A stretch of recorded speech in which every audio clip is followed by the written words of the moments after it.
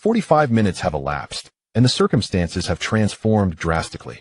The remnants of champagne on the floor and ceiling have yet to dry. Milan has plummeted from grace, with one foot precariously perched on the brink of a precipice.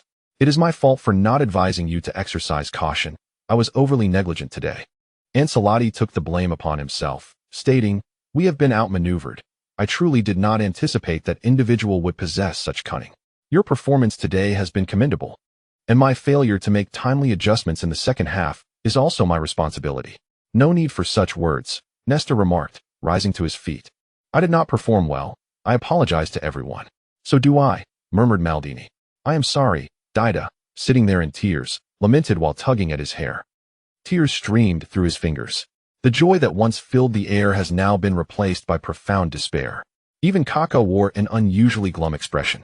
At critical moments, reliance must be placed on Huang. When it comes time for contract renewal, the lady must increase the remuneration. Huang Kaiwen stood up and strode to the center of the locker room, fixing his gaze on Ancelotti and inquiring, "Have we lost?" "Not at all," Ancelotti replied. Huang Kaiwen exuded a formidable presence. "That's right," he reiterated, turning to Maldini and raising his voice. "Have we lost, Paul?" "No," Maldini shouted back. "Louder." Huang Kaiwen clapped a hand on Maldini's shoulder. "No," Maldini responded emphatically. "Exactly," Huang Kaiwen insisted, glaring at Maldini. "Others may wallow in despair, but as the captain, what is your responsibility? Is the captain's armband merely an ornament or a means to prevent varicose veins? It is not. The captain is the core of the team, the very soul required to uplift teammates in times of adversity. Do you understand?" Maldini lowered his head with a hint of remorse. Huang Kaiwen continued to survey the room, addressing his teammates. "Since we have not yet lost the match, who are we showing our sorrow to? I know you think I am destined to fail as a goalkeeper, but I just saved a penalty. Do you comprehend? This morning, I saved 14 penalties from that scoundrel Filippo, and with the one just now, that totals 15. Can this not instill confidence in you?" "I was not at my best," Inzaghi chimed in, but upon catching Huang Kaiwen's fierce gaze, he quickly fell silent. "When we return to the field, display the performance I know you are capable of. Do not let me down. As for the goal, leave that to me. I dare say no one understands goalkeeping better than I do." Huang Kaiwen scanned the room once more, asking, "Can you achieve this?" "Yes, yes, yes," they responded in unison. Seizing the moment, Huang Kaiwen resumed his seat beside Dida, eager to learn some techniques for handling the ball. Dida was more than willing to impart his knowledge, eager to compensate for his own missteps. The atmosphere lightened considerably. Huang Kaiwen finally exhaled in relief. As a member of Milan's organizing committee, he found himself playing both father and mother. Is it truly so difficult to sit in the stands and earn some money? The contract renewal must come with an increase. After a 10-minute intermission, the players of Milan have finally rejuvenated their spirits. However, the world remains skeptical about Milan's prospects of clinching the championship. Previously, William Hill, which had profited immensely from Barbara, has now revised Milan's odds of winning. While it is said that Barbara's gains do not affect their revenue, for capitalists, the payout of bonuses equates to a loss of capital. This is particularly true given the exaggerated odds. Consequently, William Hill has appointed a new CEO, as it was this individual who greedily accepted substantial wagers, leading to a scenario where others profited from their bonuses. Nevertheless, they can now recover their losses through AC Milan, who are strong contenders for the title. Many fans have already placed bets on AC Milan's victory, which should yield substantial returns. William Hill is eager for further profits. The odds for Milan were previously set at 137, while Liverpool's were at 255. As Huang Kaiwen stood before the goal, Liverpool equalized the score, prompting another adjustment in the odds. Currently, the odds for AC Milan's victory have soared to 1-20, signaling their belief that AC Milan is destined to lose. In hopes of enticing more fans to place their bets and reclaim their capital, fans and commentators around the world share similar sentiments. Across the globe, broadcasters airing the UEFA Champions League final in various languages have cast doubt on AC Milan. In England, Liverpool has transformed into a sea of joy, with numerous fans beginning to celebrate the prospect of their first Champions League title in 22 years. Some fans are already in tears, reminiscing about loved ones who perished at Heysel Stadium, and winning the Champions League would serve as a form of solace. As Liverpool resumes play, Gerrard, liberated from Huang Kaiwen's close marking, receives a pass from Rees and unleashes a shot. The captain of Liverpool believes that an inexperienced goalkeeper would surely fear long-range shots. This strike is of remarkable quality, powerful and precise, soaring past the defensive line towards the left side of Milan's goal. Huang Kaiwen leaps into action, executing a side dive to deflect the ball out of bounds. Indeed, Huang Kaiwen has drawn laughter from Coach Zhang, who knows that he was once a goalkeeper himself. He had judged that Huang Kaiwen would struggle in that position, yet the latter's performance has proven him wrong. Next comes a corner kick, which presents yet another test for Huang Kaiwen. With opponents nearby, this situation is challenging for someone without prior experience as a goalkeeper, demanding keen positioning and judgment. Huang Jinxiang nods in agreement, acknowledging that while Huang Kaiwen's performance is commendable, playing as a goalkeeper is inherently difficult. We observe him stationed near the near post. Xabi Alonso takes the corner, as both teams vie for the ball's landing spot. Huang Kaiwen. He beats Kaká to the punch, powerfully clearing the ball from the penalty area with a single fist, executing a decisive action that once again saves AC Milan. However, the ball does not travel far from danger. At the forefront of the penalty area, Smicer unleashed a long-range shot, the ball deflecting off Stam and soaring into the air. Gerrard surged forward, twisting his body to execute a side kick. The ball struck the turf, accelerating towards the goal. With a resounding thud, Huang Kaiwen made a side dive, securing the ball in his hands before promptly pressing it to the ground upon landing. The Ataturk Stadium echoed solely with the cheers of Milan supporters. Yet, the refrain of "You'll never walk alone" lingered in the air, as Liverpool fans pondered whether they would truly walk alone. Could they prevail? Damn it. They believed that Dida's substitution would mark a turning point in the match. However, witnessing Huang Kaiwen's performance at the goal left them uncertain. This was utterly ridiculous. On the forum, the earlier comment about AC Milan celebrating in the nude had been quietly deleted. It seemed that Li Huan would be bidding farewell to the online world for some time. 2 minutes later, Liverpool's offensive resurgence commenced. Gerrard received the ball in the attacking third and delivered a precise through pass into the penalty area. Cisse, with the speed of a cheetah, darted out from the defensive line to seize the ball. In mere strides, he reached the left side of the small box, a prime position for a right-footed player. Bang! Huang Kaiwen soared once more, executing a side dive. His movements remained graceful and fluid, pleasing to the eye.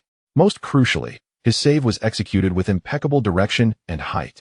Cisse's shot aimed for the far corner of the net, but in the next heartbeat, Huang Kaiwen extended his hand, deflecting the ball out for a corner. Benitez was left dumbfounded. After 10 minutes of extra time, Liverpool had taken several shots yet failed to breach AC Milan's defenses. Wasn't that Kaiwen a winger? AC Milan launched another attack, with a fatigued Kaká dribbling past midfield. His foot slipped, sending the ball directly to Alonso.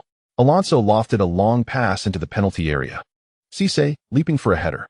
Huang Kaiwen intercepted. Luis Garcia followed up with a rebound, but Huang Kaiwen. Once more, he thwarted the shot. Gerrard's attempt struck Nesta, leading to another rebound. Huang Kaiwen. He deflected the ball out for another corner. Rising once again, Huang Kaiwen made a side dive. 3 consecutive saves. Huang Kaiwen had risen to the occasion. He inherited the glorious tradition of goalkeeping. Yashin, Banks, Zoff. At this moment, their spirits embodied him. In this instant, he was not alone in battle. 0098 The miracle of Istanbul, what have I witnessed? Oh God, perhaps it truly is divine intervention preventing Liverpool from triumphing. Not once, not twice, but thrice. Who could believe that a winger would consecutively deny Liverpool's players 3 times? I felt that if Kaiwen were to start as goalkeeper today, AC Milan would have resolved matters in the first half, and there would be no need for the 4 goals in the second half. Liverpool had given their utmost. However, they should now contemplate how to approach the penalty shootout against Kevin Huang's formidable defenses. The commentary from Sky Sports UK carried a tone of palpable frustration. Kevin Huang. Yet another save. 3 consecutive saves by this remarkable player, exclaimed the commentator. The excitement from Tokyo Broadcasting System was equally fervent. Never underestimate a man's determination. With resolve, even unfamiliar positions can reveal the prowess of a top-tier athlete. To aspire to greatness, one must first possess the heart of a champion. This is a lesson we must learn. Japanese players, too, ought to embrace such tenacity. Observe Kevin Huang's insatiable thirst for victory. His power surges forth. Shouldn't those without titles feel a sense of shame? The KBS television station also erupted in astonishment. The commentator declared, Kevin Huang undoubtedly possesses our nation's lineage. One can discern this from his appearance. His handsomeness exudes the spirit of the great Han Republic. And the Football Association must verify this immediately. If we invite him back to the national team, we will surely surpass our achievements from the 2002 World Cup and seize the championship. Presently, they assert that in 2002, their team triumphed through sheer skill. The most remarkable aspect of their pride is not their shamelessness, but rather their ability to perceive the false as truth. In random interviews in Seoul, not a single person would concede that the semi-finals of 2002 were unfair. There is no need to mention the dark shadows of the Olympics. As they have long forgotten their past misdeeds, they might even believe that, in the spirit of sportsmanship, they intentionally secured fewer medals as the hosts. Ancelotti and assistant coach Tassadi embraced, their excitement bubbling over.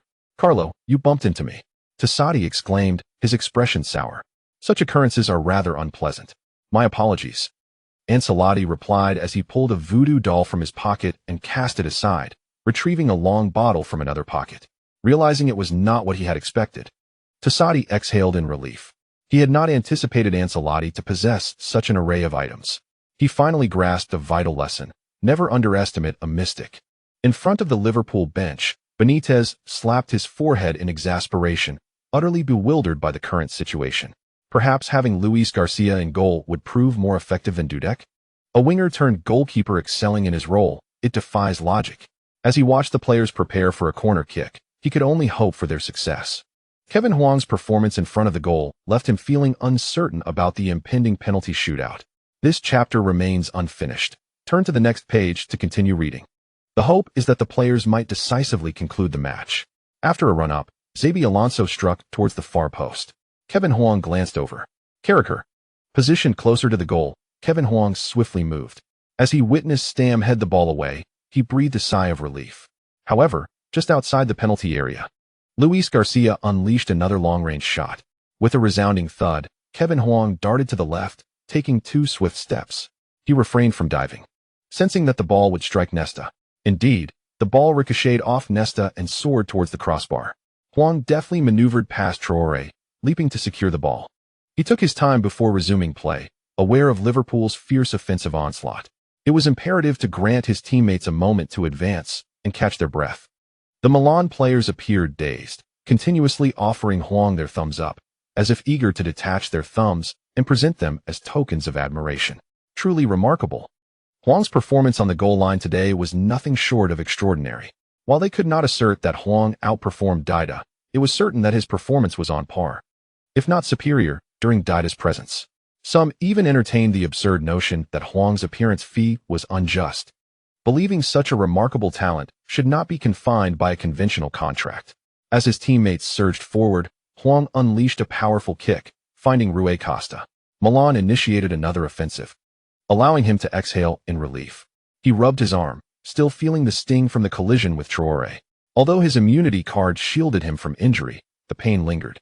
Up front, Rui Costa received the ball and advanced, with Hammond charging towards him.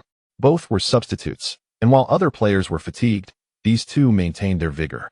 Rui Costa's technical skills were undeniable. After all, Milan had invested over 40 million to acquire him. Spotting Hammond, Rui Costa accelerated, deftly maneuvering past him with a flick of his right foot.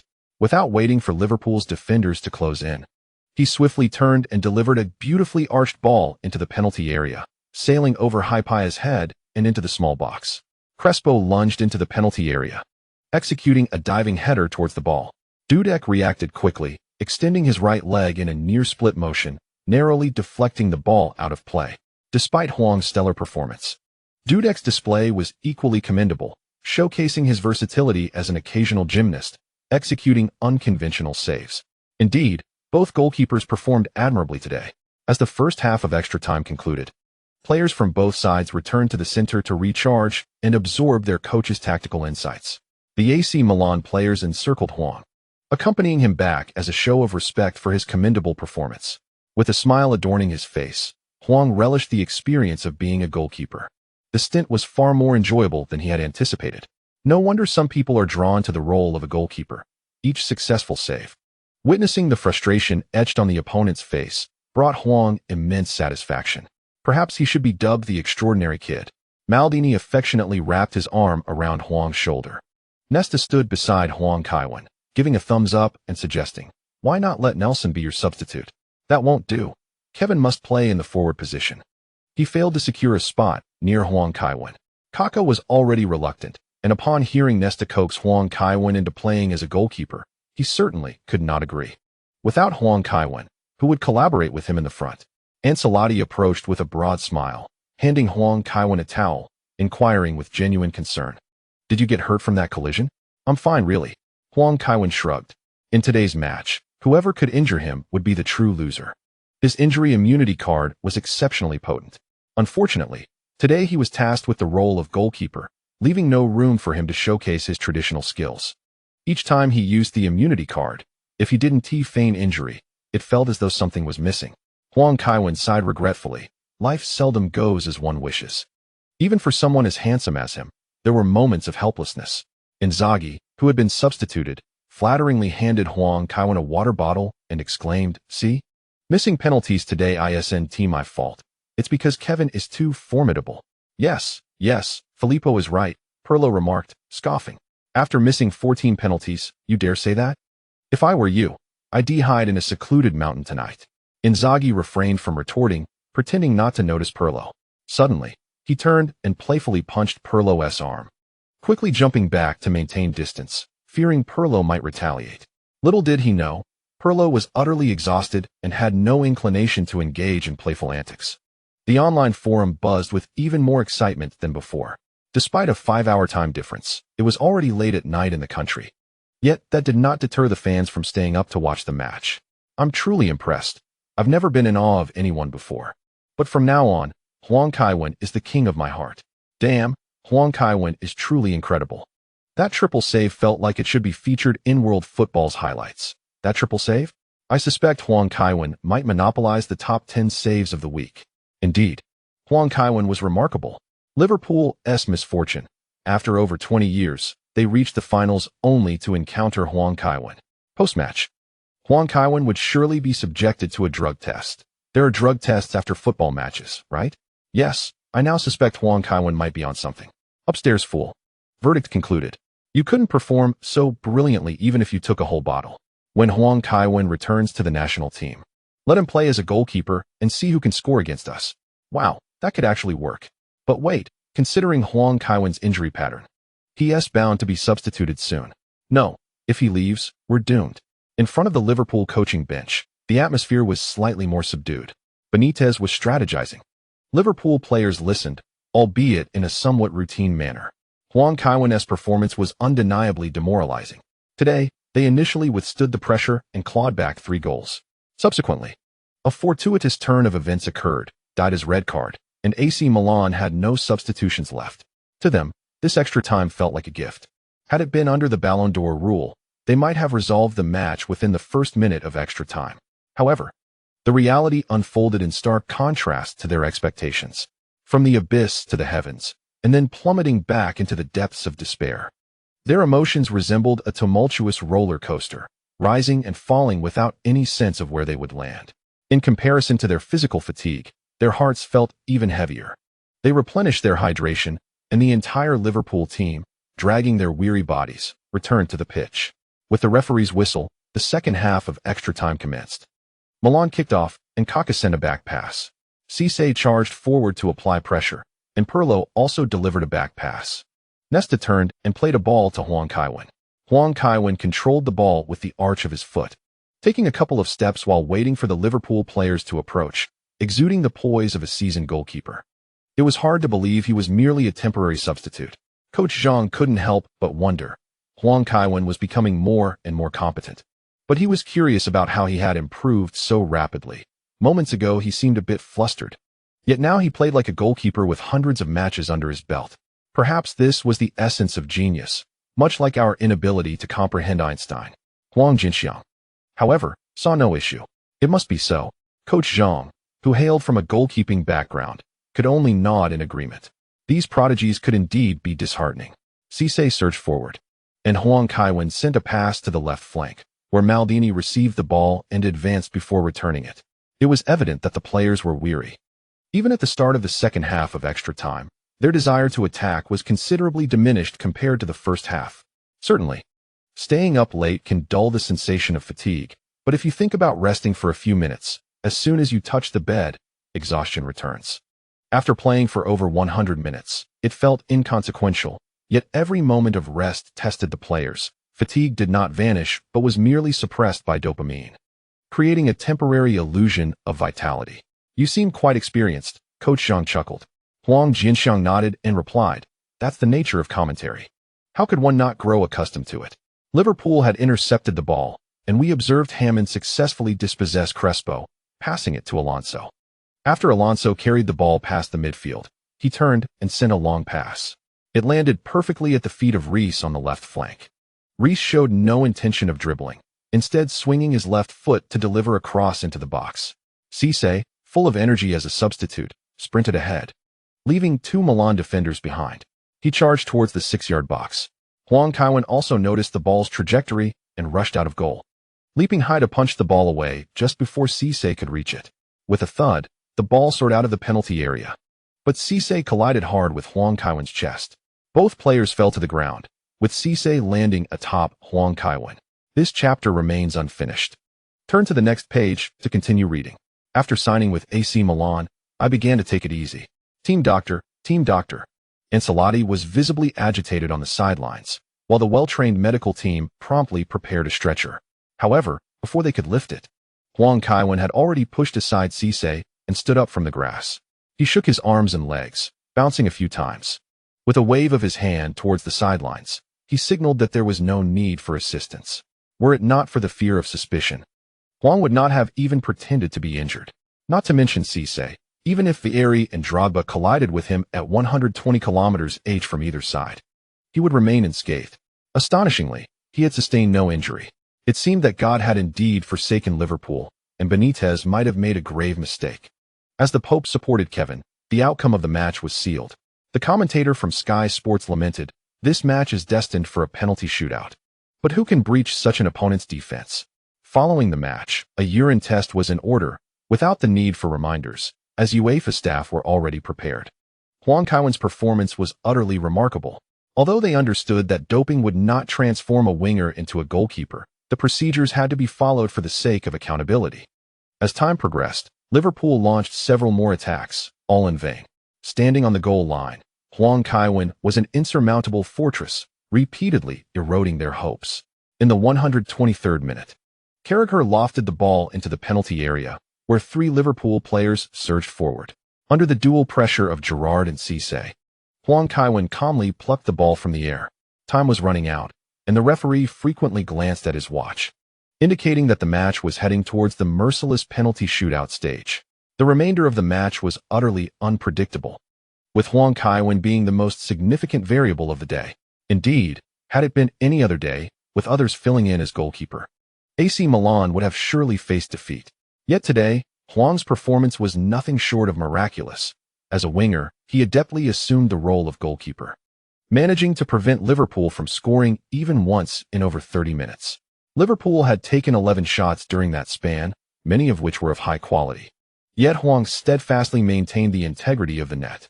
Fans were undoubtedly curious about his performance in the impending penalty shootout. The referee blew the whistle to signal the end of extra time, and the match was set to enter the most agonizing phase of penalties. A year later, AC Milan returned to the Champions League final, once again facing a penalty shootout. The last time was in the 2002-2003 season, when they battled Juventus at Old Trafford for 120 minutes without a victor, ultimately triumphing in the shootout 3-2 to claim their 6th Champions League trophy, leaving Juventus to lament their defeat. The question lingered, could AC Milan replicate their previous success today? Many players bore the marks of exhaustion, presenting a formidable challenge for them.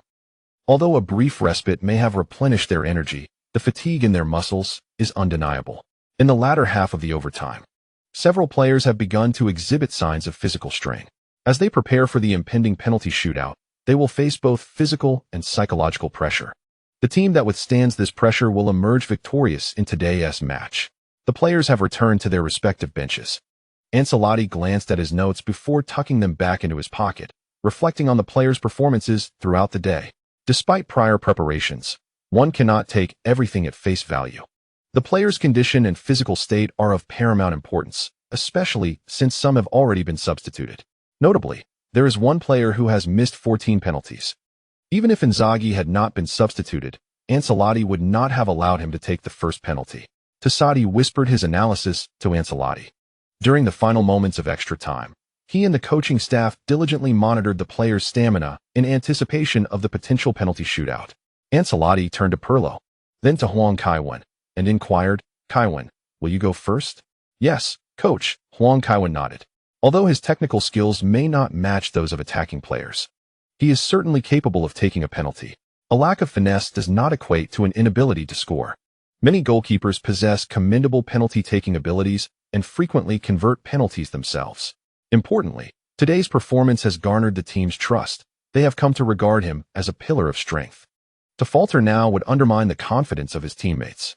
Then Pirlo will be second, Ancelotti decided. Good. Pirlo did not wish to utter a word, as that would waste energy. Crespo was designated as the third, Kaká as the fourth, Costa as the fifth, and Colazza as the sixth, followed by Cafu.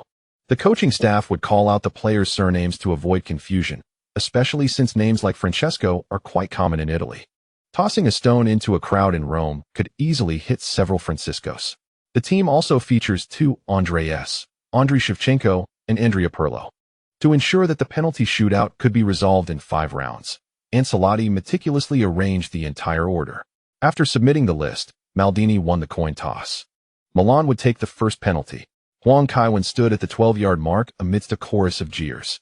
Today, he is the one most capable of stirring emotions among the local fans and Liverpool supporters alike. It is advantageous for Milan to take the first penalty. Statistics suggest that the team going first has a slightly higher success rate, ranging from 53 to 60. Indeed, penalties are notoriously difficult to save. Scoring first can place pressure on the opposing team, while those who shoot second may miss due to the weight of expectation. Huang Kaiwen began his run-up, and as the ball found the net, the crowd erupted, "Goal!"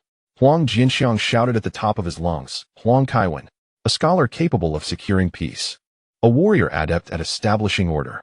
Standing before the goal, he can save penalties, and at the 12-yard mark, he can score. Now, the pressure has shifted to Liverpool, whose first penalty taker is Hammond. Today, Huang Kaiwen's performance will undoubtedly place immense pressure upon him. Can Hartmann withstand this weight? The German took a running start and struck the ball forcefully. The sound echoed, as Hartmann clearly sought to create a miracle with sheer power. The ball soared towards the right side of the goal, while Huang Kaiwen misjudged the trajectory and dove towards the left. The chapter remains unfinished. Click the next page to continue reading. Pirlo was the second to approach the penalty spot. Dudek, standing before the goal, raised his arms and leapt. After a few delicate steps, Pirlo sent the ball towards the left side of the goal. Dudek swiftly responded, also diving to the left. The ball was saved. The initial advantage was lost, and the pressure shifted to Milan. As Huang Kaiwen approached the goal, he gave Pirlo a thumbs up, reassuring him, "Don't worry, I've got this." Pirlo managed a faint smile, yet as he stood beside his teammate, his legs began to tremble. The proud Pirlo could not accept having squandered a chance for the Champions League title. His eyes widened as he focused intently on the goal. Pirlo observed a change in rhythm as Cisse approached, pausing briefly before striking the ball. Huang Kaiwen was not deceived, however. He dove to the lower left corner while the ball sailed over him and into the net. A half-height shot. Pirlo's body weakened. It was over. After 2 rounds of penalties, AC Milan trailed 1-2. Crespo stood at the spot, and his shot found the net. Next up was Liverpool's turn to take a penalty. Rees, a player of great strength, often instilled fear in goalkeepers, and Huang Kaiwen hesitated to voice his concerns. Yet the implication was clear. If Rees unleashed a powerful strike, Huang Kaiwen's fate would not be better than Alan Smith's. Nevertheless, Huang Kaiwen felt little pressure. Though he was slightly apprehensive about Rees's potential for a forceful shot that could catch him off guard, Rees positioned himself behind the ball. As he began his run, Huang Kaiwen's eyes widened. Then, he dove to the lower right corner. With a fingertip, he deflected the ball away. Rising to his feet, he celebrated with a triumphant gesture, shouting at Rees, "Damn it, I've saved another." Who else could it be but Huang Kaiwen? After 3 rounds, both teams returned to an equal footing. Huang Kaiwen's 2 penalty saves today were nothing short of miraculous. Perhaps he was indeed a genius beyond rational explanation. Now it was Milan's turn to take a penalty. Huang Kaiwen gave Kaká a thumbs up. The bond between them was strong, often captured by the press in candid moments together. Kaká took his run-up and scored. Milan had one hand on the trophy. Prior to the match, Kaká had touched the trophy, committing the footballing superstition of touching it and losing the title. However, now Kaká demonstrated through his performance that as long as one possesses skill, there are no restrictions on the field. The pressure had now shifted to Liverpool. Schmeichel stood at the penalty spot, having just scored a magnificent long-range shot. Now, with Huang Kaiwen in goal, could he find the net again? The ball went in, and the next round would determine the fate of the match. Rui Costa, a player of exceptional skill, was still a substitute and should be able to take the penalty against Dudek. However, Rui Costa's shot was parried away by Dudek. This chapter is not finished. Click to continue reading. Dudek had made a crucial save. The focus now shifted entirely to Huang Kaiwen. It was Gerard. Benitez must have feared Alonso missing another penalty, which is why Gerard was chosen to take it first. If Huang Kaiwen failed to stop Gerard's penalty, the championship would slip away. The Liverpool captain began his run-up, striking the ball, but it was saved by Huang Kaiwen. Today, he had already denied 3 penalties. Who else, even among goalkeepers, could rival Huang Kaiwen's performance in front of the goal? He had turned the tide and supported the crumbling structure. Huang Jinxiang shouted. Huang Kaiwen is the pillar of AC Milan. He single-handedly snatched the championship trophy from Liverpool's grasp. The penalty shootout was about to enter a more brutal phase. If either side scored while the other failed, the match would conclude. Any minor error could hand the trophy over to their opponents. Kaká took a run-up and scored. If Huang Kaiwen saved just one more shot, he could send Liverpool into sudden death. Fans around the world were likely sharing the same sentiment. Today, Huang Kaiwen deserved the championship. Xavi Alonso stood at the penalty spot once more, his expression gravely serious. He had taken 2 penalties today, both saved, although he managed to score on rebounds. Still, this did not change the fact that he had missed 2 penalties. The psychological pressure on Xavi Alonso was immense. Yet he chose to stand there, unyielding. After all, Xavi Alonso was the man who, at 19, boldly volunteered to be captain and successfully led Real Sociedad to safety. He possessed an inherently courageous heart. Adversity only served to make him stronger. Huang Kaiwen shook his wrists, took a deep breath, and exhaled his anxiety. He then beckoned to Xavi Alonso with a finger, with a touch of theatrical flair reminiscent of Tom Hanks. Huang Kaiwen wore an expression akin to that of a cinematic villain. His demeanor was not exaggerated, yet it conveyed his intent unmistakably. With narrowed eyes and a slight lift of his left nostril, his brows furrowed in a rare display of disdain, the corners of his mouth turned downwards in a sneer, perfectly portraying his scorn. Xavi Alonso's gaze shifted. It was effective. Huang Kaiwen felt a surge of excitement. He had almost forgotten the earlier provocation. Dudek's antics had been quite amusing, serving as a reference point that momentarily distracted him. But now, the moment was ripe for the most critical shot. Standing just behind the left side of the ball, Alonso began his run-up. Huang Kaiwen keenly observed Alonso's every move, fearful of missing a single detail. Here it comes. As Alonso twisted his ankle, Kevin Huang instantly leaped to the ground, diving towards the lower right corner of the goal. The sensation in his wrist confirmed his successful save. Boom. Kevin ignited the entire world. Before he could rise, Milan's players swarmed around him, and the coaching staff rushed onto the pitch. Ah, Kevin, you little rascal. I think I've fallen in love with you. From now on, you shall be my deity, Kevin. Goodness, I feel as though I'm dreaming. Someone pinch me. Kevin, I adore you. As Kevin finally stood, he was engulfed by his teammates. He epitomized the phrase, a mass of muscularity. Let us congratulate AC Milan on clinching the championship of the 2004 to 2005 season. How can I encapsulate this match? The victory belongs to Kevin Huang. Though today's triumph also belongs to Maldini, Nesta, Shevchenko, Kaká, Ancelotti, and all who cherish AC Milan, the ultimate glory rests with Kevin Huang. Liverpool fought valiantly, summoning courage and determination to claw back for goals, which is indeed commendable. However, human effort has its limits. In the face of an invincible adversary, victory itself becomes a mere illusion. The 21-year wait has been harsh, yet Liverpool must continue to endure. Their next opportunity to reach the Champions League final may be a decade away, a year hence, or perhaps remain indefinitely elusive. They must learn resilience. For Liverpool has weathered its darkest days. No matter how bitter the struggle, it cannot surpass what has been endured. No matter how arduous the path, there is an end. And as long as they do not surrender, they will one day arrive at the shores of victory. Today, both teams delivered a performance that was nothing short of extraordinary. Even with my utmost imagination, I could not conceive of such a narrative. Reality often unfolds in more convoluted ways than fiction.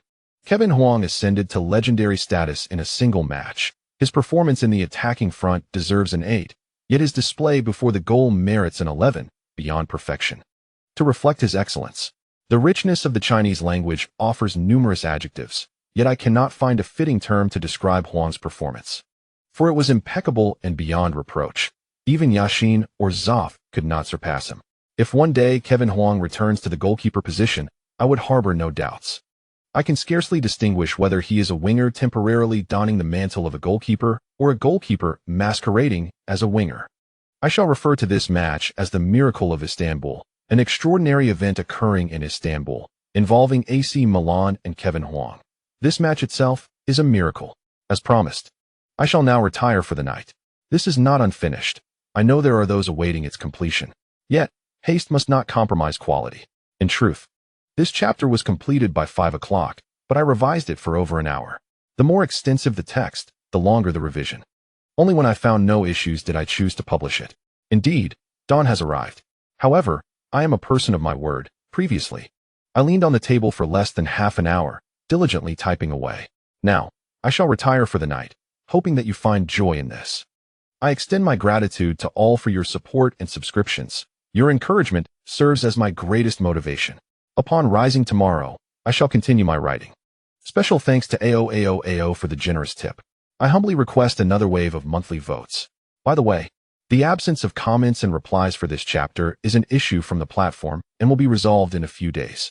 0099. The Courtyard. After seizing the championship, I lay back to win. St. Kevin. St. Kevin. St. Kevin.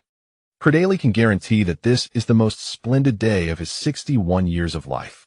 At this moment, he has forgotten his responsibilities, his work, and his role as a commentator. Credeli only desires to run and proclaim the name of St. Kevin in the grand square of Milan, filled with thousands of devoted fans. Beneath the equestrian statue of Vittorio Emanuele II, the first king of Italy, they rejoice exuberantly. Milan fans, who journeyed to Istanbul with the team, express their unrestrained joy. A mere 1673 kilometers away, the inhabitants of Milanello share an unspoken bond, singing the new team anthem. Kevin, Kevin, we shall always support you. Kevin, Kevin, forever for you. We walk beside the hero, on the green fields, beneath the blue sky. You have earned another star, shining between us. We sing in unison. Kevin, Kevin, we shall always support you. Kevin, Kevin, forever for you. Huang Kevin finally steadies himself. The bare-chested Inzaghi rushes over and hoists Huang Kevin onto his shoulder. Put me down. Quickly, put me down, Filippo. Huang Kevin exclaims, feeling quite insecure being carried. Yet, it is too late. The Milan players surge forward once more, grabbing Huang Kevin and tossing him into the air repeatedly. Ancelotti, unusually, refrains from reminding the players to be cautious not to injure Huang Kevin. After all, the championship has already been secured. A brief rest for Kevin is of no consequence. Upon the staff's suggestion, the Milan players form 2 lines, allowing the Liverpool players to receive their awards first. Inzaghi, still enveloped in joy, continually nudges Huang Kevin with his arms, asking, "You performed so well today. Do you have a secret?" There is no such thing. Huang Kevin rolls his eyes, finding it quite bothersome. He has already been informed that after the awards, he must undergo a urine test. Trouble is undoubtedly brewing. Inzaghi strokes his chin, suddenly pointing at Huang Kevin. I've got it. There is only one truth, and that is the blessing of the Pope. On the other side, Kaká nods in rare agreement. I believe that too. Huang Kevin thinks to himself. The blessing of Yashin would be more fitting. However, Kaká's and Inzaghi's words spark an idea. The irrational, the divine. Huang Kevin can only follow the Vatican blindly. Surely, the Pope would be pleased to acknowledge such a matter. The Liverpool players, heads bowed, proceed forward, swiftly ascending the podium. After losing the final, no one can find joy in the moment. When sorrow envelopes someone, it is merely because their joy has been usurped by those filled with glee. The Liverpool players hastily donned their silver medals, then swiftly departed. For them, Istanbul was a place of heartache, devoid of anything worth cherishing. Xabi Alonso cast a backward glance. gazing at Huang Kaiwen standing between Kaká and Inzaghi. This chapter remains unfinished. Turn the page to continue reading. The man who snatched away the championship. Alonso sighed deeply, striding towards the exit without a backward glance. At last, it was AC Milan's turn. One by one, the players approached to receive their accolades. Platini draped the medal around Huang Kaiwen's neck, even winking at him. Huang Kaiwen thought, as if that man relied on you to win. Do not pretend to be overly familiar with me. Was it not merely the young lady who paid you off? Should someone misconstrue this, it could tarnish Huang Kaiwen's reputation. That man relies solely on women, not on benefactors. The entire Ataturk Stadium began its countdown. 3, 2, 1. Fireworks erupted as Huang Kaiwen and Maldini raised the trophy together. Let us extend our congratulations to Huang Kaiwen and AC Milan for clinching the UEFA Champions League title for the 2004-2005 season. Huang Kaiwen also received the Starball Trophy, a symbol of the best player in the Champions League final, a well-deserved accolade. At this moment, we behold Kaká's girlfriend, Beatrice, alongside Huang Kaiwen's girlfriend, Barbara. As I understand, both young women hail from affluent families. The families entered the stadium to share in the triumph of victory. Maldini's son rushed towards Huang Kaiwen, and the two celebrated with a fist bump, clearly showcasing their camaraderie. Staff approached to remind them that it was time for Huang Kaiwen to partake in interviews. In the mixed zone, Huang Kaiwen held a towel in his hand. Spotting a journalist he had previously seen on television, he made his way over. Huang Kaiwen, could you comment on your performance? Inquired a national broadcaster's reporter, microphone extended. Insane. That is the only adjective I can conjure, Huang Kaiwen replied, a smile illuminating his face. Beads of sweat adorning his forehead. What are your upcoming goals? He mused, wishing to win more championships alongside his teammates. He thought it was time to return to the stands. One cannot solely focus on football while neglecting injuries. When will you return to compete in your home country? A reporter pressed. I have long been prepared, Huang Kaiwen responded, a hint of uncertainty crossing his face. But you know, I tend to get injured easily. And every time I prepare to return home, I find myself hurt. I too am curious about this matter. European reporters urged him on, and the national broadcaster's journalist reluctantly stepped aside. Hey, Kaiwen, what a wild night, right? An English reporter queried. Indeed, it is still hard to believe. Huang Kaiwen nodded in agreement. The reporter inquired again. You must not have undergone goalkeeper training. Can you enlighten us on why you performed so exceptionally well? I cannot explain it. The moment I stood before the goal, I felt an inexplicable connection, as if I belonged there today. Quite magical, I assent it. Huang Kaiwen chuckled. Could this possibly be related to God? Huang Kaiwen chuckled, offering a vague response. Perhaps, perhaps not. Who can truly know? I believe it might be so. Further inquiries from reporters ensued, but soon UEFA staff arrived to hasten the conclusion of the interview. This chapter remains unfinished. Please turn to the next page to continue reading. After signing with AC Milan, Huang Kaiwen's schedule was quite packed. Following a doping test, he was to attend the post-match press conference, departing alongside the staff. For the first time in his life, he found himself under the watchful eyes of two imposing figures while relieving himself, feeling immensely anxious. He consumed 2 bottles of mineral water to meet the required amount. Subsequently, he proceeded to the press hall at Ataturk Stadium, where every seat was filled. The final was set to be broadcasted in over 130 countries, marking a day destined to be unforgettable. As Huang Kaiwen took his seat, the atmosphere had already grown rather tense. Both Ancelotti and Benitez wore grim expressions. When the conference commenced, reporters directed their questions to Benitez first. Rafael, what do you have to say about today's match? Benitez replied darkly, I have nothing to say. This match was marred by excessive complications, and I am unsure whether the victory belongs to the players or to Roma. How dare you utter such words? Ancelotti shot a fierce glare at Benitez, exclaiming, someone summoned a sorcerer, and not just one, to secure victory through underhanded means. Thankfully, they did not succeed, which proves that evil will never triumph over justice.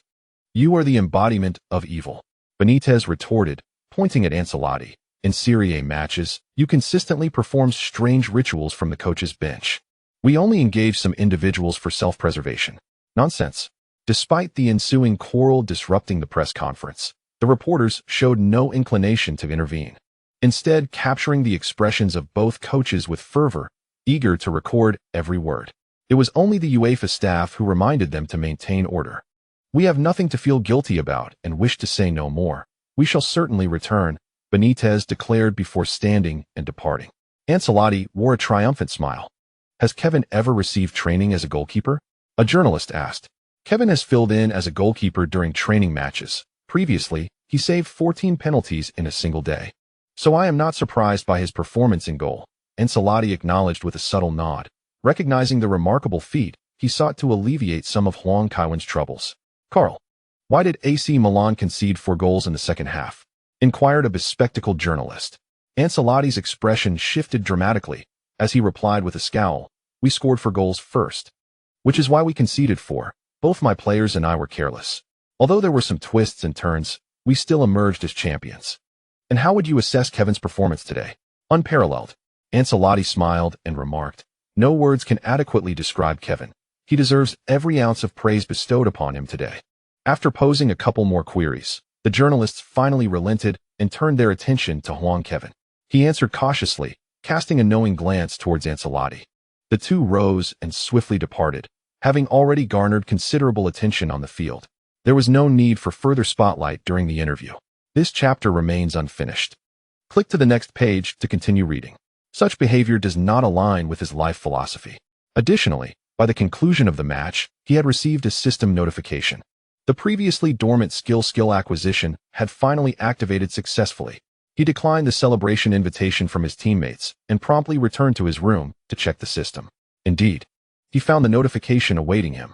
Ding. Successfully acquired the Champions League title from Liverpool player Gerrard. Ding. Successfully acquired the Champions League title from Liverpool player Kaká. Skill activated successfully, traits replicated. Ding. Successfully acquired the sole significant championship from Liverpool player Reece. Skill activated successfully, traits replicated. Ding. Successfully acquired the sole significant championship from Liverpool player Garcia. Skill activated successfully, traits replicated. In total, he had successfully replicated 4 traits from Reece, Kaká, Luis Garcia, and Traoré. Trait. Marseille turn own goal.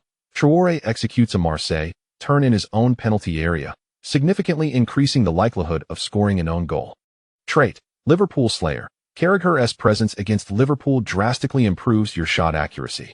Trait. Pile driver. Reece greatly enhances labor capacity. A female colleague, Jordan Katie Price, once lamented that Reece was akin to a pile driver, practically committing murder. Trait. I don't use my head. Luis Garcia epitomizes the principle of using feet over head. Heading ability diminishes while ball control improves. Huang Kaiwen finally comprehended the meaning behind the skill acquisition.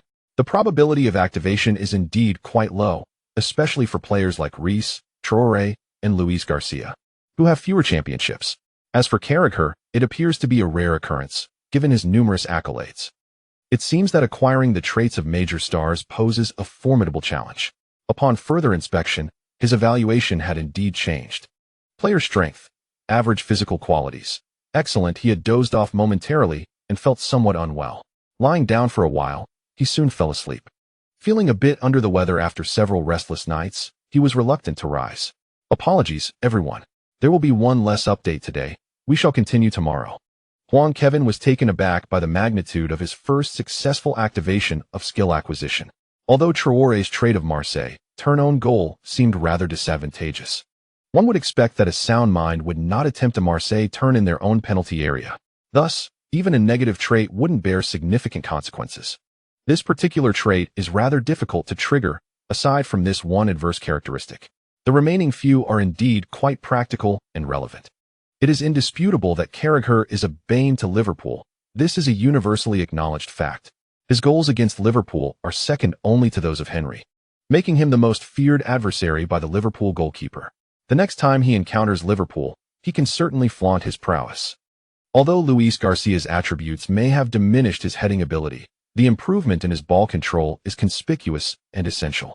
This enhancement has significantly transformed his player evaluations from mediocre to remarkable.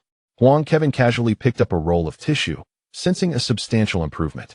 This was crucial, as his previous ball control had been subpar, failing to meet even the minimum standards of a professional player without the aid of experience cards. With Carlos Caesar's physical attributes combined with the enhanced ball control, he has finally crossed that threshold. If he could attain a few more enhancements in ball control characteristics in the future, it would be even better. The growth-oriented ball control remains a strenuous endeavor for Huang Kaiwen. He prefers to reap rewards effortlessly. Hard work is something better left to Cristiano Ronaldo. As for Rissa's attributes, they hold little practicality since Huang Kaiwen is inherently an excellent worker on the pitch. Playing football is merely a side occupation. In celebration of the numerous rewards, Huang Kaiwen escorted the young lady downstairs, opening 3 additional rooms on different floors of the hotel.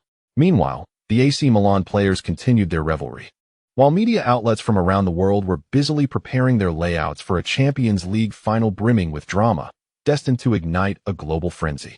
Early the next morning, Huang Kaiwen hurried downstairs with the young lady, compensating for the 4-piece bedding set and the bed in their room. His foresight had indeed been commendable, having reserved 3 guest rooms at once to avoid complaints. After breakfast, he joined his teammates. Kaká, noticing the weariness on Huang Kaiwen's face, inquired curiously, "Kaiwen, did you celebrate with them last night?" "No, but I didn't sleep well," Huang Kaiwen replied, rubbing his arms. Push-ups are a rigorous exercise that tests the triceps. "You should catch some sleep on the plane," Kaká suggested with a yawn. Huang Kaiwen seized upon this point. What did he mean by also? He looked at Kaká, puzzled, immediately pondering a possibility. With a smile, Huang Kaiwen asked, "Did you sleep in the same room as Beatrice last night?" Kaká replied, somewhat embarrassed, then clarified, "I slept on the sofa, so I didn't rest well." Huang Kaiwen believed Kaká's words. It was surprising to see Kaká still so innocent even after being duped by the older lady. This chapter remains unfinished. Click the next page to continue reading. Kaká spoke with utmost seriousness, declaring that he had erred and should not repeat the mistake. He took the initiative to confess his misstep to Beatrice, who graciously forgave him. They resolved to cherish the beauty of their union on their wedding night. "Damn, you truly are remarkable," Huang Kaiwen conceded. It seemed the system's predictions of the future were not particularly accurate. Or perhaps, Kaká would awaken to a new understanding someday. No, the latest forecasts did not specify Kaká's emotional journey. In any case, Kaká's fate had undeniably shifted, and Huang Kaiwen was indifferent to it. He decided to let events unfold naturally. Not long after their meal, the players, coaching staff, and families of AC Milan boarded their private jet. Huang Kaiwen intended to catch up on sleep, and thus did not sit beside Kaká. This alteration clearly delighted the young lady, who turned back to cast a smug glance at Kaká, leaving him bewildered. The flight stretched over 5 hours. Champions soared through the skies while news outlets pursued them on the ground. As they traveled towards Milan, the impact of the Champions League final had reached an alarming magnitude. Europe was in a frenzy. The entire world was captivated. News of the final dominated every headline without exception. The Milan Sports Daily published a photograph of Huang Kaiwen with arms outstretched, gazing skyward, proclaiming, "We have witnessed the greatest final. No other match will ever match this level of fervor." The first 45 minutes of the Istanbul night belonged to AC Milan's starting players, while the latter 45 minutes were claimed by the entire Liverpool team. Yet throughout the match, this championship belonged to Kaiwen. In Istanbul, St. Kaiwen was crowned king. With 1 goal, 1 assist, and 9 saves, including stopping 4 penalty kicks from Liverpool, no player could replicate his performance. It was nothing short of miraculous, my God. The Turin Sports Daily remarked, "This has transcended the realm of mere competition."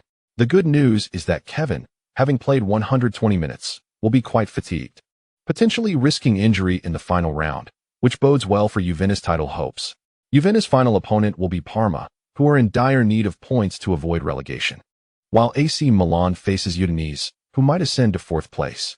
Both Parma and Udinese are eager for victory. The matches will not be easy. However, from a perspective of strength and standings, Juventus' opponent appears more manageable. The Rome Sports Daily noted, following the Pope's audience with Kaiwen, his performance has been remarkable, prompting thoughts of the Vatican. Post-match, Kaiwen himself acknowledged this, suggesting that this victory is indeed a divine blessing. Coincidentally, the Vatican's newspaper, the Roman Observer, shared a similar sentiment.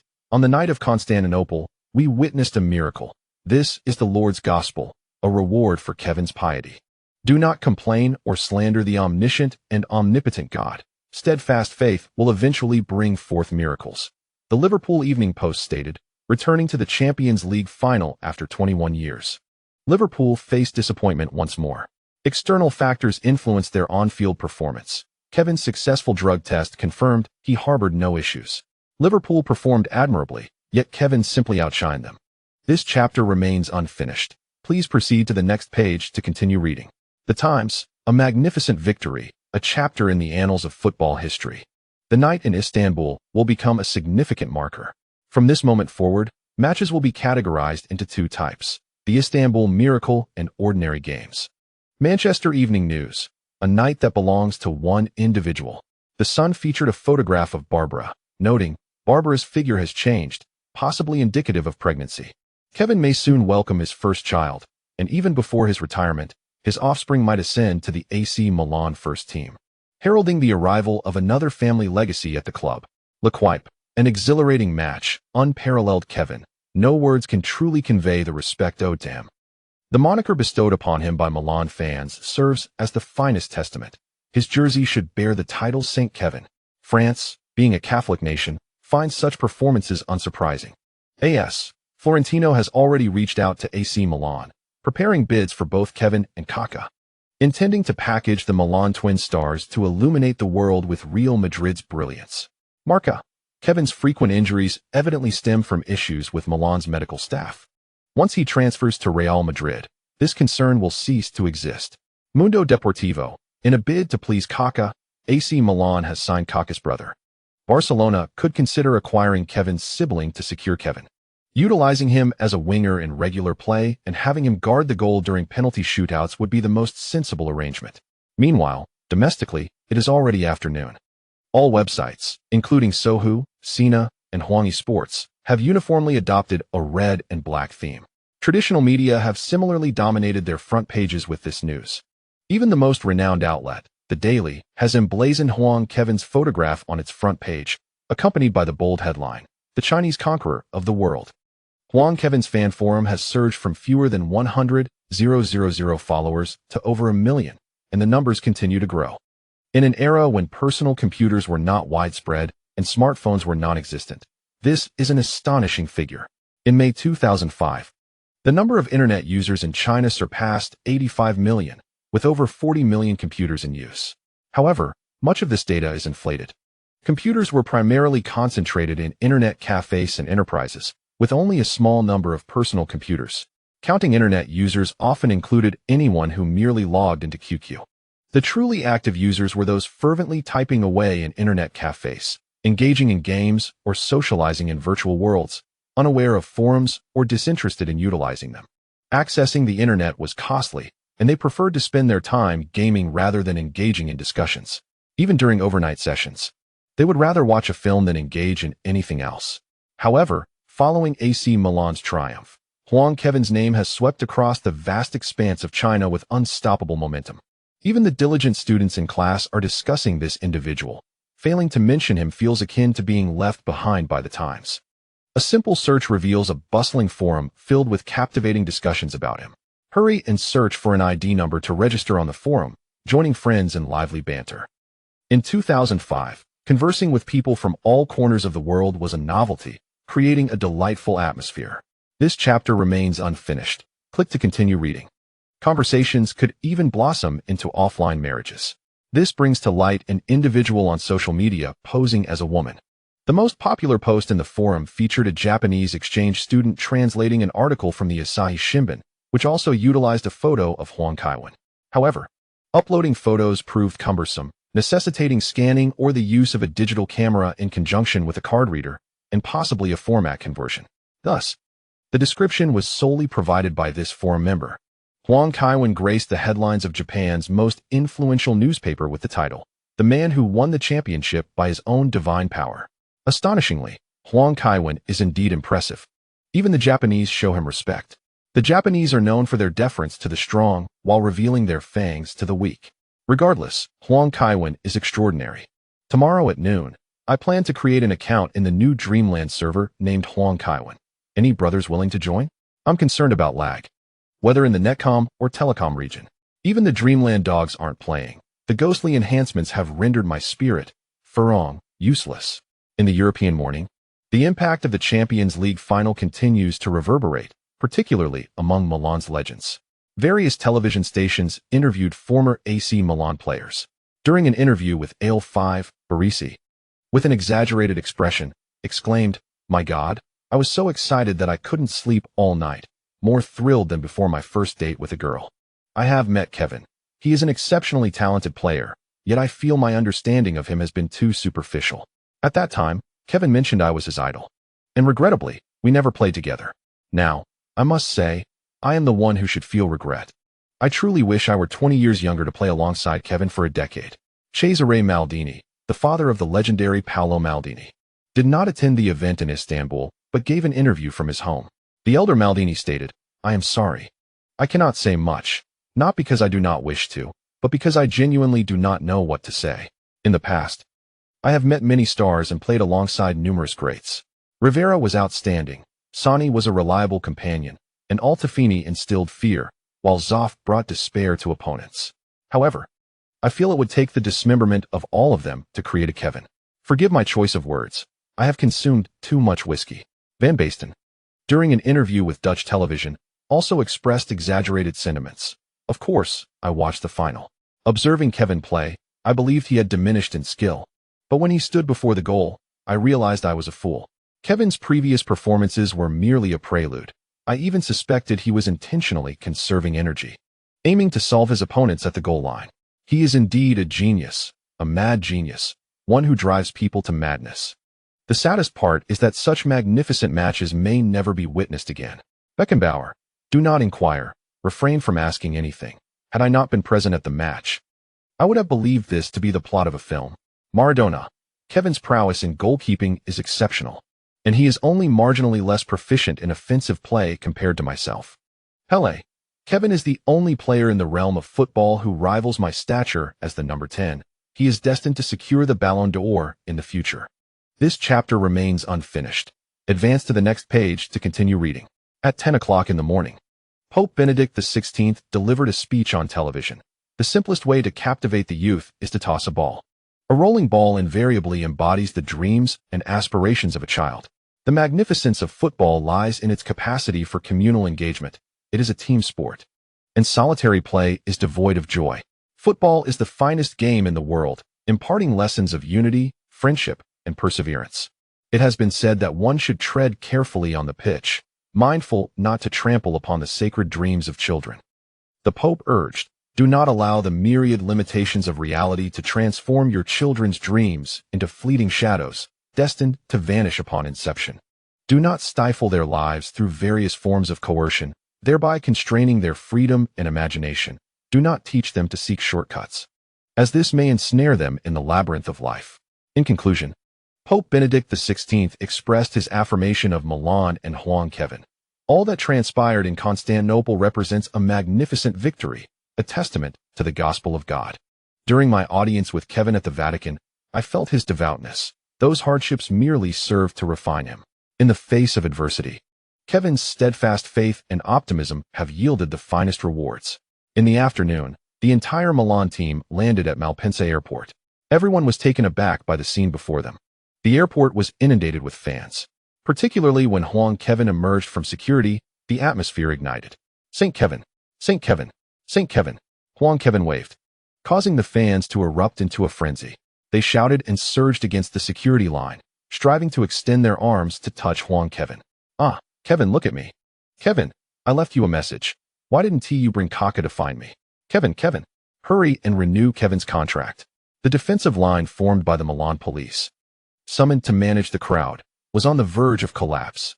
At that moment, a young lady, having procured a loudspeaker from an unknown source, activated it with a piercing crackle, bringing the scene to a hush. With an imposing presence, she proclaimed, "The team has secured the championship, and we are all elated." However, the players are exhausted.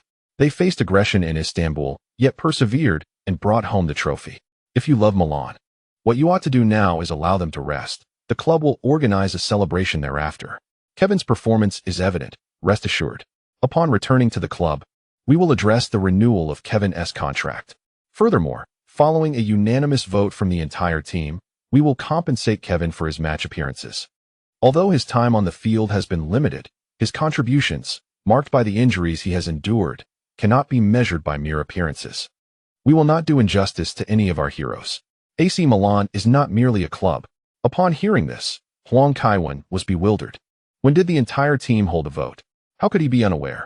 Indeed, having connections within the inner circle facilitates matters. He had only played a few matches, yet he was eligible for full attendance. As Huang Kaiwen returned home, not long after, he was greeted at the door by a visibly excited Johnny Nanny. Huang Kaiwen felt perplexed. He had not sustained any injuries, so what was the team doctor doing here? Moreover, he had just returned home, and it seemed as if Nanny had followed him back. Was he some sort of stalker? Was Nanny preparing to stage a gruesome spectacle akin to a horror film? Huang Kaiwen's imagination ran wild. In cinematic portrayals, there are often numerous deranged doctors and scientists. While Hollywood primarily showcases the eccentricities of American lunatics, Europe, too, has its fair share. Every time he watched television, the channel seemed to unearth a plethora of bizarre individuals, including wealthy patrons purchasing mummies for extravagant unveiling parties. Compared to such grotesque tastes, a doctor well-versed in human anatomy moonlighting as a serial killer seemed hardly surprising, especially with Nanny's current demeanor appearing rather sinister. With a troubled expression, Huang Kaiwen inquired, "Why are you at my home? Did you follow us back?"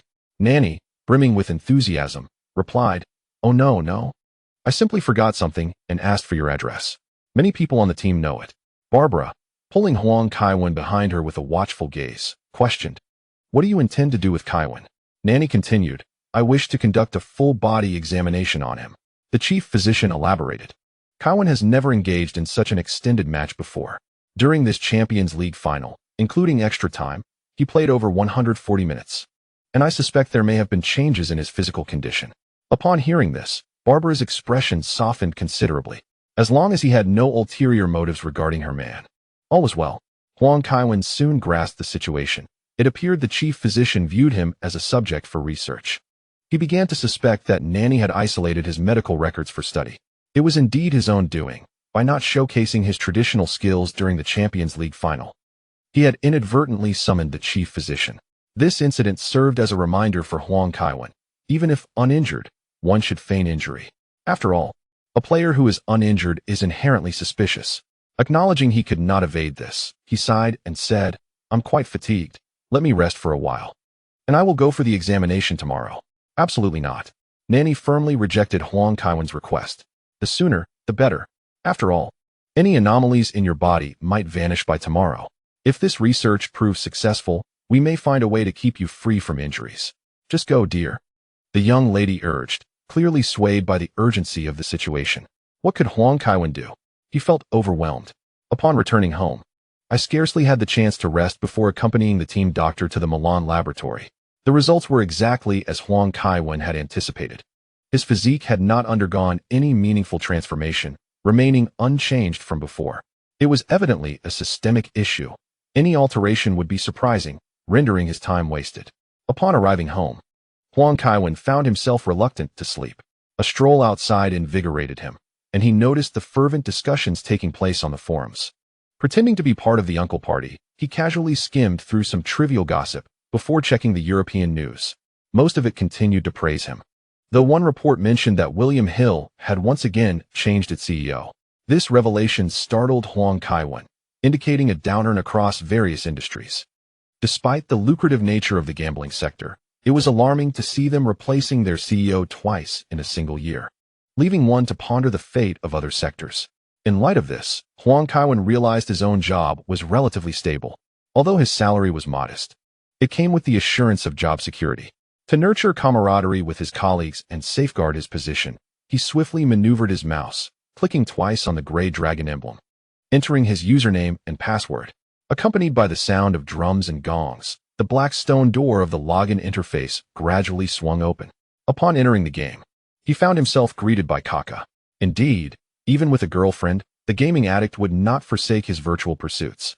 Just after the Champions League final, Kaká was already immersed in his legendary quests. Displeased with the game's tedious chat, Huang Kaiwen picked up the phone. "Kevin, my judgment has shattered again." Kaká lamented on the other end. "Should I have my cousin buy you some gold bricks?" Huang Kaiwen offered. "I want a dragon slayer. I'm tired of using judgment." Kaká replied. "But such a thing is exceedingly rare." Huang Kaiwen responded with resignation. In the game, a dragon slayer was a coveted treasure. Unattainable in many realms, a dream for seasoned players. What would it take to acquire a dragon slayer? Do you truly desire it? Huang Kaiwen inquired. "Absolutely, I long for it." Kaká affirmed. Leave it to me. Huang Kaiwen nodded decisively, determined to secure the Dragon Slayer for Kaká this summer, which would also ensure his own gear was sorted. The mere thought of that scene brought a smile to Huang Kaiwen's face, though he wondered whether Kaká would be elated once he obtained the Dragon Slayer. The following day remained a day of rest, a necessity after the lengthy Champions League final and over 5 hours of flying. Thus, an extra day post-match was granted. As the chief operating officer, the young lady had to report for duty. Bored at home, Kaká ventured to Huang Kaiwen's residence, and together they engaged in their legendary pursuits. The two headed to the Centipede Cave, fervently battling alongside other players. Meanwhile, in Milan, a press conference was convened at the San Siro, where the contract drafted by the young lady the previous night was to be signed by Huang Kaiwen at home. The press conference served as a means of providing the public with an explanation. Kevin's performance on the field is unparalleled, and he has also garnered admiration within the locker room. Numerous European clubs express a desire to recruit Kevin. In light of this, we have extended his contract until 2010, which includes an option for an additional year. Barbara and Galliani took to the stage to announce Kevin Huang's contract renewal. May I inquire about the salary in Kevin's new contract? It's a secret, Barbara replied with a smile. How does Kevin's salary compare to Kaká's? It is higher than Kaká's, the young lady remarked. Kevin Huang's new contract amounts to 6 million euros after tax, while Kaká only receives 420,000 euros at present.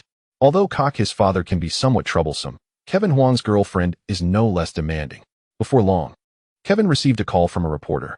Kevin, is it a convenient time for a phone interview? Kevin glanced at his screen, where his character was casting soul-fire charms at other players, and thought it might not be the best moment. Kaká had just defeated an opponent with a single strike. The young lady had mentioned the interview following the contract renewal yesterday. Finding it cumbersome, he opted for a phone interview instead. Feel free to ask your questions, Kevin stated. As we understand, Real Madrid has taken an interest in you, and many players aspire to join the Royal Club. Why did you choose to renew with Milan at this juncture? I have always considered myself a part of Milan and never contemplated leaving. Furthermore, I do not even have an agent, so it would likely be challenging for other clubs to facilitate a transfer, he answered. The reporter on the other end quickly jotted down the key points. No agent? That signifies loyalty. Never considering leaving Milan further affirms this. May I ask why you chose to engage in charitable endeavors? According to Barbara, it was your idea. I have witnessed numerous individuals suffering from hunger and disease, particularly in Africa, where they struggle to find enough to eat and wear, laboring for meager wages over long hours. Moreover, the threat of war looms constantly. Upon seeing the photographs Barbara brought back, I was profoundly shocked and felt compelled to act. It is my responsibility, which is why I shared my thoughts with Barbara. Kevin expressed while simultaneously controlling his character to ambush those buying medicine in the Mud City. The reporter noted down, compassionate and caring. Lastly, I heard from Barbara that you have encouraged her entrepreneurial spirit, leading to the establishment of Raven e-commerce, which is now one of Milan's finest companies. You certainly have a plethora of ideas. Why do you provide such generous benefits to your employees, given that it significantly increases operational costs? Those who have journeyed with me from nothing to something are my brothers. E-commerce holds vast potential. I cannot simply profit alone. I must uplift my brothers as well. I cannot bear the thought of my brothers living in cramped quarters, consuming genetically modified food, and being unable to afford medical care, he replied. The reporter wrote down, generous and heartfelt, underlining the point. Forgive my persistence, but I have one final question. Will you ever dismiss your brothers? Huang Kaiwen replied with a smile. The optimization of job positions is inevitable. I cannot make such guarantees, and I am not responsible for e-commerce matters. I am merely a player. He added, now, I must review the match footage to study our opponent, Udinese, so this interview must conclude here. As Huang Kaiwen ended the call, Kaká, with admiration in his eyes, remarked, your thoughts have created so many job opportunities. Kevin, you are truly remarkable. Huang Kaiwen shrugged, saying, I suppose I have always been this exceptional. The two continued their endeavors in the Centipede Cave, engaging in their pursuits.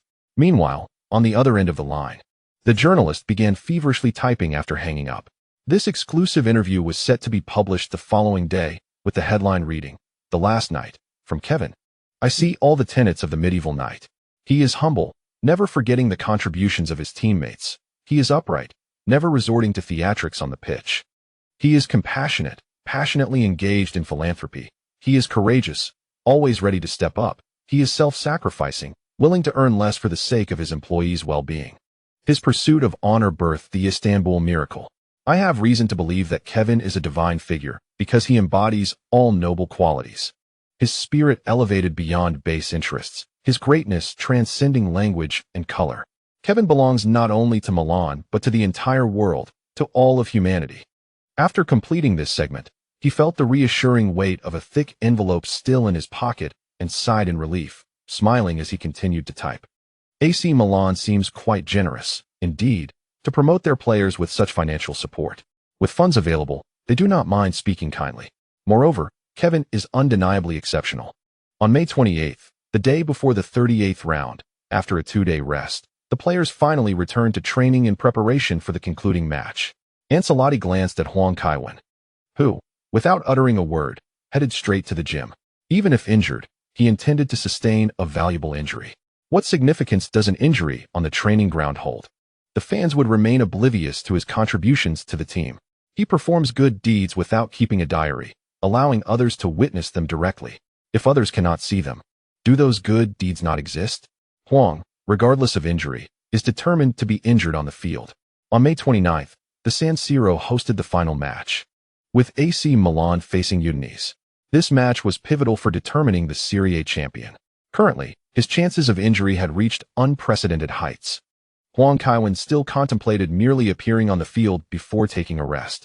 With so many stars on the team, even if one substitution was wasted, victory was still within reach. Should they fail to win, it would indicate that even with an additional substitution, victory was unattainable. As they changed clothes, Inzaghi approached with a playful grin, handing Huang Kaiwen a scratch card, saying, "This is for you. If you have the skill, scratch off a grand prize." Huang Kaiwen produced a coin he always carried and scratched off the surface.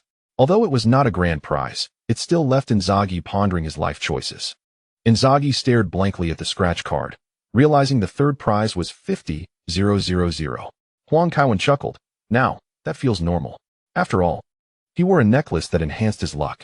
Whenever fortune favored him, he would inevitably reap rewards, albeit varying in magnitude. On a particular day when he failed to secure any winnings, it was evident that his luck had plummeted. The San Siro stadium was ablaze with fervor. In the stands, the fans had unfurled enormous banners, prominently featuring Huang Kaiwen. There were 3 banners in total, each depicting a different image. The central banner of the southern stand showcased Huang Kaiwen gazing upward with both hands pointed to the sky. To the left, another banner illustrated him diving for a penalty against Xabi Alonso, while the right banner captured his silhouette alongside Kaká, identifiable by the numbers 10 and 22 emblazoned above. Krudel was equally exhilarated, expressing joy in the live broadcast. Though we've only been apart for a few days, we have missed Kaiwen immensely. He created a miracle with the team in Istanbul, and today we can finally welcome our St. Kaiwen back. It was rumored that the San Siro had prepared special events for the day. Soon, staff members informed Huang Kaiwen that it was time for him to present the trophy. Huang Kaiwen mused, "Is this a surprise orchestrated by the young lady?" Indeed, it was quite a surprise. Which star athlete showcases their MVP trophy before an audience of over 70,000? Reluctantly, Huang Kaiwen followed suit. As he stepped onto the pitch, the San Siro erupted with an electrifying energy. He waved to the stands, only to hear a sudden crack. "Ouch, I've injured my arm." Fortunately, it was a minor injury and would not hinder his record appearance today. One must admit, the young lady had a clever idea to schedule the ceremony during warm-ups. Maintaining his composure, Huang Kaiwen switched to his other hand to receive the trophy from the staff.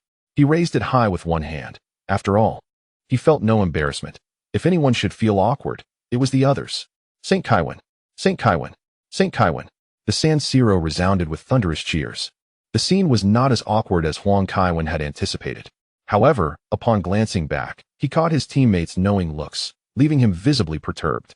As he moved to warm up, Inzaghi approached him, commenting, "Dating the boss's daughter has its perks. Shevchenko never had such a grand reception."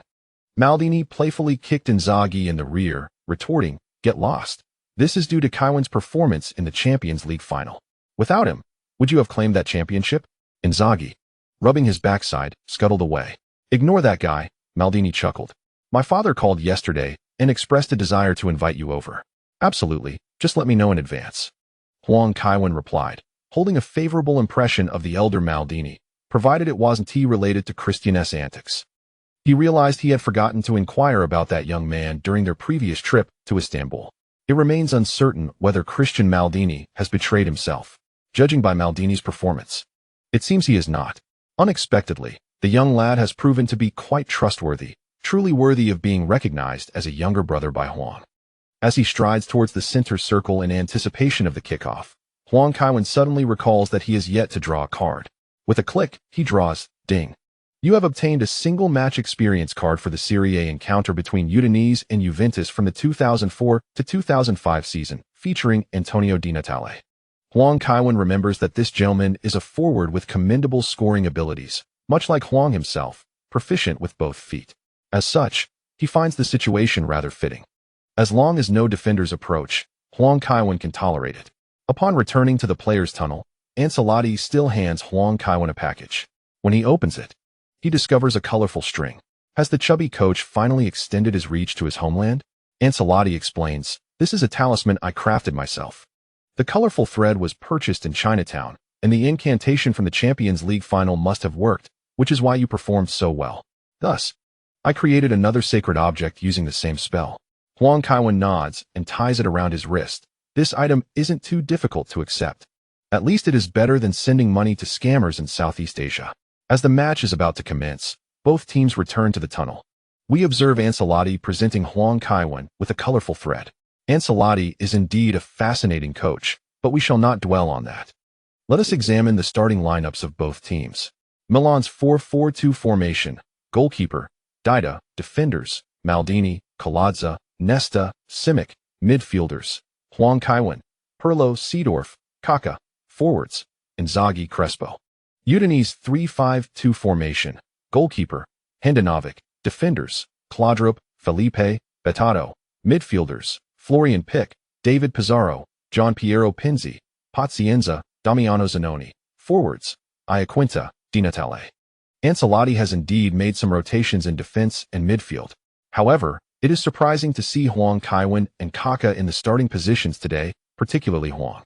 Coach Zhang expresses his confusion, stating, "Huang Kaiwen played a full 120 minutes in the Champions League final and even spent a significant amount of time in goal towards the end. Today, Ancelotti has surprisingly chosen him to start. I believe he might be considering that goalkeepers expend less energy, hence allowing Huang to continue as a starter," comes the response. Well, speculation is futile. We must observe the individuals involved. The referee blows the whistle. The final match of Serie A is now underway. Coinciding with the match between Juventus and Parma, both teams vying for the championship, leaving the fate of the Serie A title still uncertain. The Italian Football Federation has already brought the trophy to the venue, and Juventus has it as well. AC Milan appears to be genuine, leading in goal difference, while Juventus seems to be a mere replica. If Juventus were to secure the championship, they might send the authentic trophy over.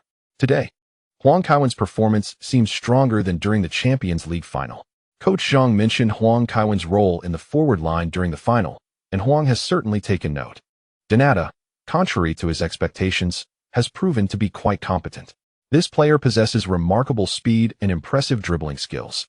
He is not merely a striker who relies on shooting.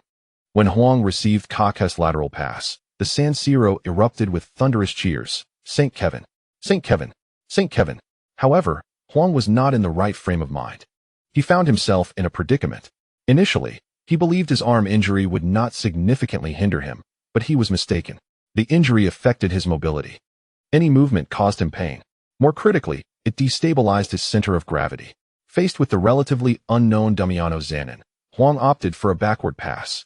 Maldini remains the ever-reliable Maldini. One only needs to glance back to find him in midfield. He executed a long pass to the right, enabling Seedorf to swiftly break through the opposition's defense. Huang's transfer to AC Milan has had the most significant impact on Seedorf. Ancelotti would never permit both Pirlo's flanks to be occupied by attacking players. Thus, Seedorf often missed opportunities when Huang was on the field. Today, Seedorf performed admirably, maneuvering past his opponent with a swift change of direction upon receiving the ball. As he prepared to make a diagonal run into the penalty area, he was thwarted by the recovering Florian Pick and Claude Drew. Seedorf delivered a backward triangle pass to Kaká, who, instead of charging forward, lifted his head to locate Huang. Huang was deeply touched, despite his arm's hesitance to move. He received the ball and immediately surged forward, intending to use his speed to challenge the opposing goal. Pazienza and Damiano Zanin pursued him relentlessly from behind. Udinese captain, Bettato, upon spotting Huang, lunged in with a sliding tackle. He could not afford to let Huang advance with the ball, as Huang is currently one of the most renowned players in the football world. Although Huang has recently gained fame for his goalkeeping skills, he does not underestimate a player capable of dominating Juventus. Observing the opponent's cleats, Huang swiftly pivoted and raced along the edge of the penalty area. Bettato's studs grazed his heel, positioned just outside the box. Was Huang contemplating a solo entry into the penalty area? Cruelly misjudged his intentions. Huang swiftly turned and unleashed a shot. Dinata's shooting technique is commendable. This strike exhibited remarkable quality. The ball rocketed towards the goal, aiming for the bottom right corner. Handanovic, with a deft dive, narrowly deflected the ball out for a corner. Sighing, Huang stepped into the penalty area. Today, the arm injury was quite debilitating. Udinese players surrounded him, offering no chances. Pirlo initially intended to seek out Huang, but upon assessing the situation, he was rendered speechless. After a powerful run, the ball was directed towards the far post in search of Kaladza. The corner kick was taken, and at the far post, we see Kaladza.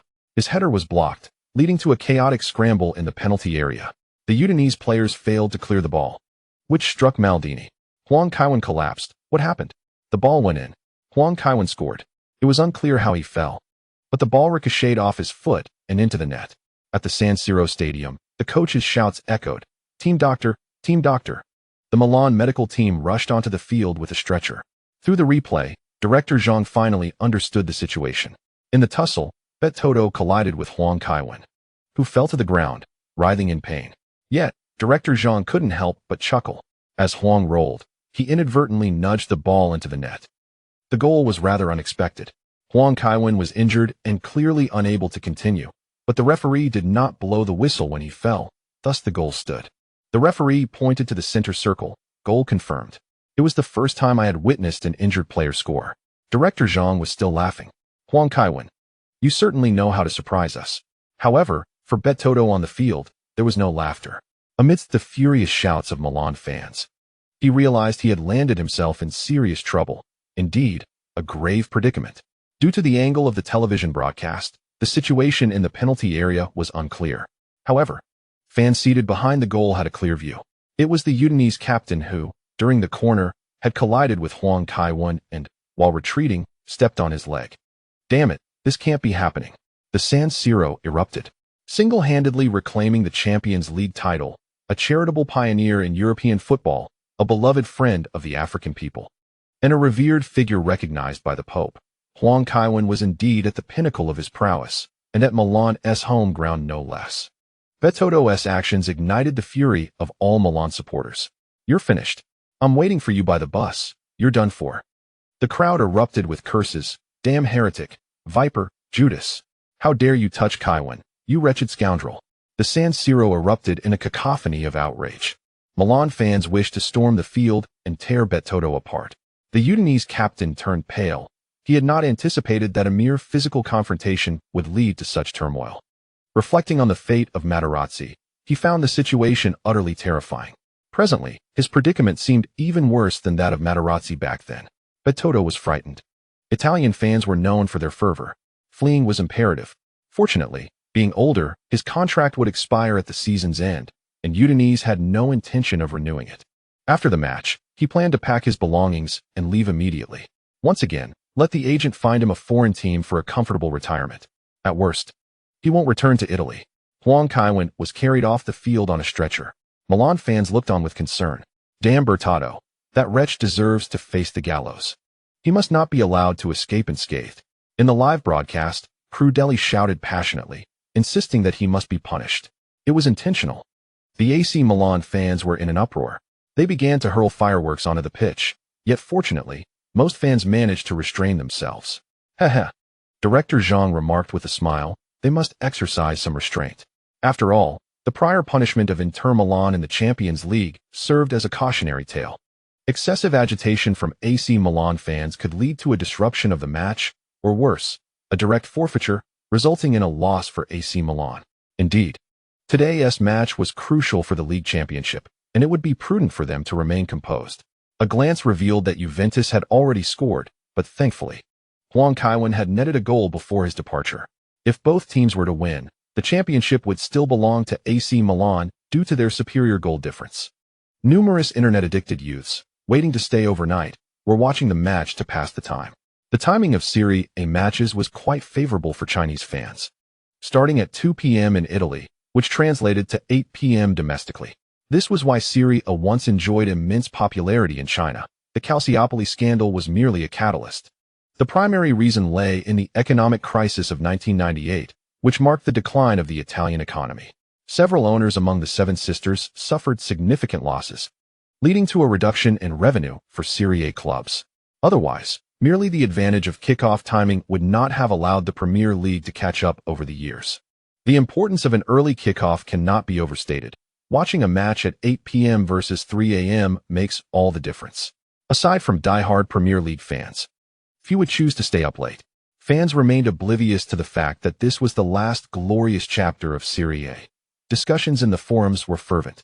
How considerate, Huang Kaiwen is injured again. Ha. I feel uneasy if I don't see Huang Kaiwen injured in a match. What a coincidence, brother, I feel the same. It seems that not getting injured on the day of the Champions League final was merely a fluke. Huang Kaiwen remains that fragile player. What a ridiculous fluke. The key matches should not involve injuries. I just don't want to see him participate in national team matches. Please, keep it down upstairs. AC Milan is contending for the championship, and Huang Kaiwen want to exit the game right at the start. Who can argue with that? Moreover, regarding national team matches, during the summer transfer window, the national team only has 3 East Asian Cup matches, having already been eliminated early from World Cup qualifiers. Does it really matter whether Huang Kaiwen plays? That's a valid point. Huang Kaiwen should not be deemed intentional in his injuries. Have you noticed? Today, Huang Kaiwen is injured, yet Ancelotti does not seem overly anxious.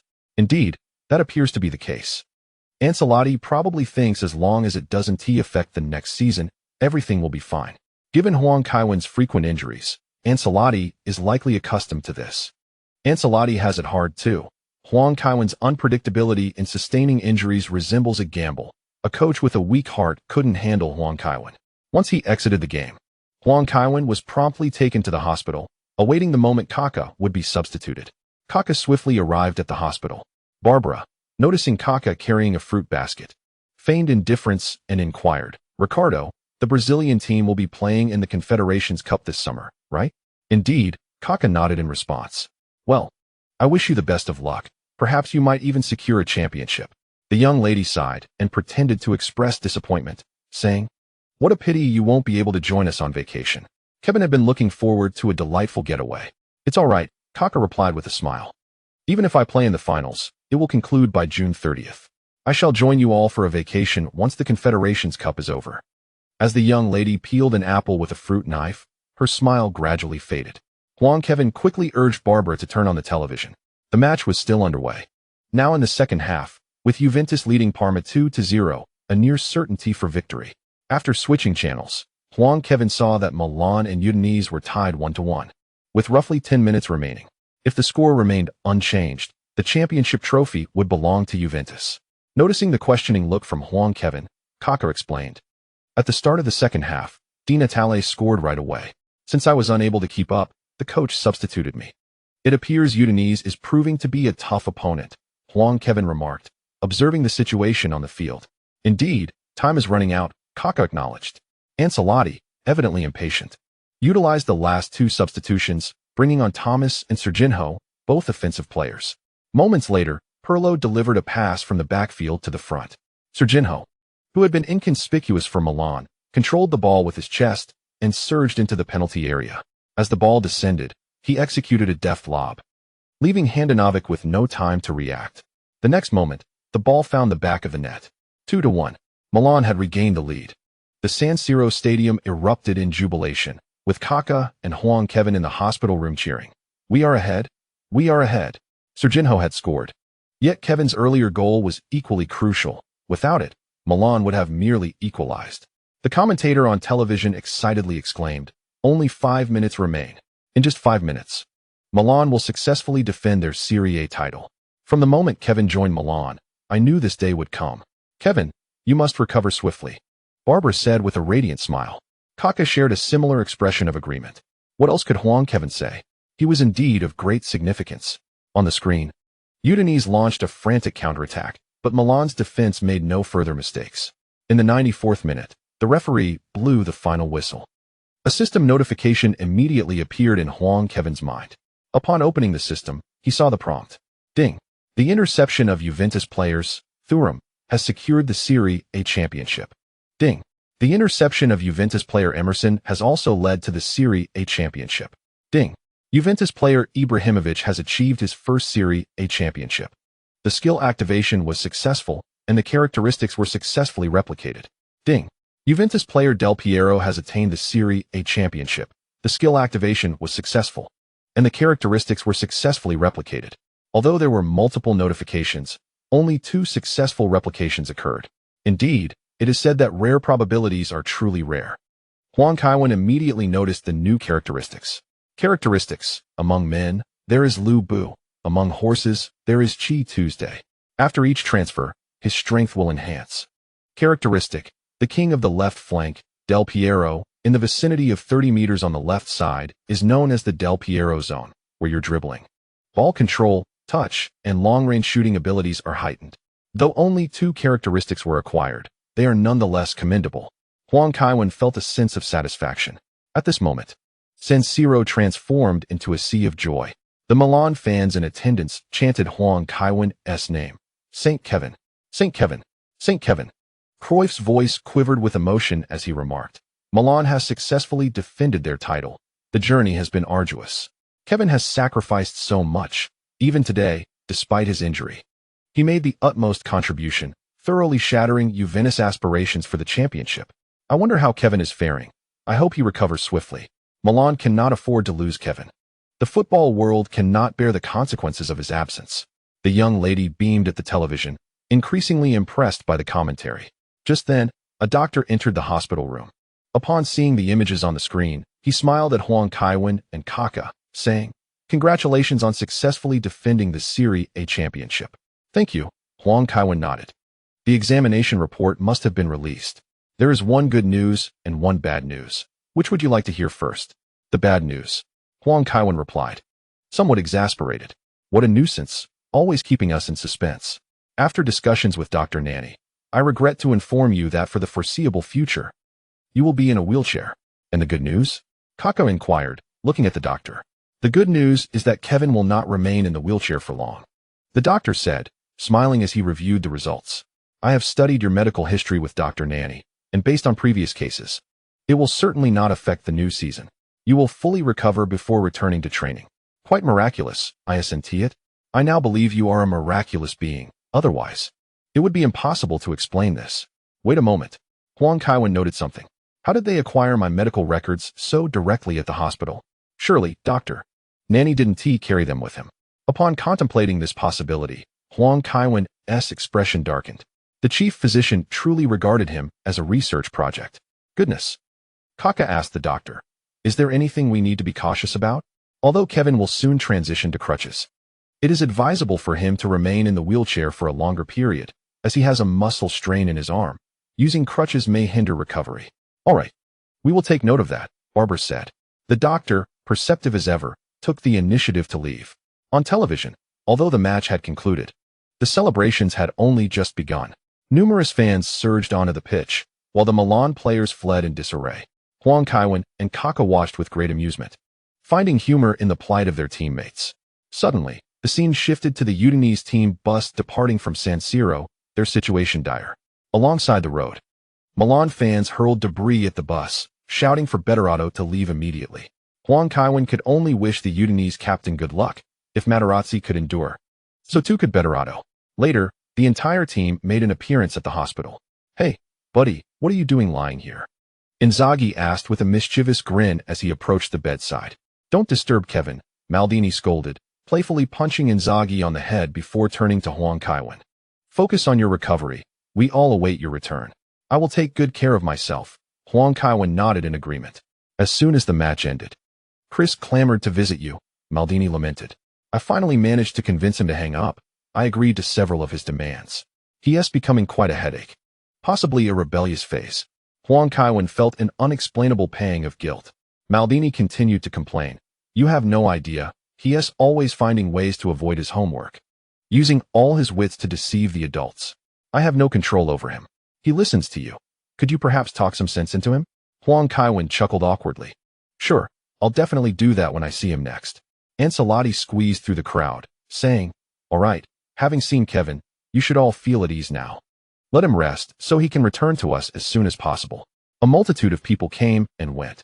After they left, Huang Kaiwen returned home. His injury was not severe enough to warrant a hospital stay. That evening, the young lady observed Huang Kaiwen's condition with concern, feeling both sympathy and relief. Since the Champions League final, he had become increasingly formidable, and she found it hard to keep up. Finally, he could take a break. However, her joy was short-lived as Huang Kaiwen's uninjured hand found its way to her. The room soon filled with harmonious sounds. Hello everyone, this is Ricardo from the department. Tomorrow is the championship celebration. You shouldn't go, the young lady said, offering Huang Kaiwen a grape. What is the plan? He asked, his mouth full. The bus will parade with the trophy, followed by a cultural performance at the stadium. I think I'll still go, Huang Kaiwen replied. The young lady expressed her concerns. What if you accidentally bump into something and it affects your recovery? The fans would want to see me, Huang Kaiwen insisted. It was precisely because he was injured and in a wheelchair that he should celebrate, allowing the fans to see that he, Huang, had bled for Milan. How could he not make an appearance at such a moment to show his face? Observing Huang Kaiwen's resolute expression, the young lady felt a surge of empathy. Her Kaiwen, even now, remained considerate of the fans. Having such a star player truly is the greatest fortune for AC Milan. Galliani still harbored objections regarding Kaiwen's salary of €6 million. That old man is utterly heartless. Once she assumes the role of club president, the first order of business will be to send Galliani packing. That evening, before indulging in his video games, Huang Kaiwen caught up on the news. Following Betotto's departure from Italy, he garnered considerable interest from Turkish and Middle Eastern clubs. In just one day, he had received several lucrative offers. Although the salaries weren't as astronomical as his own, they were nonetheless impressive, exceeding €2 million annually, far surpassing what he earned at Udinese. Playing for a year equated to 3 years' worth of earnings. Huang Kaiwen exclaimed in disbelief. Initially, he felt a twinge of guilt, thinking, if I do not harm Bo Rin will perish because of me. But upon reflection, he realized that Betotto was merely a victim of circumstance. The pang of guilt dissipated entirely. How outrageous. A 33-year-old defender, never once selected for the national team, never having played for a major club, who peaked as a second-rate player, could now rake in money simply due to injuring him. It seemed he was more significant than he had realized. Caution crept into Huang Kaiwen's mind. With Betotto's case as a precedent, would anyone next season, in pursuit of a cushy retirement in the Middle East, target him? The pitch, indeed, is a perilous arena. Henceforth, if he could avoid playing, he would. Wasn't there a song that echoed this sentiment? If the world is too dangerous, only the stands are safe. The next morning, June 2nd arrived. Today, Milan was to celebrate their championship victory. When the young lady roused him, Huang Kaiwen glanced at the alarm clock, which indicated it was only 8 a.m., and inquired perplexedly, Isn't the celebration scheduled for the afternoon into the evening? Someone called for you. Something about a web company. Their Italian was dreadful. I couldn't understand a word, she complained. Huang Kaiwen swiftly planted a kiss on her lips before dashing off. How annoying. You haven't even brushed your teeth, Barbara giggled from behind him. Huang Kaiwen booted up his computer and, upon logging into QQ, noticed the little penguin dancing. He clicked to find a message from General Chun. Brother Huang. We've arrived in Italy. Call us when you wake. My phone can roam internationally. Huang Kaiwen promptly returned the call, only to discover Chin's unfortunate plight. Due to an early flight to Rome, they had opted to explore the city before taking a train to Milan. However, while wandering Rome, they had lost their bags and important documents. Although train tickets could be purchased without ID, they would need their documents for their return home. After reporting the loss, they remained in Rome awaiting updates. Huang Kaiwen clicked his tongue. From what he knew of the Italian police, foreigners seldom recovered their belongings. After all, it was he who had summoned them, and he had even sent money for them in Kaká. As the host, he should assist Mr. Chun in resolving this matter. After conferring with Barbara, He instructed the elderly steward to head to Rome to fetch the individuals involved. With Barbara's involvement, Mr. Chun and his party would not have to endure a 15-day wait for the loss report. However, the prospect of recovering their belongings was utterly futile, as Italian thieves invariably destroy the identification of foreign nationals. In the afternoon, Huang Kaiwen was escorted by bodyguards to the club, where he reunited with the others. Upon sighting Huang Kaiwen, Kaká rushed over with palpable excitement, exclaiming, "Everyone thought you wouldn't come. It's truly wonderful that you are here, Kevin. If you hadn't come, there would have been a lingering regret." "I have good news for you," Huang Kaiwen whispered.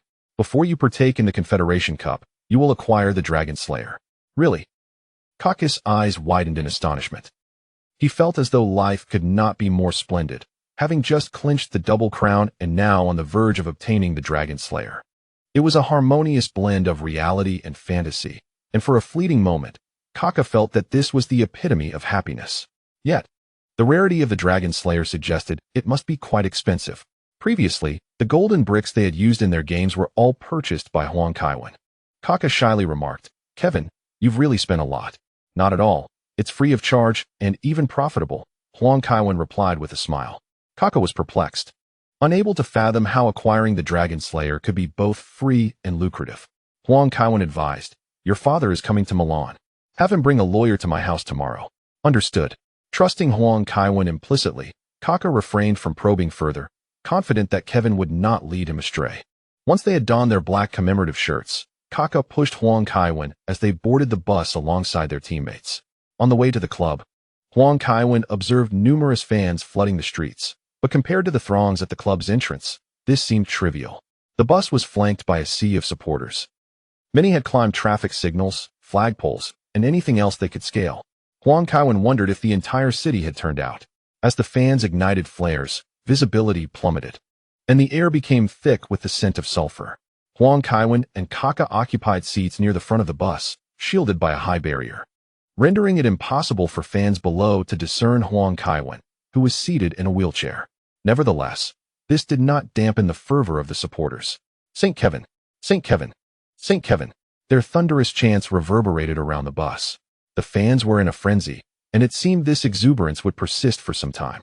Inzaghi, cradling the Serie A championship trophy, remarked somewhat sourly, "Football is never won by an individual. The fans have evidently overlooked this fact."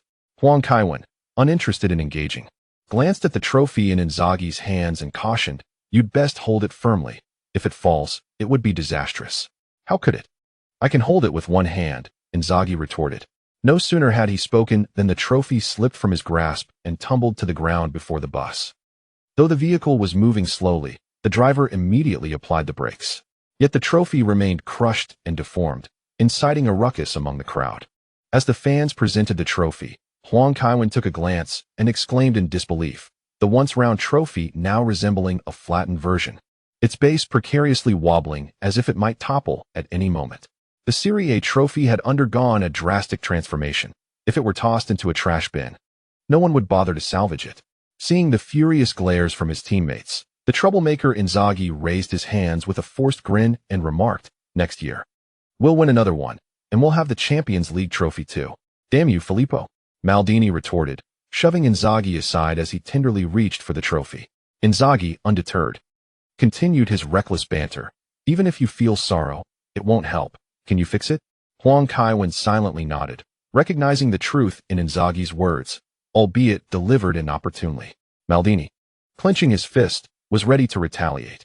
Inzaghi, that scoundrel, circled his wheelchair, further infuriating Maldini, who could only angrily point at Inzaghi and declare, "Don't let me catch you." Huang Kaiwen mused that the lady had shown foresight by not bringing the Champions League trophy to the team. Otherwise, it might have suffered the same fate, leaving them with nothing to return to UEFA. The rules had yet to change. Winning the Champions League 3 consecutive times or accumulating 5 titles allowed a club to permanently retain 1 trophy. In all other cases, the trophy must be returned the following year.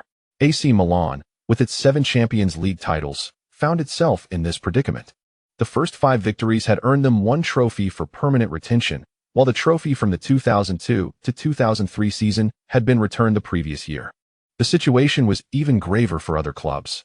By the time UEFA revised the rules, even a three-peat or five-title accumulation would not guarantee a trophy for permanent retention.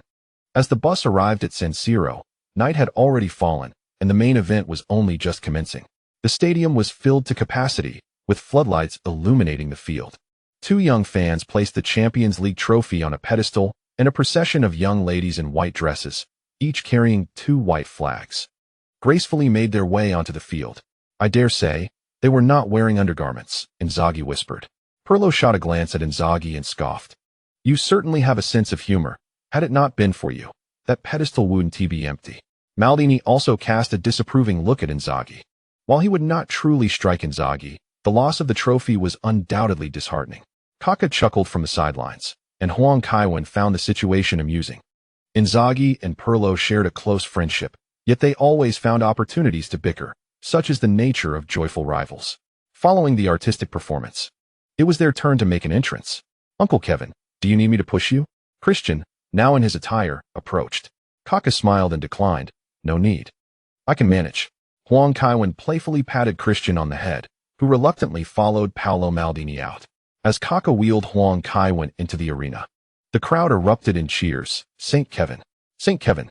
St. Kevin! After a brief pause, Huang Kaiwen was pushed behind the trophy, standing alongside his teammates and their families. Gattuso cradled a small child in his arms. Upon seeing Huang Kaiwen, Gattuso handed his daughter to him, remarking with a loving gaze, "It seems she is quite fond of you." Huang Kaiwen chuckled heartily. "Girls tend to like me," which earned him a fierce glare from Gattuso. The host introduced the event for quite some time before finally calling out Ancelotti's name.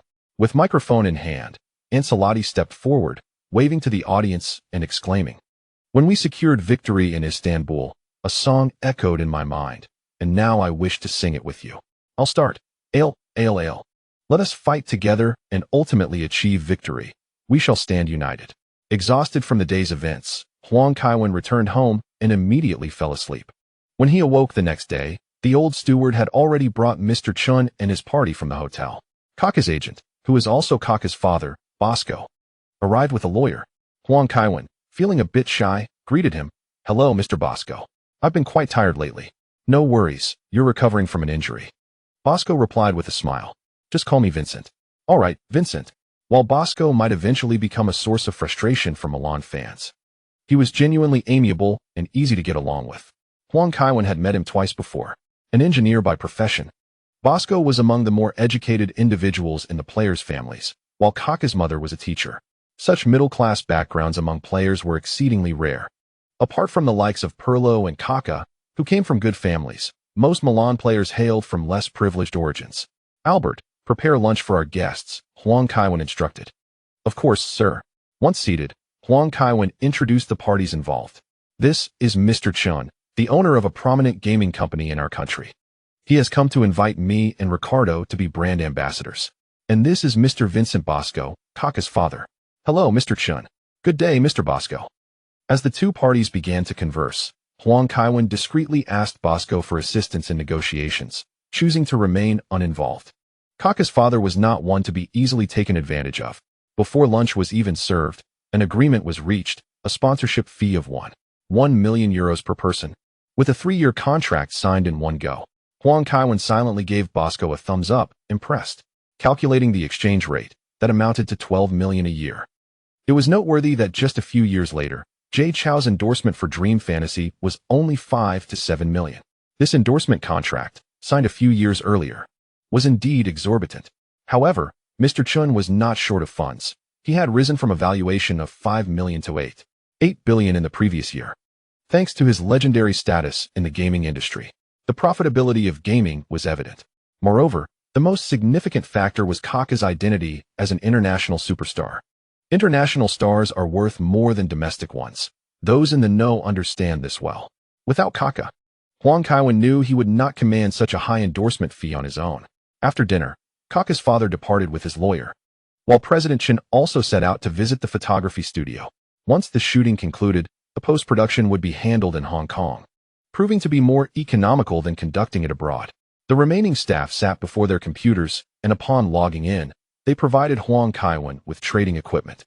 Upon seeing the celestial fan, Huang Kaiwen was filled with excitement and curiously inquired, "Why did your boss come personally?" Isn't this something President Chun could oversee? The staff member replied, President Chun was impressed by the script you sent and wanted to meet you.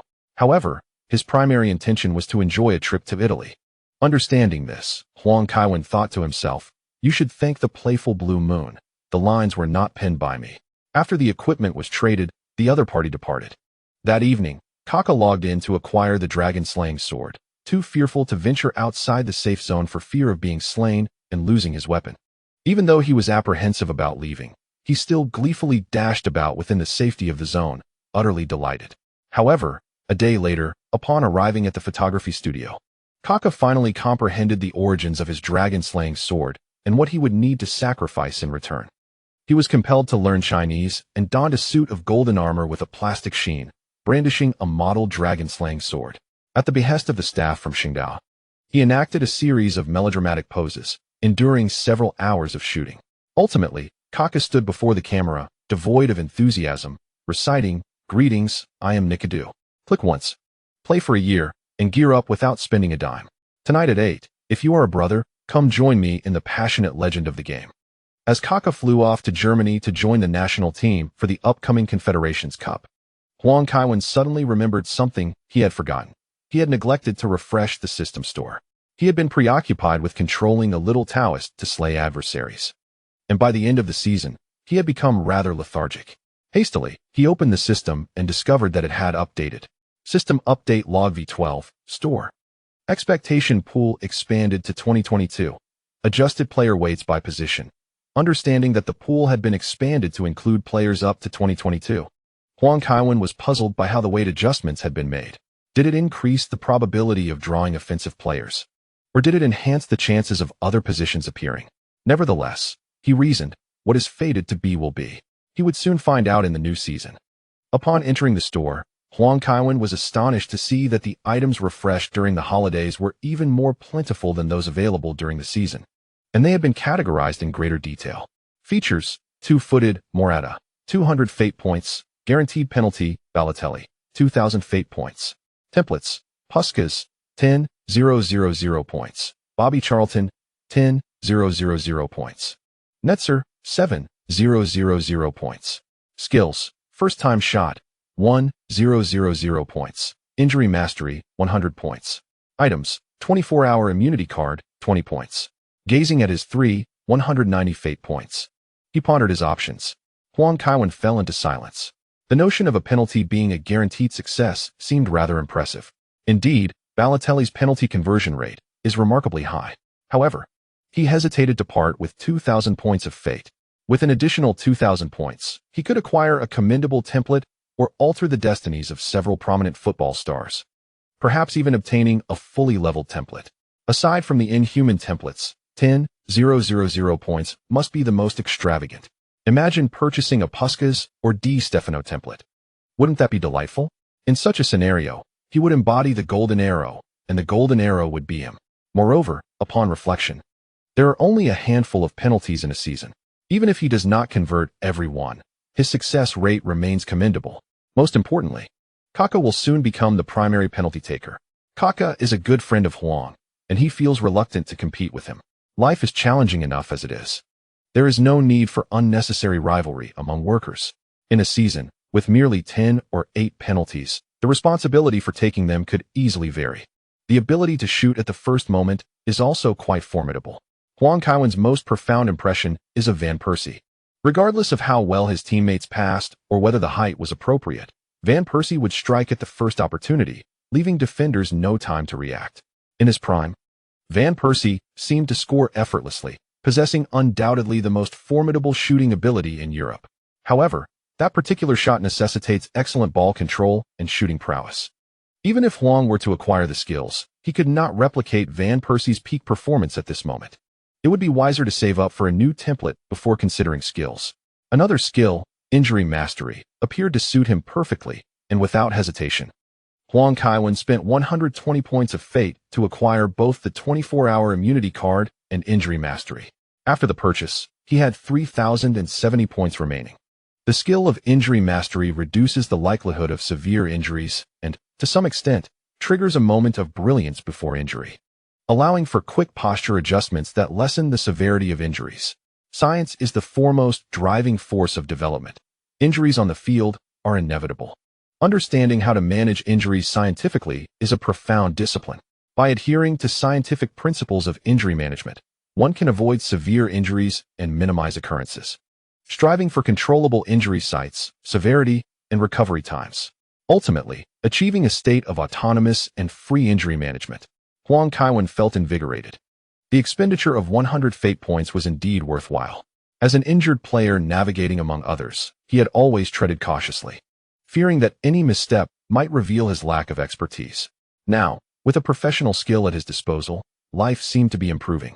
A little more effort and saving some additional fate points would allow him to change templates sooner. He had almost forgotten to take on the task of assisting Kaká. Now was the perfect time to check for new tasks. Huang Kaiwen glanced at the available tasks. Task 1. Change the fate of the mediocre player Daniel Maldini, allowing him to inherit Paolo Maldini's jersey and become a key player for Milan. The previous task belonged to the first son, and now it was the turn of the second son. What to say about the second son? His career has been considerably more successful than that of his elder brother. Of course, Christian, as a point of reference, is rather lacking. Given the expectations placed upon him, the appropriate comparisons should be with young talents like Foden and Rashford. Even when compared to Rashford, Daniel Maldini falls short in several aspects.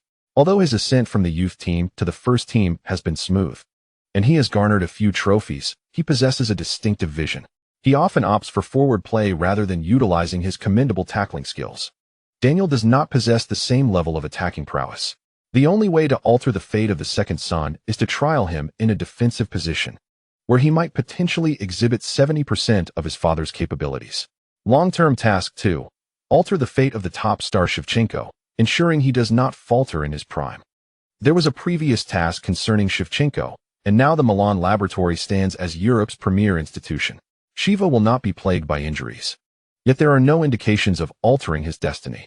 This suggests that Shiva's greatest challenge lies with Chelsea.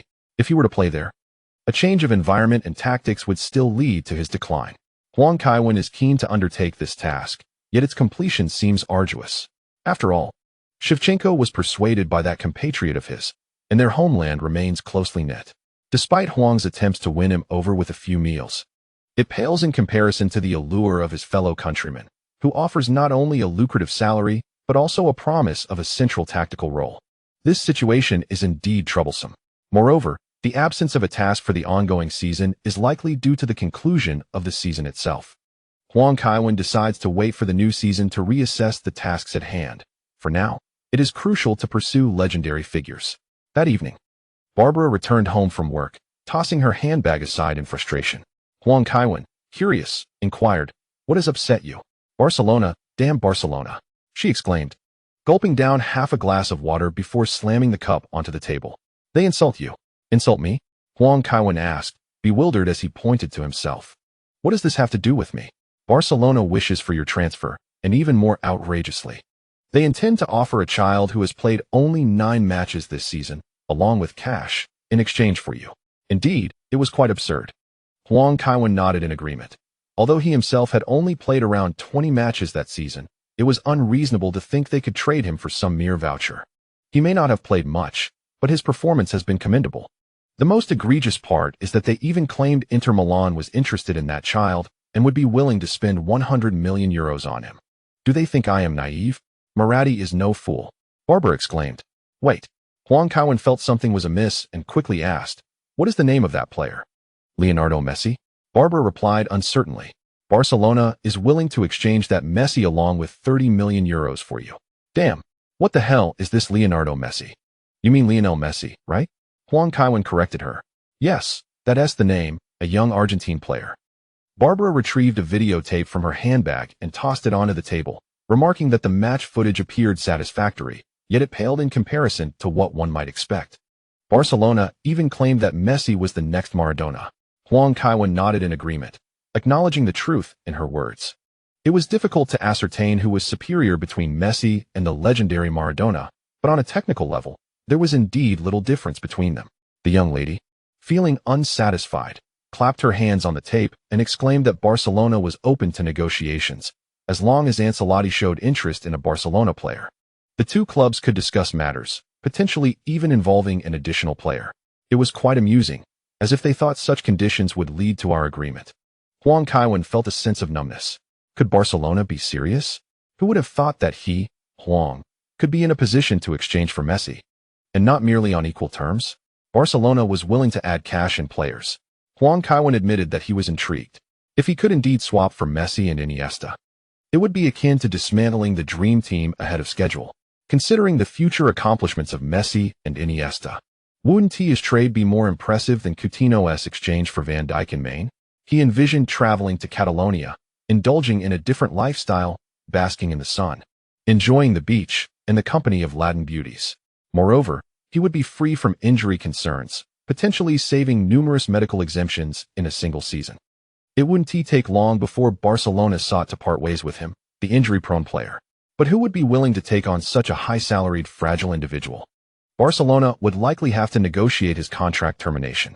At that point, a severance fee could be arranged, allowing him to return to Milan with a signing bonus. Upon his return, a formidable trio of Messi, Iniesta, and Kaká would emerge, enabling Huang to comfortably occupy the stands and fulfill his responsibilities.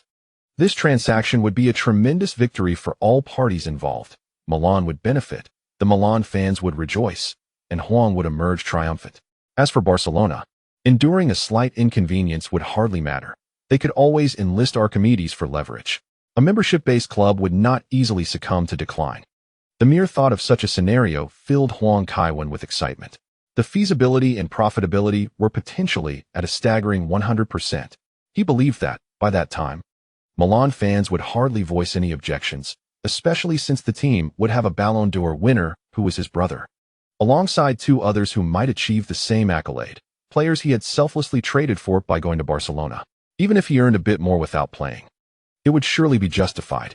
Noticing the glint in Huang Kaiwen's eyes, the young lady felt a pang of caution. She looked at him intently and said, "Kevin, you don't really wish to play in Spain, do you?" Before he could respond, she sat beside him, grasping his arm and pleading, "Please don't leave Milan." He replied, "No, I want to leave." Huang Kaiwen wrapped his arm around her, letting out a sigh. He truly was a romantic in the style of King Yu of Zhou. Unable to bear the sight of a woman in distress. For her sake, he was willing to forsake the sun, the beach, and a substantial fortune, as well as the chance to alter the future landscape of world football. Seeing Huang Kaiwen's mood decline, the young lady whispered into his ear, "Even if you have feelings, it is entirely permissible to bring her home. Alternatively, you may confide in me, and I shall assist you." What more could Huang Kaiwen say? He decided to let it go, pretending he was unaware of the matter. The young lady continued, "I will ensure the media covers this, claiming that you turned down Barcelona." Although Kevin's refusal to go to Spain was for her sake, the reports would still need to assert it was for the fans and the team, bringing some joy to the supporters. After all, her man should be revered by all. The following day, Huang Kaiwen and Barbara boarded a private jet bound for the Iberian Peninsula for a holiday. The young lady had a busy schedule. In addition to being the chief operating officer of Milan, she was also a director at the Fininvest Group and the CEO of Laven e-commerce, which meant she could not be away from Milan for long. Therefore, Huang Kaiwen opted for a nearby vacation in Spain, a country renowned for its exquisite beaches, frequented by many football stars. Upon their arrival in the Balearic Islands, Italian media had already begun fervently reporting on Huang Kaiwen's transfer news. The Gazzetta dello Sport stated, "Kevin's contract renewal with Milan clearly did not quell Barcelona's interest. Barcelona has made an offer, which reportedly includes young star Messi. The promising Iniesta, who has played over 30 matches this season, along with 100 million euros. It is said that Inter Milan is willing to bid 12 billion euros for Messi, making this offer potentially reach 25 billion euros. While Messi and Iniesta may have promising futures, trading the future for the present, Barcelona's choice seems remarkably astute. Milan's stance remains uncertain. They could very well be swayed by this offer." Tuttosport reported, "Barcelona's move has left Real Madrid anxious. Florentino is already preparing to fly to Milan to discuss the transfers of Kevin and Kaká. If possible, he wishes to package Nesta as well." Insiders reveal that Galliani is quite interested in a transaction with Real Madrid. La Gazzetta dello Sport proclaimed, "If Milan sells Kevin, it would be tantamount to betraying their faith and supporters. Kevin is the most significant asset in Italian football and belongs not solely to AC Milan." In a breakfast spot crowded with Milan fans, they anxiously discussed the rumors. I heard Barcelona is prepared to offer Kevin €8 million net per year.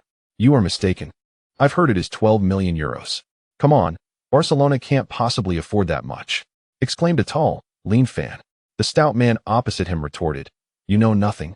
George, Barcelona operates on a membership basis. They can spend freely. Is that so? But would other players be willing to accept such a hefty sum for Kevin? Is his performance in the Champions League final not worth €12 million?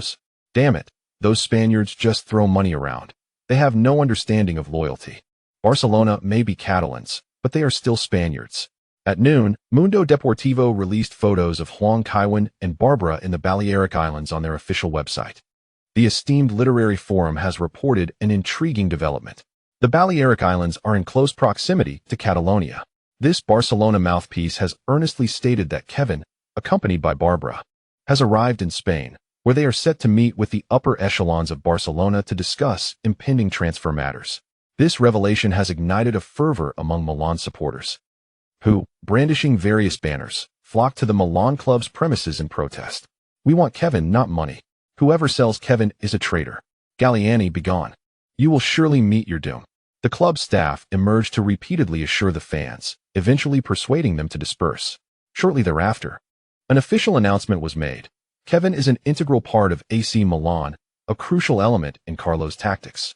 AC Milan has never engaged in negotiations regarding Kevin's transfer with any club and will reject any offers unless the player himself wishes to depart. We will not sell Kevin.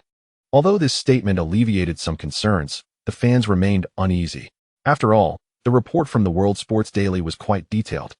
If Kevin were not contemplating a transfer to Barcelona, why would he choose to vacation in the Balearic Islands? Consequently, after this incident, Huang Kaiwen and the young lady returned to Milan after just a few days. The pair headed directly to the club to hold a press conference. In front of dozens of reporters, Huang Kaiwen assured, AC Milan is a vital part of my life. Even if the club wishes to part ways with me, I will not leave. I asked the fans to rest assured.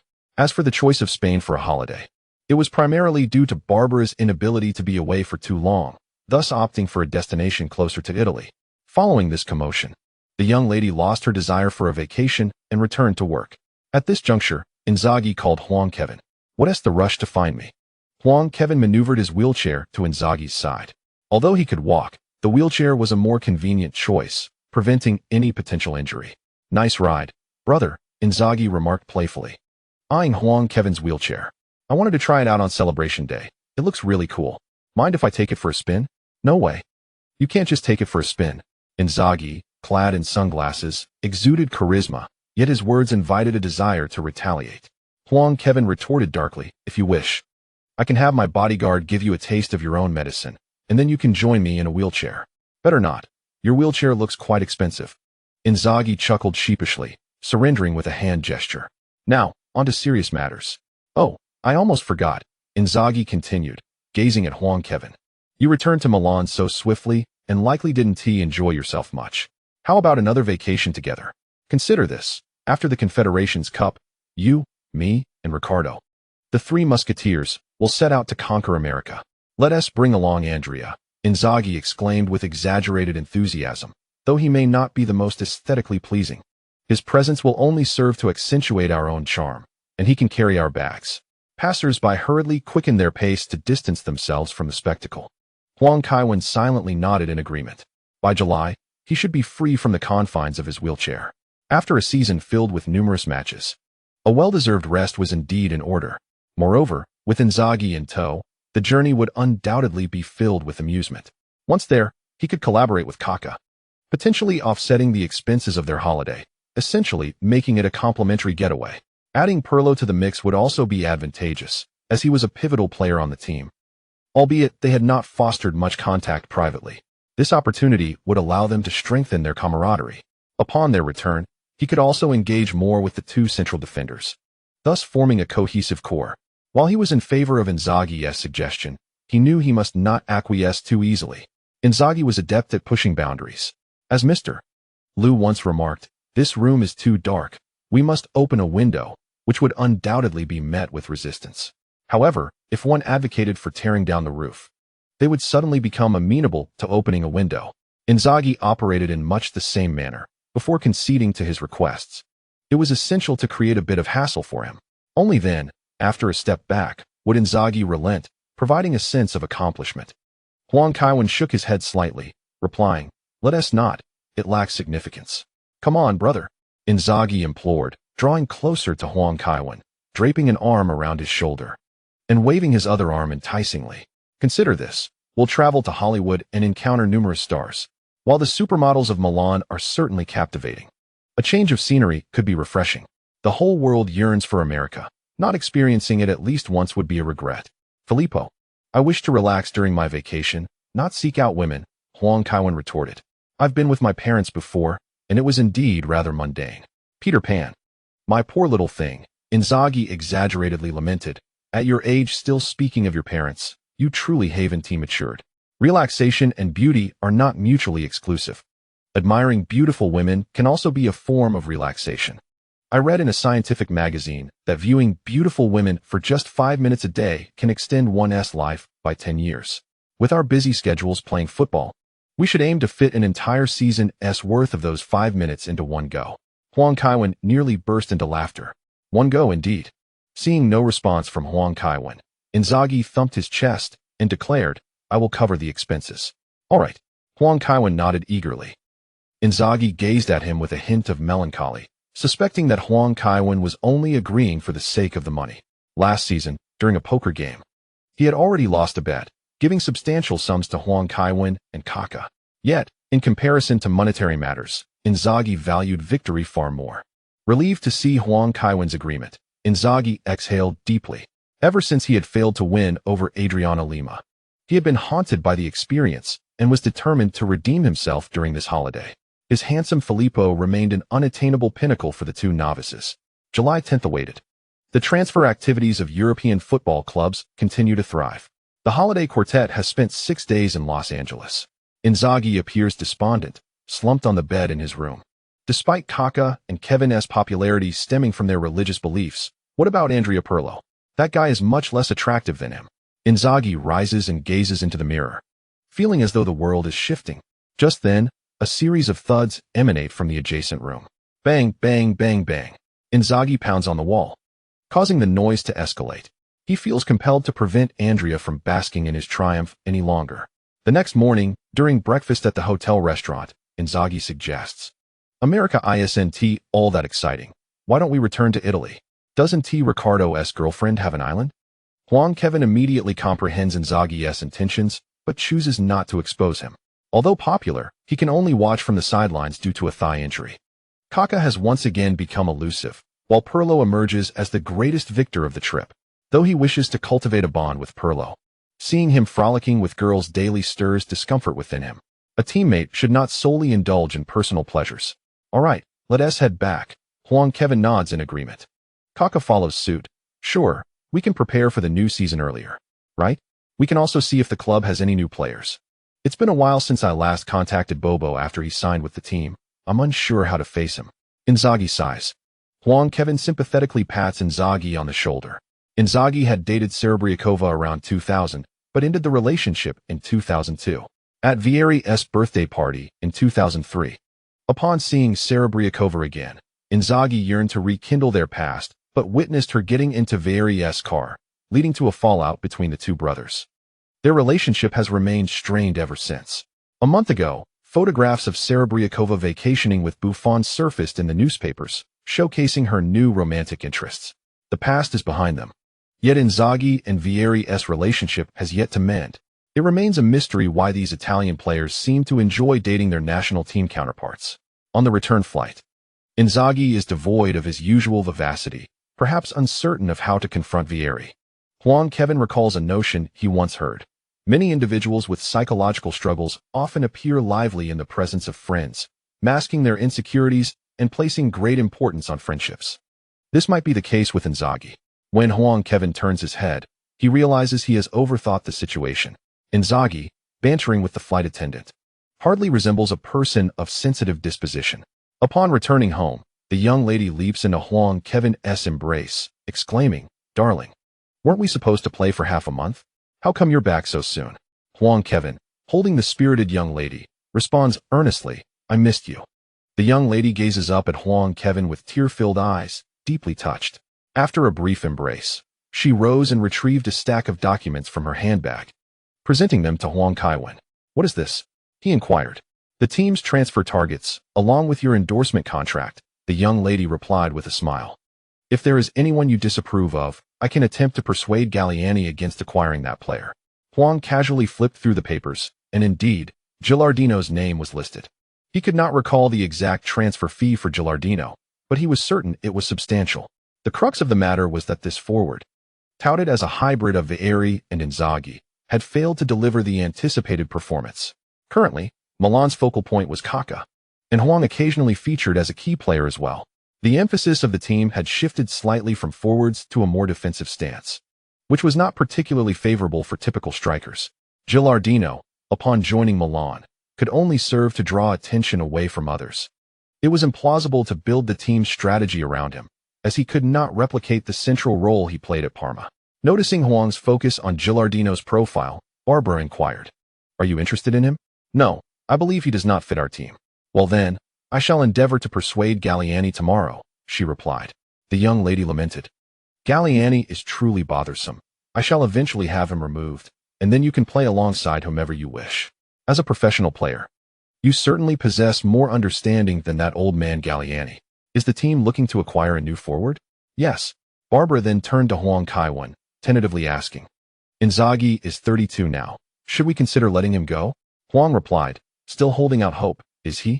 Poor Inzaghi. He has always taken the blame for me." He then produced a document and shifted the conversation, saying, "Luca Toni, if you seek a forward, you should consider him. He will be significantly cheaper than Gilardino." "All right. I will speak with Galliani about that." Upon glancing at the endorsement contract, Huang realized something was amiss. It was not that the amount was insufficient. Rather, it was excessively high. He looked at Barbara, who wore a cheerful expression, and said, "I bundled you with other Milan players. If they wish to sign with other players, they must also enlist you as their endorser, and the endorsement fee is quite generous." Huang waved the endorsement contract in his hand, questioning, "Are you serious? You were already receiving plenty." The young lady wrapped her arms around Huang Kaiwen's neck, playfully suggesting, "Endorsers can enjoy their products for free. Today, I brought back some samples. Would you care to try?" Without hesitation, Huang lunged toward the young lady. Subsequently, he refrained from going out for leisure, opting instead to occasionally train in the sand at home. Most of his time was spent engaged in cutting-edge gaming. As Barbara successfully persuaded Galliani to abandon Gilardino and acquire Luca Toni, Huang was filled with skepticism. He suspected Galliani was merely attracted to Toni's lower price. The system indicated that the fates of the two players had been altered. Gilardino remained at Parma, granting him 300 fate points. As he clicked to reveal the fate, an image appeared.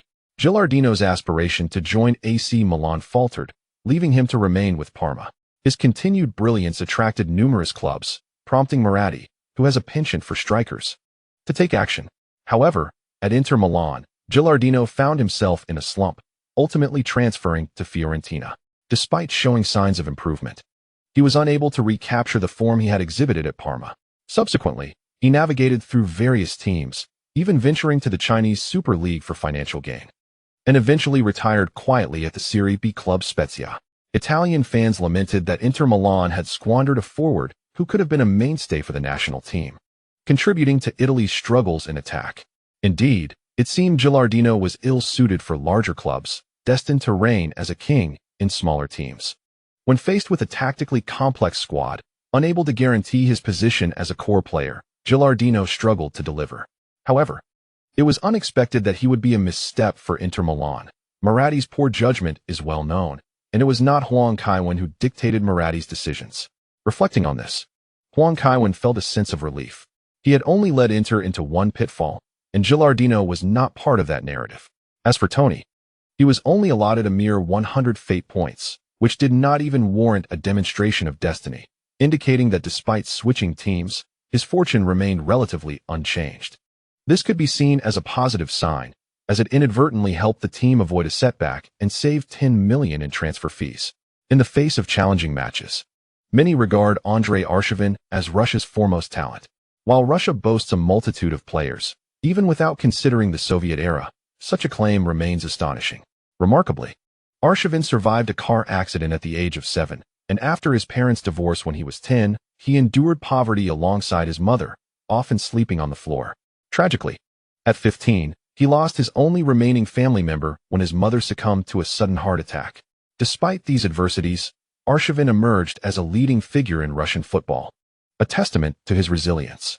A closer examination reveals that the life stories of most professional players resemble inspirational films, having faced countless hardships in their formative years before stepping onto the pitch. Even if they do not achieve great fame, they are victors over life's challenges. Notably, Arshavin, alongside Gibbs, triumphed over Liverpool, a moment Huang Kaiwen fondly remembers, the divine-like man who scored 4 goals at Anfield, marking the pinnacle of Arshavin's career. Coincidentally, Huang Kaiwen had also just defeated Liverpool to claim a trophy, suggesting a serendipitous connection with Arshavin. Although Arshavin struggled to adapt to Wenger's 4-3-3 system, playing wide was not an insurmountable challenge for Huang, especially after securing the Serie A title last season. The remarkable attributes of the replicated Piero, the king of the left flank, have been comprehensively enhanced, augmenting his capabilities on the left side. Coupled with the finesse and ball sense of Arshavin, Huang Kaiwen remains oblivious to the extent of his formidable prowess. During the warm-up jog, Huang Kaiwen maintained a constant smile, hinting at the promise of delivering an exhilarating performance for the fans before taking a seat in the stands for the new season. As the infectious laughter of Coach Zhang echoed, the live broadcast commenced on national television. This summer, several teams in Serie A have welcomed numerous new signings. During the warm-up, we observed several fresh faces within the AC Milan squad, among which the most striking was undoubtedly Luca Toni. Indeed, it was quite unexpected.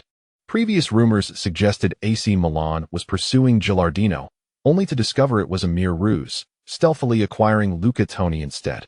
Standing at an impressive height of 1.93 meters, Toni possesses significant goal-scoring ability, having netted 50 goals in 80 appearances over 2 seasons at Palermo.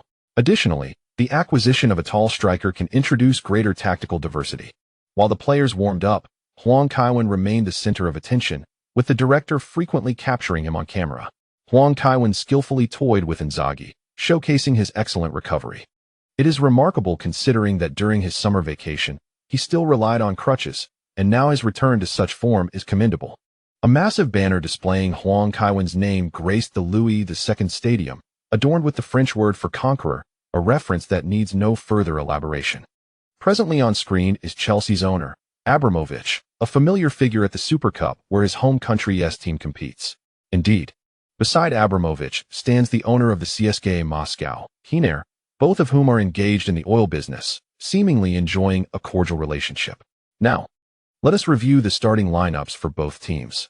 AC Milan's 4-4-2 diamond formation features goalkeeper, Dida, defenders, Kaladze, Maldini, Nesta, Cafu, midfielders, Huang Kaiwen, Pirlo, Ambrosini, Kaká, forwards, Inzaghi, Luca Toni. CSKA Moscow's 4-3-3 lineup includes goalkeeper, Akinfeev, defenders, Alexei Berezutsky, Vasily Berezutsky, Ignashevich, Odia, midfielders, Rahimic, Ricardo Carvalho, Yevgeny Aldonin, forwards, Yuri Zirkov, Wagner Love, Milos Krasic. Notably, the left back Alexei Berezutsky and the left center back Vasily Berezutsky are brothers. The world of football is replete with examples of sibling pairs who are professional players. Notable instances include the legendary Charlton brothers from England, who represented Manchester United and Leeds United, and the De Boer brothers from the Netherlands, along with the Laudrup brothers from Denmark. All of these are illustrious players. Within AC Milan, Inzaghi and Kaká also have a brother, the younger Inzaghi, Simone Inzaghi, who plays as a forward. However, his professional journey has not been as smooth as that of his elder brother Filippo last season.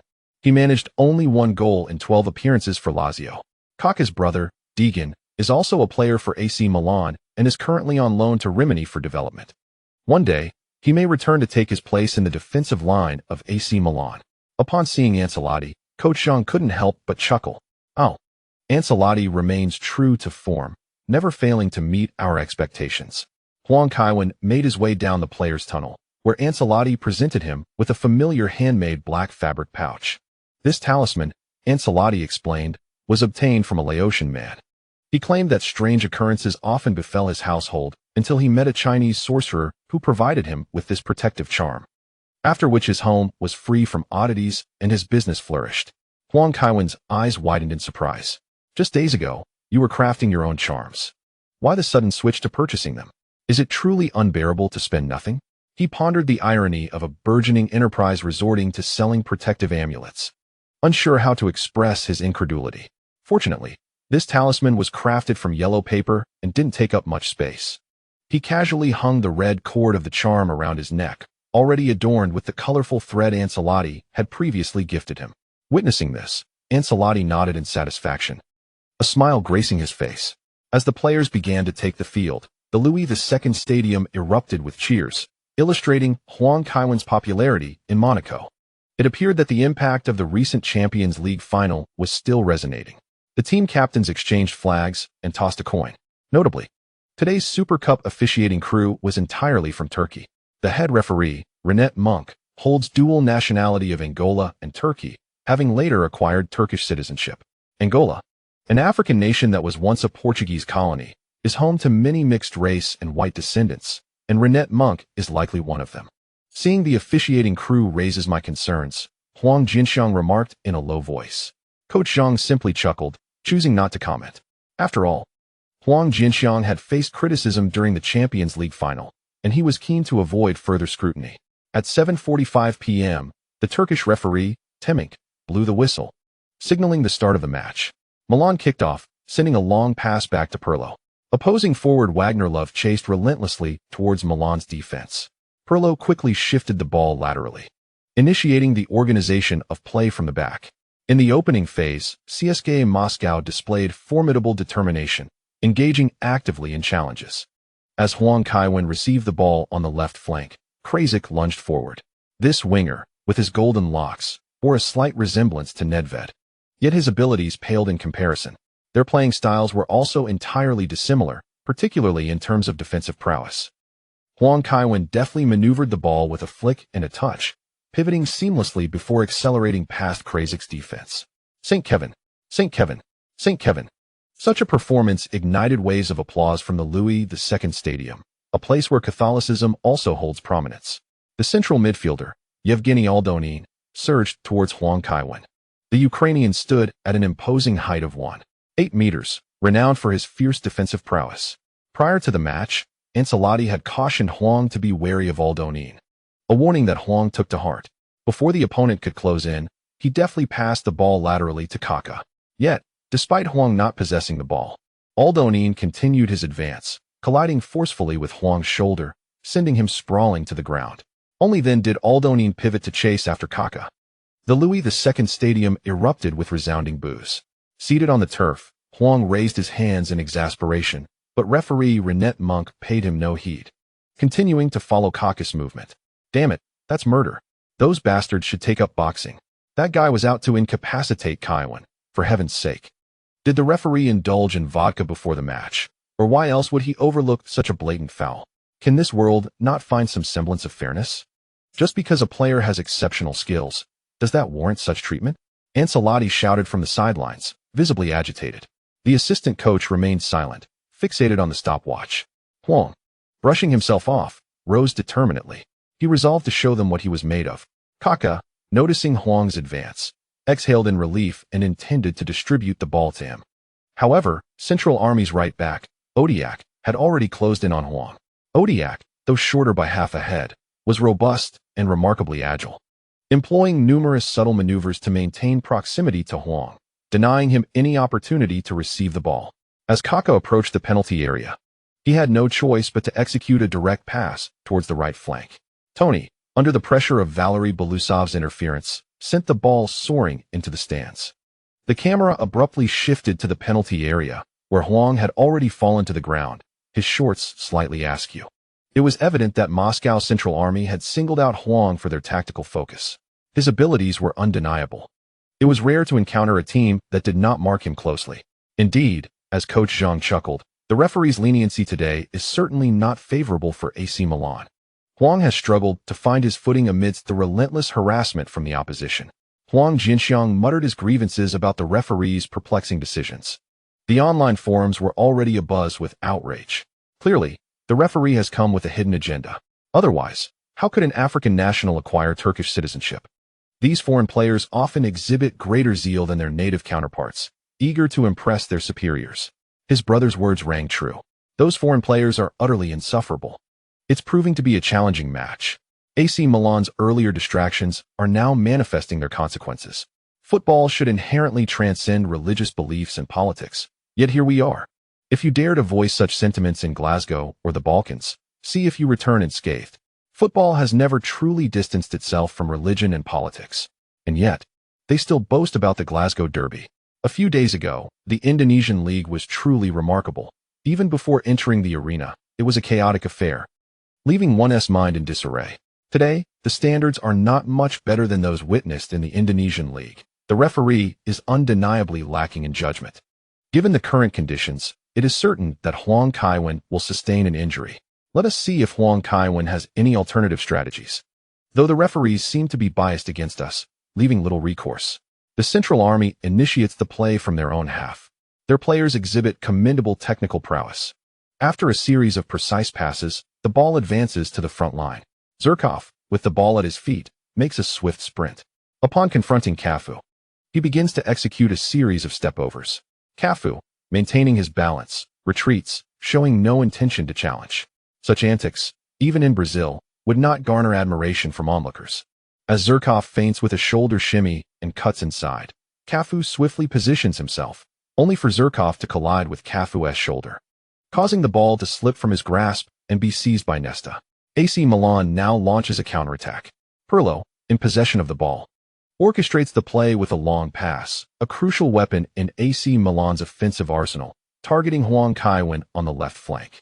Once again, Huang Kaiwen faces Maldini, and this time he opts not to pass. With deft footwork, he executes a delightful nutmeg. Maldini, attempting to pull his shirt, fails to grasp hold. Audiak charges towards Huang Kaiwen with remarkable speed. Indeed, Nigeria produces numerous quick wingers, much like Martins from Inter Milan. Huang Kaiwen steps forward with his left foot, ready to maneuver past his opponent. As Audiak makes his move, Huang performs a Marseille turn. His form is truly impressive today. On the left side of the penalty area, despite executing the turn, he still cannot evade Maldini, who quickly closes the gap. In a further display of aggression, Maldini clutches at Huang's shirt, causing the unstable Huang to stumble backward. Just as he is about to fall, Huang extends his right foot, pulls the ball back, and swiftly flicks it with precision. A reverse triangle pass is directed towards the edge of the penalty area. Kaká surges forward, unleashing a powerful shot with his right foot. The strike is formidable. Valery Berezutsky leaps to intercept, yet the ball deflects off him and continues toward the goal. As the ball reaches its apex, it descends ominously toward the net, a trajectory even more challenging to save than a typical long-range effort. The Central Army's goalkeeper, Akinfeev, shifts his position, timing his leap perfectly. He springs into the air, extending his hands to effortlessly catch the ball. What a splendid display. Akinfeev's abilities are exceptional. Indeed, he had already joined the national team for the European Championship in 2004, and at just 18 years old, he had established himself as the main goalkeeper for the Central Army. Now, at 20, Akinfeev is the target of several clubs. There were rumors last summer that Ferguson had scouted him, although Manchester United ultimately acquired Van der Sar. Nevertheless, the mere association with Ferguson's Manchester United speaks volumes about Akinfeev's prowess as a goalkeeper. The most alarming aspect is that he is merely 20 years old, with a vast potential for improvement ahead. On the left side of the penalty area, Inzaghi rushed to Huang Kaiwen's side, inquiring, "Are you all right?" Huang Kaiwen had already grasped Inzaghi's hand to rise, shaking his head and replying, "No problem at all. They played far too dirty." Inzaghi continued to voice his grievances. "Several times I attempted to break free, yet they tugged at my jersey, preventing me from making a swift run into the penalty area." Huang Kaiwen, equally agitated, nonetheless urged Inzaghi, "Hold on, don't rush, there will surely be opportunities." In the studio of 7 Gold, Prudelli was unleashing a torrent of criticism. It was clear that the referee seemed to think this was a free-fighting match. Had he realized this was a European Super Cup, a football clash between the Champions League and UEFA Cup winners, he should have called several fouls. After all, one cannot use hands in football. UEFA seems to know nothing beyond expanding their leagues. The referees they select are increasingly subpar. Or perhaps they intentionally appointed this referee, damn it. As if they are targeting Milan. UEFA has forsaken all dignity for the sake of viewership. Even I could officiate better than this referee. The Central Army's dirty play went unnoticed by him. Today, Kevin was specifically targeted. Aside from fouls, they had no other means to hinder him. Those despicable scoundrels must understand one truth. All schemes and tricks become futile in the face of absolute strength. They cannot obstruct AC Milan, nor can they stop Kevin. The Russians are destined to return to their snow-laden homeland in tears. August does not see snowfall in Russia. The match was not as straightforward as Krudelli suggested. Moscow's Central Army is a team endowed with both physicality and technical prowess. Their long passes were even fewer than AC Milan's, as they relied heavily on ground play, which flowed remarkably well. In terms of the game, the Central Army held their ground. In the 20th minute, Kaká's long-range shot was parried by Akinfeev. When Inzaghi rushed in for the rebound, Akinfeev had already secured the ball. The young goalkeeper quickly recovered, launching a powerful throw to midfield. Carvalho executed a direct pass to Krasic, who sped down the right sideline. He effortlessly outpaced Huang Kaiwen, even before Pirlo could provide support, and reached the vicinity of the penalty area. However, Krasic had a critical flaw. His ball control was limited, relying heavily on his speed. When he attempted to force his way past Kaladze timed his tackle perfectly, successfully hooking the ball away and swiftly passing it to Maldini. With a swift arm movement, Maldini delivered a long pass. Even while playing as a center back today, his long balls remained precise. As his teammate intercepted the ball, Huang Kaiwen was already making his forward run. By the time Huang Kaiwen crossed the halfway line, Maldini's pass landed just 2 meters ahead of him. Huang Kaiwen and Maldini exchanged glances, both accelerating towards the ball almost in unison. No one is willing to yield. The opponent draws closer. Huang Kaiwen grits his teeth and accelerates once more. His right leg strikes the ground with force, tearing up a large patch of grass. Closer now, unmistakably closer. Yet even so, the opponent reaches the ball first. Huang Kaiwen, a mere half-meter away, extends his right leg to hook the ball back. Maldini, evidently intent on thwarting his efforts, swiftly reaches out his foot. However, Huang Kaiwen's speed surpasses his. Without a moment's adjustment, he deftly nudges the ball with his left foot, sending it from behind to his right side, causing Maldini to miss entirely. Kaiwen, brilliant. Look here, you scoundrels. This is Milan's number 10. This is Kaiwen. Not even your fouls can impede his progress. Krudelli exclaims excitedly. Rashimik charges towards Kaiwen, as players from the Central Army attempt to capitalize on their numerical superiority to intercept. But they will not succeed. They are about to witness Kaiwen's prowess. Maldini is outmaneuvered. Another Central Army midfielder, Rashimik, charges in from the right towards Huang Kaiwen. Meanwhile, the Central Army's defense, led by Captain Ignashevich and fullback Odiak, advances towards the left flank. 3 players converge on Huang Kaiwen simultaneously. As he receives the ball, Huang Kaiwen instinctively raises his right foot for a pass. Rashimik hurriedly stretches out his foot, attempting to prevent him from passing to Kaká, but to his surprise, Huang Kaiwen's right foot lands, directly stepping on the ball for a swift pullback. The ball once again moves from behind to the left side. With a deft flick of his left foot, Huang Kaiwen accelerates along the sideline. Ignashevich indeed does not advance, leaving only Odiak to mark him closely. Odiak is both robust and swift, his powerful thighs propelling him as he relentlessly pursues Huang Kaiwen, his shoulder jostling against him in an attempt to push him out of bounds. Perched. Huang Kaiwen grits his teeth and accelerates again. Odiak matches his pace. A smile breaks across Huang Kaiwen's face. He realizes that mere speed will not suffice to shake off this opponent. Yet football is not solely reliant on speed. He can also manipulate the rhythm of the game. As they both race towards the byline, Huang Kaiwen keenly senses the tempo, ensuring the ball remains close. With approximately 3 meters to the byline, Huang Kaiwen steps forward to the ball, deftly tapping it into the penalty area. The unsuspecting Odiak fails to halt his pursuit, leaving behind 2 long skid marks as he hurtles toward the advertising boards. But Huang Kaiwen's performance is not yet over. Forcefully twisting into the penalty area, he encounters Central Army Captain Ignashevich head-on. They are of similar height, but Ignashevich is evidently more robust, capable of accommodating 2 Huang Kaiwens within his frame. They both surge towards the ball almost simultaneously. Ignashevich leans forward, attempting to use his body to obstruct Huang Kaiwen. In response, Huang Kaiwen sidesteps and pulls the ball back, then leaps into a waltz within the penalty area. He nearly brushes against Ignashevich as he spins, evading any contact from his opponent while maintaining possession of the ball. Marseille turn. Kaiwen. In a dazzling display of skill, Ingvar Nashevich charged at Kevin like a rampaging boar, leaving him no chance to approach. Aldonin, who had tracked back into the penalty area, attempted a desperate sliding tackle to block Kevin's shooting angle. Splendid. With a graceful rainbow flick, Kevin maneuvered over the opponent, pivoting while leaning against Valery Belousov. As the ball descended, Kevin expertly controlled it with his chest, teetering on the brink of falling. In that fleeting moment, he unleashed a left-footed shot. The ball found the net. Goal. Kevin scores. A signature Kevin goal. He toyed with several defenders. This marked his first goal of the season and also Milan's inaugural goal of the campaign. Within the penalty area, Kevin resembled a magician, his feet perpetually delivering delightful surprises. While the Russians could withstand the Germans, they were utterly incapable of containing Kevin. The new season has commenced, and Kevin remains unstoppable, dressed in pristine white. The Milan jersey at the combat club glistened. His hair, restored to a black buzz cut, accentuated his striking features. Kevin's appearance was undeniably captivating. His sharply defined face pale as porcelain. Beneath his arched brows, his deep-set black eyes sparkled, complemented by a subtly upturned smile. His thin lips bore a faint grin, clearly making him the object of adoration for countless young women. Charging towards the main stand, Kevin outstretched his arms, gazing skyward, a gesture that symbolized his homage to the Vatican. St. Kevin, St. Kevin, St. Kevin.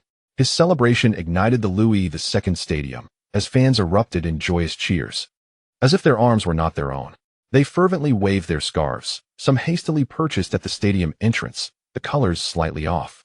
A local market had emerged as a surprising victor. Yet, their admiration for Kevin was no less fervent than for the authentic merchandise. With posters held aloft, blushing maidens and boisterous men shouted the same name. A few teammates, equally exhilarated, dashed to join Kevin beneath the stands. Wow, wow. Inzaghi, shaking Kevin's shoulder with fervor, exclaimed. For a moment, I thought I saw Ronaldinho. No, Maradona. You are an enviable genius. Even Ronaldinho paled in comparison to Kevin. Kaká, equally animated, spoke rapidly. You carried the ball down the left flank, enduring so much contact, I thought you'd lose it. I never expected you to find your way into the penalty area. Executing a Marseille turn against the defender, absolutely stunning. When that guy went in for the tackle, my heart nearly stopped. I thought you'd be taken down. Yet you performed a rainbow flick. Your reflexes are astounding. Even as you were brought down, you still managed to shoot. Kevin, you are simply extraordinary. Kevin shrugged, remaining silent, embracing humility in that moment. The group shared laughter and banter as they made their way back. Yevgeny Aldonin pointed at Huang Kaiwen, speaking in a fierce tone with a heavy accent from the outskirts of Donetsk. You're doomed. Only one of us will walk out of here today. Huang Kaiwen, unconcerned, spread his arms to block Kaká and Inzaghi, retorting, You'd better invest in a good wheelchair. I know a manufacturer. Need an introduction? Without engaging in further banter, Aldonin snorted and turned towards the halfway line. Inzaghi cautioned, You embarrassed him with that rainbow flick. He certainly won let it go easily. Kaká, glancing worriedly at Huang Kaiwen, added, Be cautious of malicious fouls. Many players in Brazil retaliate after being outplayed. Don't worry, he doesn't intimidate me. Huang Kaiwen replied nonchalantly. Seeing his indifference, Inzaghi and Kaká suppressed their concerns. Ancelotti, however, seemed less troubled. He turned to his assistant coach and inquired, How much time is left? 22 minutes and 18 seconds into the game. It seems Kaiwen should last until nearly the end, the assistant coach Tassati replied with a smile. Yet, Ancelotti frowned and remarked, It's not time to celebrate yet. I anticipate Kaiwen will get injured near the end, so I plan to substitute him early. Carlo, you're a genius, Tassati exclaimed, giving a thumbs up. How had he not thought of that? As long as we make the substitution quickly, injury 1 catch up with Kaiwen. The match had resumed, and Aldonin clearly had a grudge against Huang Kaiwen. As Huang Kaiwen received the ball on the left flank, he deftly maneuvered past Krasic with a quick move. Aldonin charged fiercely towards him. With a swift diagonal pass to Kaká in the center, Huang Kaiwen darted forward. Aldonin was not close enough to commit a foul on the ball-less Huang Kaiwen and could only mentally note his actions before retreating. Kaká, without waiting for Aldonin to press, passed the ball back to Huang Kaiwen, who then broke through along the sideline. Before the opponents closed in, he executed another lateral pass. The two engaged in a frantic 1-2 exchange, denying the defenders any chance to close in. Ignashevich realized the situation was untenable and rushed to block Kaká's passing lane. Sensing the opportunity, Huang Kaiwen accelerated, darting into the penalty area behind Ignashevich. Kaká's incisive through ball arrived just in time, rolling past Ignashevich and right to Huang Kaiwen. Audiak followed him into the box, continuously applying physical pressure. Audiak was cunning, colliding lightly with Huang Kaiwen, then quickly disengaging. If Huang Kaiwen were to fall, he would immediately step back to create distance, avoiding a penalty and preventing Huang from regaining control for a pass. As they approached the goal line, Huang Kaiwen, feeling the urgency, summoned strength from his core for a sudden stop, shaking off Audiak once again. He then twisted his body and delicately chipped the ball with his left foot, sending it soaring toward the right side of the small box. "Fine, Tony," he called out. But Tony was evidently caught off guard. As he initiated his move, it was already too late. He dashed into the small penalty area, merely watching the ball surpass him. Although he failed to make contact, Tony nevertheless gave a thumbs up to Huang Kaiwen. As Inzaghi sprinted back, he wore a self-satisfied expression and remarked, "Now you understand how challenging it is, my friend. The geniuses of Milan are notoriously capricious. As a teammate, you can never predict when he will release the ball." Tony nodded in agreement. It was indeed the case. He had thought the ball was out of play, only to be surprised by its continuation. The ball was seized by Alexei Berezutsky along the sideline. Central Land initiated a counterattack. Rashid Michich executed a half volley that crossed the midfield line. Upon receiving the ball, Daniel Carvalho showcased his exquisite dribbling skills. As a Brazilian attacking midfielder, this was fundamental. Ambrosini attempted to intercept with a single touch, but Carvalho deftly evaded him. Immediately, Carvalho distributed the ball to Zurkov. Once again, Zurkov faced Cafu alone. Abandoning any pretense of hesitation, with a surge of speed, he made his way to the byline, then abruptly halted and delivered a pass into the penalty area. With a decisive move, Dida rushed out of the box, striking the ball with his fist.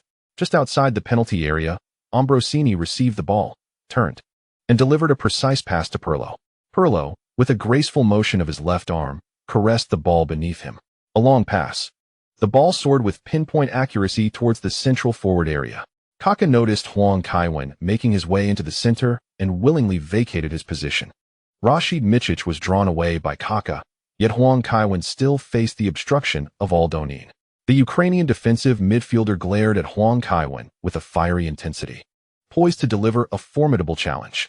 Aldonin didn't even glance at the ball. He accelerated directly towards Huang Kaiwen. Aware of Aldonin's intentions, Huang Kaiwen raised his head, presenting his back entirely. Even without turning around, he could sense that the opponent was about to charge at him. Calculating the ball's descent, he was ready. As the ball fell, Huang Kaiwen extended his foot, allowing it to strike his leg, propelling it towards the goal. With a deft sidestep, he left Aldonin grasping at thin air. Kaiwen, with his back to the defender, he executed a brilliant turn. The situation he faced was more perilous than that of Bergkamp, yet his movements were far more graceful. Aldonin resembled an enraged bull, while Kaiwen danced like a matador performing the Doflamingo. No matter how strong the bull, it could never outmatch the finest matador. Krudel thought Huang Kaiwen was destined to be knocked aside, yet he unexpectedly maneuvered past the opponent in such a manner. Krudel exclaimed in delight. Kaiwen surged towards the penalty area once more. Even in the central position, Kaiwen remained the finest player. His excellence was dictated solely by the position he occupied on the field. Another deep-fried meatball. Yet again, a deep-fried meatball. After more than a season, I have yet to witness anyone successfully intercept the ball when Kaiwen executes his deep-fried meatball maneuver. Varisi Berezutsky was clearly not the fortunate one. A beautiful through ball, delivered perfectly to Tony. He strikes. The ball finds the net. Tony has scored for AC Milan. But wait, the linesman raises his flag. Offside? At the moment Kevin passed, Alexei Berezutsky was trailing behind. How could that be considered offside? Damn it, this is a grave error. They have negated Milan's goal.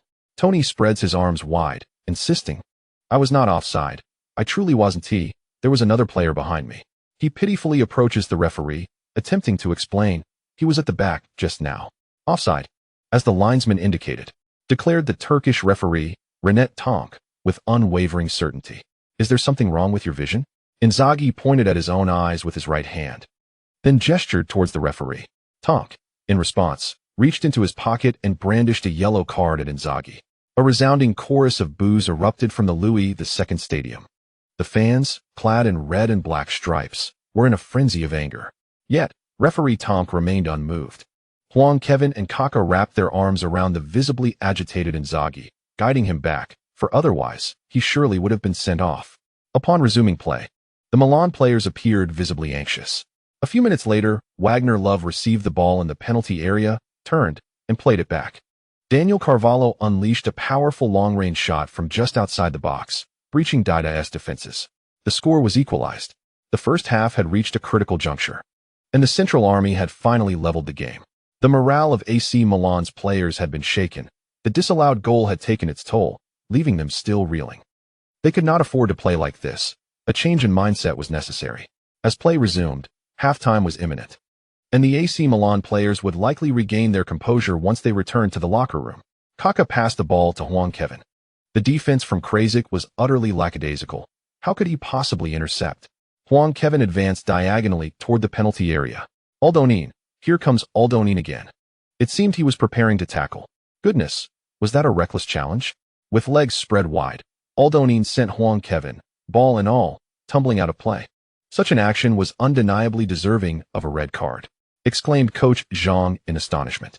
Such ferocity in a foul is rare on the pitch. While others sidestep, you choose to lunge. As the referee jogged to the foul scene, he reached for his pocket. Then, to everyone's astonishment, he issued a yellow card to Aldonin. Burn, heroes, called out Ancelotti, waving his arms frantically, his voice booming. The well-trained medical team of AC Milan rushed onto the field, carrying a medical kit and a stretcher. Ancelotti's voice still echoed as the medical staff hurried to Huang Kaiwen's side. Ever since Barbara became Milan's COO, there has been a keen focus on the medical team. With salary increases for the new season and strict evaluations concerning their response times during matches. Entering the field late incurs a penalty on the bonus. An erroneous treatment plan also results in a deduction of the bonus. Under the allure of monetary gain, the medical team of Milan underwent a rapid transformation. Before Huang Kaiwen could even rise from the sidelines, the medical staff hastily surrounded him, initiating their protocol. Someone pulled down Huang's socks, while Giannini approached for an examination. Lev Maschark supported Huang's head with one hand. As others placed a cushion behind Huang's head, Maschark lifted Huang's eyelid with one hand, while illuminating his pupil with a small flashlight. No dilation. He released Huang's eyelid and, shaking his fingers, inquired, Kaiwen, how many fingers do you see? 2, just 2 fingers. Leviticus. I don't have a concussion. Huang struggled to sit up, but Lev Maschark firmly pressed him back down. Wait, even if you don't have a concussion, that impact could have caused internal injuries. Giannini leaned in and remarked, there are no external injuries to your ankle or calf, and your knee appears normal. How do you feel? I'm fine, truly. Huang, bemused, pushed the medical team away and sat at the sideline, asserting, really, there's nothing wrong. Very well, Giannini said, producing a can of chlorothene spray and applying it to Huang's right leg to alleviate any pain. If you feel any discomfort, inform us immediately so the coach can substitute you. Rest assured, Huang replied, rising with the assistance of the medical staff to stretch his body. Seeing Huang move normally, the medical team finally relaxed. Huang could comprehend their overzealous reaction. Aldonin had just knocked him against the advertising board. Had it not been for the absence of a running track at the Louis II Stadium, he might have rolled even further before colliding with the board. The sharp studs and the downward force had clearly indicated Aldonin's intent to incapacitate him. There was no other explanation. Fortunately, Aldonin's luck was poor today. Huang had employed his injury immunity card. The possibility of injury was non-existent.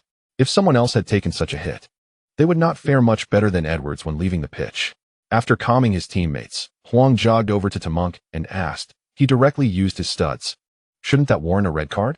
Renette Tamonk glanced down briefly before looking at Huang and retorted, then why is there no blood on your socks? Damn, Huang thought. The referee made a compelling point. Even if there was no injury, it should not excuse Aldonin's malicious foul. Should a lack of blood negate the occurrence of an offense? This was a clear case of victim blaming. The referee seemed resolutely opposed to Milan. When he saw Inzaghi approaching with a stiff neck, Huang quickly pushed Inzaghi away, firmly guiding him back. He couldn't afford for Inzaghi to take another hit and be sent off. Previously, Inzaghi had received a yellow card for protesting. There was nothing more to discuss with this referee. There was no need for dialogue. That kick had been exceedingly ruthless.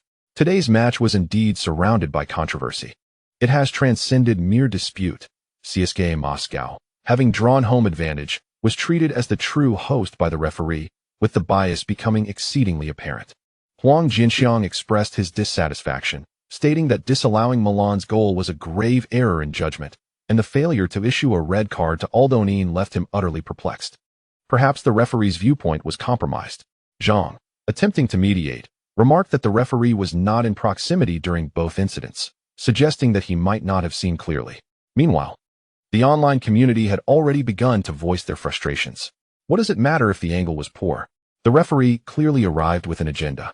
If it weren't for the pre-match introduction identifying him as Turkish, one might have presumed he was Russian. Could it be that the referee was trying to impress Abramovich? With such wealth, even a minor favor could afford him a lifetime of indulgence. Huang Kaiwen's girlfriend is quite affluent as well. In comparison to Abramovich, Barbara is insignificant. He possesses billions, while her fortune pales in comparison, especially with her father still around. How much does Abramovich truly owe you? No amount of fervent admiration from your screen will catch his attention. Enough of the bickering, let us simply enjoy the game. Huang Kaiwen's performance today was commendable, and that previous goal was indeed splendid. It is true that Huang Kaiwen possesses remarkable skills. However, the referee's support for CSKA nullified his brilliance. Above all, I am more concerned with why Huang Kaiwen remained unscathed. Remarkably, how did he, a seemingly fragile player, withstand the rigors of today's match? Huang Kaiwen occasionally surprises with his resilience. Among the world's top 10 unsolved mysteries are, why does Huang Kaiwen get injured? And why did he not get injured today? Maldini, too, is questioning the situation.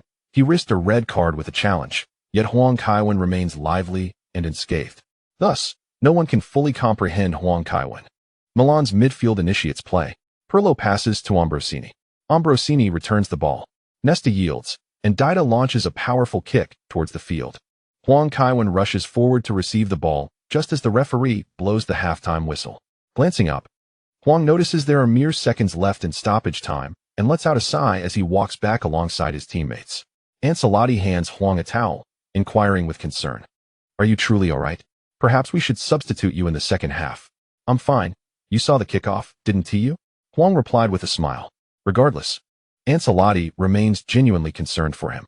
Ancelotti breathed a sigh of relief, remarking, "It seems the talisman truly works. Indeed, when a Chinese man is cursed, we must rely on a Chinese sorcerer." Huang retorted, "What sorcerer?" "That's a Taoist. And it's his injury immunity card that's impressive, not some talisman." Observing Ancelotti delve deeper into mysticism, Huang was at a loss for words. He felt a twinge of shame, realizing that his own actions had led to Ancelotti continually sending money to these charlatans, making Milan the prime target for such exploits. Upon returning, he planned to discuss a raise for Ancelotti with the young lady. Inside the away dressing room, the Milan players sat silently on the bench, the air thick with tension and frustration, their anger directed at the referee. Inzaghi was the first to shatter the silence, exclaiming, "The referee is a fool. He must have been paid off." Rising to his feet in a fit of rage, Inzaghi aimed a kick at the bench. However, the force of action is reciprocal. The bench proved far more resilient than Inzaghi's foot. A dull thud resonated through the air as a cry of anguish escaped Inzaghi's lips. Clutching his right foot and hopping about like a frenzied chicken, his antics paired with his wails creating a comically absurd scene. "Filippo, do it again." Pirlo clapped and encouraged. Even the stern-faced Vieri couldn't suppress a chuckle, while Ancelotti joined in the jest, teasing Inzaghi with, "You seem injured. Perhaps it's time to substitute?" "No way. I haven't scored yet." Inzaghi protested, his animated gestures betraying his distress. He lost his balance the moment he released his right foot, and, in a dramatic backward lean, tumbled down, flailing his arms in vain. Yet, nothing grasped his desperate reach, and he landed squarely on the bench. 10 out of 10. Well done, Filippo. Are you planning to join the circus after retirement? Someone jested. Chaplin was merely fortunate. Had Filippo been born a few decades earlier, what would Chaplin have to show for it? Laughter erupted as Huang Kaiwen, unable to contain himself, patted Kaká's thigh and asked, "Filippo, does it hurt?" Inzaghi's anguished cries provided a resounding answer. In that moment, the locker room was filled with joyous mirth. As the team doctor tended to Inzaghi, stifled laughter rippled through the air. It was uncertain whether Inzaghi was genuinely injured or merely embarrassed, requesting Ancelotti to substitute him. He would only make his appearance in the second half. The fourth official raised the substitution board, and Inzaghi, grimacing, made his way to the sidelines as Shevchenko prepared to enter the field. It appeared that Inzaghi was indeed leaving due to injury, which was unexpected given the halftime break. Is there discord within the AC Milan locker room during halftime? Could it be that they fought amongst themselves? Coach Zhang inquired with concern. Surely not. AC Milan is quite united. Perhaps there was a clash with the Central Army in the player tunnel? He pondered. Well, given the referee's poor judgment today, it indeed seems plausible. Both teams are fired up. Pirlo retrieved the ball from the backfield as Carvalho charged forward to press him. Pirlo deftly sidestepped a lateral pass. But the moment Ambrosini received the ball, Zurkov surged in.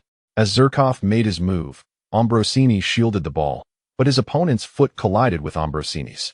Gritting his teeth against the pain, Ambrosini passed to Cafu, who quickly redirected towards Zurkov. You bastard, that was intentional. Zurkov retorted defiantly, shoving Ambrosini in response. Nesta surged forward, ready to intervene, but the referee hurried over to separate them, issuing yellow cards to both Ambrosini and Zurkov. While it appeared to be a mutual punishment, in reality, Milan had suffered a significant setback. What could have been their possession had now transformed into a free kick for the opposition, a clear loss in any calculation. After a discussion among several forwards of the Central Army, Zurkov and Krasic positioned themselves behind the ball, awaiting the referee's signal. Zurkov dashed forward and sent the ball into the penalty area. Maldini leapt sideways, successfully intercepting the strike. The ball ricocheted into the center. Rakimic surged forward, launching a long-range shot that was deflected by Pirlo's outstretched foot. The ball veered towards the right flank, where the unmarked Daniel Carvalho deftly controlled it and immediately delivered a precise through pass into the box. Wagner Lovic sprang into action, his pace impressive. However, Nesta, a seasoned player, anticipated the movement and positioned himself expertly. He shielded the ball as it rolled out of play. No matter how fast one runs, it was futile. A goal kick for AC Milan. Dida threw the ball to Wagner Lovic, who had just been denied possession moments earlier. Was this a chance for redemption? Wagner Lovic darted past Nesta once more, though it seemed impossible for him to breach the defense. He made a strong push, but fell dramatically. Was this a case of simulation? A dive could lead to a card. The referee pointed to the penalty spot. Penalty awarded. Nesta was bewildered, observing the referee's decision with incredulity. He was livid, his face flushed with rage. In a fit of anger, he grasped Wagner Lovic by the collar, leaning in to shout, "You collided on purpose. You're just seeking a penalty, you cowardly liar." Wagner Lovic offered no resistance or rebuttal, adopting a victimized expression. Nesta's fury was palpable. As the referee reached for his pocket, Maldini clasped his hands together in a plea. Today he was simply too agitated. Usually, he has a good temperament. Please give him another chance, referee. However, referee Tamonk shook his head, producing a red card from his pocket and raising his hand high. The sight of Tamonk's red card acted as a catalyst, igniting the fury of the Milan supporters. Amidst the fans' vociferous outrage, objects began to rain onto the pitch. Surprisingly, there were no fireworks. The stadium security had done well. Coach Zhang identified a blind spot. Maldini embraced Nesta in a comforting gesture, while Huang Kaiwen and Kaká approached the sidelines, attempting to persuade the fans to maintain their composure. If tempers flared, AC Milan might face a loss. The previous decision had indeed been a misjudgment. The replay clearly showed Wagner Lovic's exaggerated fall.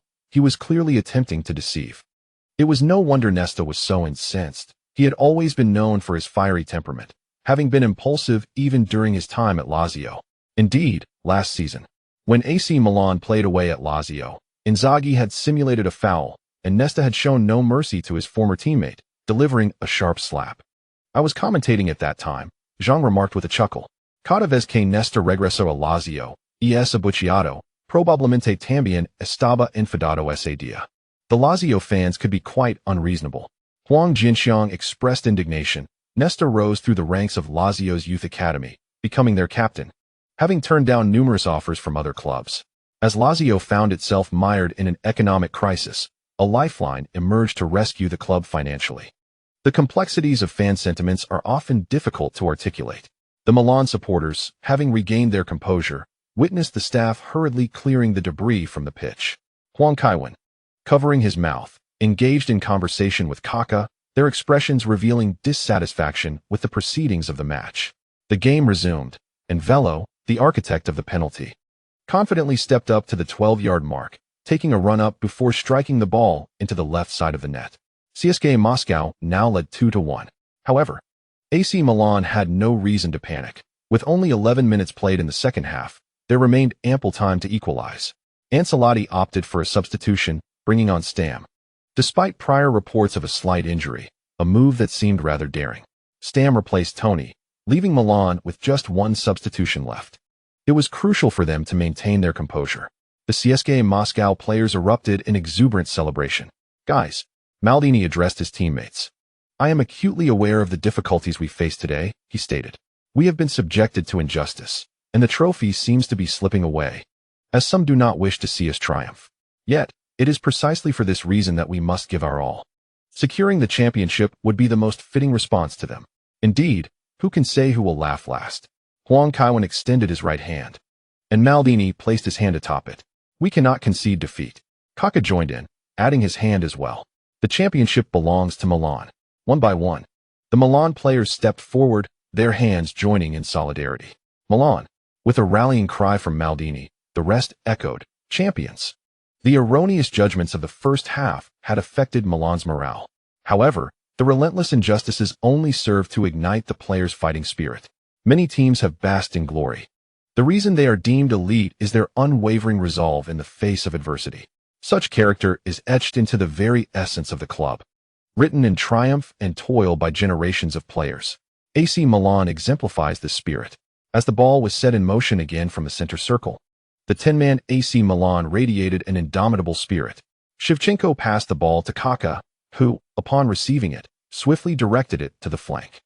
Huang Kaiwen turned and delivered a pass to Pirlo. Pirlo, alongside Ambrosini, began to orchestrate the rhythm from the back, playing with a measured pace that belied their trailing position. When the opposing players pressed, Pirlo launched a long pass forward. Kaká, under the pressure of Rakimic, failed to secure the ball. The receiving Maldini quickly distributed it to the side, while Alexei Berezutsky surged forward with the ball. After several exchanges with his teammates, Berezutsky crossed the midfield line. As he attempted a lob pass towards Zhirkov, the ball fortuitously struck Cafu. Reacting swiftly to this unexpected opportunity, Cafu surged forward and unleashed a long pass to the left flank, the ball soaring across much of the pitch to land at Huang Kaiwen's feet. In an instant, several players from the Central Army surged towards Huang Kaiwen. The ball descended, but Huang Kaiwen struggled to maintain control. Maldini executed a flying tackle. Yet Huang deftly nudged the ball with his left foot, evading the opponent's feet just in time as it shifted to his right. Rakimic charged forward immediately. With a swift motion, Huang sent the ball ahead with his right foot. Rakimic's eyes widened as he anticipated Huang's next move, but he was still outmaneuvered. What a remarkable dribbling feat. Huang's skill was undeniably effective. He passed to Kaká and surged into the penalty area. A lofted pass. With his back to the goal, Huang prepared to strike. As he entered the box, he realized the ball's trajectory was behind him. Swiftly, he turned away from the goal, gathering momentum and leaping into the air, his body stretching gracefully. The 20,000 spectators fixated intently on the penalty area. Akinfeev tightened his legs, ready to dive at any moment. At the instant the ball soared towards him, Huang Kaiwen leaned back forcefully midair, connecting his left foot with the ball. Bam! Akinfeev reacted instantly, diving to the ground, but still failed to prevent the ball from slipping into the net. The score was equalized. Kevin. What a spectacular bicycle kick. Kevin has leveled the score once again. This marks his first bicycle kick goal. The Central Army of Moscow should feel honored. For those inconsequential players will reflect on their careers as mere backdrops to Kevin's brilliance. When they grow old, cradling their grandchildren, they will gaze at Kevin on the television and proudly proclaim, "Once, I played against him in the European Super Cup." This will be the most exhilarating tale of their lives. Credeli dashed about in the commentary booth, lost in his own exuberance. St. Kevin! St. Kevin! St. Kevin! The Louis II Stadium erupted in thunderous cheers. Many fans shed their shirts, waving them wildly in a frenzy. The Milan players were equally ecstatic. The hero who had just equalized sprang up from the grass and dashed toward the goal. Huang Kaiwen snatched the ball from Akinfeev and turned to sprint towards the midfield. The Milan players, initially poised to celebrate, felt a twinge of shame. Just as they had equalized, Kevin was already contemplating another goal, while they remained lost in their excitement.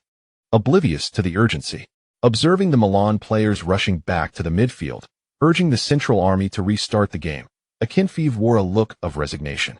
The earlier goal was indeed spectacular, yet it was entirely preventable. His teammates, the entire defensive line, had allowed Kaká to deliver a pass into the penalty area. And even more absurdly, they had permitted an opponent to enter and strike. What could he do? The opponent had executed a bicycle kick from such close range. Possessing both strength and speed, even if the legendary Soviet goalkeeper Lev Yashin were to take the field, that goal would still have been conceded. The moment Huang Kaiwen took his shot, the outcome was already sealed. However, allowing him to penetrate the small penalty area was a fundamental error. Akinfeev opened his mouth, but no words of reprimand escaped his lips. At merely 20 years of age, he was still a junior member of the team and had to endure the situation. Huang Kaiwen didn't even celebrate, one remarked. He's eager to restart play and seek a swift turnaround, came the response. Indeed, just by observing this moment, one might assume Milan held the advantage. Yet, in reality, Milan was down a man, a significant disadvantage. Even if they equalized the score, being one player short would only exacerbate their physical exhaustion. True, Huang Jinxiang nodded in agreement. With fewer players covering the field, it necessitates increased movement from the others. This indeed poses a challenge. Huang Kaiwen likely considered that Milan's stamina would severely wane as time progressed, hence his urgency to score again. That seems likely. Huang Kaiwen demonstrates considerable intelligence on the pitch. From the moment the ball was in play, Milan's pressing was ferocious. Their morale has surged. Shevchenko, who came on as a substitute in the second half, was brimming with energy. As the opposing team kicked off, he surged forward like a wild stallion, engaging in an unusual bout of pressing. Shiva's speed was remarkable, clocking in under 11 seconds. Under his relentless pursuit, the Moscow Central Army found themselves momentarily flustered, repeatedly passing the ball back to their defense. When the ball finally reached Aldonin, Shevchenko, disregarding any camaraderie, charged at him with vigor.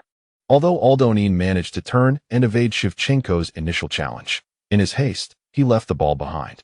Seizing the opportunity, Shevchenko nudged the ball forward and surged ahead with tremendous force, earning him the nickname Nuclear Warhead. Rashimik attempted to obstruct Shevchenko, but he simply barreled through with his speed, easily pushing the opponent aside. As Shevchenko stormed towards the penalty area, Varlis Balatsarkovsky rushed in to defend. The opposing defense was situated near the box, but Shevchenko remained composed. Pivoting to make a backward pass, Kaká received the ball on the right flank, only to be knocked down by Aldonin from behind. The referee, Temink, blew his whistle. A free kick. Milan has earned a promising free kick in the attacking zone. Indeed, Milan boasts several adept free kick specialists. Pirlo should be the primary taker. Shevchenko's free kicks are also formidable. His strikes don't rely on curve, but rather on sheer power. Once it clears the wall, the goalkeeper has little chance to react.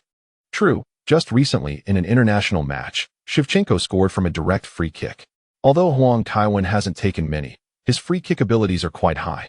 Who will take this free kick, I wonder? Pirlo and Shevchenko approached Huang Kaiwen. Shevchenko turned to Pirlo and inquired, "Will you take it?" Pirlo shook his head and remarked, "The angle is too narrow. Striking with my right foot from this position is quite uncomfortable." Indeed. I too would prefer not to take this shot from here. Shevchenko nodded in agreement. "Kevin, you take the shot." Pirlo turned to Huang Kaiwen and said, "Your free kicks are extraordinary. And you are adept with both feet, with your left being your dominant one. This position is tailor-made for you." Huang Kaiwen contemplated internally. In the past, he had always taken free kicks because he had received experience cards for free kick specialists like Beckham. Today, however, it seemed that Arshavin had seldom scored from a free kick. Although the position was advantageous and suited him well, with a left-footed player having the entire goal within range, Huang Kaiwen found himself lacking confidence. "Do not feel pressured. You can do this. We all believe in you," Shevchenko encouraged, giving Huang Kaiwen's shoulder a reassuring pat. "Yes, even if you miss, it will still be better than our attempts with the right foot." Pirlo nodded in agreement. "Very well." Huang Kaiwen acquiesced with a nod. His teammates had spoken, leaving him little room for refusal. Holding the ball, he could already feel the weight of expectation. This was his first time taking a free kick without the aid of a free kick specialist experience card. The situation had devolved to the point where he could only hope for the best. Arshavin had decent ball sense and technique and had taken numerous free kicks.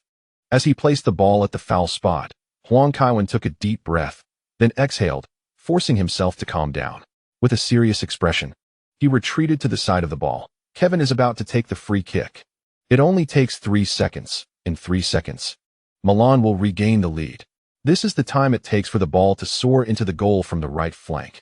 The position is perfect. Kevin's favorite spot. No one can defend against Kevin's free kick. Not even a Kinfief. Krulitl remained confident in Huang Kaiwen. Both teams are fiercely contesting their positions in the wall. The Central Army's wall has advanced, prompting protests from the Milan players, who were cautioned by the referee. Kevin begins his run-up. Shooting. A curler. Kevin's curled shot sailed over the wall and headed for the goal. A Kinfief dives. He read the defense correctly. Can he reach it? He couldn't get there. The ball is in. Kevin goal. With a stunning direct free kick. Kevin has once again breached the Central Army's defenses. A hat trick. Kevin has brought the score to 2-3. And Milan has finally reclaimed the lead. The man who dominated the Champions League final has returned. He has demonstrated to the world that injuries cannot break him. They only serve to make him stronger. Today marks Kevin's third hat-trick representing Milan. Once again, Kevin single-handedly shattered the opponent's dreams. With Kevin on the field, no one can snatch the championship from Milan. Before Huang Kaiwen could revel in his triumph, his teammates surged toward him. Pirlo playfully shoved him before exuberantly leaping onto him, initiating a delightful pile-up of celebration. Ancelotti, caught in the moment, abruptly halted, staring blankly at the jubilant Milan players on the field, wishing he could personally intervene and drag Pirlo down. The Louis II Stadium, which had long been shrouded in tension, transformed into a sea of joy. St. Kevin! St. Kevin! St. Kevin! The stands erupted with Milan supporters, both traveling fans and locals, enthusiastically chanting Huang Kaiwen's name. They jumped and bounced, rallying their spirits. Yet their exuberance could scarcely encapsulate their elation. The fans initiated a wave in the stands. When Huang Kaiwen finally rose, appearing unscathed, Ancelotti breathed a sigh of relief. Should we substitute Kevin? Ancelotti inquired of his assistant coach. Tassadi, his expression one of dilemma, recalled their earlier discussion about substituting Huang Kaiwen to prevent injury. However, the match's progression had exceeded their expectations. Tassadi worried that should Huang Kaiwen leave the pitch, the Central Army might score, and at that point, it would be impossible to reinstate him. Receiving no response, Ancelotti glanced at the scoreboard. The score read 23, with the time at 80 minutes and 11 seconds. Considering the stoppage time and additional injury time, at least 15 minutes remained in the match. Ancelotti sighed, ultimately unable to resolve to expend his final substitution on Huang Kaiwen. "Get your act together, you bunch of rascals," shouted Maldini from the back line, clapping his hands. "We're in the lead now, so don't let in any goals. You are professional players, representing a prestigious club like Milan. We can't rely on Kevin to save us every time. Let us go. Let us go. Let us go. Let us go." The defenders roared, brimming with determination. Nesta, who had received a red card, stood secretly observing from the players' tunnel. He now doubted whether the others were truly putting forth their best effort. Why hadn't they shown such vigor in the first half? The Central Army's coach, Valery Gazaev, could no longer remain composed. From leading to trailing, they had now reached a perilous juncture. He hastily utilized 2 substitutions, bringing on Roland Yusov and Sergei Samedin to replace the sidelined wingers, Zhirkov and Krasic. Shortly after the restart, the ball was forced out of play. Gazaev then used his final substitution, bringing on Brazilian midfielder Dudu for Rakimic, intensifying their offensive push. Although this was a risky maneuver, trailing by a goal left little room for caution. In the closing moments, the Central Army of Moscow launched a frenzied counterattack, abandoning their ground play in favor of rapid long balls, hoping to strike luck. In the 85th minute, a long pass from the backfield of the Central Army reached the front. Gushchev received the ball on the left flank and promptly returned it to Dudu, who evaded Ambrosini before swiftly distributing it to the right. Sergei Samedin surged forward along the right side, outpacing the fatigued Kaladza, who was unable to intercept. Just as Samedin was about to cut inside, The vigilant Maldini extended his foot, deftly redirecting the ball towards the sidelines. Kaká hurriedly passed it forward to Pirlo, who, with a sweeping motion, unleashed a long pass. The ball soared across much of the field, landing at Kaká's feet. On this occasion, Kaká granted Maldini no opportunity, accelerating past the opposing defense with remarkable speed. Once Kaká found his rhythm, it became exceedingly difficult for anyone to hinder him. The Moscow Central Army's defense was in disarray, while Huang Kaiwen and Shevchenko pressed forward swiftly. The 3-on-4 situation in the attacking zone presented a considerable advantage for the offensive players. Attacking proved far easier than defending. Belicki decisively charged toward Kaká, who remained composed, delivering a precise through ball to Shevchenko. With his back to goal, Shevchenko was closely marked by Ignashevich, who denied him any opportunity to turn. Spotting Huang Kaiwen just before the penalty area, Shevchenko deftly flicked the ball with his heel, sending it past Ignashevich and into the box. Fullbacks Audiak and Alexei Belicki raced towards the ball as Huang Kaiwen entered the penalty area to seize it. He swiftly maneuvered his feet over the ball. A bicycle kick. Is Huang Kaiwen attempting to dribble past? No, look at that shoulder feint. It's a pendulum trick, exclaimed the excited commentator. The opposing defender hesitates to extend his foot, fearing a penalty. Suddenly, he shoots. Aiming for the far corner, Akinfeev nearly managed to save it. It's a goal. He has scored a remarkable quadruple. Huang Kaiwen has accomplished a phenomenal 4-goal feat in the European Super Cup, following the Champions League final. This is Milan's first final. Huang Kaiwen has once again sealed the deal. With 4 goals, he has firmly secured the championship trophy. Though his appearances have been limited, Huang Kaiwen has emerged as a pivotal figure for Milan, the commentator exclaimed with fervor. Zhang smiled and remarked. Ancelotti was just contemplating a substitution but hesitated. Now Gattuso is finally warming up. With a 2-goal lead and entering stoppage time, a substitution would hardly provoke any surprises. Comebacks in stoppage time are not unheard of. Are you referring to Bayern Munich? They chuckled.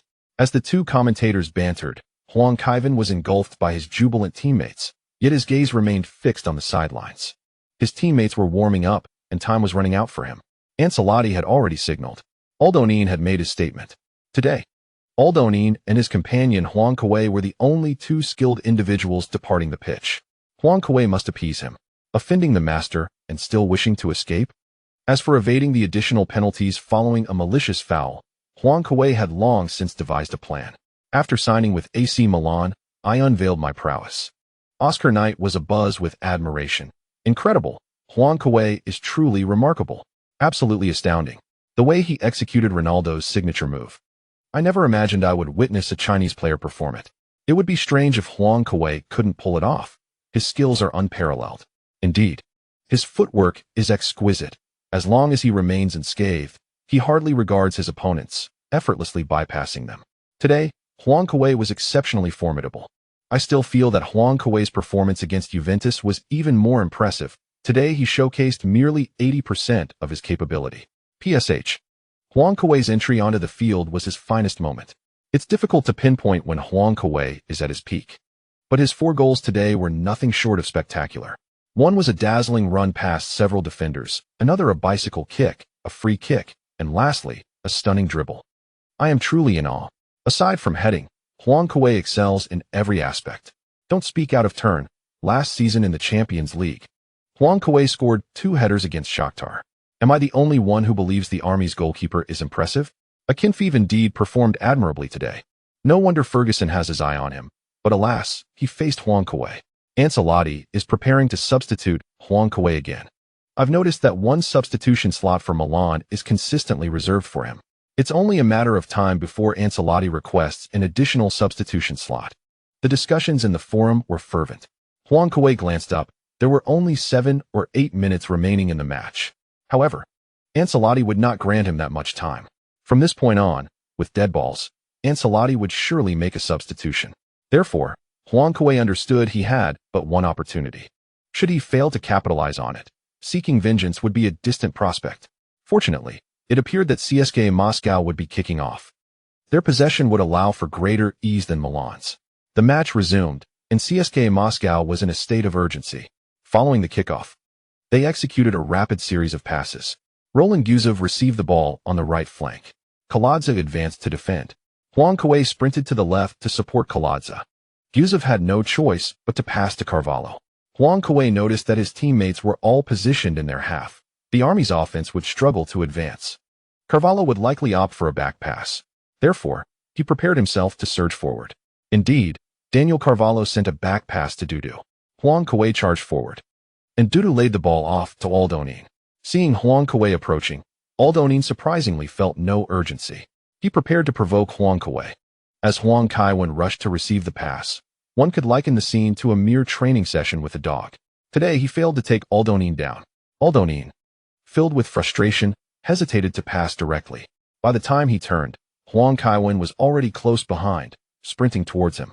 In a swift motion, Huang Kaiwen fell to the grass, his right leg bent, while his left foot launched into a sliding tackle.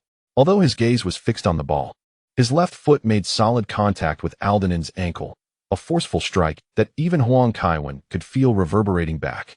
The sharp crack echoed as Yevgeny Aldonin collapsed to the ground, clutching his ankle and rolling in agony. Huang Kaiwen had avenged himself, while Aldonin lay defeated. Fulfilling his own boastful words, the only one to walk away unscathed was Huang himself. It was at that moment that the performance of Tom Hanks began. If Sun Heung-min could escape a red card with tears, surely Huang could do the same. If Sun could manage a first-year performance, Huang could certainly handle a 15th. In a state of panic, Huang Kaiwen glanced at Aldonin, muttering, I'm sorry, his face betraying his turmoil and guilt. Huang Kaiwen was utterly distraught. He covered his face, yet tears streamed through his fingers. When he looked up again, his face was a mask of sorrow. Yusuf, who had rushed over to confront him, halted in his tracks. Injuries on the field are unavoidable. Don't take it to heart. He consoled Huang upon seeing his distress, before turning to check on Aldonin's condition. The other players from CSKA Moscow refrained from confronting Huang. Witnessing his tears made it clear that there was no malice involved. To press further would be inhumane. Shevchenko embraced Huang, even as he felt the tremors in Huang's shoulders. It's all right, it's over now, he reassured him, patting his shoulder. The unexpected turn of events brought a pause to the Louis II Stadium, with fans in the stands taken aback by the incident. Yet, seeing Huang Kaiwen in such anguish tugged at their hearts. Many fans covered their mouths, beginning to weep silently. Poor Kaiwen, he certainly did not intend for this to happen. Kaiwen received a red card. This is Kaiwen's first expulsion. Aldonin appears severely injured, but it was unintentional. Kaiwen is not the type to commit malicious fouls. He simply misjudged a rare tackle. Kaiwen is filled with remorse. But this isn't solely his fault. Damn, seeing Kaiwen so upset pains me as well.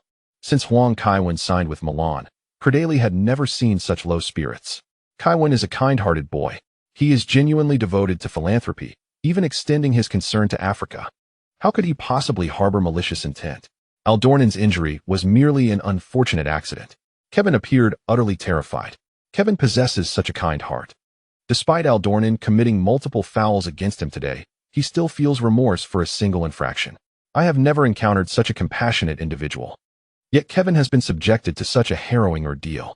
Accidentally causing another's injury, coupled with receiving a red card, must be weighing heavily on Kevin's spirit. He surely requires a warm blanket and a cup of hot cocoa now. Aldonin's ankle and calf are at a severe angle. Coach Zhang shook his head and remarked, "This is quite serious. His season is likely over." Indeed, but one must consider that Kevin Huang had no malice in his actions. This foul was unintentional. Seeing Kevin Huang's expression, he was clearly shaken. I suspect Kevin merely intended to intercept the ball, especially after enduring repeated fouls from Aldonin. He sought to release his frustration, but misjudged his tackle. That seems plausible, yet now Kevin may face a suspension for several matches. Let us hope he does not succumb to overwhelming psychological pressure due to this incident. The forum was unanimously supportive of Kevin Huang. Upon hearing the commentary regarding psychological stress, they expressed concerns that Kevin might contemplate retirement. The Milan players gathered at the sidelines to escort him off the field. "Kevin, take a moment to rest," Kaká said, patting his shoulder. Kaká was deeply worried. Knowing Kevin's character, he would undoubtedly feel immense guilt. The pressure Kevin faced during the match was monumental. In the final stages, he was involved in defense, fearing an opponent's goal, which led to such unfortunate consequences. Had he managed to score, the burden would have been alleviated. Kevin Huang walked off the field, glancing back with every step. Ancelotti and Mauro Tassati shielded Kevin as they made their way directly to the players' tunnel. You should head back and rest. I'll have Mauro accompany you. After the match, we shall celebrate together, Ancelotti said, wrapping an arm around Kevin's shoulder. Wary of uttering the wrong words. Damn Aldornin. If it weren't for him, Kevin would not be facing such a significant setback. Watching the assistant coach and Kevin depart, Ancelotti remained unsettled. After enduring the match, Milan emerged victorious, triumphing over their opponents to claim the championship. Ancelotti hurried to the locker room first. Are you not going to receive your medal? Ancelotti inquired of Kevin. I think I'll pass. Very well. Will you attend the press conference afterward? Yes, I made a mistake. And I must apologize. Ancelotti hurried away while Tassati remained in the locker room. The two engaged in light conversation, both curious whether Kevin's sacrifices could lead to a success akin to Son Heung-min's. Half an hour later, the entire team returned with Ancelotti. The mood was somber, and no one felt inclined to celebrate. A group of individuals consoled Huang Kaiwen, who accompanied Ancelotti to a press conference. During the event, Huang, overwhelmed with emotion, delivered a poignant performance, embodying a character riddled with guilt for an unintentional mistake, which deeply moved many reporters. That evening, the entire team hastily flew back to Italy. Kaká escorted Huang home, opting to stay the night to ensure his safety. Upon arriving home, Huang discovered that the young lady had not yet slept. Observing the situation, Kaká adeptly made his way to the guest room, leaving space for the two. Kevin, you need not feel so guilty, the young lady said softly. I do not feel guilty, Huang Kaiwen replied with a smile. Do you still need to hide yourself from me? I know you possess a kind heart. But Aldornin is hardly deserving of sympathy, she remarked, gazing at him. I truly do not, he insisted. Very well, you do not, Barbara said, embracing Huang's head and soothing him like a child. Determined to demonstrate that he was not only guilt-free but also quite joyful, Huang suddenly pounced on the young lady, pinning her beneath him. The following morning, Huang awoke to find that Kaká had already returned home. During breakfast, he perused the newspaper. Gazzetta dello Sport, a dreadful night and a dismal match. Kevin's performance remained unstoppable, yet in the final moments, he inadvertently injured Aldornin during a tackle, which evidently cast a significant psychological shadow over him. We hope he recovers swiftly. Milan cannot afford to be without Kevin. Corriere dello Sport. Kevin once again dominated the game. His efforts were evident to all, as he continued to defend fiercely in the final moments. The tackle was indeed accidental and considerably less severe than Aldornin's earlier foul against Kevin. Yet, in an unfortunate twist, Aldornin was injured while Kevin escaped unscathed. Ultimately, Aldornin became the victim, having committed 9 fouls against Kevin throughout the match, 3 of which were quite serious. Perhaps this is divine retribution for Aldornin. Tuttosport. Kevin should not bear any responsibility for Aldornin's injury. Upon opening his computer, Huang noticed that media outlets from other countries echoed a similar sentiment. The Times, frequent malicious fouls. Aldornin reaps what he sows. Marca. Kevin shines in Monaco while Aldornin suffers a broken leg.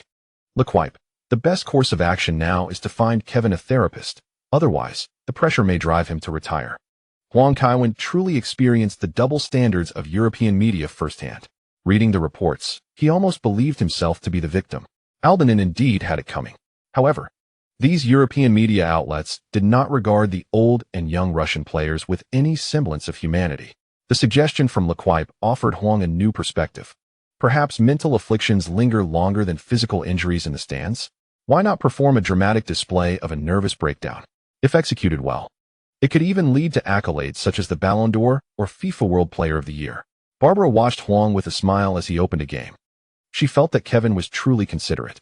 Even when deeply hurt, he was unwilling to burden her with negative emotions. She, too, should take some action. The young lady stepped outside, phone in hand, and made a call to Galliani. Outside UEFA headquarters, a considerable number of fans had gathered. Aldo Ning merely broke a leg. Yet Kevin has lost the courage to return to the pitch. Aldo Ning's injury, didn't he bear some responsibility as well, even if Kevin erred? Kevin did not act with malice. We oppose any punishment for him. The world of football cannot afford to lose Kevin. We firmly oppose any extended suspension and must ensure his swift return to the field. Cancel the red card and any additional suspension. Kevin is already heartbroken. Do you wish to inflict further pain upon him? They held up banners and chanted slogans in protest outside the UEFA headquarters. Platini, peering through the blinds, couldn't help but smile. Milan truly was a significant client. There was no need to search for justifications now. As a civilian organization, UEFA naturally had to heed the voices of the European populace. After 2 hours of deliberation, at 4 p.m. Swiss time, UEFA's official website released a statement. After repeatedly reviewing the footage, we have determined that Kevin's actions were not malicious and do not warrant a red card. Consequently, we are rescinding Kevin's red card in the UEFA Super Cup, and he will face no further sanctions. Kevin is an exceptional player who has made significant contributions to the sport, and we wish him a swift recovery from this shadow, enabling him to bring joy to fans worldwide. Simultaneously, the disciplinary committee found that the referee, René Monk, had lost control during the match, and for the foreseeable future, he would not officiate any UEFA-organized games. After signing with AC Milan, I began to express my sentiments. Amidst the announcement from UEFA, Huang Kaiwen received a notification, ding. A flawless performance, successfully evading punishment.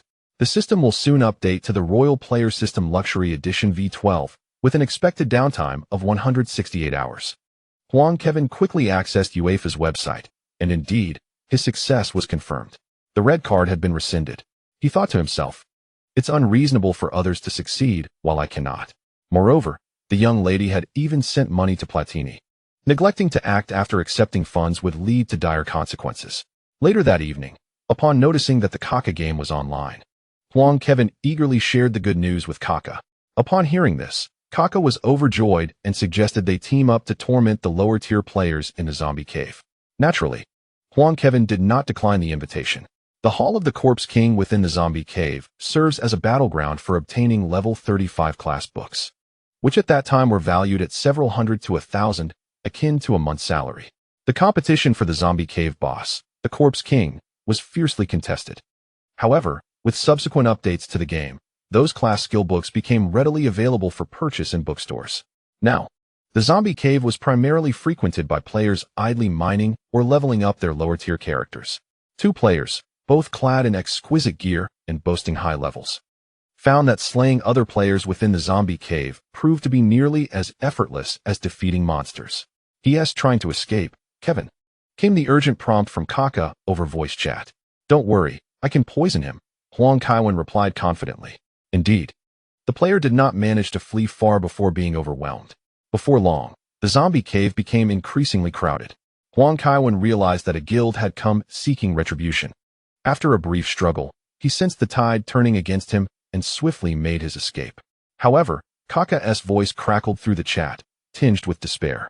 Kevin, I lost my Dragon Slayer. Did it drop upon death? Yes. Kaká sounded utterly dejected. He had only just acquired that weapon, and now it was gone. The allure of the game legend lies in its potential for loss. Even death can result in the loss of equipment, breeding a whirlwind of emotions among players. Huang Kaiwen chuckled. No worries, I'll retrieve it for you shortly. Really? Absolutely. He picked up his phone and made a call. Despite it being the early hours in China, the staff at Shengda responded swiftly. Within 5 minutes, his game disconnected. Logging onto the official Legend website, he encountered an announcement. A significant game bug occurred in Zone 2 at 2 a.m. Emergency repairs are underway, expected to last 1 hour, after which a rollback will be conducted. Huang Kaiwen smirked. Ultimately, it was those with the right privileges who had the last laugh. The following day, August 28th, he awoke to find that 2 days had passed since the UEFA Super Cup, yet the topic remained fervently discussed. As he glanced at the newspaper, he noted that the coverage predominantly centered around the Super Cup and UEFA's decision. In the corner of the paper, a headline caught his eye. 15-year-old prodigy makes his debut in professional league, vows to match Kevin soon. Such declarations were not uncommon. The world of football was rife with young talents. Huang Kaiwen had long since grown accustomed to such claims, having even encountered those dubbed 10 times Messi.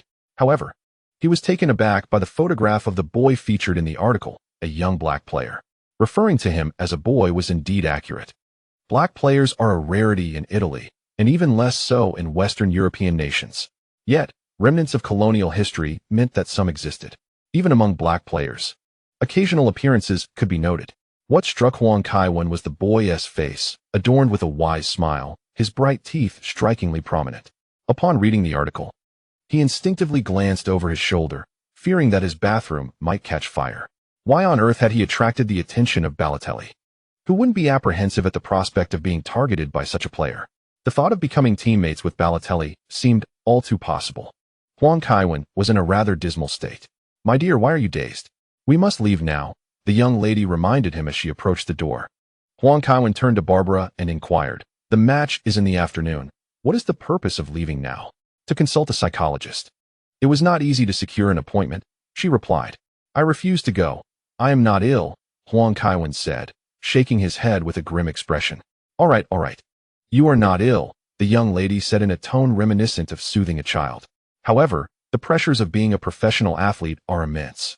It would be beneficial to seek psychological counseling to alleviate some of that stress.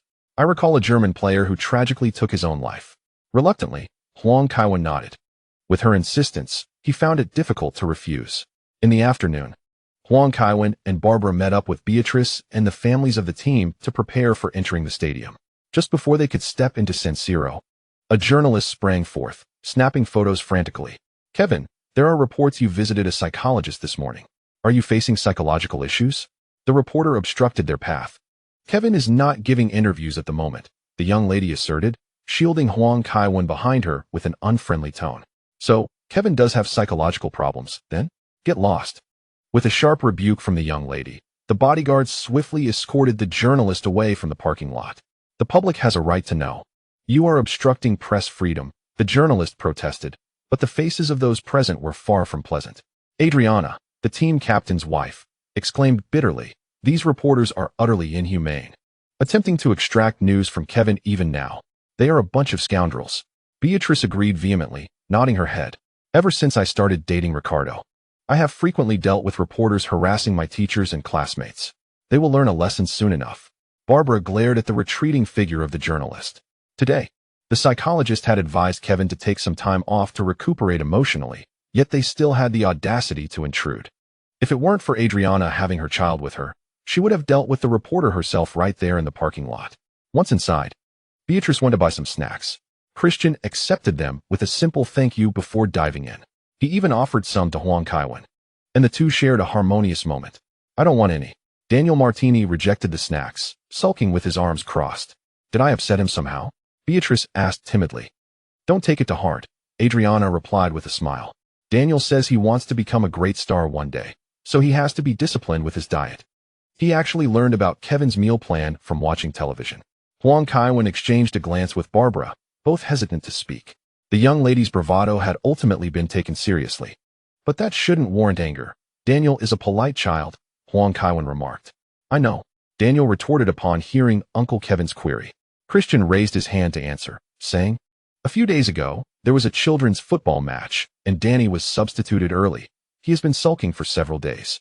"You are a child too, Chris," Adriana said with a loving smile. "I am already an adult," protested the young master, dissatisfied. "Humph." The 4-year-old second son crossed his arms and retorted innocently, "Sooner or later, I will become a great football star like Uncle Kevin, scoring many goals each season, and no one will be able to substitute me at will." Kevin Huang thought to himself, even he couldn't escape being substituted at will by Pan. It seemed that Daniel was aspiring to be a football tyrant. Was Coach Kepa's legacy continuing? Adriana affectionately patted her younger son's head and said, "That won't be easy. It will be quite arduous. I am not afraid. I will continue training as soon as we get home," Daniel Martini declared with determination. Kevin Huang was taken aback. This child was only 4 years old. Goodness. At such a young age, he was already so competitive. How could anyone live? Such ambition. If he wanted extra practice, why not seek out Magath instead? Casting another glance at Christian, Kevin Huang felt a flicker of relief. At least one child from the old Ma family was normal. As more and more fans entered the stadium, many recognized them and greeted them from afar. During the players' warm-up, the DJ at San Siro announced, "Today, although Kevin cannot be on the pitch, he has not left us. Even after experiencing terrifying events, he continues to cheer for the team from the stands." The San Siro erupted in thunderous applause. "St. Kevin! St. Kevin! St. Kevin!" Seeing the camera approach, Kevin Huang smiled and stood up, waving to the crowd. "This was all the empire I'd built. Choosing to sit in the stands instead of the box today was for this very moment." The DJ's words were perfect.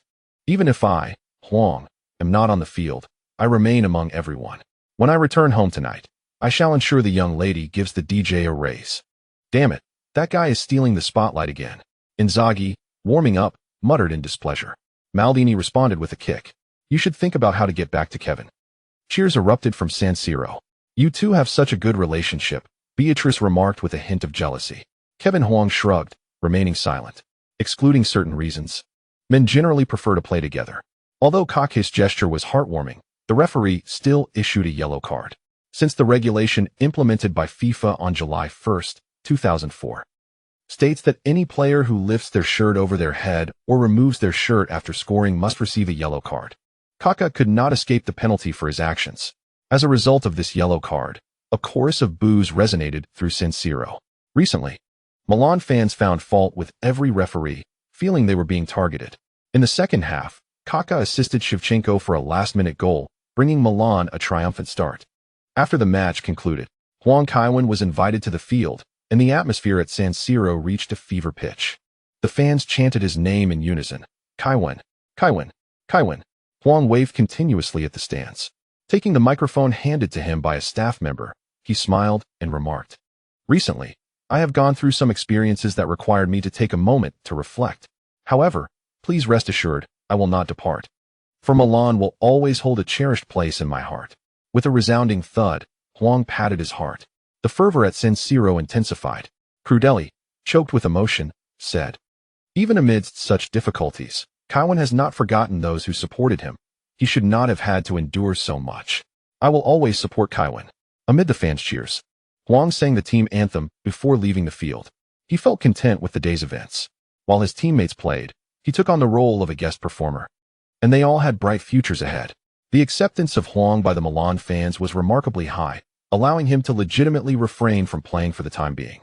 A few days later, as the European transfer market closed, Milan signed Luca Toni, Željko Kalac, Lino Ancelotti, Marek Jankulovski, John Vogel, Massimo Amoruso, and Vieri during the summer.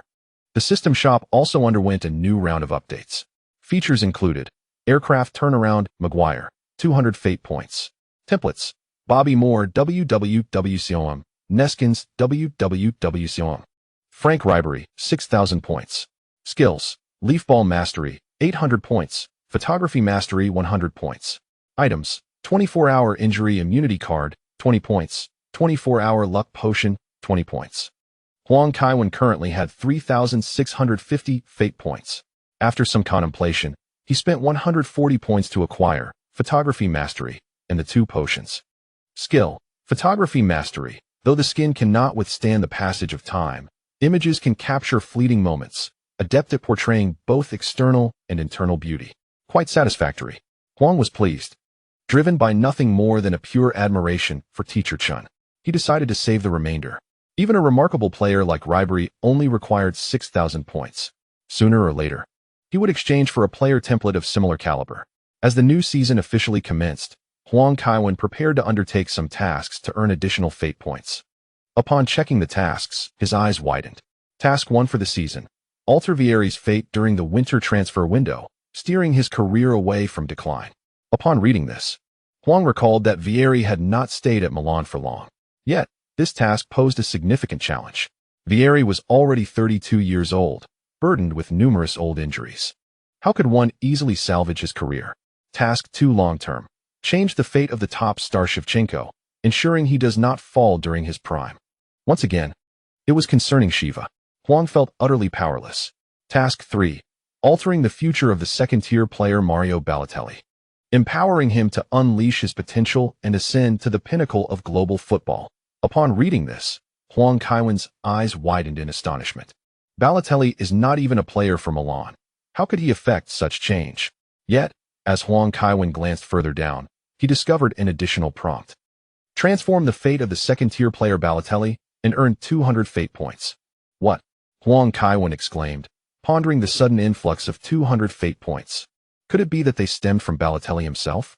Although there was no overt manifestation of fate, Huang Kaiwen could surmise that Balotelli had indeed chosen Milan, thereby granting him the 200 points. Damn it! Just a few days prior, he was apprehensive about this situation. Little did he expect that Balotelli would truly come to Milan. Huang Kaiwen reconsidered. Balotelli was merely 15 years old. Perhaps it was indeed possible to alter his destiny. The young talent of Balotelli needs no introduction. possessing world-class skills beneath the waist. Should he perhaps rectify his mindset? Damn it, I'm in. Huang Kaiwen refused to believe he could not revive Balotelli. After signing with AC Milan, he was ready to embrace the challenge. The reminder from Zhang Ai Yuliangchen. Remember to bookmark after reading so you can conveniently continue next time I update. Anticipate more thrilling developments. You may also browse the mobile version for uninterrupted reading.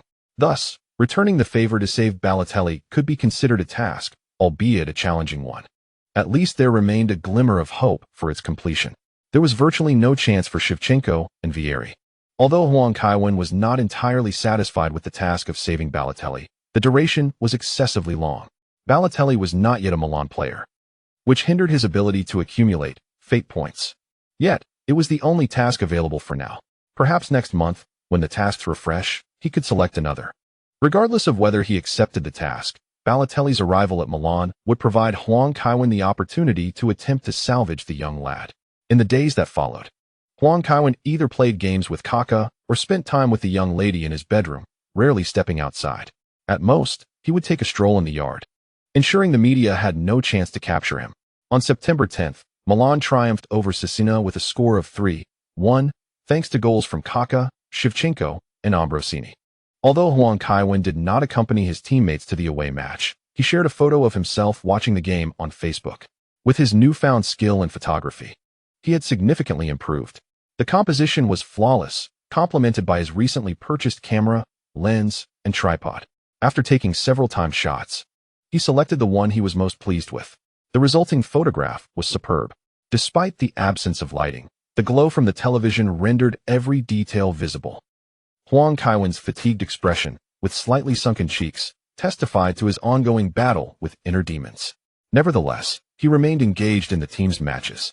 In terms of staging, he cleverly incorporated a book into the corner of the photo, a skill he had previously learned from Xia Hongxiu. Excessive exposure can appear contrived. Huang Kaiwen revealed just a hint of himself. Yet, he firmly believed that the omnipotent media would inevitably take notice. Subsequently, the images would be transferred to a computer via a card reader, adjusted in size, and uploaded to his account. After this series of maneuvers, Huang Kaiwen nodded with satisfaction, content in the knowledge that he had once again contributed to the team. The following day, the Milan Sports Daily published that very photograph, stating, "Kevin's condition seems far from ideal, yet he remains steadfastly connected to football, engrossed in the works of Dutch master Michaels, particularly team building, the path to success. Judging by the wear of the book, it is evident that Kevin has been perusing it for some time. Although his professional journey is far from over, the Rossoneri can already anticipate a day when Kevin may ascend to the position of Milan's head coach." Huang Kaiwen's eyes sparkled with realization. Coaching could indeed be a viable path. A lucrative contract awaited, with a handsome salary to boot. Should he falter in his coaching endeavors, a substantial severance package would be in his favor. Furthermore, there were no age restrictions. The day he could no longer take to the stands, he would find himself on the coaching bench. Reflecting on his past life, he recalled the illustrious Milan legends who had graced the sidelines. Even the likes of Inzaghi had managed to coach Milan. Surely, he too could achieve the same. Indeed, his choice to align with Milan had proven to be a sagacious decision. No one could sever the bond he shared with the club. Milan would forever remain his unattainable muse. Previously inspired by the psychological issues referenced in the team report, he now found fresh motivation through the Milan Sports Daily, illuminating a target for his future career. Thus, it is imperative to stay informed through reading. One's horizons will inevitably broaden. Who knows when a new spark of inspiration might arise while perusing the news. Days later, as Milan traveled to Belgium to face Club Brugge in the Champions League, Huang Kaiwen remained at home. Yet, his social media presence was far from idle. This time, he shared images from a sandy training session, showcasing his resolute gaze and muscular physique. Due to makeup, however, Huang Kaiwen appeared in worse condition than before, causing considerable concern among Milan fans. Some supporters spontaneously gathered at his doorstep, lighting candles and hanging banners, wishing for his swift return to the pitch, free from psychological shadows. On September 18th, Milan suffered a 0-2 defeat against Sampdoria, inciting considerable dissatisfaction among the fans. Those traveling with the team ignited flares while chanting Huang Kaiwen's name. Watching from home, Huang felt the pulse of public sentiment. It was time for his triumphant return. He would rejoin the team after another 2 weeks. ensuring that he would not keep his supporters waiting too long. He was not a heartless individual. Fortunately, in the following 2 league matches, Milan's players exerted themselves admirably, securing victories against Lazio and Treviso, sparing the fans further disappointment. On September 27th, the second round of the Champions League group stage saw Milan host Rapid Vienna. Huang Kaiwen made a triumphant return to the home ground, receiving a warm welcome from the fans. His teammates secured a resounding 5-0 victory against the visiting team. After the match, Huang Kaiwen granted an interview at the stadium entrance. The reporter inquired, "It has been quite a while since you last attended a live match. Now that you are back at San Siro, does this mean you have fully recovered?" "Indeed, I feel well and have no issues. However, Barbara remains concerned, which is why I have been undergoing psychological counseling." Huang Kaiwen responded with a smile. "Wow, many people are reluctant to admit they see a psychologist, as mental illness carries a stigma. What prompted you to be so candid?" the reporter exclaimed. Huang Kaiwen shook his head inwardly, finding the reporter's performance lacking. Even for Europeans, the exaggeration was excessive. The standards of the Beijing television reporter were subpar. Once Barbara takes over, a change must be made. Nevertheless, Huang Kaiwen maintained his composure and replied, "As a player beloved by many, I consider it my responsibility. The pressures of modern life are ever increasing. Doctors inform me that numerous individuals suffer from mental health issues. Yet many neglect them or feel ashamed to seek help, ultimately leading to tragic outcomes. Thus, I wish to convey that there is no shame in consulting a psychologist. Maintaining a healthy mindset is essential for a brighter future." What a noble sentiment. I believe the business of psychologists will see a significant increase in the near future. They should be grateful to you, the reporter continued. "When do you anticipate rejoining the team?" "Hopefully soon. My stomach issues have flared up recently," he replied. "You truly are a fighter, Kevin. Wishing you a swift return to the field." "Thank you." Upon returning home, Huang Kaiwen watched his interview on television. Although the reporter was somewhat theatrical, Huang Kaiwen's performance was commendable, portraying a strong and caring public figure with great finesse. It wouldn't be long before he might earn an additional accolade, perhaps even a role as an ambassador for mental health awareness. Unlike those celebrities advocating for reduced meat consumption and lower carbon emissions, at least he, Huang, was not exploiting his fans. Mental illness is indeed a grave concern, often overlooked. If his advocacy could save even a few fans' lives, it would be a remarkable achievement.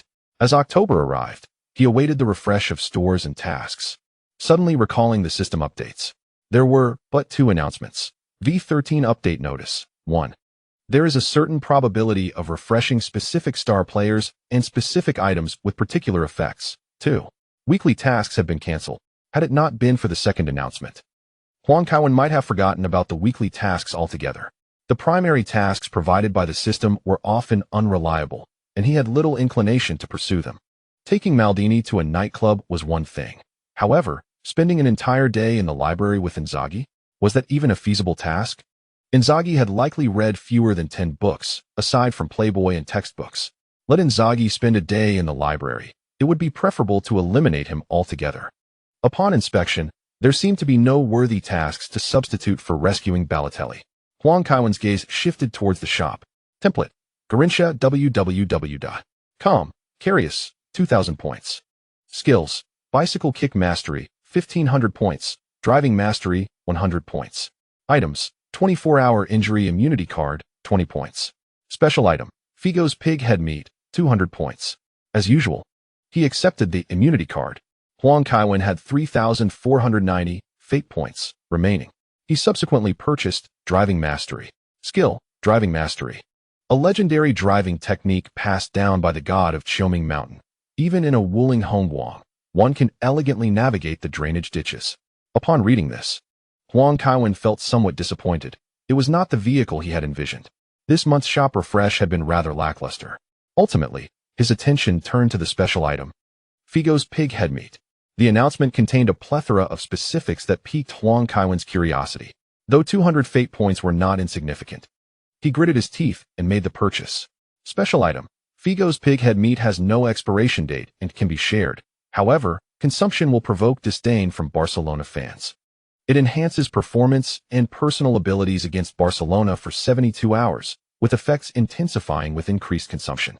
Observing the vacuum-sealed package of this dubious product, it weighed approximately 2 pounds, not an insignificant amount. It would suffice for several individuals to partake during their revelry. When the time came to face Barcelona, he could distribute it among his teammates. Wouldn't he that turned Barcelona into a sieve? Indeed, he could contribute to the team even without stepping onto the pitch. Huang was truly facing challenges. Milan triumphed over Regina at home. Next up was the international match day. As his teammates returned, Huang Kaiwen also prepared to rejoin the squad, aiming to surprise them. On October 15th, Huang Kaiwen finally appeared at Milanello. In the parking lot, upon spotting him, Inzaghi let out a cry and rushed over, embracing Huang Kaiwen's shoulders, exclaiming, "Mate, how long has it been since you last graced the team? These days without you have been unbearable." Witnessing this scene, Barbara smiled. Her Kevin was indeed quite popular. "Just in time for your return, let us celebrate together," Inzaghi said while walking alongside Huang Kaiwen towards the team. He continued, "The last time we traveled, you were injured and I was out of form, allowing that Andre guy to have the last laugh. This time, let us bring Andre along with our trio to show him our true prowess. The girls of Milan will go wild. Just imagine the scene. Beautiful maidens rejoicing at our return to the battlefield. We are the kings of Milan. Not going." Huang Kaiwen swiftly rejected the idea.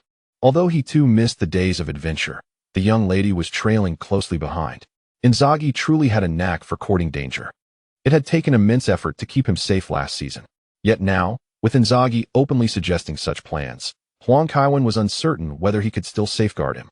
As the young lady departed for the office area, Huang Kaiwen exhaled a sigh of relief. As for Inzaghi, he could only wish for his own good fortune. "Kaiwen!" Kaká exclaimed with delight upon seeing Huang Kaiwen enter the changing room. The two often engaged in gaming together, yet their time apart during work felt somewhat lacking. Already donned in his training attire, Kaká settled onto the bench, awaiting Huang Kaiwen to change. "We can play football together again," Kaká said excitedly. "Indeed," Huang Kaiwen replied with a smile.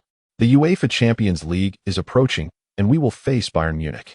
"Yes, the timing is quite fortuitous," Huang Kaiwen mused to himself. He had returned to the team just in time, as typically, the club would not allow his comeback.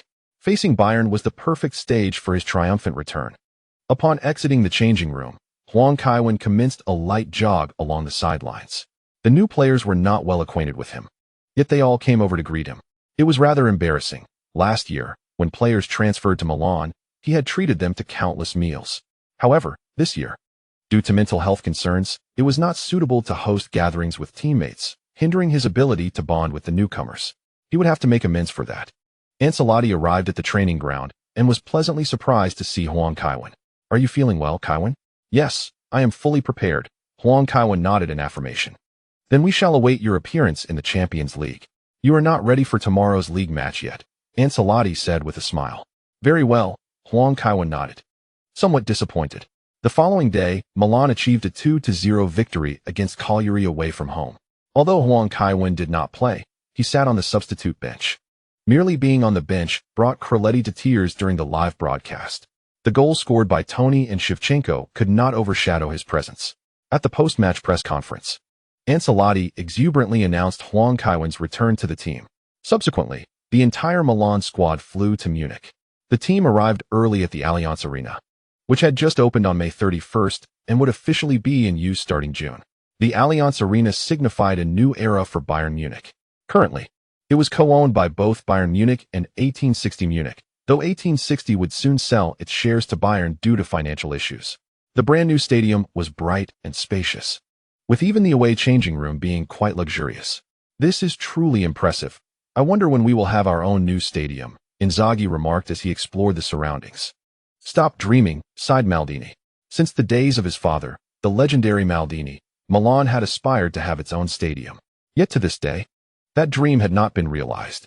The San Siro, or Miazza Stadium, was shared between Milan and Inter, with both teams holding usage rights, but not ownership. Milan possessed the financial capability to construct a stadium, Berlusconi was willing to spend, and Moratti was also an owner ready to invest in the team. Moreover, constructing a stadium is indeed a lucrative venture. The revenue from ticket sales will eventually recoup the investment, and even the sale of the club could enhance its valuation. Building a stadium is a guaranteed profit. However, it is precisely due to this profitability that Italy forbids major teams from owning their stadiums. The venues are owned by local governments, which share in the ticket revenue. This regulation has its roots in the era of Mussolini and persists to this day. While there are a few stadiums owned by clubs, they are rather small and fail to meet the needs of larger teams. Noticing a somewhat subdued atmosphere, Ancelotti clapped his hands and remarked, "Let us not concern ourselves with the stadium. San Siro is splendid. Our focus should be on today's opponents. Bayern will not be easy to contend with." "Rest assured, coach, Kevin is back," Inzaghi exclaimed. "Once I get substituted in, Kevin will surely provide me with several assists. Let us see if you even get a chance to play," Huang Kaiwen chuckled, giving Inzaghi a light pat on the arm. Inzaghi dramatically clutched his arm, exclaiming in jest. Huang Kaiwen relished such a lively atmosphere. Everything felt familiar upon returning to the team. After using his injury immunity card, Huang Kaiwen glanced at his full expectation value and opted to draw a card. Ding! Acquired a single match experience card for the 1999-2000 Bundesliga season. Matchday 12. Hertha Berlin vs Bayern Munich, featuring Sebastian Dida. What on earth? This is extraordinary. Huang Kaiwen was not surprised to draw a Bayern player, but rather to obtain Dida. Dida was an exceptionally talented player, yet he frequently suffered injuries and battled depression, ultimately retiring under psychological strain. This was almost a mirror image of Huang Kaiwen's own experiences. Although Dida had not yet retired, it seemed inevitable. Huang Kaiwen held a profound impression of this player. Whenever Bayern fans spoke of talented individuals who retired due to injuries, Dida's name was invariably mentioned. Dida could play as a winger or an attacking midfielder, positions Huang Kaiwen excelled in.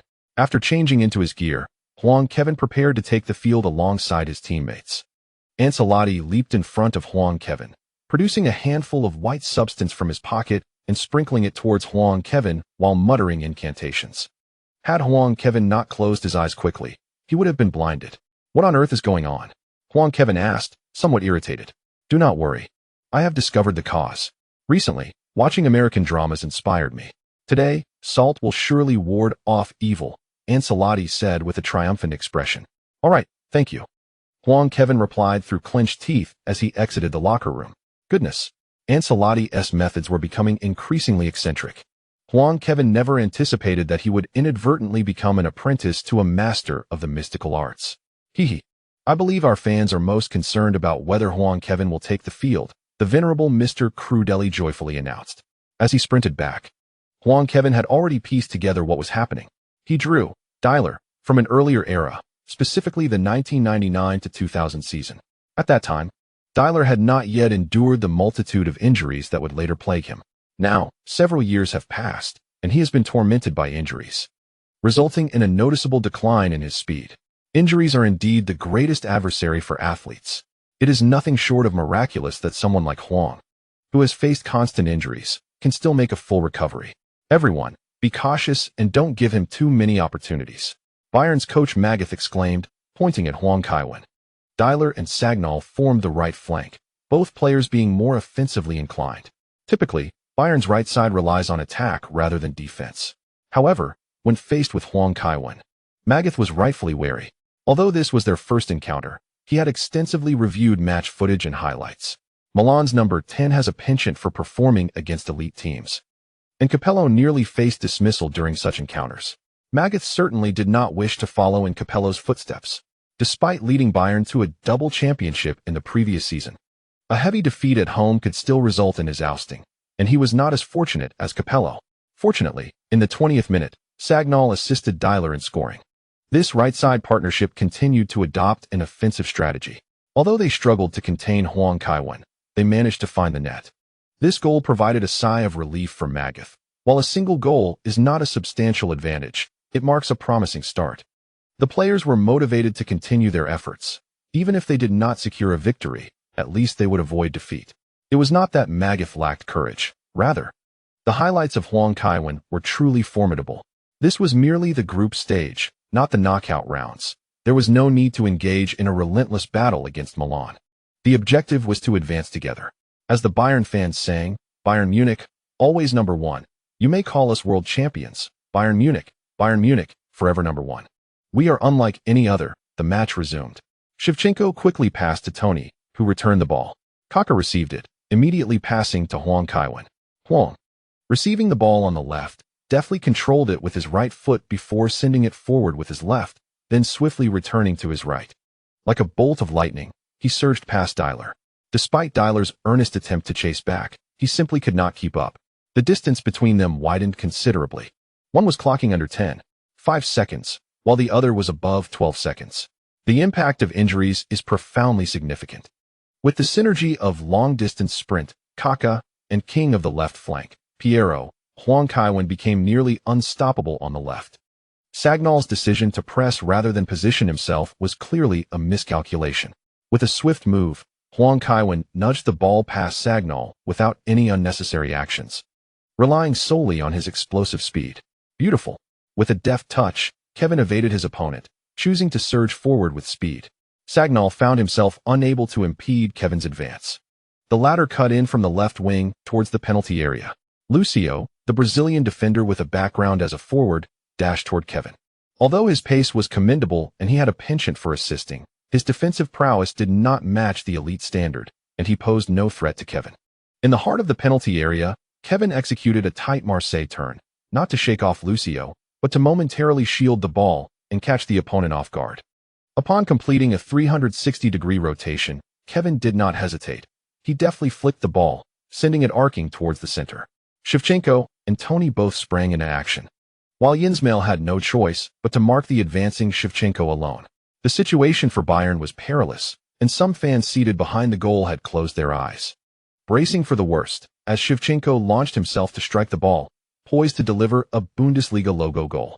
At that critical moment, a golden-haired figure dashed in with greater speed, snatching the ball and pinning it beneath him.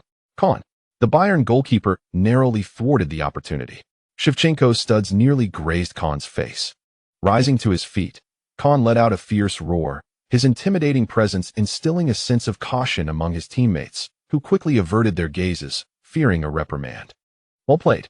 Shevchenko gave Kevin a thumbs up, acknowledging the quality of the pass, which was exceptionally discreet. Although he had been slightly slow to start, the opposing defenders were caught off guard, and even that slight delay did not hinder his shot. Had it not been for the goalkeeper's swift reflexes, the ball would have surely found the back of the net. Kahn has saved the day. With Kevin Huang back on the pitch, Milan could win, yet something feels amiss.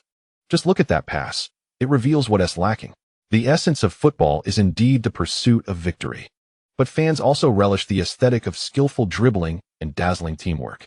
The fusion of technique and practicality, bringing victory to the team while delighting the fans, is the primary reason for Kevin Huang's popularity, remarked Huang Jinxiang with a smile.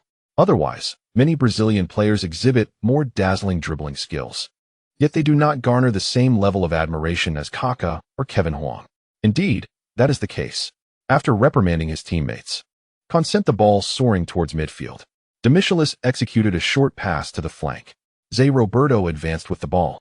His playing style distinctly European after several years in Germany. His approach was more direct and concise compared to players from the Brazilian league. In a face-off, he sought to outpace Gattuso, who attempted to corner Zé Roberto against the sideline. However, with a burst of acceleration, Zé Roberto managed to break free. This is getting precarious. Cafu. He successfully executed a tackle. Indeed, a compatriot understands a compatriot well. Today, both sides engaged in several attempts to break free, only to be closely pursued by Huang Kaiwen. Dialer, with no other options, reluctantly executed a delicate pass forward. The ball sped swiftly through the air. Pirlo, anticipating its descent, aimed to outmaneuver Ballack with his positioning, keeping him at bay. To his surprise, Ballack charged directly at him, causing Pirlo to stumble. Seizing the moment, Ballack received the ball and instantly pivoted to deliver a precise through pass. However, the quick-thinking Maldini managed to intercept the ball with his foot. Before he could clear it, Makai had already snatched it from under him and sent it into the penalty area. The towering Stam, despite his considerable height, struggled with agility. As he turned, Santa Cruz had already dashed into the box. Dida, almost simultaneously, surged from his goal, roaring towards both the ball and Santa Cruz in an attempt to intimidate his opponent. Remaining composed, Santa Cruz deftly maneuvered the ball with his right foot, creating an angle, and with a flick of his wrist, sent it towards the far post. The ball soared past Dida's head, crashing into the side netting on the right. Rocky Santa Cruz. The German commentator erupted in unison with the Allianz Arena, exuberantly calling out the hero's name. Rocky. Rocky, Rocky. The sprinting Santa Cruz retained his striking good looks, undoubtedly captivating the hearts of many young admirers. Meanwhile, Maldini, having chased back into the penalty area, rested his hands on his knees, bowing his head as he gasped for breath. After a brief pause, he clapped his hands to rally his teammates. Milan is in a precarious position, he remarked. Bayern's attacking prowess is formidable. I mentioned earlier that solely defending against Bayern's flanks wouldn't suffice. Look, Ballack seized the opportunity to receive the ball and orchestrated this attack, another player noted. True. But Pirlo also did his utmost. Who would have thought Ballack would simply bulldoze through without contesting for the aerial ball? Indeed, Pirlo appeared rather helpless. He cannot match Ballack's physicality. The pressing issue for Milan now is how to curb Bayern's offense. In the stands, Beckenbauer wore a broad smile. Previously, he had harbored concerns that Bayern might falter against Milan, especially given their dominant performance over the past year, particularly with the number 10 on the pitch. Observing Bayern's young players today, he felt reassured by their performance. If this style of play continued, even the cold German winter would be unable to chill the hearts of the fans after this match. Ricardo, let's switch positions more frequently, Huang Kaiwen suggested as they moved towards the midfield. Yes, certainly, Kaká replied. Lucio is quite fast and familiar with my style. They seem to be targeting me today. Don't let that bother you. You are the strongest midfielder in Europe. As long as you believe in yourself, no one can hinder your progress. Huang Kaiwen offered Kaká a dose of encouragement. Yet, in Kaká's eyes, as Huang Kaiwen raised his thumb under the lights of the Allianz Arena, he seemed to radiate a divine glow. Ricardo Isaacson dos Santos Leite clenched his fists, his entire being ablaze with fervor. With a sharp clap, Shevchenko initiated the play with a back pass. Kaká seized the ball and surged forward like an arrow. His long strides and rapid pace, coupled with his tendency to keep his head raised while dribbling, exemplified his style. Santa Cruz made a half-hearted attempt to intercept, but before he could even delay Kaká for a moment, he was deftly evaded. Ballack attempted to impose a physical challenge, yet Kaká, with a slight twist of his ankle, gracefully sidestepped him, maintaining his momentum as he advanced. Out of the corner of his eye, Kaká noticed Kevin Huang racing up the left flank, instilling a sense of reassurance within him. The other Milan players were utterly unprepared for such an audacious start.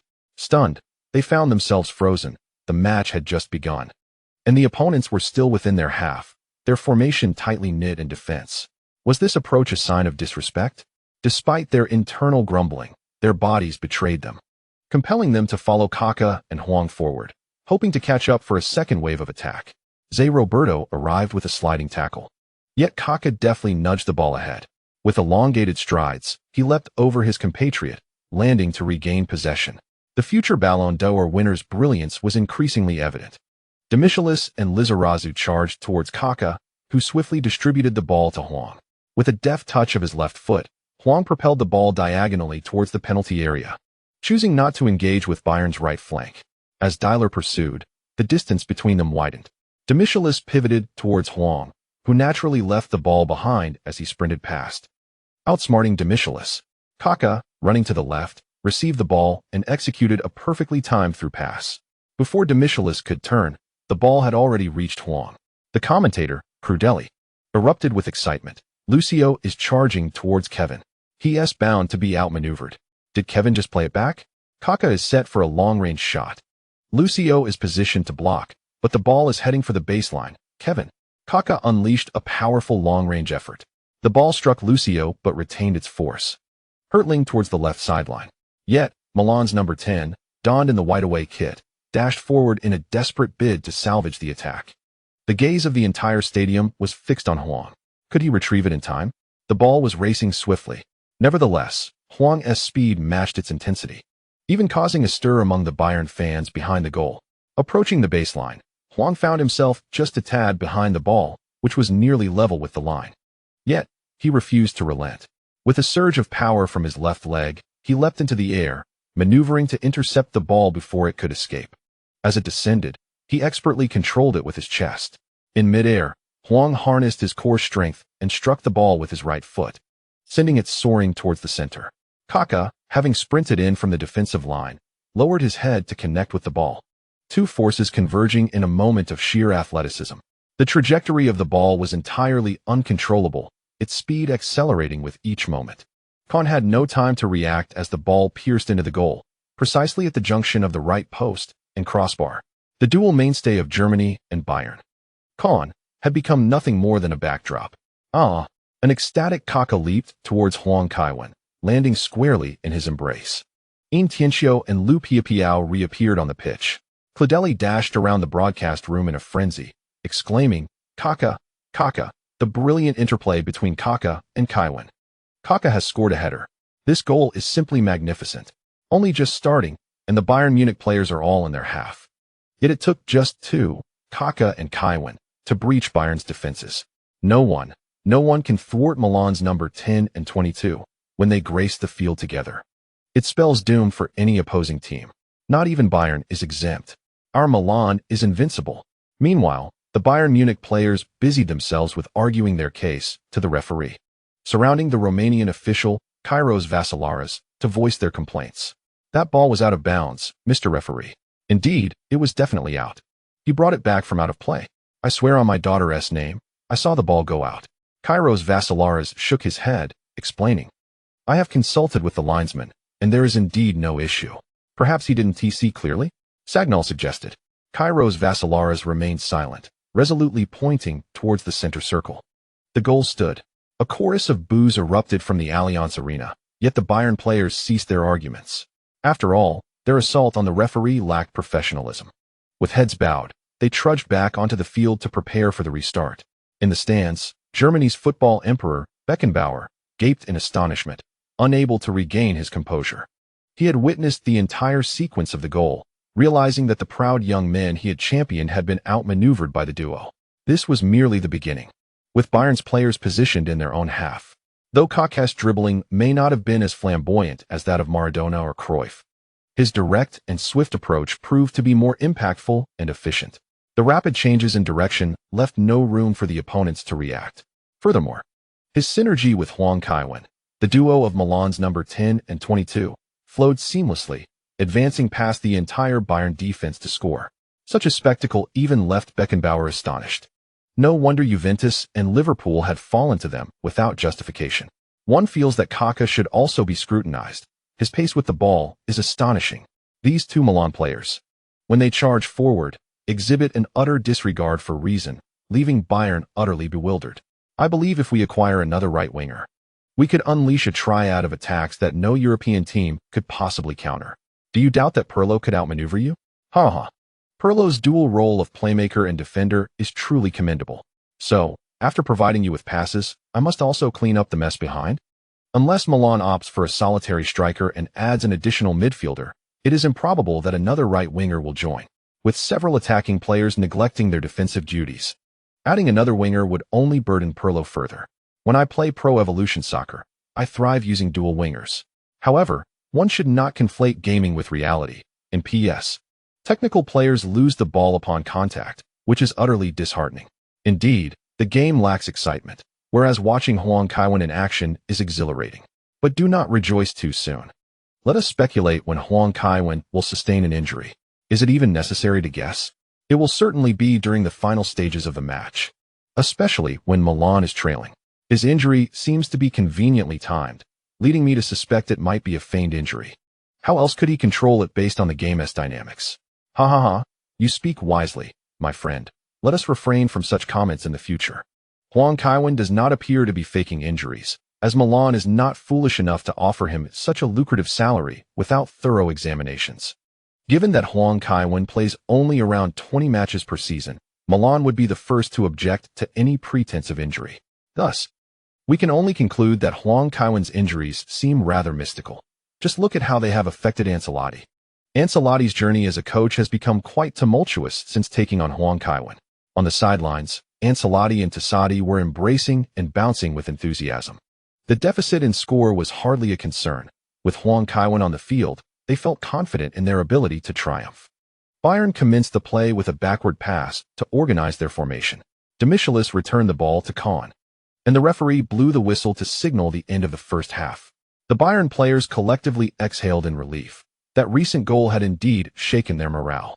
Though intangible, morale is a palpable entity. Players aspire to manage it, yet controlling one's thoughts remains a formidable challenge. Such circumstances are perilous, often leading to successive goals conceded. The halftime break provided them with an opportunity to recalibrate. That last goal was splendid, Kaká remarked with a smile. It was decent, Huang Kaiwen replied, equally pleased with himself. Shevchenko walked alongside Huang Kaiwen, feeling an immediate closeness with these two midfield prodigies. It suddenly dawned on Shiva that he and Inzaghi were not only rivals in position, but also in their camaraderie with teammates. Despite being a trio, there seems to be no room for another. The player tunnel is simply not vast enough. Ancelotti returned to the locker room with a smile, when suddenly a shadow darted toward him. Upon closer inspection, it was Inzaghi. Hey, shouldn't it be my turn to play? Inzaghi asked Ancelotti earnestly. Hold on. Your opportunity will come. Do not wait. After all, they cannot score. Inzaghi exclaimed in frustration. His Champions League goals momentarily outnumbered Shevchenko's, yet Shevchenko was several years his junior. It was imperative for Inzaghi to extend his lead, lest he be surpassed later on. Tony raised his middle finger at Inzaghi, who pretended not to notice and continued to pester Ancelotti. When the opportunity arises, pass the ball to me. I shall score and infuriate Filippo, Shevchenko whispered to Kaká. Of course, Kaká replied with a smile. After all, who scores is secondary. His new contract offered equal bonuses for goals and assists. Kaká. Inzaghi darted over, pushing Shevchenko aside, and draped an arm over Kaká's shoulder. We are good brothers. You cannot treat me this way. You need to step on the pitch first, Kaká retorted. Head. Inzaghi swiftly changed direction, more agile than when he dribbled past defenders. Ultimately, Inzaghi could not persuade Ancelotti. His age was a factor, and with numerous forwards available, there had to be an order of play. The Ballon d'Or winner Shevchenko and the newly acquired Tony were temporarily prioritized over Inzaghi. He could only wait for an opportunity should their form falter. Bayern fans sang Southern Star. The players returned to the field. Milan initiated the kickoff, with Kaká passing back. Pirlo expertly controlled the rhythm. It was impossible to replicate the synergy between Kaká and Kaká from the first half. They needed to draw the opposing formation forward before seizing an opportunity to attack. Makelele surged forward, and Pirlo distributed the ball to the left flank. Kaladze noticed Kaká evading Ballack and sprinted toward the right. With a powerful diagonal pass, he sent the ball forward. The ball's landing spot was rather ordinary. Zé Roberto attempted to use his body to pin Kaká against the sideline. In the moment the ball descended, Kaká suddenly maneuvered around Zé Roberto, skillfully cushioning the ball with his chest and returning to the center. De Michelis closed into press, but Kaká deftly delivered a diagonal pass. Kaká burst forward from the flank, charging into the box with Sagnol in pursuit. Unsure of his speed against Kaká, Insua preemptively shifted right to block his advance. While dribbling along the edge of the penalty area, Kaká exchanged a glance with Shevchenko. At the instant Kaká lifted his foot, Shevchenko launched forward, startling Lucio. However, Kaká's pass found its way to him on the right. Just as Kaká prepared to deliver the ball, Lizarazu, running toward him, stumbled and fell onto the grass. Are you all right? Kaká kicked the ball out of bounds and crouched down to check on Lizarazu. Kaká rushed over, realizing the opponent was genuinely injured. He sighed in relief. He had initially suspected a dive. He misjudged Lizarazu's intentions. Bayern's left-back Lizarazu is injured. It appears to be a non-contact injury, likely a strain. Lizarazu has only recently returned from injury, and now he is hurt again. As young talent Bastian Schweinsteiger warms up, this 21-year-old typically occupies the role of a winger, but is also capable of stepping in as a fullback. However, he lacks the experience to adequately replace the position of Lizarazu. Unfortunately, there is little recourse, as Lizarazu has been assisted off the field by the medical staff.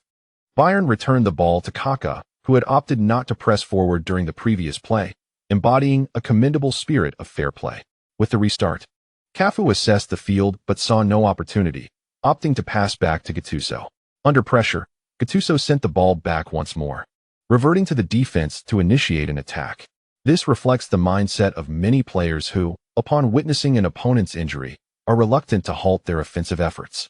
When an opposing player is down, the chance for a breakthrough is enticing. Halting the attack often results in lost momentum as the opposition regroups.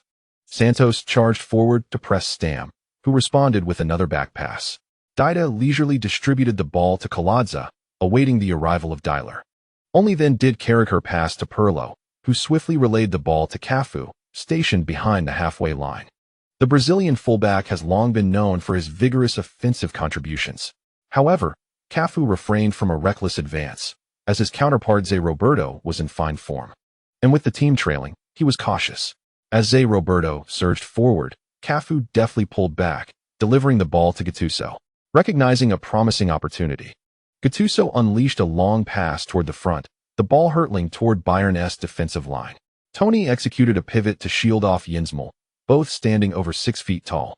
But Tony's strength prevailed as he successfully controlled the ball and promptly returned it to Kaká with the arch of his right foot, close to Demichelis. Kaká made no adjustments and sent a precise through ball that zipped between Bayern's 2 defenders into the penalty area. Lucio remained vigilant against Shevchenko, and as Shevchenko initiated his run, Lucio pivoted to track him into the box. After a few strides, Shevchenko realized Lucio was a formidable opponent, persistently disrupting his rhythm with subtle movements. Approaching the 6-yard box, Shevchenko understood he could delay no longer. In an instant, he collapsed, redirecting the ball toward the left side of the area. From the shadows of Sagnol, a figure emerged. "Kevin!" cried Crudeli, his excitement palpable. Kevin turns and threads a pass. Tony races towards the right post. Header. It's in. Tony has equalized for Milan.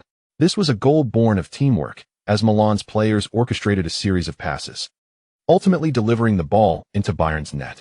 Following a series of exchanges that returned the play to the back line, Gattuso launched a long ball forward, and Milan's attacking quartet executed a seamless interplay near the box, culminating in a breach of the goal. Such a goal could easily find its place in a textbook. A hushed silence enveloped the Allianz Arena in Munich. Magath glanced towards the substitutes bench, his greatest fears materializing before him. Bayern had historically struggled against Milan, having secured victory only once in numerous encounters. Presently, Milan appeared stronger than ever, and the lead they had fought for slipped from their grasp. Now, the objective was to secure at least a draw.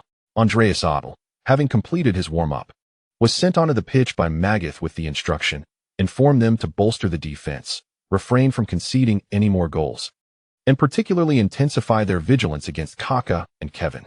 In the final stages, we may contemplate an offensive. Understood, coach, replied Ottel, receiving a pat on the back as he made his way onto the field. Magath returned to the coaching seat, contemplating whether an additional defensive midfielder would suffice to withstand the pressure. Ottel replaces Mackay. Isn't aiming for a draw at home overly cautious? Uncertain, Magath must have his rationale. Truth be told, a draw isn't entirely unacceptable. Both Bayern and Milan have won 2 matches, and the group's strength distribution indicates that Bayern and Milan are likely to progress together. Indeed, the real suspense lies in determining who finishes first and who secures second place. Fortifying the defense is a viable strategy, especially with Milan's attacking prowess on the rise. After the restart, Huang Kaiwen noted that Bayern's recovery was thorough. Magath's tactics were indeed perplexing. Those familiar with the Taishan team's matches would recognize this approach. It was surprising to witness Magath employing such strategies so early on. With Ottel stationed as a defensive midfielder, he consistently supported Deiler on the right flank, leaving Huang Kaiwen with limited opportunities. The tempo of both teams' attacks slowed considerably. In the 82nd minute, Pirlo launched a long pass from the back, and Huang Kaiwen, upon crossing the halfway line, found himself surrounded by 4 Bayern players. With no options available, he was forced to pass back. After organizing from the back, Milan's Dida sent a powerful kick forward. Ottel outjumped Kaká to head the ball to a teammate. Ballack, after a breakthrough, delivered a precise pass forward. Santa Cruz received the ball and unleashed a long-range shot, sending it soaring into the stands. It seems both sides are destined for a draw. Ancelotti is preparing to substitute Inzaghi. I wonder who he will replace. Could it be Huang Kaiwen?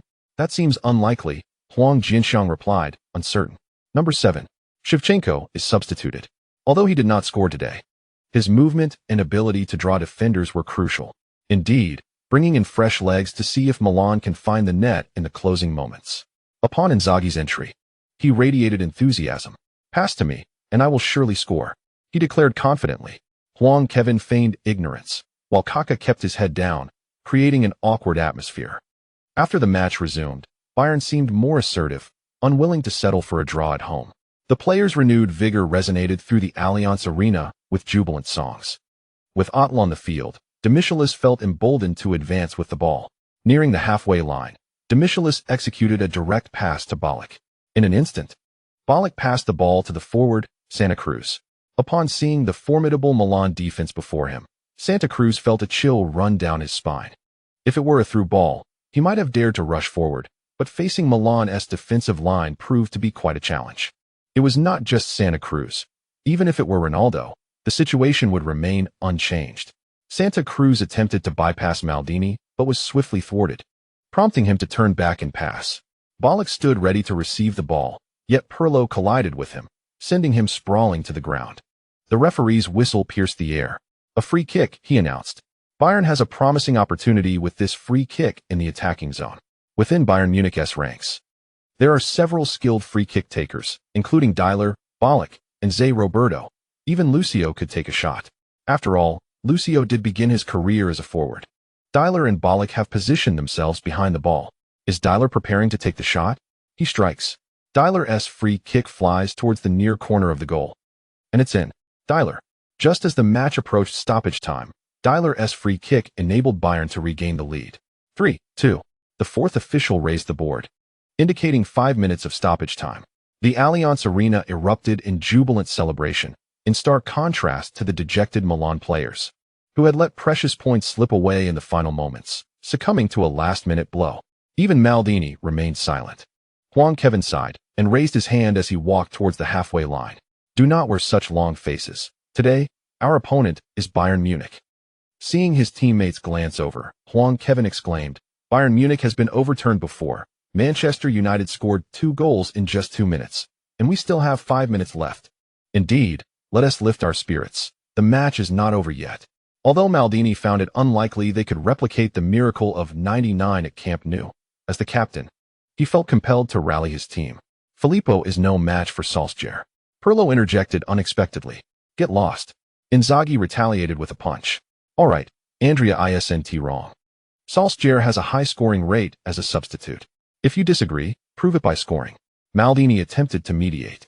Inzaghi grumbled as he moved towards the midfield, determined to show these dismissive players a thing or two. After the restart, Bayern began to regroup. In the final minutes, they only needed to defend to secure victory, avoiding any unnecessary confrontation with Milan. 2 minutes of stoppage time had already elapsed, yet Milan still struggled to mount a significant attack. Time is running out for Milan. Pirlo has surged forward. Upon crossing the halfway line, Bayern players immediately marked Huang Kaiwen and Kaká closely. Pirlo dribbles past Demichelis. Let us see what he decides. A long-range shot. Kahn makes a save, resulting in a corner for Milan. Huang Kaiwen intercepted Pirlo, preparing to take the corner kick. After signing with AC Milan, I began to enjoy the game. In the 93rd minute, a moment of doubt arose as Coach Zhang pondered. Is it rather hasty to let Huang Kaiwen take the corner kick? Although he possesses commendable skills, I cannot recall him ever having taken one before. Huang Jinxiang did not come to Huang Kaiwen's defense. On the pitch, both teams had relaxed, awaiting Huang Kaiwen's approach to the corner flag. He moved at a leisurely pace, while the Bayern players were content to let him waste time, as they were not the ones trailing in the match. Milan's players, though anxious, refrained from urging him onward. At that moment, just as Pirlo was about to leave the corner area, he suddenly turned and executed a deft-lofted pass. Positioned at the edge of the penalty area, Huang Kaiwen met the ball with a stunning volley. The crowd of over 10,000 held their breath, fixated on the unfolding drama within the Bayern box. Lucio and Jens Meyer, the two central defenders, appeared unprepared, their delayed reaction proving futile as the ball soared towards the goal. The shot was aimed at the near corner, and Kahn, caught off guard, could not recover in time. Just then, a figure leapt in front of the left post, intercepting Huang Kaiwen's strike. Inzaghi, positioned in the small box on the left, seized the chance to score. Goal. The ball has found the net. In the 93rd minute, Inzaghi has equalized for Milan. The impact of the substitutes is indeed evident. Indeed, both substitutes have performed admirably, with Schweinsteiger, who replaced Lizarazu, making that crucial block. Milan's attack was sudden. Huang Kaiwen and Pirlo orchestrated this without informing their teammates, successfully deceiving the other players on the field. When the defenses relaxed, Pirlo suddenly passed to Huang Kaiwen, who was already in position and struck towards the inside of the left post, fooling even Kahn. With so many stars from Bayern unprepared, only the substitute Schweinsteiger seemed vigilant. At just 21 years old, he is a year younger than Huang Kaiwen and has steadily progressed through Bayern's youth academy since 1998, finally making his way to the first team. His recent performance surely made an impression on Magath, promising him more opportunities. Inzaghi raced towards Pirlo at the corner flag, arms wide open. Their camaraderie is evident. They are teammates for both Milan and the Italian national team, Coach Zhang cheerfully explained to the fans. As Inzaghi approached Pirlo, he exclaimed, "Look at that, I scored. You doubted me, now kneel." Clearly, his words differed from Zhang's narrative. Fool. Pirlo disdainfully pushed Inzaghi away, still unable to calm himself. Inzaghi impulsively vaulted over the advertising board and celebrated triumphantly in front of the stands. Pirlo internally cursed him as an idiot and hurriedly distanced himself. Behind the corner flag was the section occupied by Bayern fans, who were incensed by Inzaghi's antics. A torrent of debris rained down, forcing Inzaghi to flee, clutching his head. Both sets of players struggled to suppress their laughter. Huang Kaiwen sighed. This guy really is only handsome for 3 seconds. Nevertheless, he was still a brother from their own ranks, and outsiders should not be allowed to bully him. Huang Kaiwen resolved to return and pen a report, anonymously submitting it to the Milan Sports Gazette, analyzing fan aggression and the employment issues faced by graduates in the arts. The Germans' training for cold resistance might be a preparation for conquering Stalingrad. As the match resumed, Bayern passed the ball back a few times. De Michelis distributed it wide to Dida. Huang Kaiwen had not yet had the chance to press. As Dida lifted his foot to pass, he collapsed to the ground in agony. Was he simulating injury? Huang Kaiwen hesitated. Whether to assist him was a dilemma, considering he was not the one who had knocked him down. Upon discovering that Dida was merely cramping, Huang Kaiwen breathed a sigh of relief and approached to help alleviate the cramp in Dida's foot. The players from both teams gathered around but did not disturb Huang Kaiwen. After a moment, Dida recovered, grasping Huang Kaiwen's hand to rise. Applause erupted throughout the Allianz Arena. "Thank you," Dida said. "Not at all, you played well." Huang Kaiwen replied with a smile, patting Dida on the shoulder. The German commentators praised Huang Kaiwen's actions. Kaiwen and Kaká have demonstrated commendable sportsmanship today. This has been a richly engaging match. The fans have witnessed thrilling counterattacks, strategic corner kicks, and the chivalry exhibited by two European powerhouses. A score of 3-3 is acceptable for both sides. Dida's lack of injury brought a sigh of relief from Magath. He stood by, observing Kaiwen, seemingly captivated by his charisma. Kaiwen truly is an exceptional player, but as Huang Kaiwen sprinted back, he noted that little time remained in the match, leaving no opportunity for another offensive. He decided to showcase a traditional skill, imitating Lizarazu with a dramatic fall. Team doctor, team doctor." Ancelotti's anguished cry pierced the Munich night. "What did I say? Huang Kaiwen gets injured just as we equalize. It's absurd if this isn't a feigned injury. It is indeed a bit mystical. Who knows when Huang Kaiwen will return? He'll probably be fine after a few days. I haven't seen him sustain a serious injury." Earlier, Huang Kaiwen helped Dida. Did Dida infect him with something? What? Can injuries be contagious? Who knows? The online forums were filled with merriment. Watching Huang Kaiwen play, they felt something was amiss when he wasn't injured. After the match, in the mixed zone, a commentator remarked, "Kaiwen is an unparalleled genius. Facing him on the pitch is incredibly pressuring. I can intuitively sense Kaiwen's speed and skill. It is utterly impossible to defend against him one-on-one. Should Kaiwen ever be awarded the Ballon d'Or, I would be utterly unsurprised," remarked Dida, wiping the sweat from his brow while addressing the German journalist. "Who possesses superior technique? You or Kaiwen?" The journalist persisted. "Kaiwen," Dida responded without the slightest hesitation.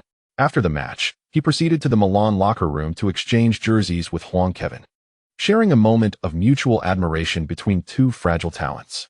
In an interview with Bild, Beckenbauer also expressed his admiration for Huang Kaiwen and Milan. The desire for victory that Kaiwen exhibits is astonishing, coupled with his exceptional technique and lightning speed. He reminds me of George Best, an outstanding winger, and so is Kaiwen. Milan currently stands as the strongest team in Europe. They appear invincible. The following day, upon returning to Milan, Huang Kaiwen discovered the reports. He was taken aback to find himself receiving such high praise. Reflecting on the past, he recalled how he once dedicated himself solely to writing, playing football poorly. Now, he often avoided training to indulge in video games. Yet his performance on the pitch had dramatically improved. It seemed that slashing through legends was enhancing his football skills. Consequently, Huang Kaiwen spent an entire day immersed in the game. When Barbara returned home that evening, she leapt into Huang Kaiwen's arms. "What's the matter? Why so excited?" Huang Kaiwen inquired, embracing her. "Darling, you've been nominated for the Ballon d'Or." She triumphantly presented a document from her handbag to him. Upon glancing at it, Huang Kaiwen was astounded by the illustrious names listed: Henry, Kaká, Eto'o, Younes, Ronaldinho, Gerrard, Lampard, and Messi. Aside from Messi and himself, the majority were already renowned players. Particularly Messi, who seemed to secure a nomination year after year. Noticing Huang Kaiwen's focus on Messi's name, Barbara commented, "The Ballon d'Or is hardly professional. That young players shouldn't be nominated alongside you." Huang Kaiwen thought, "You may not grasp Messi's caliber, nor my own." He felt a sense of pride at being nominated alongside Messi. Barbara's statement suggested that Messi was the one who had risen to his level. Indeed, love makes one blind. Reflecting on his missed opportunity to exchange places with Messi and Iniesta in Barcelona that summer, Huang Kaiwen felt a twinge of regret. Had it not been for his deep affection for Milan, the landscape of world football might have been drastically altered. He would surely mention this in his autobiography. To nurture his infatuated admirer, Huang Kaiwen naturally sought to encourage her. He gathered her in his arms on the sofa and recounted his experiences in Munich. Suddenly, she shivered, perhaps due to the sweltering Italian weather, as her trousers felt damp. On September 20th, Huang Kaiwen arrived at the team and was promptly taken by Giannini to the Milan laboratory for a comprehensive medical examination. Observing Nani's excitement as he stored his medical reports separately, Huang Kaiwen felt akin to a laboratory mouse, a shiver of unease coursing through him. He hastily departed from the examination, not wishing to linger a moment longer. At the training ground's periphery, Ancelotti, noticing Huang Kaiwen's vibrant spirit, waved cheerfully at him. "Is there something you need, coach?" Huang Kaiwen inquired as he approached Ancelotti. "In a few days, we will be facing Palermo in the 8th round of Serie A. This season, Palermo has performed commendably and currently sits in 6th place, presenting a formidable challenge." In the home locker room, Huang Kaiwen changed into his jersey, hesitating for an extended moment, ultimately deciding against using the 24-hour Lucky Potion. At present, he possessed merely one bottle of Lucky Potion. This item was not frequently employed, and while its use could diminish his injury risk, utilizing the Lucky Potion for a match seemed somewhat unwise. It reminded him of a book he had previously penned, titled Invincible Wild King, wherein the protagonist could foresee events 5 minutes into the future, eagerly rushing to play in the LPL. Reflecting on it now felt rather foolish. Explaining why it had initially flopped, he resolved to save the potion for summer. Perhaps to purchase a lottery ticket in America and strike it rich with a multi-million euro prize. Casually, he picked up a scratch card and revealed a prize of 5,000 euros. His luck was not entirely unfavorable. Glancing at his 100 in expected value, Huang Kaiwen opted for a draw. Ding! You have obtained a single match experience card for the League Cup 4th round of the 2011 to 2012 season. Manchester United vs Liverpool, featuring Danny Welbeck. Was this considered fortunate? Huang Kaiwen could not be certain. Welbeck had never enjoyed a stellar period at Manchester United and was affectionately dubbed one of the Dark Four Kings by the club's supporters. The idea of embodying Welbeck sounded almost like an insult. Huang Kaiwen felt dazed. "Why are you still standing there? It's time to warm up," he was urged, and he quickly resumed his sprint down the flanks. Kaiwen, splitting the defenders with speed. Christian Zaccardo attempts to mark Kaiwen's cut inside, but Kaiwen has gone to the byline. Across. As he approached the goal line, Huang Kaiwen dashed towards the left side of the penalty area, calling for the ball as Inzaghi delivered a cross. The ball soared past Inzaghi and the opposing defender Barzagli, heading towards the top of the penalty area. Suddenly, Kaká burst forth from behind Palermo's defensive midfielder Eugenio Carini, arriving just in time to unleash a powerful right-footed shot. Bang! Kaká's thunderous long-range effort whizzed past Barzagli, aiming for the top right corner of the net. The Palermo goalkeeper, Santonio, could only admire the trajectory of the ball. Goal! Kaká scores. Only 2 minutes into the match, and Kaká has broken the deadlock against Palermo with a stunning long-range strike. Kaiwen's pass was exquisite. It was utterly unexpected. It was brilliantly concealed. He kept his eyes on Inzaghi, yet delivered the ball to Kaká. Kaká indeed grasped Kaiwen's intentions, dashing forward to unleash a long-range shot that found its way into the net. "Perhaps this is the unspoken connection between geniuses," exclaimed Cruyff with palpable excitement. "Why wasn't I included?" Inzaghi complained as he approached Huang Kaiwen. Huang Kaiwen silently mused that he indeed intended to pass to him.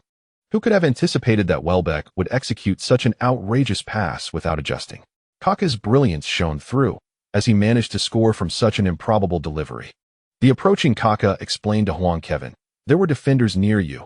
The opportunity was not guaranteed. It was perfect for me." Huang Kaiwen nodded in agreement. "Yes? That is precisely the case. Then it's settled. Pass to me later." "Of course, I will definitely pass to you," Huang Kaiwen replied with a pained expression as he acquiesced to Inzaghi. "After signing with AC Milan, I began to display my talents." The illustrious English star, as expected, proved to be increasingly unreliable. Upon restarting the game, Vogel consistently passed the ball to Huang Kaiwen whenever he gained possession. Clearly, he recognized who the pivotal player was within the Milan squad. Unfortunately, today was not Huang Kaiwen's finest hour, as he was not afforded any opportunities to assist. Once he received the ball, he primarily relied on his speed to break through. Welbeck's pace was commendable, yet solely relying on speed rendered Gonzalez's task exceedingly challenging. After all, he hailed from a winger background. Transitioning to a wide midfielder required proper positioning and defensive anticipation. If Huang Kaiwen were to halt and utilize skillful maneuvers to dribble past, he could leverage his experience to find the right moment to strike. However, this raw speed approach left Gonzalez with little recourse. Zaccardo charged towards Kaiwen. Kaiwen angled his run into the box, shooting. No, it was a pass. Tony was completely caught off guard. Cruyff sighed. Kaiwen's pass was indeed too subtle. One cannot blame Tony. Clearly, Kaiwen aimed for the far corner of the goal, and his motion mimicked a shooting stance. Who would have anticipated that he would lay the ball off to the right? Kaiwen's feigned shot. Genuine pass appeared so much like a strike that likely only he himself could have predicted it. Seeing Tony give him a thumbs up, Huang Kaiwen felt a twinge of insecurity. Damn it. The Welbeck he drew was still from his early days. The early Manchester United Welbeck, aside from speed and physique, was lacking in substance. It was only through Ferguson's tutelage and game experience that he evolved into a decent player. The version he received was barely even second-rate. Thus, today demanded a shift in strategy. In addition to utilizing speed to penetrate, he resolved to shoot less and minimize long passes, opting instead for close-range distributions. This approach was essential to avoid becoming the terminator of the team's offensive efforts.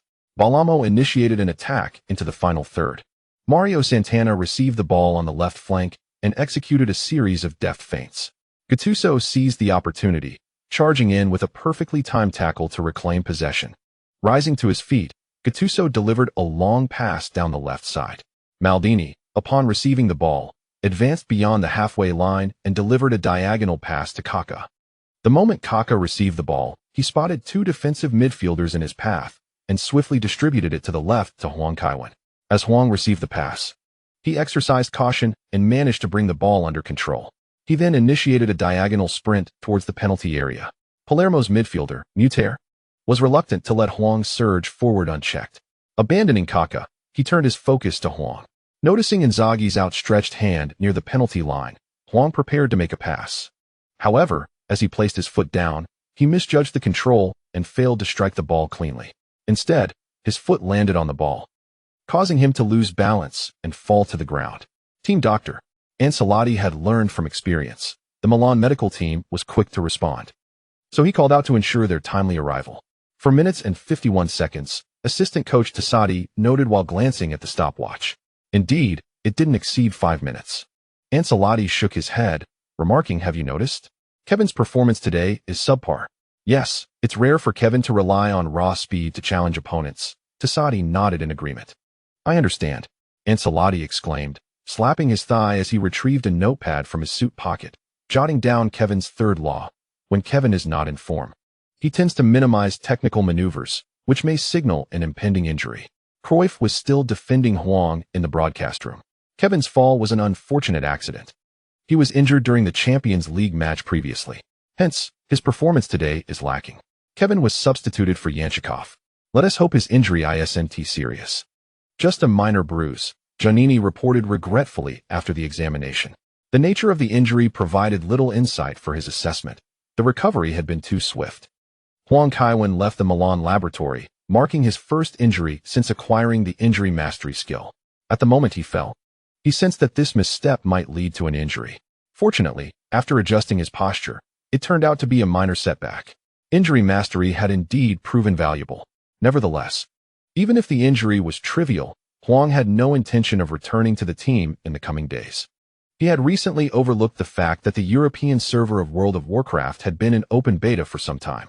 A few days of rest would be just right to fight for the honor of the Horde. By the time he returned home, the match had concluded, with Milan triumphing 3-1 against Palermo. Kaká scored twice and assisted Shevchenko, showcasing a performance worthy of a Ballon d'Or contender. After waiting for a while, when Kaká did not join him for gaming, Huang felt puzzled and decided to call him. "Kevin, I'm out shopping with Beatrice. Her birthday is approaching, and I need to accompany her." On the other end of the phone, Kaká whispered, "All right."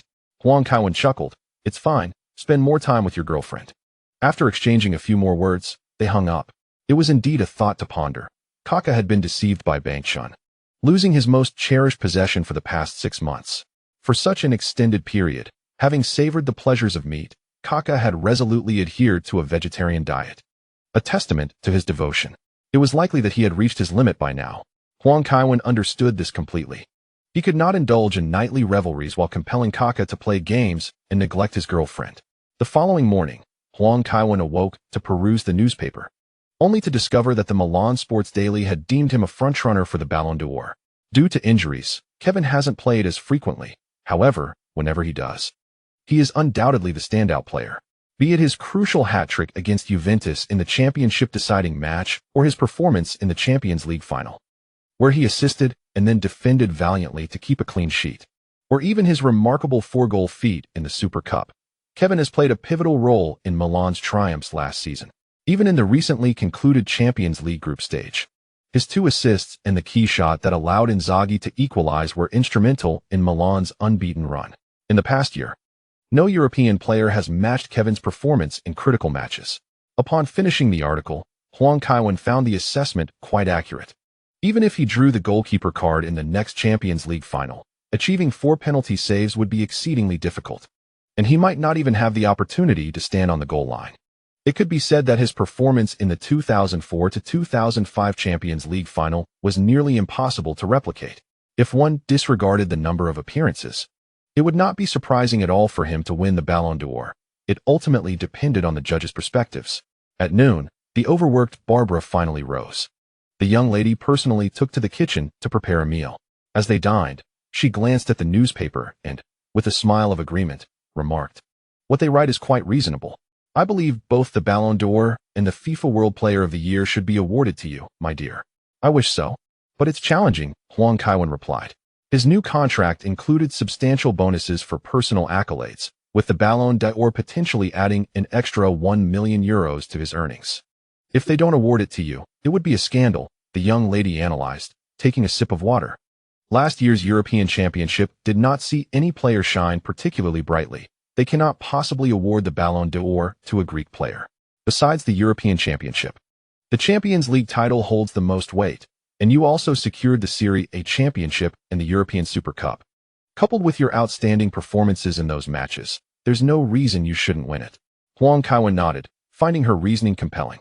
"Rest assured, I will communicate with a few individuals in advance."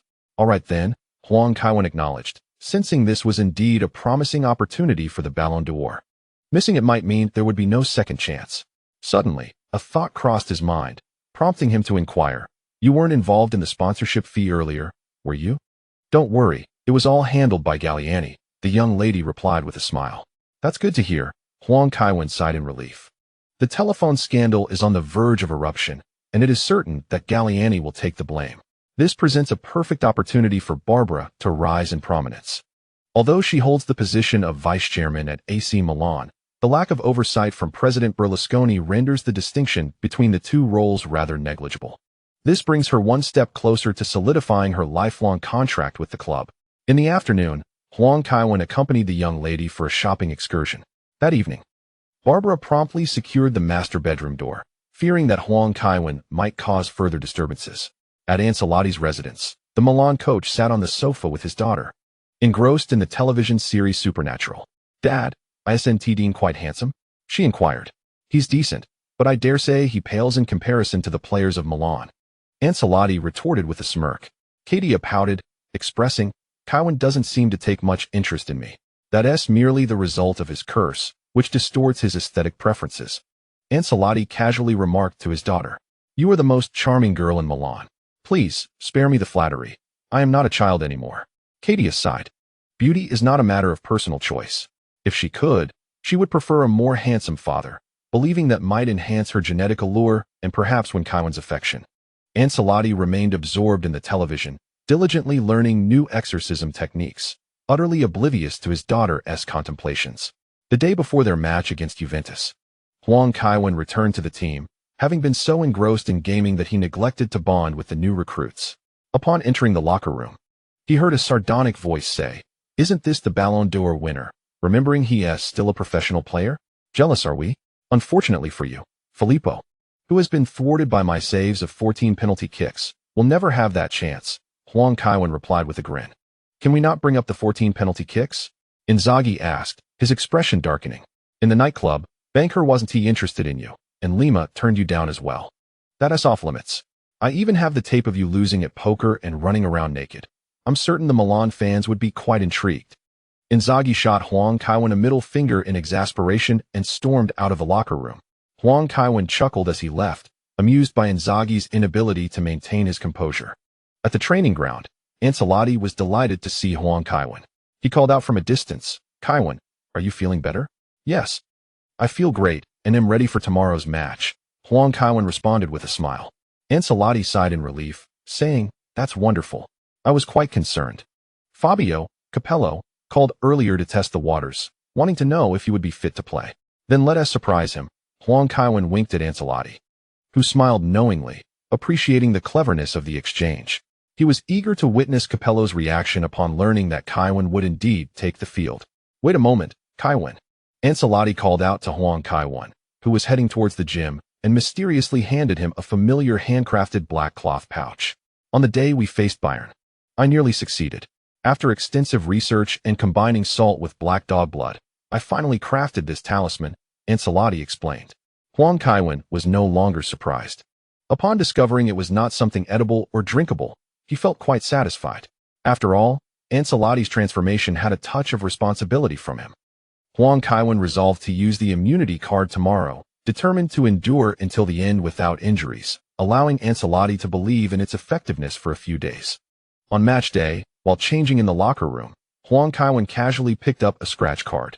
The last time he played against Palermo, Welbeck had made him suffer greatly. If luck were not on his side today, he was even prepared to drink the lucky potion, as the experience of playing could be utterly dreadful. Regardless, he could always try again later. Huang Kaiwen's demeanor was well known among the Milan players. Apart from the newcomers, everyone else had become accustomed to it. After all, witnessing Huang Kaiwen's wins was rather disheartening, especially if he struck a grand prize. It was better not to look. As the coin revealed the final image, Huang Kaiwen confirmed it, a grand prize. Fortune smiled upon him. Yankolovsky had not noticed, and Huang Kaiwen kept it to himself. Recently, his chances of winning the Ballon d'Or had surged, and it was best not to provoke his teammates further. He directly used the immunity card and opted to draw a card. Ding! You have obtained a match experience card for the 1983 to 1984 Serie A, Round 7, Juventus vs Torino, featuring Michel Platini. What a surprise! It was Platini. Although he had become quite disappointing as UEFA president, completely forgetting his past as a player and aligning with capitalists, Platini was undeniably formidable on the field. He was the first player in history to win 3 consecutive Ballon d'Or awards. Huang Kaiwen felt a wave of relief wash over him, dispelling the previous gloom. Once the players donned their gear, Ancelotti stood at the door, cautioning, "Do not underestimate Juventus. They are in excellent form lately, especially Trezeguet, who has been scoring consistently. You must defend well and deny them any opportunities. It doesn't matter. I can score even more," Huang Kaiwen declared as he pushed open the door and stepped out of the locker room. "Yes, we have Kevin. Kevin, I believe in you," Inzaghi shouted, raising his arm as he approached Huang Kaiwen. "Kevin, you will pass to me, right? Count on me," Huang Kaiwen assured, patting his chest, despite their playful banter. When it came to playing against Juventus, Huang Kaiwen was resolutely supportive of Inzaghi. Regardless of the past disputes between Inzaghi and Del Piero, the fact remained that Inzaghi had been cast aside by Juventus, and it was imperative to help him reclaim his honor. As the Milan players exited the tunnel to warm up, the atmosphere in the stadium was electric, especially when Huang Kaiwen took to the field. igniting the fervor of the San Siro crowd. Kevin, Kevin, Kevin. The sight of Huang Kaiwen sent the fans into a frenzy. Capello's expression was ominously dark. During a phone conversation with Ancelotti, that man was evasive, leading him to believe that Huang Kaiwen would be sidelined due to injury. Just moments ago, it was confirmed that yes, Passato hailed from Milan's youth academy. However, he occupied the same position as Paolo Maldini and was merely 2 years younger than him. Opportunities were scarce at Milan, and after a journey through various teams, he ultimately joined Juventus. Today, adorned with the captain's armband of Juventus, he engaged in a coin toss with Maldini, a moment laden with complex emotions. Inzaghi had previously spent 3 seasons at Juventus, and in the summer of 2001, Milan acquired him for a staggering 41 million, bringing him to San Siro. At 7:30 p.m., referee Bertini blew the whistle to commence the match. Inzaghi initiated the play with a lateral pass. Tony returned the ball, and Kaká, under pressure, sought to find Cafu with a side pass. Typically, Cafu would surge forward at the outset, but finding no one, Kaká quickly recalled that the national team veteran was absent, promptly pivoting to deliver a back pass. Nedved turned to charge at Pirlo, who swiftly adjusted and delivered a diagonal pass to the wing. Huang Kaiwen was tugged by Camoranesi, unable to shake off the grip initially, which allowed Camoranesi to seize the ball. Camoranesi advanced a few steps before delivering a pass towards the edge of the penalty area and then darted back to Huang Kaiwen's side. Maldini surged forward, successfully intercepting the ball before Yambu could reach it. Without waiting for Maldini to pass, Yambu executed a tackle, bringing Maldini down. The referee promptly intervened to separate Maldini and Yambu, cautioning Yambu, "Another foul, and you'll receive a card." Yambu wiped his face, remaining silent. As play resumed, Milan's defense exchanged passes. Serginho advanced into midfield, delivering a precise through ball to Huang Kaiwen. Upon receiving the ball, Huang Kaiwen executed a lateral pass. Platini displayed commendable touch, though he fell short in terms of speed and physicality. Huang Kaiwen had never witnessed Platini in action, but felt that his style resembled that of James Rodriguez. Such players undoubtedly excel in central roles, yet options were limited. It was impractical to shift Kaká to the wing. Thus, he had to think creatively. Camoranesi shadowed Huang Kaiwen closely. Despite his puzzlement over Huang Kaiwen's reduced speed today, he found satisfaction in it. Huang Kaiwen gestured to Kaká, who, confronted by 2 defensive midfielders, swiftly flicked the ball towards the left corner of the penalty area. Simultaneously, Huang Kaiwen surged towards the same position, finally managing to shake off Camoranesi. Juventus defenders reacted sharply, with Zambrotta and Thuram rushing towards Huang Kaiwen, preparing to double-team him. However, Huang Kaiwen had no intention of carrying the ball. He raced to the ball and swiftly flicked it with his left foot. The ball zipped past Thuram, heading straight for the center of the small penalty area.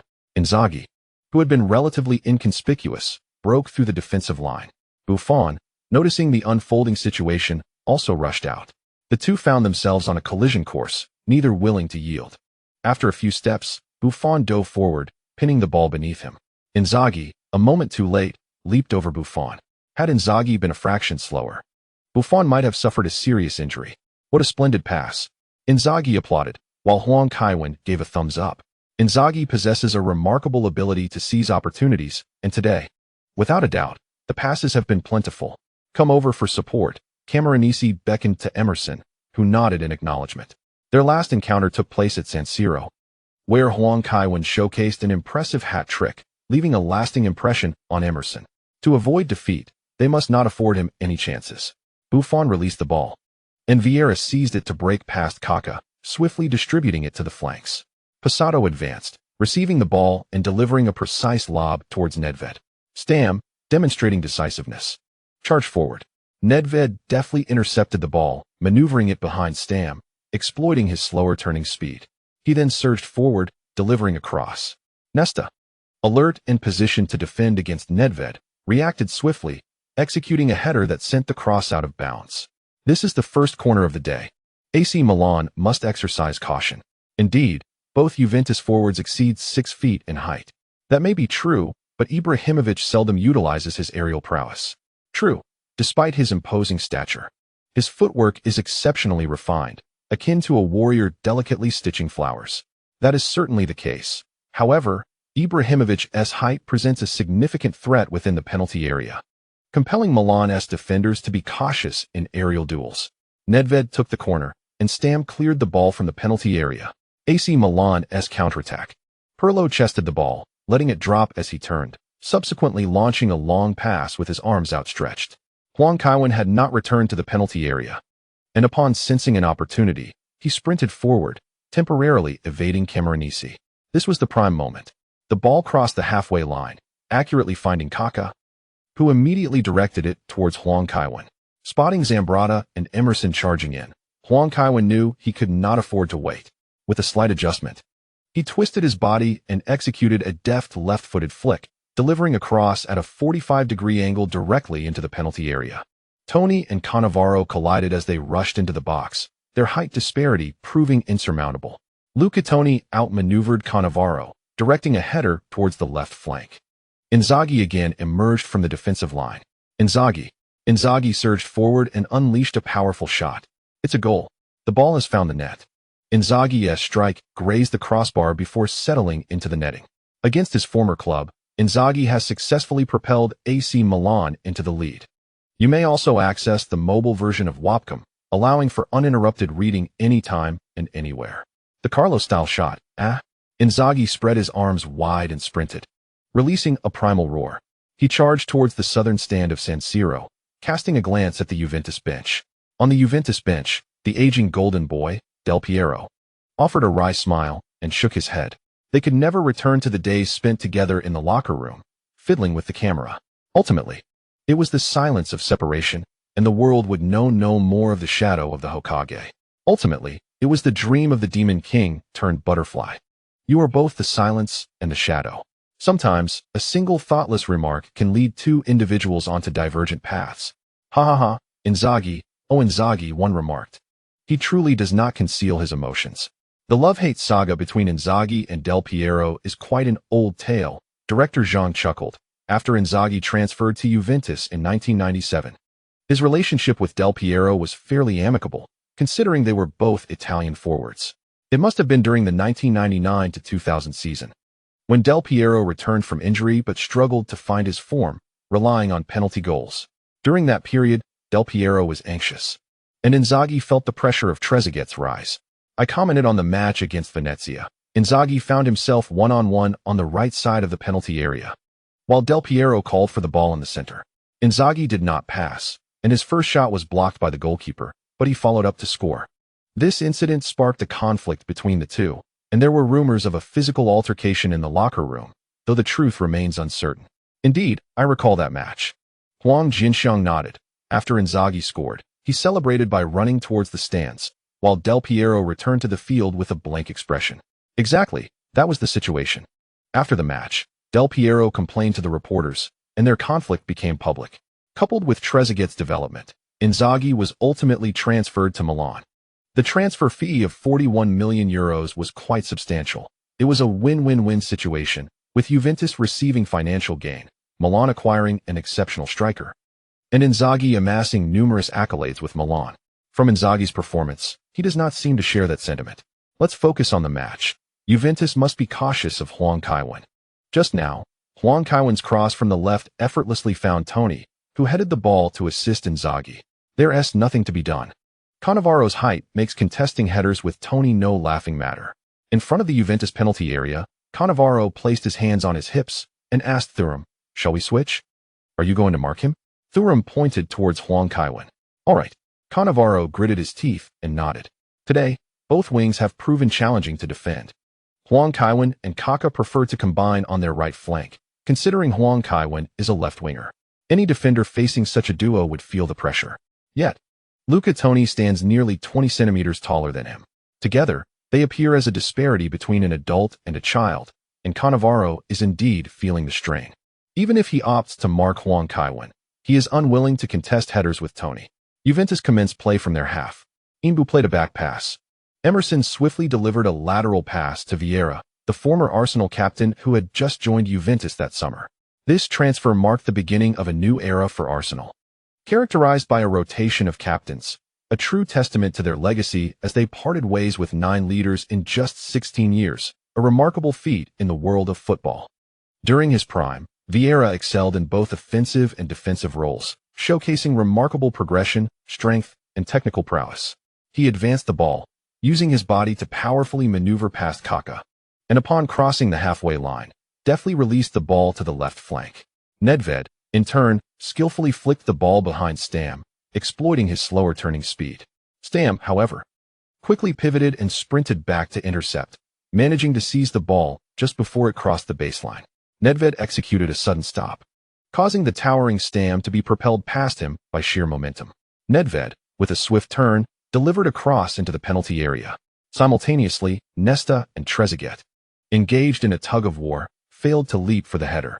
Instead, it was Yam who, with arms outstretched, shielded himself against Maldini, controlling the ball on his chest. He then pivoted and unleashed a powerful volley, sending the ball soaring toward the upper left corner of the goal. In that critical moment, Dida displayed remarkable reflexes, diving to deflect the ball out of play. Another corner for Juventus, the commentator noted. Maldini and Yam are embroiled in a clash, and Nesta has been cautioned for attempting to intervene. Yam seems to have made an adversary of Maldini today, came the observation. On this corner, Nedved directed the ball to the center, but Maldini once more headed it out for a corner. Nedved is now moving to the other corner flag to take the kick. The Czech powerhouse possesses remarkable stamina. There were rumors that his knees are unlike those of an ordinary person, which accounts for his exceptional speed. Oh, that has since been debunked as false news. Nedved quickly took the corner, and Karaz headed the ball out of the penalty area. Pirlo seized the ball, turning to deliver a long pass that flew accurately to the midfield. The informed Kaká maintained his speed as he moved forward, nudging the ball ahead and pursuing it once more. As he approached Vieira for a challenge, Kaká found himself unable to halt his momentum, sending the ball to the sidelines before being brought down by Vieira. Observing Huang Kaiwen with the ball, the referee, having already placed the whistle to his lips, opted not to blow for a foul, adhering to the principle of advantage in favor of the attacking side. Platini showcased his exceptional touch. Kaká's hurried pass lacked precision, yet Huang Kaiwen effortlessly controlled the ball before delivering it to Camoranesi. Camoranesi, opting not to extend his foot, retreated with his back turned, determined to maintain close contact without the ball. As Huang Kaiwen executed a deft maneuver with his left foot, sprinting along the sideline, Camoranesi closed in once more. In his pursuit, he attempted to shoulder Huang Kaiwen off the pitch, causing a flustered Ancelotti to turn crimson as he stood before the fourth official. If given 2 bullets, he would choose to eliminate Materazzi and Maldini. With an additional bullet, he would reserve it for Camoranesi. With a deft touch, Huang Kaiwen shifted the ball to his right side. Camoranesi swiftly moved to the left, positioning himself to obstruct Huang Kaiwen. With a deft flick of his right foot, Huang sent the ball directly towards Camoranesi. The Juventus wing was akin to a deep-fried delicacy, requiring an immediate shift of balance to the right. However, just as he began to advance, Huang Kaiwen executed a subtle twist of his ankle, allowing the ball to glide between Camoranesi's legs. In an instant, he surged past Camoranesi. The Juventus player attempted to pivot, but despite his brain's command, his body faltered, and he stumbled heavily onto the grass. Glancing back to see Huang Kaiwen seize the ball and sprint away, Emerson, arriving in support, lunged forward with a sliding tackle aimed at Huang Kaiwen. With a deft touch, Huang flicked the ball while leaping over Emerson's challenge, executing an impressive display of skill. Kaiwen, Kaiwen, Kaiwen. The crowd at San Siro erupted as Huang Kaiwen dazzled with a series of remarkable dribbles. As he approached, Zambrotta felt the beads of sweat on his brow, acutely aware of the difficulty in containing Huang. The closer Huang drew to the penalty area, the more Zambrotta found himself on the defensive. Gritting his teeth, Zambrotta charged at Huang, hoping to buy time for reinforcements. Yet, Huang Kaiwen, showcasing his exquisite technique, unexpectedly nudged the ball towards the byline and accelerated forward. Zambrotta, caught off guard, planted his left foot forcefully, creating a small divot in the turf as he pivoted to pursue. Zambrotta extended his arm in an attempt to disrupt Huang, keeping his eyes fixated on the ball. Even for a player adept with both feet, there is often a preferred side. For Huang, it was his left. At that moment, Huang executed a deft turn, swiftly adjusting his center of gravity. His right foot wrapped around his left leg, applying pressure beneath the ball to deliver a delicate backheel pass, a half volley. As Zambrotta instinctively reached out, the ball had already sailed past him. Heading towards the edge of the penalty area, players from both sides surged into the box, grappling fiercely. Cannavaro threw an elbow into Inzaghi's left side, who valiantly endured the challenge and leapt for a header. With remarkable reflexes, Buffon positioned himself, palms outstretched, to parry the incoming ball. The sphere descended towards the right side of the small box, where Toni, entangled with Thuram, executed a desperate sliding shot. The ball raced towards the right post. Once again, Buffon extended his foot to thwart the close-range attempt. The ball rolled out of play. Toni lifted his head, eyes wide, staring incredulously at Buffon. How could he have saved that? Buffon has come to the rescue. Milan's forwards have launched a series of quality shots, but Buffon's exceptional reflexes have kept the goal intact. His reaction time is astonishing. Indeed, Buffon is undoubtedly one of the finest goalkeepers in the world today. Next, it will be a corner for Milan. Let us see if Buffon can maintain his stellar performance. After a measured run-up, Pirlo delivered a swift cross into the center. Thuram, anticipating the play, beat everyone to the ball, heading it clear of the penalty area. Juventus's counterattack was rapid, with Vieira sending a long pass from the back. The ball soared across the majority of the pitch, landing before Nedved. He denied Stam any opportunity to intercept, raising his left foot to delicately lob the ball into the penalty area. Ibrahimovic, without allowing the ball to touch the ground, elegantly turned and unleashed a volley. The ball struck with a peculiar curve, finding its way into the upper right corner of the net. 11. The young Ibrahimovic, still in the early stages of his development, did not stretch his arms wide to await his teammates for a celebration. Instead, after scoring, he dashed fervently towards the stands where the Juventus supporters were located. Amidst a chorus of jeers echoing through the San Siro, Ancelotti calmly returned to his seat on the bench, his stopwatch frozen at 18:22. Meanwhile, Maldini was apologizing to Nesta, acknowledging his lackluster performance that day. It was primarily due to the mischief of his son, Christian. Since the onset of the new season, Paolo Maldini had enrolled his eldest son in the Milan football training camp. Initially, Christian performed admirably, garnering the coach's approval, leading Paolo to see a glimmer of hope for the continuation of the number 3 jersey. However, circumstances soon took a turn for the worse. Christian frequently feigned illness to avoid training, which Paolo later discovered to be a ruse. Despite his father's hopes for reform, Christian's antics persisted. Just days prior, he had pretended to be ill at the training camp, claiming a fever of 48 degrees Celsius, nearly causing the coaches to suffer heart attacks. It was only due to his father's status as captain of the first team that Christian was retained. The turmoil off the field had a detrimental effect on Paolo Maldini's performance, leaving the weary father uncertain of whom this child resembled. As the match resumed, Huang Kaiwen received the ball and quickly passed it to Inzaghi. Inzaghi distributed it wide to Gattuso, who faltered in his control, allowing Nedved to seize the ball. Nedved then combined with Vieira to penetrate Milan's defensive line. Just at the edge of the penalty area, Vieira attempted a long-range shot that struck Nesta. Maldini anticipated and collected the ball, launching a long pass forward to Toni, who directed it towards Kaká. Emerson executed a header to redirect the ball back to the defense. Thuram stepped aside, and Buffon, with a powerful kick, sent the ball soaring back into Milan's half. Vieira, yet to return to the back line, headed it towards the right flank. Suddenly, Huang Kaiwen sprang into action, seizing the ball ahead of the approaching Camoranesi, who slipped and fell onto the grass. Freed from his defender, Huang Kaiwen surged forward like a wild stallion. Alongside him, Kaká and 2 Milan forwards also charged towards the Juventus penalty area, placing the beleaguered Juventus side in jeopardy. Emerson was the first to confront Huang Kaiwen head-on. As Huang Kaiwen advanced, he nudged the ball towards the center, continuing his run forward. Spotting Huang Kaiwen ahead, Kaká delivered a precise through ball towards him. Cannavaro burst from the penalty area, decisively executing a sliding tackle. But Huang Kaiwen reacted swiftly. With a deft touch of his left foot, he lifted the ball over the opponent. Harnessing the momentum of his sprint, he leaped forward.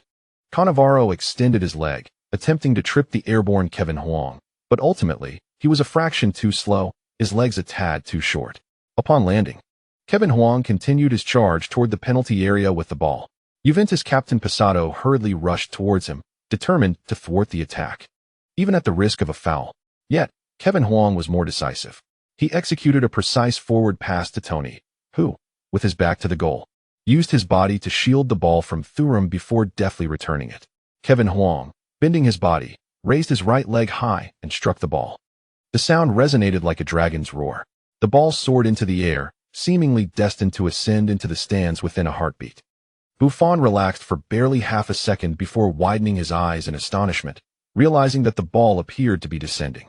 Without a moment's hesitation, with the reflexes of a top-tier goalkeeper, Buffon extended his right arm and leaped high, attempting to intercept the shot. He guessed the direction correctly.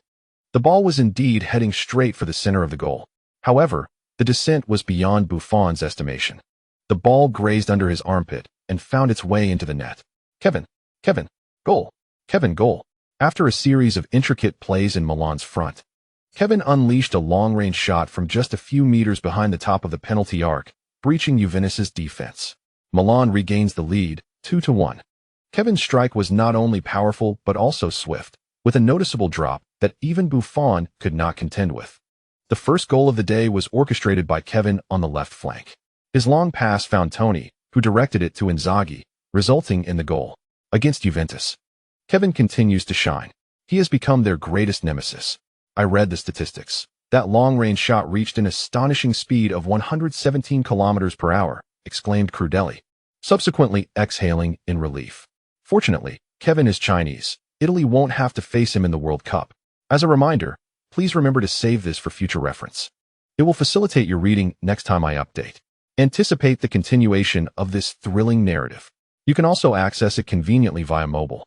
Feeling a bit unwell? I'll take a rain check for tomorrow. It seems I might have a fever. I plan to take a day off and write from home. 0119. Someone bring the pastry to Inzaghi. Inzaghi and Kaká raced each other in a sprint, but ultimately, Kaká prevailed, leaping onto Kevin Huang's back. With Kaká riding him and Inzaghi beside them, the trio charged towards the stands. The San Siro erupted with deafening cheers. Fans in the front row stretched their arms, yearning to surge onto the pitch. Kevin Huang was inexplicably reminded of Jiang Cheng Zimi Zhou Lai. He glanced at Inzaghi beside him. Indeed, it bore a striking resemblance. Toni could only watch from afar, feeling the palpable difference that comes with being part of a prestigious club. Even during celebrations, the competition remains fierce. Toni's expression caused an uproar in the forum. His demeanor closely resembled that of Crespo from the previous season. It seemed impossible to join in the revelry while it was still warm. AC Milan celebrated too swiftly, with a clique led by Huang Kaiwen marginalizing other players. Haha, my friend, you could write an analysis on the internal strife at AC Milan on Tienya. Speaking of which, Crespo had an impressive loan spell last season and expressed a desire to remain at AC Milan. Why was he not retained? It appears to be an issue concerning the transfer fee. Is it true? I read online that Abramovich wanted the Milan Labs technology, but AC Milan declined, leading him to block Crespo's transfer. Is the person above foolish enough to believe that? The founder of the Milan Lab, Dr. Melserman, has already moved to Chelsea, which has its own lab. Why would they need the technology from Milan? I have a feeling that since Melserman joined Chelsea, their injury rate has notably increased. It could be mere coincidence. Perhaps Chelsea players were already injury-prone, and the previous medical staff lacked the expertise to detect it. Why is no one acknowledging Huang Kaiwen's brilliance? That shot resembled a leaf-like strike from the young Juninho. Indeed, it was closer, with a more dramatic descent, rapid speed, and no spin. Huang Kaiwen truly excels at the game. Discussing Huang Kaiwen's prowess is rather mundane. It would be more entertaining to speculate when he might get injured today. Judging by the score, if this lead continues, Huang Kaiwen will likely be substituted around the 70th minute. If AC Milan falls behind, he might have to leave during stoppage time. Haha, my brother is right. The midfield awaits the restart. Huang Kaiwen notices Inbu watching him intently. Without a doubt, Huang Kaiwen understands the situation. It stems from his prominence, which displeases the king of pressure. In his youth, Inbu had yet to experience the harsh realities of life, always believing himself to be the best in the world. At Ajax, Inbu thought highly of himself, even daring to approach Coach Koeman for the captain's armband, only to be reprimanded. He harbored resentment towards the then-captain, Van der Vaart, and later ended up sidelining him. Inbu, especially in his younger days, was undoubtedly a troublesome character. Huang Kaiwen does not wish to become Inbu's target. He casts a glance at Kaká, thinking it best to challenge my good brother first before facing me. Juventus resumes play. After receiving the ball, Inbu drifts wide, deliberately seeking out Huang Kaiwen. His size 46 feet continually hover over the ball. A bicycle kick. The act of cycling in place carries far greater provocation than practical significance. A thief from Eastern Europe. Damn bastard. Go to hell, you clumsy oaf. A little brat from Turin. Inbu's antics provoke a chorus of outrage from the San Siro crowd. Huang Kaiwen remains unfazed, his gaze fixed on Inbu's feet. Seizing the moment when Inbu's right foot descends, he swiftly pokes the ball away. The ball is nudged behind Inbu, and Camoranesi, who had been pushed aside, seizes the opportunity to gain possession. Camoranesi rolls his eyes, silently scoffing before making a back pass. Emerson receives the ball, and Juventus transitions into an organized play from the back, with Vieira and Emerson continuously distributing passes. Emerson skillfully passed the ball to Zambrotta. Huang Kaiwen charged forward to apply pressure. Zambrotta quickly delivered a long pass forward. Just past the halfway line, Inbu used his body to block Gattuso's chest control. With a swift turn and a deft touch, he displayed his elegant skills once more. The number 46 executed a series of impressive ball touches, showing no intention of passing to Nedved. Seizing the moment, Gattuso nudged the ball away and swiftly advanced to retrieve it, laying it back for Pirlo, who struck the ball powerfully beneath him. AC Milan launched a counterattack. Kaká had the ball. His dribbling speed was remarkable. Kaká confronted Vieira head-on, then executed a turn to evade Emerson. He sent a precise through ball into the penalty area, prompting Inzaghi to make his move. Buffon dashed out from his goal. A spectacular save, it was Buffon again. His performance today was nothing short of stellar. It was no wonder Capello was eager to have him start upon his return from injury. Without Buffon, Juventus would be trailing by a greater margin. As Buffon rose, he performed a sidearm throw to Emerson. Juventus initiated a rapid counterattack. Vieira distributed the ball to the left flank. Passado surged forward, crossing the halfway line with determination. As Gattuso approached, Passado attempted to break through, but Gattuso stood firm, refusing to yield. In a moment of panic, Passado sent the ball forward. Stam instantly sprang towards it. Yet Nedved proved to be more agile. The Czech player made a quick move, flicking the ball with his left foot and sending it behind Stam. Stam felt insulted and, in a fit of rage, shoved Nedved aside. Having previously played as a fullback at Lazio, he found his turning speed diminishing with age. Despite this, Stam had no other flaws. The referee, Bertini, jogged a few steps and pointed at Stam, warning him to temper his aggression or face a card. Humph. Stam scoffed, spitting toward the sidelines and turning towards the penalty area. Bertini's face flushed with both anger and embarrassment, feeling his authority as a referee was being challenged. Yet, he failed to consider Stam's reputation. Stam was a player who had faced Ferguson without fear, even stitching up a wound on the sidelines. Provoking the referee could lead to dire consequences. A free kick for Juventus on the left side, an extremely dangerous position within Nedved's range. Huang Kaiwen had also returned to defend near the penalty area, demonstrating his proactive play today. Nedved took a run-up and shot. Dida blocked the ball, and players from both sides converged into the penalty area. Trezeguet was remarkably quick. Huang Kaiwen surged forward. What a play! With a deft left-footed flick, he executed a counterclockwise Marseille turn. The ball slipped past Dida, who failed to grasp it, and ultimately found its way into the net. Both teams were momentarily stunned. They had not anticipated that it would be Huang Kaiwen who breached AC Milan's defenses. Huang Kaiwen scored his first career own goal, and it was indeed a spectacular one. Coach Zhang couldn't help but chuckle. Huang Kaiwen stood in the penalty area, hands on his hips, intently watching the ball that continued to bounce playfully in the net. For a moment, words eluded him. Initially, he had drawn the trait of the Marseille roulette own goal. He had thought it was foolish to attempt a Marseille roulette in his own penalty area. Little did he realize that the one truly lacking judgment was himself. What a blow to his pride. Do not take it to heart. Own goals are an inevitable part of defense, Dida reassured him, patting Huang Kaiwen on the shoulder. Indeed. Kevin, it was not intentional, added Maldini, who turned to embrace Huang Kaiwen. Even if we are currently tied, the ultimate victory will still belong to us. Huang Kaiwen nodded in agreement. In truth, he did not feel particularly disheartened. Moments prior, he had been pondering whether there was a bonus for scoring an own goal. Paul once scored an own goal just 35 seconds into a match, Nesta remarked, drawing an irritated glare from Maldini. Noticing Huang Kaiwen's subdued demeanor, Maldini continued. Christian has expressed a desire to attend a match upon hearing of your participation. That boy truly idolizes you. He has excellent taste, Huang Kaiwen replied with a smile. Convince him to focus. He recently joined the Milan training camp, but keeps feigning illness to avoid practice, Maldini sighed. Huang Kaiwen glanced at Maldini and noticed that he was not looking back, which relieved him. Damn it, that kid Christian has managed to teach himself everything. At such a young age, he is already strategizing for the final stage of his life. Reflecting on his own 9-year-old self, who had been striving to achieve perfect scores, he felt an inexplicable sense of shame. Compared to the young prodigy, Huang Kaiwen realized his own aptitude paled in comparison. Yet, the young lad still lacked experience. He truly ought to guide him. Isn't it too early to be complacent before securing a first-team contract? Talent must be nurtured to remain on the right path. Brother, that goal just now was magnificent. Huang Kaiwen returned to the center circle, where Inzaghi approached him with enthusiasm. Get lost. Milan resumed play. Kaká, observing Huang Kaiwen flanked by the protective Camoranesi, opted to take on the defenders himself. What was Kaká like when unburdened by injury? Strikingly handsome, brimming with vitality. Clad in fine attire, he surged forward with the speed of lightning. Few could withstand his onslaught. With a few deft changes of direction, he eluded several opponents, ultimately delivering a precise pass into the penalty area, only to be thwarted by Thuram's timely clearance. The referee's whistle pierced the air, signaling halftime.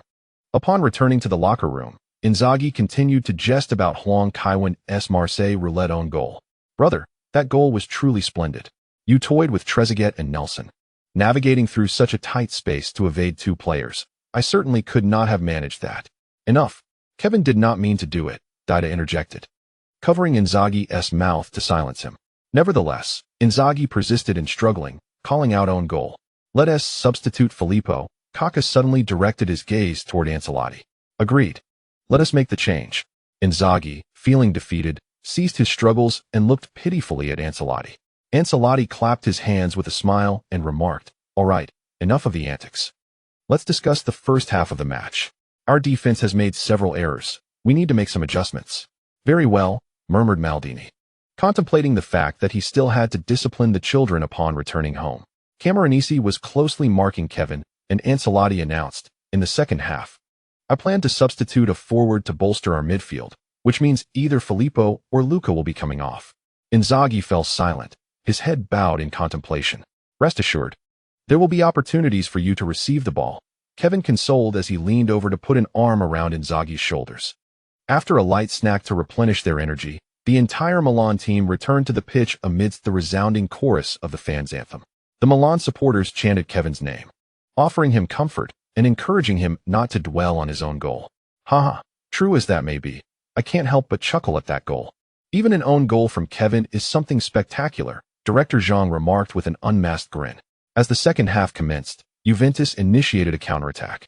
Vieira collected the ball in the backfield and maneuvered past Inzaghi. Kaká surged toward Vieira, who swiftly turned to pass back, but Kaká found himself outmatched in terms of physicality. Possato received the ball on the left flank and began another breakthrough along the sideline. Gattuso was poised and ready. As Possato crossed the halfway line, Gattuso charged forward. With a swift flick, Possato executed a delicate pass. Stam anticipated the play, stepping in front of Nedved and flicking the ball towards Pirlo. Pirlo elegantly controlled the ball. Devoid of any hesitation, Vieira advanced toward him, but Pirlo had no time to adjust, hastily distributing the ball to Karim, who had surged forward to receive it. Spotting Camoranesi near Kevin, he opted to continue his run with the ball. He advanced past midfield, and Emerson approached Karim defensively. An opportunity. With both defensive midfielders absent, Kevin unleashed a powerful shot with his left foot, suddenly darting toward the center. Kaká, understanding the cue, veered left. The retreating Camoranesi nearly collided with him as Karim, evading Emerson, delivered a deft pass to Kevin. Thuram quickly abandoned Tony and charged toward Kevin, with time running short. Kevin, anticipating the drop, struck the ball with the outside of his left foot before it touched the ground, redirecting its trajectory swiftly toward the left side. Just as the pass was made, Kevin was collided with by Thuram. Enduring the pain, he rose and surged forward once more. Kaká received the ball on the left, deftly maneuvered past Zambrotta, and swiftly turned to poke the ball with his right foot. The ball zipped rapidly along the edge of the penalty area toward the right side. The fans behind the goal were already on their feet, intently watching as Kevin raced toward the box. Possato also charged after the ball, resulting in a fierce race of speed. However, Kevin was in a better position. The Juventus captain sensed he was too slow to reach the ball, lowered his center of gravity, and executed a sliding tackle. With a determined stride, Kevin advanced, extending his right foot without adjustment, pushing the ball into the left side of the penalty area with a precise pass. In the next moment, he was tackled by Passato and crashed hard to the ground. San Siro seemed to lose its vibrancy. The fans, poised to celebrate, were rendered speechless. Ancelotti contemplated whether he should procure a Gatling gun. Inside the penalty area, Inzaghi and Cannavaro rushed forward to seize the opportunity. The two grappled with fierce expressions, neither willing to yield an inch. The ball, approaching from the right, drew nearer. It was almost upon them. With a determined grit, Inzaghi extended his right leg, diving to make a sliding shot that struck the ball with considerable force. Buffon, ever quick to react, found the distance too short and the speed too rapid. Even as he lunged to the side, he was unable to intervene in time. The ball slipped beneath him and into the net. 32.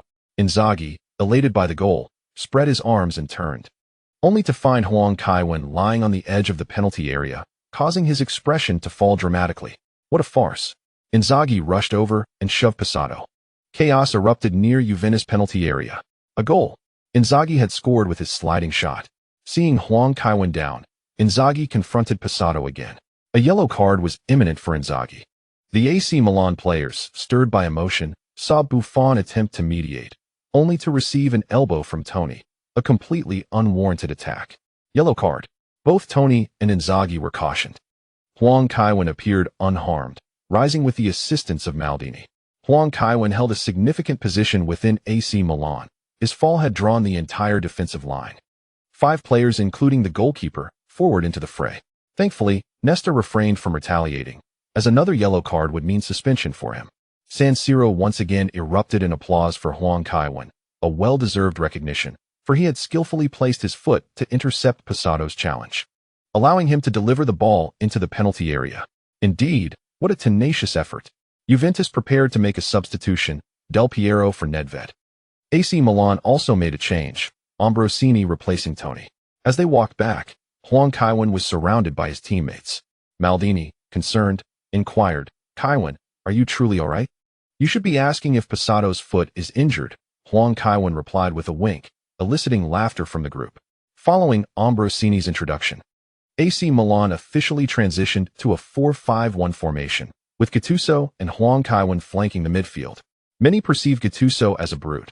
However, he seldom receives cards for defensive fouls. His technical skills may not be outstanding, yet his ability to orchestrate attacks is formidable, and his passing is consistently reliable.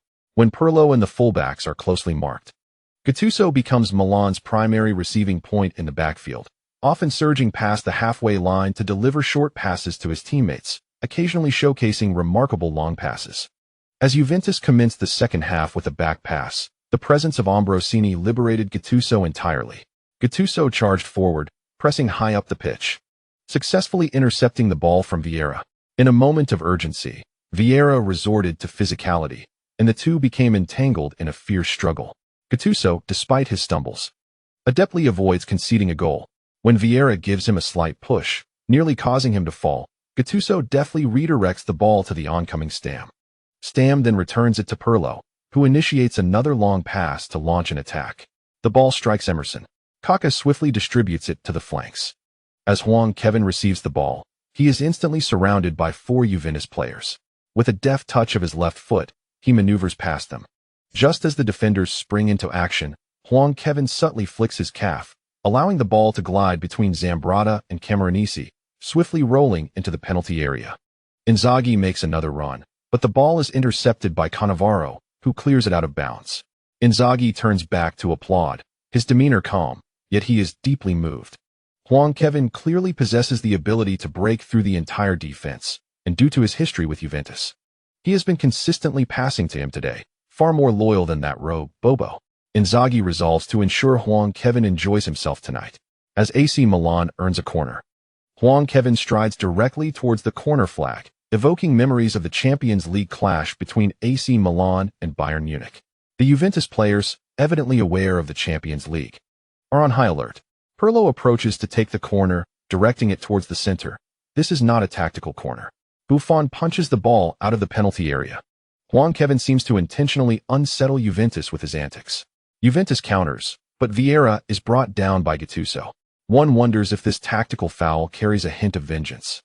After all, he was just knocked down by Vieira moments ago.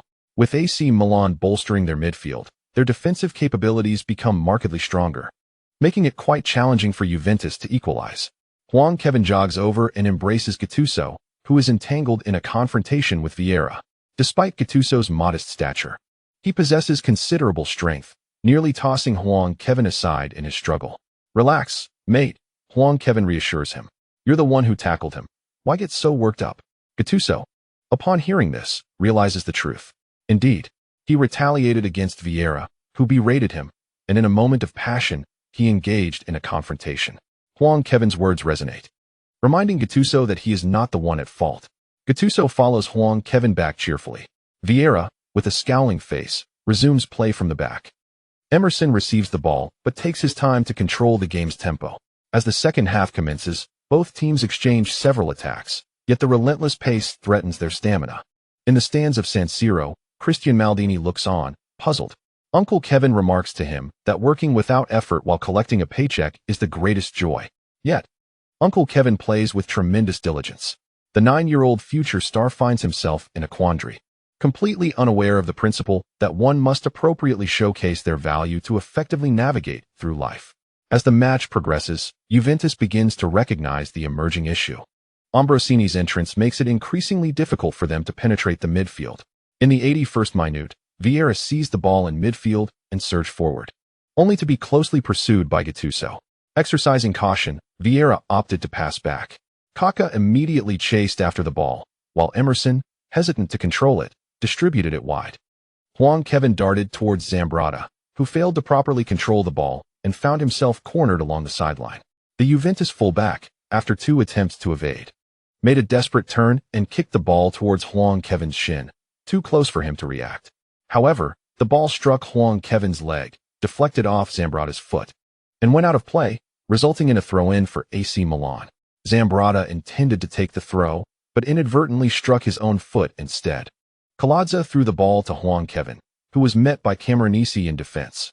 Huang Kaiwen executed a series of feints before attempting a lob pass, which threw him headed out for a corner kick. Players from both teams positioned themselves within the penalty area, observing as Huang Kaiwen approached the corner flag. The Juventus players wore expressions of dismay, as if to say, "Is this going to continue?" After one tactical corner, he persists in this charade. With a swift flick of his foot, Pirlo initiated the play. Huang Kaiwen received the ball on the right side of the penalty area. This was a tactical corner. After receiving the ball, he drove it into the box, causing a flurry of activity within. Huang Kaiwen evaded Zambrotta with a deft touch, seizing the opportunity to toe-poke the ball towards the left post. Maldini, quick to react, attempted a shot, but the ball deflected off Thuram's leg and soared high into the air. Players from both teams craned their necks to follow the trajectory of the ball. Buffon, clearing the path of the players in front of him, leapt up to catch the ball, then took 2 steps forward and hurled it towards the midfield with considerable force. Charge. Both teams raced fervently from one penalty area to the other. Del Piero advanced down the left flank, crossing the halfway line, and executed a wall pass with Passato to bypass Gattuso, continuing his charge towards the Milan penalty area. Trezeguet and Ibrahimovic sprinted forward through the center, while Nesta and Maldini remained vigilant. Stam rushed towards Del Piero without hesitation. Del Piero, with a deft sidestep, passed the ball by Stam into the penalty area, then accelerated past him to chase after it. The veteran Golden Boy unleashed a powerful long-range shot, died a dove to make the save, yet could not prevent the ball from grazing the post and finding its way into the net.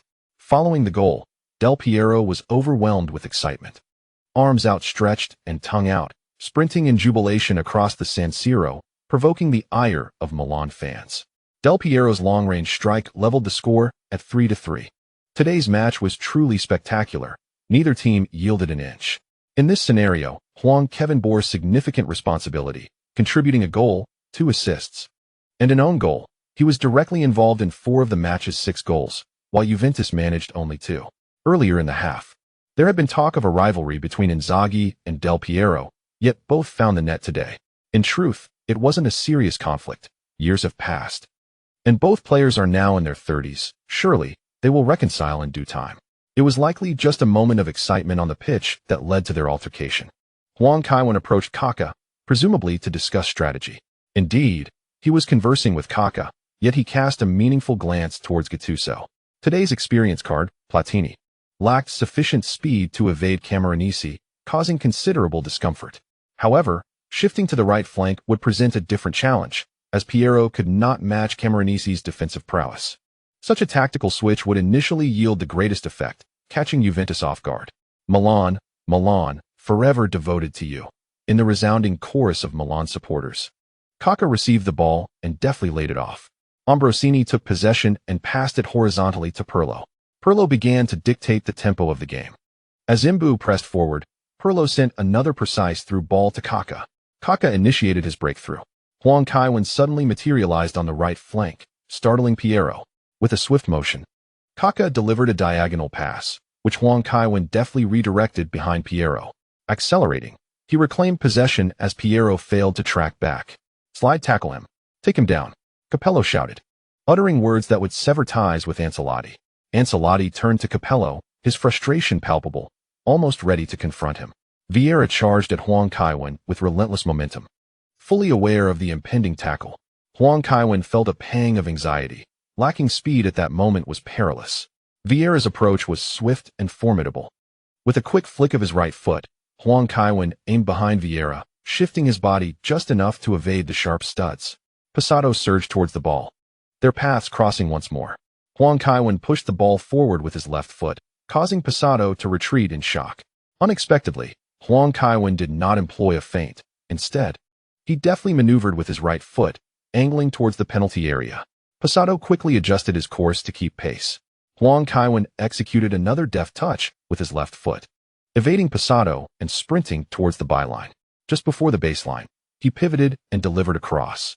With Tony absent, Thuram felt considerably less pressure, managing to clear the ball just ahead of Inzaghi, resulting in yet another corner kick. Both teams had been awarded numerous corners throughout the match. Huang Kaiwen positioned himself directly at the corner flag, seemingly to intimidate Juventus. But wait, Huang Kaiwen took a shot. Positioned close to the corner flag, Juventus players scoffed, assuming it was merely a ruse. However, they had not heeded the tale of the boy who cried wolf. With the referee's consent, Huang Kaiwen subtly lifted his leg and struck the ball with force from behind, sending it rapidly along the ground into the penalty area. The ball maintained its momentum, skimming past the right post and crossing the goal line at an almost impossible angle. The San Siro fell silent. Juventus defenders were left stunned. Buffon stood motionless. Coaches and fans alike were rendered speechless. In the 7-goal broadcast room, the chant erupted, Kaiwen, Kaiwen, Kaiwen goal, as Crudeli shouted passionately. Kevin scored directly from a corner kick. He skillfully maneuvered past several defenders on the right flank to create the corner opportunity, and then he struck the ball from the corner flag, finding the back of Juventus's net. It seemed that Kevin needed no teammates. He could conjure opportunities all on his own and send the ball into the goal. For him, scoring was as effortless as eating or drinking. His only dilemma was choosing the method of his goal. At times, silence merely serves to gather strength. Suddenly, the San Siro erupted with jubilant cheers, a name resonating through the night sky of Milan. Kevin, Kevin, Kevin. The AC Milan players in the penalty area were overjoyed, racing towards the corner flag in a jubilant frenzy, enveloping Huang Kaiwen in a jubilant embrace.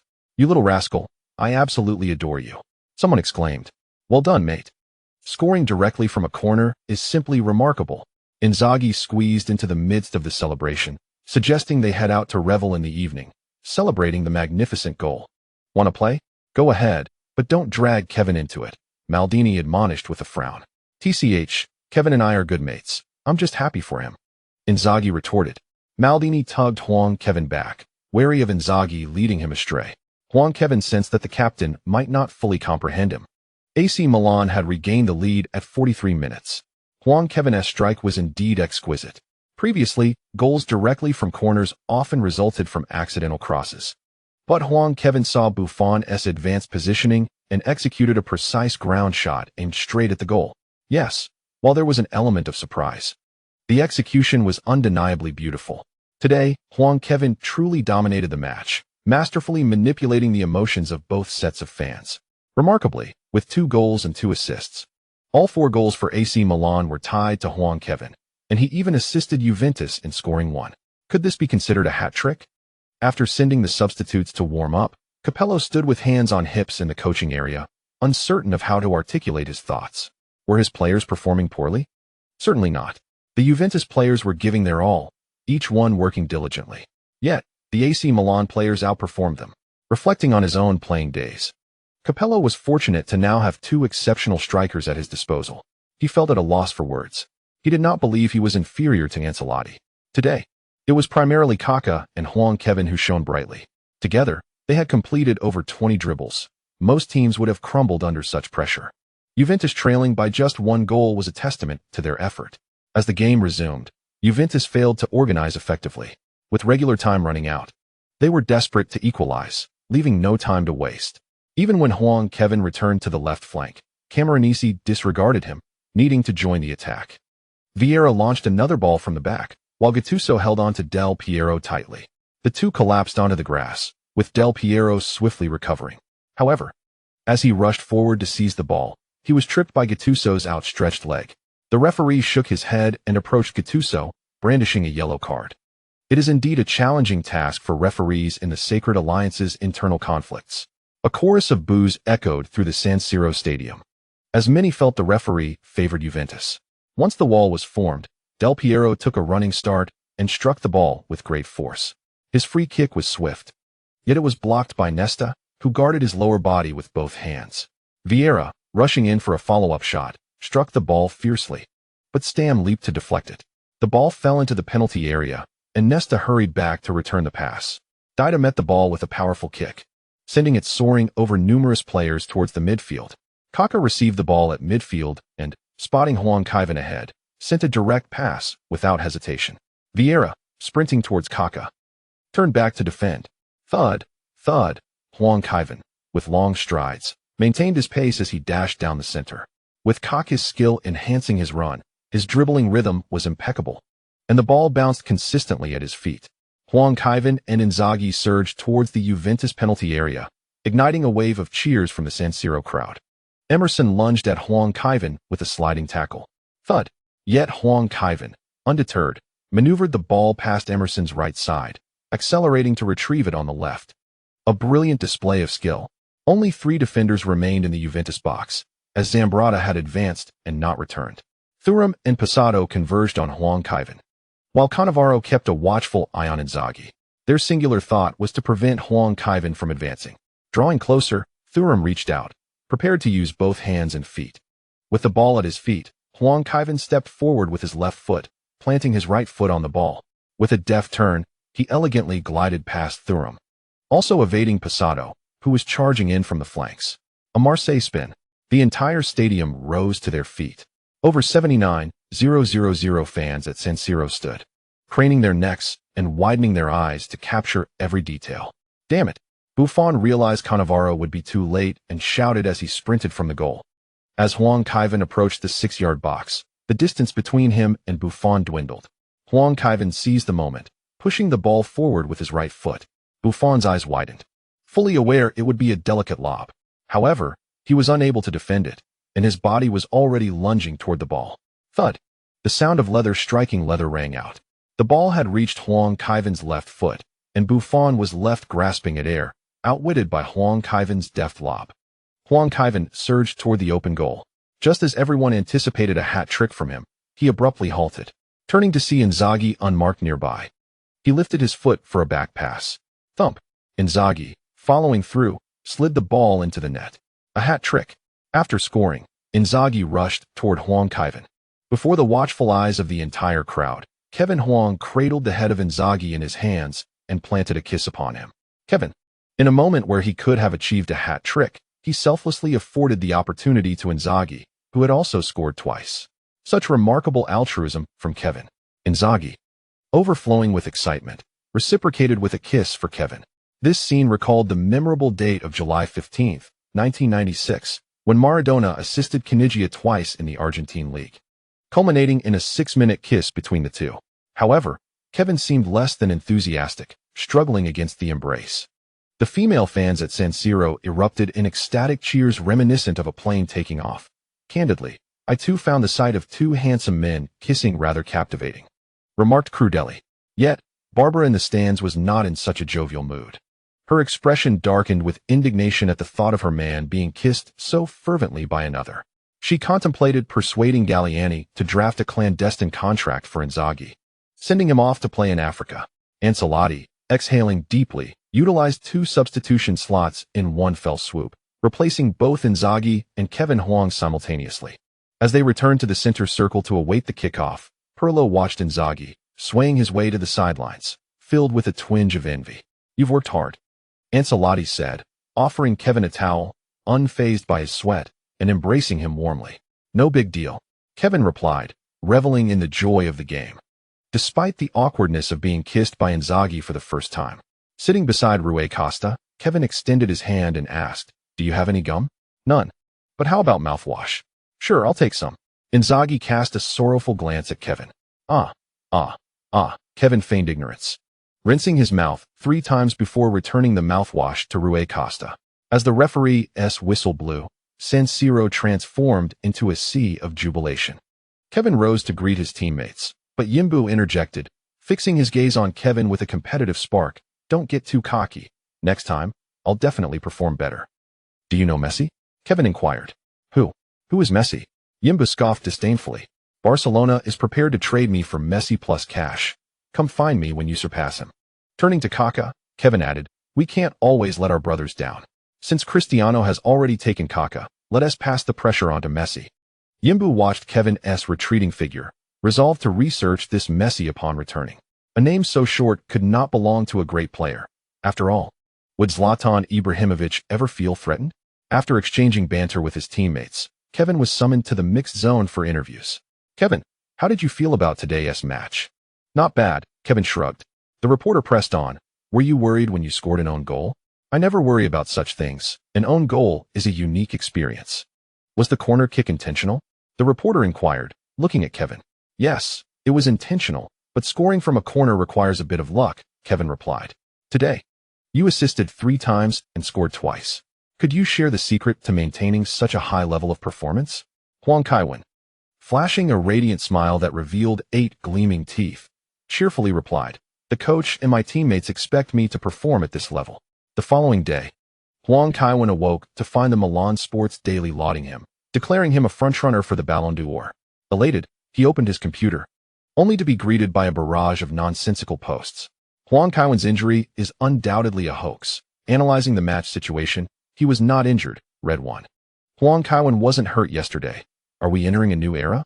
Another post queried, "Why hasn't this guy gotten injured? I lost $10 to my roommate." Huang Kaiwen confirmed that these were not genuine fans. They were nothing but fake supporters, and it seemed the critics were finally stepping up their game.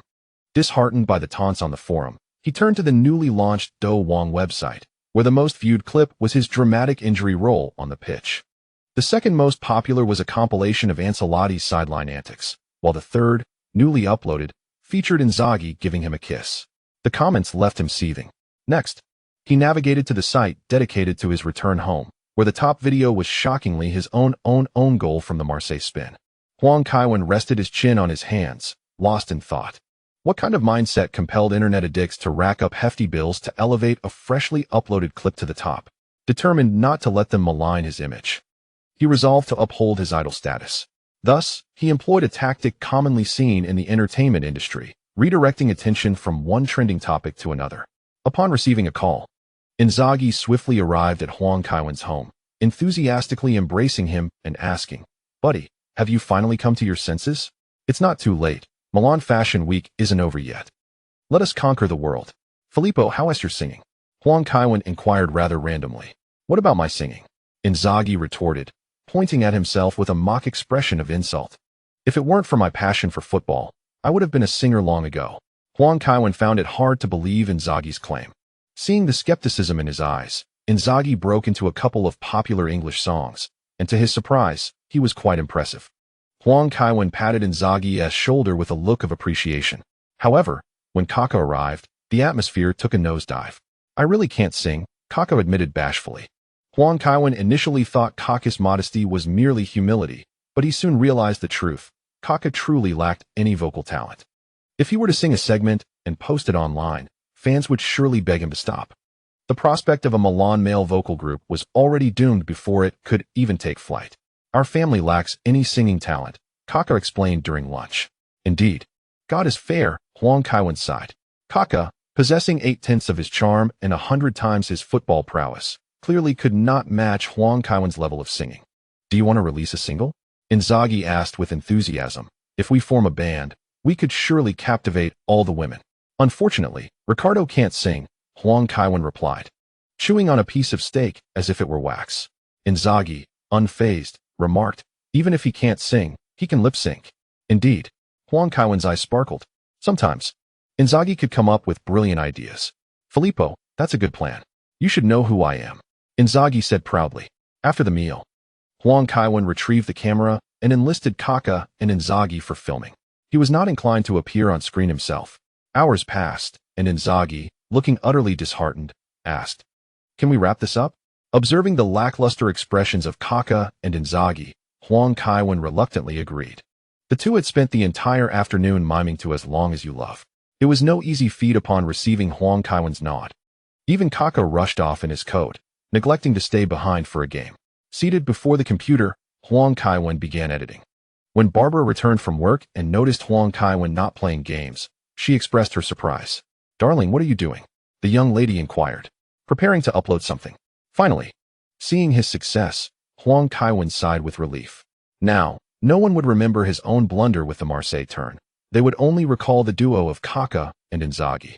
As October passed, the store refreshed, but there were still no enticing tasks. Perhaps the Milan players had little to worry about in the future. Huang Kaiwen could only focus on the store. Features: Big Mouth, Matthias, 200 fate points. Template: Zico www.com, Nedved 7,000 points. Phil Jones 3,000 points.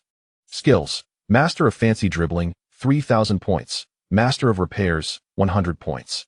Items: 24-hour injury immunity card. There were no star-specific items. Looking at his 3,190 fate points, Huang Kaiwen accepted the immunity card www.com and purchased Master of Repairs. Skills: Master of Repairs included changing light bulbs, fixing engines, and changing oil and coolant, essential skills for daily life. He recognized all these words, but their significance eluded him. The young lady had already fallen asleep, so he could not experiment. Huang Kaiwen decided to rest.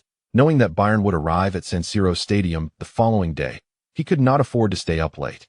Early the next morning, awakened from a nightmare, Huang Kaiwen sensed that it was an ominous sign. After using the immunity card, at noon, he headed to the team. During training, nothing peculiar occurred. It was only before the match, when drawing cards, that he discovered where the problem lay. Chime. Acquire the single match experience card for the 2014 to 2015 Bundesliga, Bayern Munich vs Schalke 04, featuring Manuel Neuer. Huang Kaiwen has, for the third time, drawn a goalkeeper experience card. To be fair, Neuer is exceptionally strong, having pioneered a unique style, the sweeper keeper. During his peak, Neuer's defensive range extended throughout the penalty area, even venturing beyond it to contest aerial duels with opponents. He resembled a goalkeeper with remarkable reflexes combined with a formidable defender. It felt as though Neuer added an extra player to his team. It is evident that Neuer excels as a goalkeeper. Huang Kaiwen glanced at Dida, contemplating whether to take action. Considering the presence of a substitute goalkeeper, he ultimately decided against it, opting instead to play in a different position. "Coach, today I wish to change my position," Huang Kaiwen declared, and the locker room fell into an immediate hush. "Where would you like to play?" Ancelotti inquired. Adjusting the lineup before the match is permissible, as players may occasionally face unforeseen circumstances. Certainly, as a goalkeeper, let Nelson be the substitute. Inzaghi remarked with a hint of malice. "If Kaiwen wishes to play, I can sit out today," Dida said as he began to remove his gloves. "I want to play as a forward," Huang Kaiwen stated, prompting Inzaghi's smile to vanish. With Shevchenko injured, he had just reclaimed his starting position.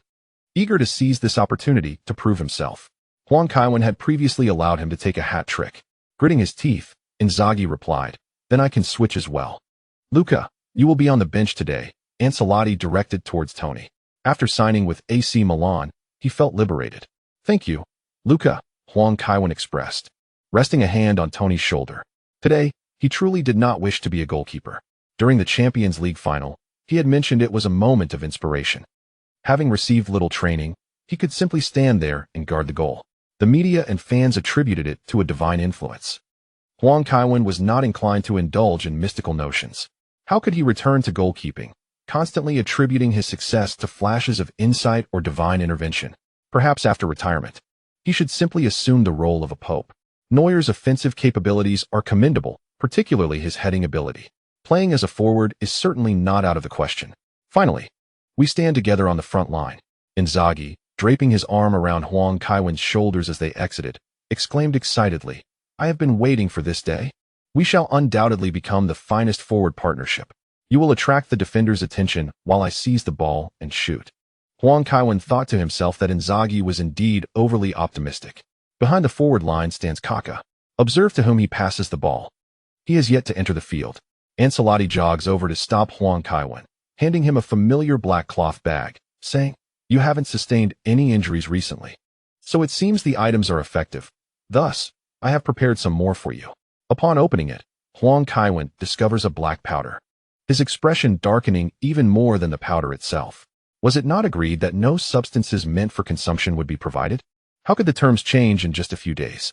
Noticing Huang Kaiwen's troubled countenance, Ancelotti clarifies, incorporating the popular methods from Cambodia. "I have refined various materials in a crucible. You simply need to apply it to the soles of your shoes." Huang Kaiwen breathes a sigh of relief and complies. The San Siro Stadium is once again filled with fans. We have just received news that AC Milan has made a last-minute change to their starting lineup. Indeed, it appears Tony has encountered a physical issue and been replaced by Seedorf. Today, Huang Kaiwen will take the forward position. Given Huang Kaiwen's technical prowess, playing as a forward should pose no problem, but the mindset required for a forward differs from that of a winger, and it remains to be seen if he can adapt. Earlier, you mentioned de Michelis's blunder, and Bayern has advanced entirely, based on points and group strength. It truly is not an issue for Bayern and AC Milan to progress together. Yes, today de Michelis appears once again in the starting lineup. Let us take a closer look at the starting lineups for both teams. For AC Milan, in a 4-4-2 diamond formation, goalkeeper, Dida, defenders, Serginho, Maldini, Nesta, Cafu, midfielders, Seedorf, Pirlo, Gattuso, Kaká, forwards, Inzaghi, Huang Kaiwen. For Bayern Munich, also in a 4-4-2 diamond formation, goalkeeper, Kahn, defenders, Zé Roberto, Lucio, Ismail, Sagnol, midfielders, Schweinsteiger, de Michelis, Deiler, Ballack. Forwards, Makai, Pizarro. The young Schweinsteiger, who previously saved the team from hitting the post, indeed appears in the starting lineup, mainly due to Lizarazu's injury, prompting Magath to position Zé Roberto as a left back. The captains exchanged flags and tossed a coin, and referee Luboš Michel blew the whistle to commence the match. Amidst the cheers of the crowd, Inzaghi received the ball and laid it off, while Huang Kaiwen promptly returned the pass and sprinted forward. Pirlo, receiving Kaká's return ball in the backfield, turned and sent a long pass forward. As he ran, Huang Kaiwen noticed the trajectory, clearly aimed at him. De Michelis charged forward to contest the aerial ball. Huang Kaiwen also exerted himself, leaping high. As the two collided, Huang Kaiwen executed a header back. Splendid. Huang Kaiwen's leap directed the ball to Kaká. Kaká, dribbling swiftly towards the penalty area, passed the ball, targeting Huang Kaiwen. Lucio rushed in too quickly, allowing the ball to roll directly past him into the penalty area. Huang Kaiwen gained possession. Zé Roberto on the left surged forward. With no time to adjust, he swung his right foot. Bang! Kahn instinctively dove, parrying the ball out of bounds. Huang Kaiwen shook his head, reflecting on the opening moments of the match. He has already recognized the formidable prowess of Neuer. Neuer possesses commendable speed and strength, exhibiting aerial prowess that rivals that of typical defenders. His footwork is significantly superior to that of an average goalkeeper. However, when juxtaposed with conventional attacking players, a disparity remains. Pirlo initiates a corner kick, and with a swift motion, Huang Kaiwen accelerates from the small penalty area, leaping for a header. The ball zips past, striking the right post where Zé Roberto stands. Seedorf quickly flicks the ball with his right foot, regaining control and turning to direct it towards the right flank. Huang Kaiwen sprints forward, managing to halt the ball just before it crosses the boundary. Lucio, positioned behind him, attempts to push him out of play as the sideline looms closer. Aware that hesitation would be detrimental, Huang Kaiwen pivots and unleashes a shot, which strikes Lucio's leg. Anticipating this, Huang Kaiwen deftly evades, and the ball rolls out of play, granting Milan a throw-in the attacking third. Huang Kaiwen approaches the ball tossed by the ball boy, extending his palm to Cafu and stating, "Allow me." Cafu nods, standing ready to receive the pass. The execution of a throw-in is universally understood, yet Huang Kaiwen's gaze remains fixed on Cafu, his mind already concocting a different strategy. Neuer's ability to execute a throw is remarkable, not only for its precision but also for its power, capable of launching counterattacks from beyond the penalty area. Although a throw-in differs slightly in technique, relying on upper body strength, it poses no challenge for Neuer. In the Premier League, one player is renowned for his grenade-like throw-ins, even becoming a linchpin for his team. Huang Kaiwen intends to replicate Delap's tactical surprise, aiming to astonish Bayern. Inzaghi, observing Huang Kaiwen's demeanor, initially suspects he might be mistaken. Nevertheless, he readies himself, fixating on the flank. As he witnesses Huang Kaiwen's approach and movements, Inzaghi's eyes widen, and an absurd notion springs to mind. Could he possibly be aiming to throw directly into the penalty area as the ball soars towards the box? Inzaghi is the first to react. The Bayern players, caught off guard, are slow to respond. Inzaghi, reaching the right post, thrusts his chest forward, expertly redirecting the half-height ball into the net. Goal! Goal! Goal! Kaiwen successfully assists Inzaghi. The unexpected nature of Kaiwen's throw-in to the penalty area catches all but Inzaghi by surprise. Transitioning to the forward position, Bayern Munich shifts its focus to Kaiwen. Demichelis and his teammates cluster around Cafu, anticipating a pass to him, followed by a return to Kaiwen for a potential run. Yes, they were prepared. Yet their assumptions were misguided. Crudely enthusiastically exclaims, "Watching Kaiwen play, one can never predict how he will contribute to the team's scoring. I can only hope to live many more years to witness Kaiwen's career until his retirement." Inzaghi rushes towards Huang Kaiwen, leaping onto his back before Kaká can intervene. Exclaiming with exuberance, "You are incredible, mate. How can you throw so far, you little rascal? Though you may be delighted, do you dare to tug at my hair? I might just toss you down," warned Huang Kaiwen, rushing towards the southern stand with Inzaghi in tow. "Fear not, for we are indeed good brothers." Inzaghi replied with a mischievous grin, "Is it possible that your prolonged singlehood has honed such skills? Get lost," came the retort. 6 minutes and 12 seconds. The assistant coach noted while glancing at the stopwatch. Ancelotti, exuberant as a child weighing 170 pounds, bent forward and dashed to the sidelines, half squatting with his arm raised in triumph. His research had evidently borne fruit. Magath, observing Ancelotti celebrate like a jubilant gorilla, let out a sigh. He had never anticipated that AC Milan would employ a powerful throw-in as a means of attack. Now, both Magath and Benitez shared a similar sentiment. Is Huang Kaiwen not astonishingly versatile? Magath mused. Were it not for the time constraints, he would have sought external assistance. No matter how many precautions were taken, Huang Kaiwen's assist had gone unguarded. Magath shouted from the sidelines, "Today, he stands as a forward. Mark him tightly at the edge of the penalty area. Do not grant him any opportunities." Lucio nodded in acknowledgement. Bayern resumed the game. Schweinsteiger, receiving the ball on the left flank, faced intense pressure and quickly made a lateral pass.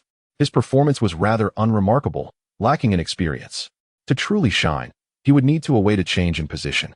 Dida received the ball and delivered a precise through pass. The ball deftly found Ballack, situated 20 meters away from Seedorf.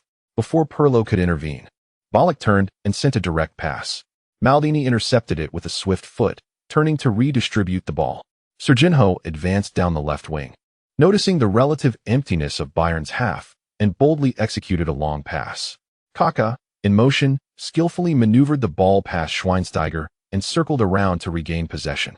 Schweinsteiger, caught off guard, was unable to react in time. An anxious Lucio charged towards Kaká, leaving Demichelis to retreat into the penalty area for cover.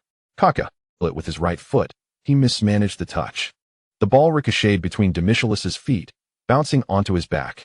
For a moment, Demichelis struggled to locate the ball, clumsily using his back to balance it as he spun in a comical circle. When the ball finally dropped from his back, it landed perfectly at Huang Kaiwen's feet, requiring no adjustment. Without hesitation, Huang Kaiwen unleashed a powerful shot with his left foot. Bang! Con, despite his swift dive, was unable to thwart Huang Kaiwen's strike. Goal! Goal! Kaiwen scores. Utilizing his finesse, Kaiwen toyed with Demichelis, deliberately striking the ball onto his back. Demichelis's clumsy performance inadvertently paved the way for Kaiwen's brilliant offensive play. Positioned closer to the goal, Kaiwen's attacks were more direct. While the opposing players remained mere playthings at his feet, he even anticipated how Demichelis would react. In the opening 20 minutes, Milan surged ahead with a 20-point lead. As Inzaghi and Kaká rushed to celebrate, Huang Kaiwen found himself at a loss for words, acutely aware that it was his own blunder that had led to this moment. Had it been an ordinary defender, such an opportunity would have been utterly squandered. To his astonishment, Demichelis exhibited remarkable finesse, executing a splendid turn right in front of him. Kaiwen! Kaiwen! Kaiwen! The San Siro erupted with thunderous cheers. Khan, turning around, unleashed a powerful strike on the ball, which ricocheted off the post and struck him just below the navel. The Bayern goalkeeper crumpled to the ground in agony, consumed by a singular thought. He must eliminate Demichelis. Be careful, Khan roared as he rose, his anger palpable. I apologize, he conceded, observing Demichelis's demeanor and recognizing the futility in further reprimanding him. With his head bowed, Demichelis retreated, bewildered by the ridiculous error he had committed. It felt akin to holding a remote control while searching for it elsewhere. In that fleeting moment, he truly could not locate the ball. He sighed, vigorously ruffling his hair in an attempt to rekindle his spirits. Bayern resumed play. With a 2-goal lead, Milan adopted a defensive posture. Matches between formidable teams seldom devolve into relentless exchanges of attacks. After gaining an advantage, counterattacking becomes the more prudent strategy. As Milan consolidated their defense, Bayern struggled to create opportunities despite several attempts. Ironically, Huang Kaiwen's powerful throw-ins posed considerable challenges for Bayern. Such an approach was rare, leaving Bayern momentarily flustered by the unexpected onslaught. In the 38th minute, Bayern's offense pressed forward once more. Dida received the ball on the right, deftly maneuvering past Seedorf before sending a long, arcing pass toward the penalty area from near the sideline. The ball, though slow, took an exaggerated curve. Serginho, leaping from the left, misjudged the flight, allowing the ball to sail into the box. Noticing the precarious situation, Dida rushed out to intercept the ball before it could reach the goal. Pizarro turned to pursue it. On the edge of the penalty area, Maldini swiftly cleared the ball, which ricocheted off Ballack and into the center. Pirlo surged forward to confront Dida, prompting the referee's whistle. Foul. Dida, rising while holding Pirlo's hand, took a cautious step back, haunted by memories of previous injuries that had left him grappling with depression. Though the confrontation lacked intensity, he was acutely aware of the fragility of his condition. Once he confirmed that he was unharmed, he exhaled in relief. Dida and Ballack are positioned at the foul spot. The free kick is perilously close. Less than 30 meters from the goal, Dida takes a run up and strikes. The ball passes over the wall. Dida leaps to block it. Maki follows up with a shot, netting the ball and pulling one back for Bayern. 21. Today seems to promise another high-scoring affair, remarked Coach Zhang with a chuckle. Indeed, a plethora of goals is a delight for the fans, Huang Jinxiang concurred, adding, Mathau's pre-match comments certainly heightened the anticipation. The supporters at San Siro are exceedingly fervent today. He has placed Bayern in the hot seat, Jean continued, and they are determined not to taste defeat. AC Milan would never consent to a loss on their home turf. Prior to the match, Matthias confidently declared that Bayern would emerge victorious.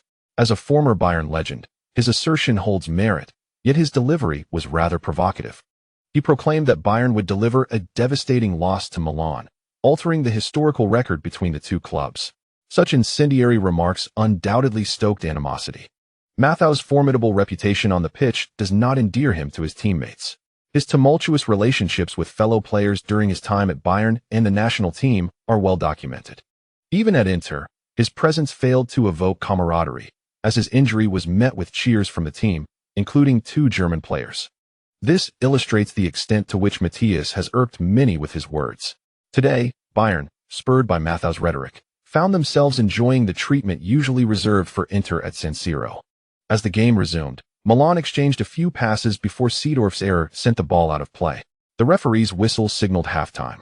In the locker room, Inzaghi squeezed in beside Huang Kaiwen and lamented, "Why didn't you pass to me?" "There weren't any promising opportunities," Huang Kaiwen replied with a smile. having touched the ball only a handful of times in the first half. Today, he had opted for a more restrained approach, acknowledging that Neuer, after all, was a goalkeeper. That's nonsense.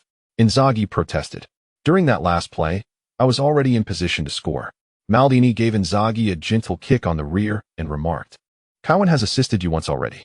Previously, against Juventus, he even sacrificed a hat trick to set you up. Your demands seem rather excessive. Should every one-on-one chance be handed to you? I was merely making an observation, Inzaghi muttered as he moved aside, noticing that his teammates were nearly finished resting. Maldini clapped his hands and stepped into the center of the locker room, proclaiming, today's match will not influence our advancement. The outcome is not of utmost importance. However, there are times when the result of a game transcends mere qualification. It concerns our honor. Prior to the match, the legendary Matthias, representing both Inter and Bayern, claimed that today's San Siro would weep rivers. In response to such drivel, our only retort must be victory. Victory. Long live Milan. To hell with Matthias. The Milan players stormed out of the locker room, their spirits aflame. As the Bayern players emerged, Dida exchanged nods with Huang Kaiwen, who responded with a smile. There was a mutual respect between the two fragile athletes. However, as the second half commenced, the friendly atmosphere dissipated entirely.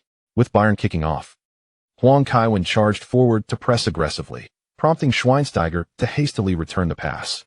Demichelis, seeing Huang Kaiwen's advance, felt a twinge of apprehension. Fearing another mistake that could lead to an own goal, Demichelis swiftly passed the ball towards the flank without controlling it. The delivery was rather ordinary.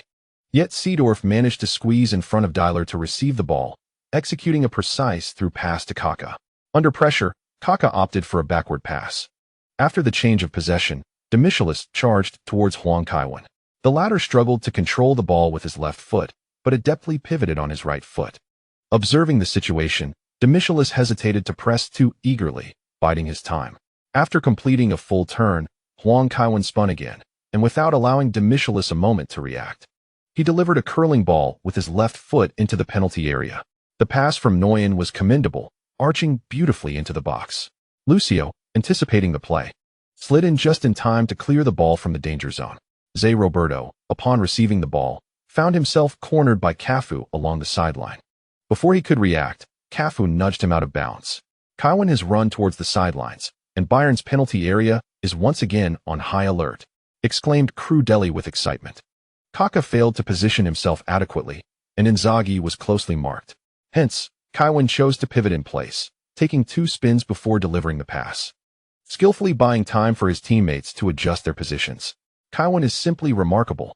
That one spin is worth 50 million euros. Each dribble is worth over 100 million. Kaiwen is indeed a beacon of creativity. Huang Kaiwen stood at the sideline, receiving the ball. A ball boy swiftly handed him a towel. He meticulously wiped the ball. While the Bayern players within the penalty area began to grumble inwardly, they would much prefer a conventional defensive posture over a forceful throw-in. A powerful throw could be hard to control, risking an accidental own goal. As Huang Kaiwen retreated, chaos ensued in the penalty area. After a brief run-up, he hurled the ball into the box with great force. Lucio, disregarding camaraderie, pulled Kaká back. Yinsmail anticipated the play and blocked Inzaghi's movement. Seedorf's run was halted by Sagnol grabbing his shirt. The tussle among the players intensified, yet no one managed to make contact with the ball. The ball soared into the box, bouncing off the right side of the small area before slipping through Kahn's grasp and into the net. Foul. The goal is undoubtedly disallowed. During the match, a throw-in cannot directly result in a goal. Indeed, whether it's the opponent's goal or one's own. If a throw-in goes unchallenged and directly enters the net, it is deemed an infraction. If it enters the opponent's goal, they will receive a goal kick.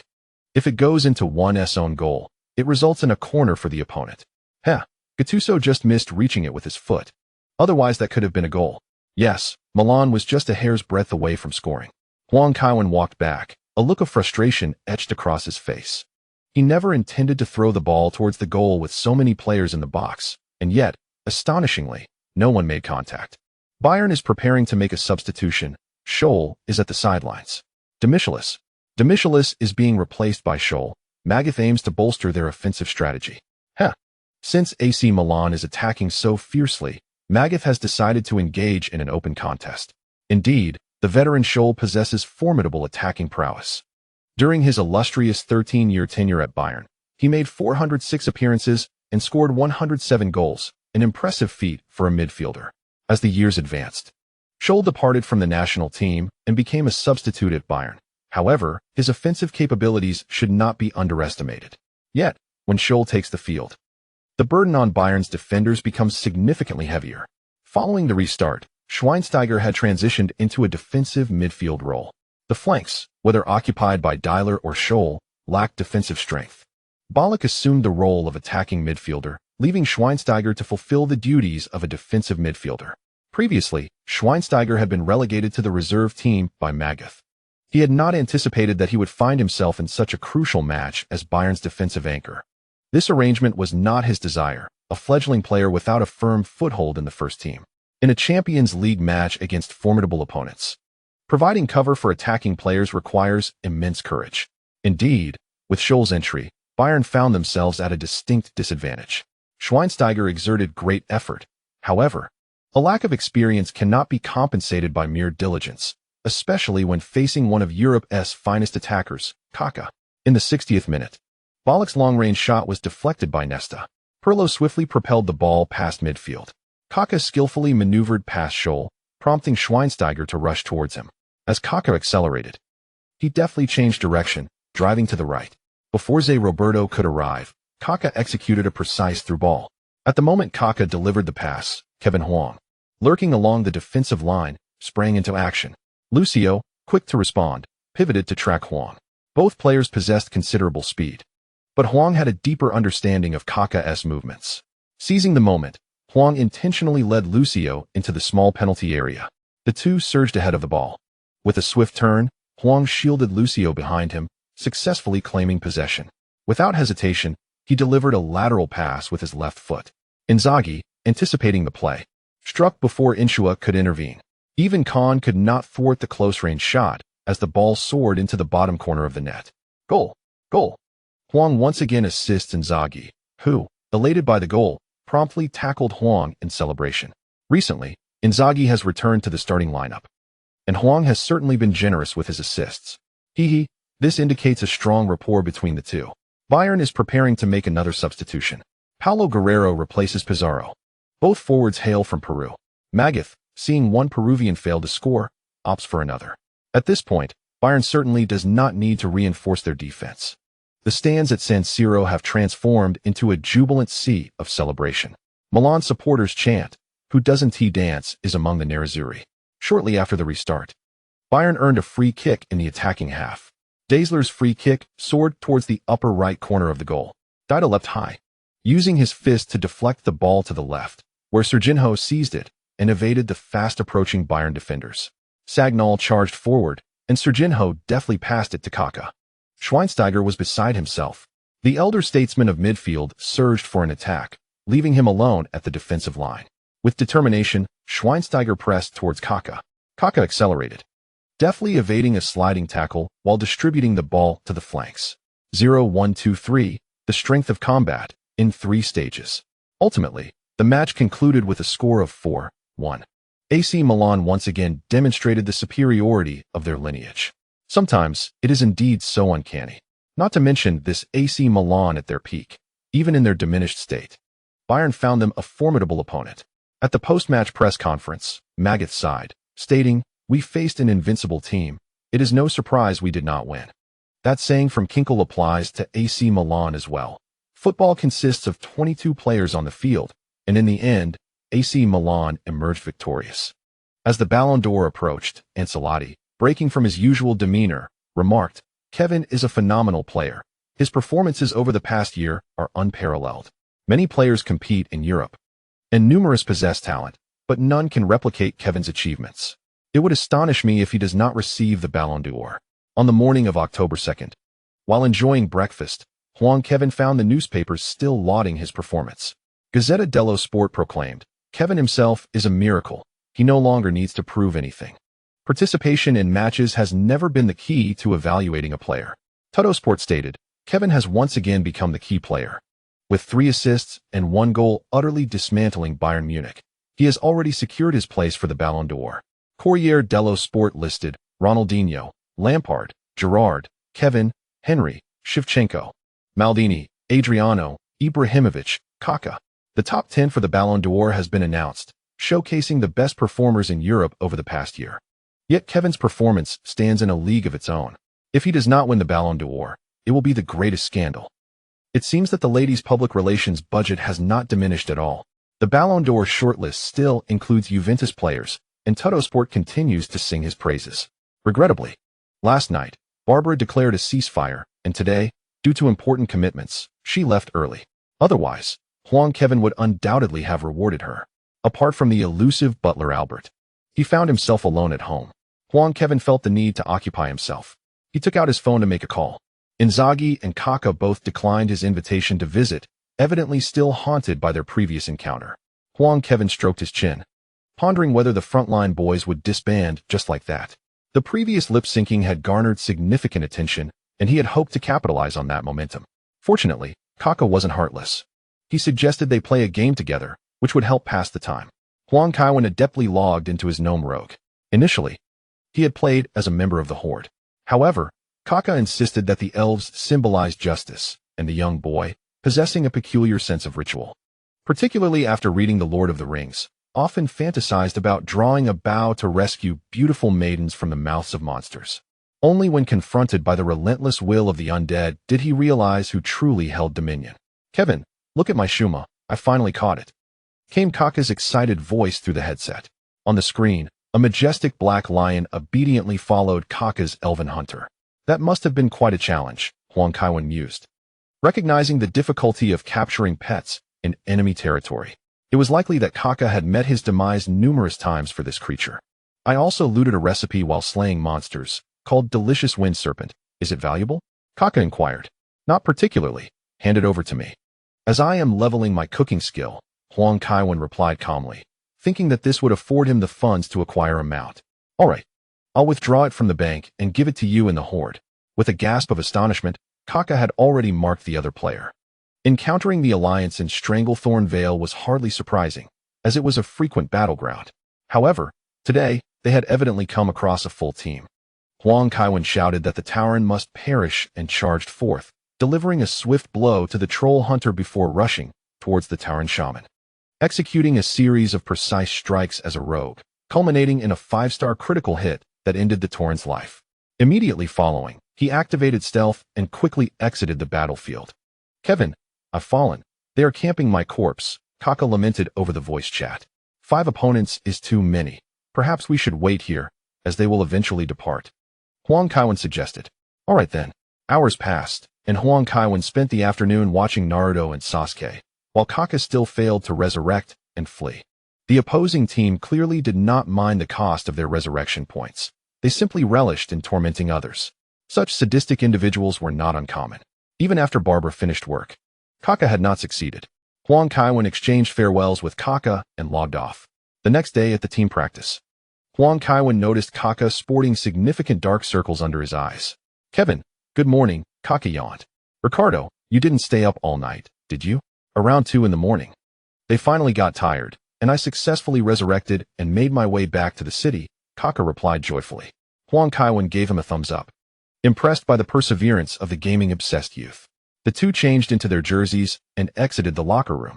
Ancelotti, observing Huang Kaiwen approach the training field, scratched his head in confusion. "Kevin, come here." Ancelotti could no longer contain his curiosity. "Coach," Huang Kaiwen approached inquiringly. "Shouldn't you be at the gym?" Ancelotti gestured with his hands, saying, "Even if you're not at the gym, you should be jogging on the sidelines, right?" Based on past patterns, Huang Kaiwen often refrained from participating in ball training after extended matches. "I feel good today, so I believe I can train," Huang Kaiwen replied with a smile. Recently, there have been no significant competitions. He also wished to mitigate the likelihood of injury. Previously, due to his proficiency in injury prevention, he had not sustained any serious injuries, leading Huang Kaiwen to wonder if he had managed to evade more severe ailments. "Very well, you may proceed," Ancelotti said, retrieving a notebook from his pocket, his expression one of deep contemplation as he hesitated to write. Several minutes later, during a pressing moment, Huang Kaiwen fell to the ground, clutching his leg. Only then did Ancelotti breathe a sigh of relief. Indeed, Kaiwen remained true to form. Even when substituted early, injury was still an unavoidable fate. Ancelotti jotted down in his notebook, the fourth law of Kaiwen: whenever he plays for over 5 minutes, he is destined to be injured in the second half. Even if substituted early to avoid injury during the match, he still risks injury in training. A minor contusion, a few days of rest will suffice. Giannini remarked with a smile. The chief physician of Milan felt a twinge of regret. His research project had just commenced, and with insufficient samples, Kaiwen had managed to evade serious injury, leaving him uncertain of when he might achieve results. Satisfied, Huang Kaiwen departed from the Milan laboratory. It appeared that his injury prevention skills were indeed effective. Earlier, during a light-hearted training session, he had inadvertently collided with Nesta while attempting to seize the ball. Suddenly struck by inspiration, he adjusted his posture, and miraculously, he emerged unscathed. Huang Kaiwen felt he had made a remarkable discovery. Was this a glitch? Each time he utilized his immunity card, he could entirely eliminate the risk of injury on the training ground. Even if the probability of injury soared, it must adhere to scientific principles, right? A mere collision should not result in severe damage to internal organs. At worst, just a bruise or minor strain. With his proficiency in injury prevention, there was no need for fear. Elated by his newfound insight, Huang Kaiwen called Albert to pick him up. Even with a minor injury, he needed to recuperate at home. As the Milan team prepared for their match against Udinese, Huang Kaiwen rejoined his teammates. "Kaiwen, will you be playing today?" Ancelotti inquired. "If possible, I would like to play," he replied. "Very well, I shall arrange for you to take the field," Ancelotti said with a cheerful smile. The return of a core player was always a positive development. He promptly returned to his office to strike Seedorf's name from the roster. Shortly after 1 p.m., Huang Kaiwen and his teammates appeared in the changing room at San Siro. After drawing cards, Huang Kaiwen was taken aback. "Ding. You have received a single match experience card for the 2010 to 2011 Premier League 7th round, Manchester United vs Sunderland, featuring BB. Regardless of one's allegiance to Manchester United, it was difficult to overlook such a name. A player from the Portuguese 3rd Division. He had signed with the prestigious Manchester United for a transfer fee exceeding €8 million, a signing that seemed peculiar at best. As it turned out, BB lacked the capability to perform for Manchester United. Fortunately, Huang Kaiwen had not used his immunity card. He merely sought to test the limits of his injury prevention skills. As Maldini observed Huang Kaiwen in a moment of daze, he placed his arm around Huang's shoulders and said, "Come on, let us warm up." "Oh, all right." During the warm-up, Huang Kaiwen proceeded with utmost caution, managing to avoid injury. "The players have taken the field alongside the referee team," announced the commentator. Previously, Italian media had speculated about Huang Kaiwen's injury, yet he appeared on the pitch today. Kaká approached him, offering reassurance. "Don't dwell on it. I've made mistakes too." "I'm fine," Huang Kaiwen replied with a smile, surprised at how outrageous Bebe's pass had been. "All right then, I'll make sure to pass to you when the opportunity arises," Kaká declared confidently, patting his chest. Huang nodded with a grin, knowing that in critical moments, a brother's support is invaluable. In the 7th minute, Udinese forward Iaquinta's shot was blocked, prompting Maldini to clear the ball with a powerful kick into the offensive zone. Kaká seized the ball at the top of the arc, executing a high-quality pass that sent the ball skimming along the grass to the left flank.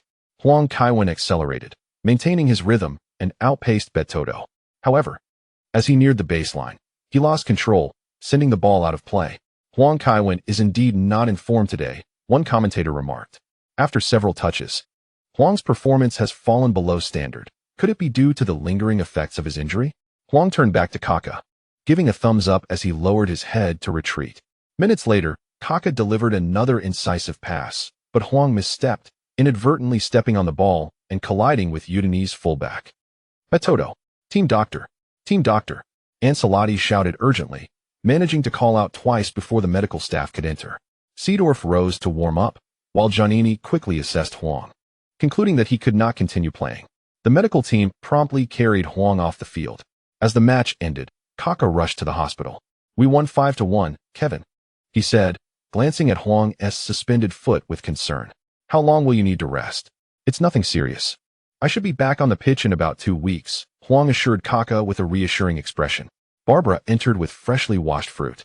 Upon seeing Kaká, she paused before approaching Huang's bedside.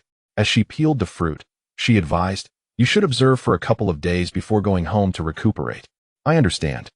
I'll have someone bring over a laptop shortly. I've already sent my bodyguard to fetch one, she replied, feeding Huang a piece of pear. Ah, that is good. Ricardo, you should head home early. I'm fine, Huang said. All right then. Kaká gestured a phone sign with his right hand, extending his thumb and pinky. Huang nodded in acknowledgement. Kaká exited the ward. Barbara chided, You're already injured. Take more rest and stop playing games. Okay, I understand, Huang replied softly, embracing her gently. 20 minutes later, the bodyguard delivered the laptop. Huang promptly logged into his account, but Kaká was not online, so he logged out again. Engaging in solitary gaming can be an exceedingly mundane endeavor. With so many companions, how could he possibly entertain himself alone, were it not for Dembele's tender age? Huang Kaiwen would have implored the young lady to acquire him. Bored and restless, Huang Kaiwen turned to the news. The British newspapers updated their websites with remarkable speed. Kevin's performance was abysmal. His collision with Bertotto resulted in injury, rendering him unworthy of the Ballon d'Or.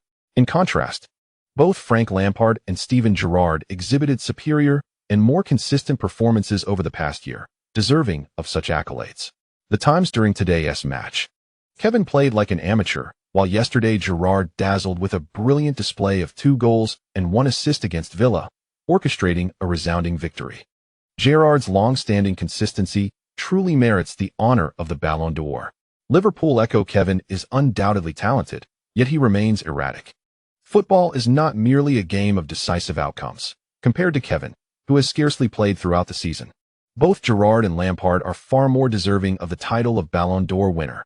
Daily Mail, the English media, overwhelmingly disparaged Huang Kaiwen while elevating the 2 selected English players. The young lady gently closed her laptop and reassured Huang Kaiwen. Do not heed their words. The British have always been so arrogant. You are the finest player. Indeed, Huang Kaiwen nodded, not wishing to worry Barbara. That evening, the 2 shared a peaceful night in the hospital room. The following morning, Huang Kaiwen quietly opened his laptop. The media had become even more outrageous. For the sake of their domestic league players, they were relentless. Ronaldo is undoubtedly the best player in the world, compared to Kevin, who may not even play 20 matches in a season. Ronaldo's on-field performance is far more persuasive. In terms of entertainment value, Ronaldo is equally captivating. Mundo Deportivo, the Ballon d'Or is not a fitting award for Kevin. He resembles an expensive instrument that requires meticulous care and only occasionally performs well. In contrast to such an instrument, fans are in greater need of cold medicine. The Times Ronaldo is inferior to Kevin. Marca after an unbeaten season. Henry has emerged as the world's finest forward, deserving of all accolades. L'Equipe. Huang Kaiwen shut his laptop, lacking the inclination to continue reading. Truth be told, he did not place much importance on the Ballon d'Or. He had always embraced a fortunate to receive, fated to lose perspective regarding this opportunity. After all, he understood the circumstances well.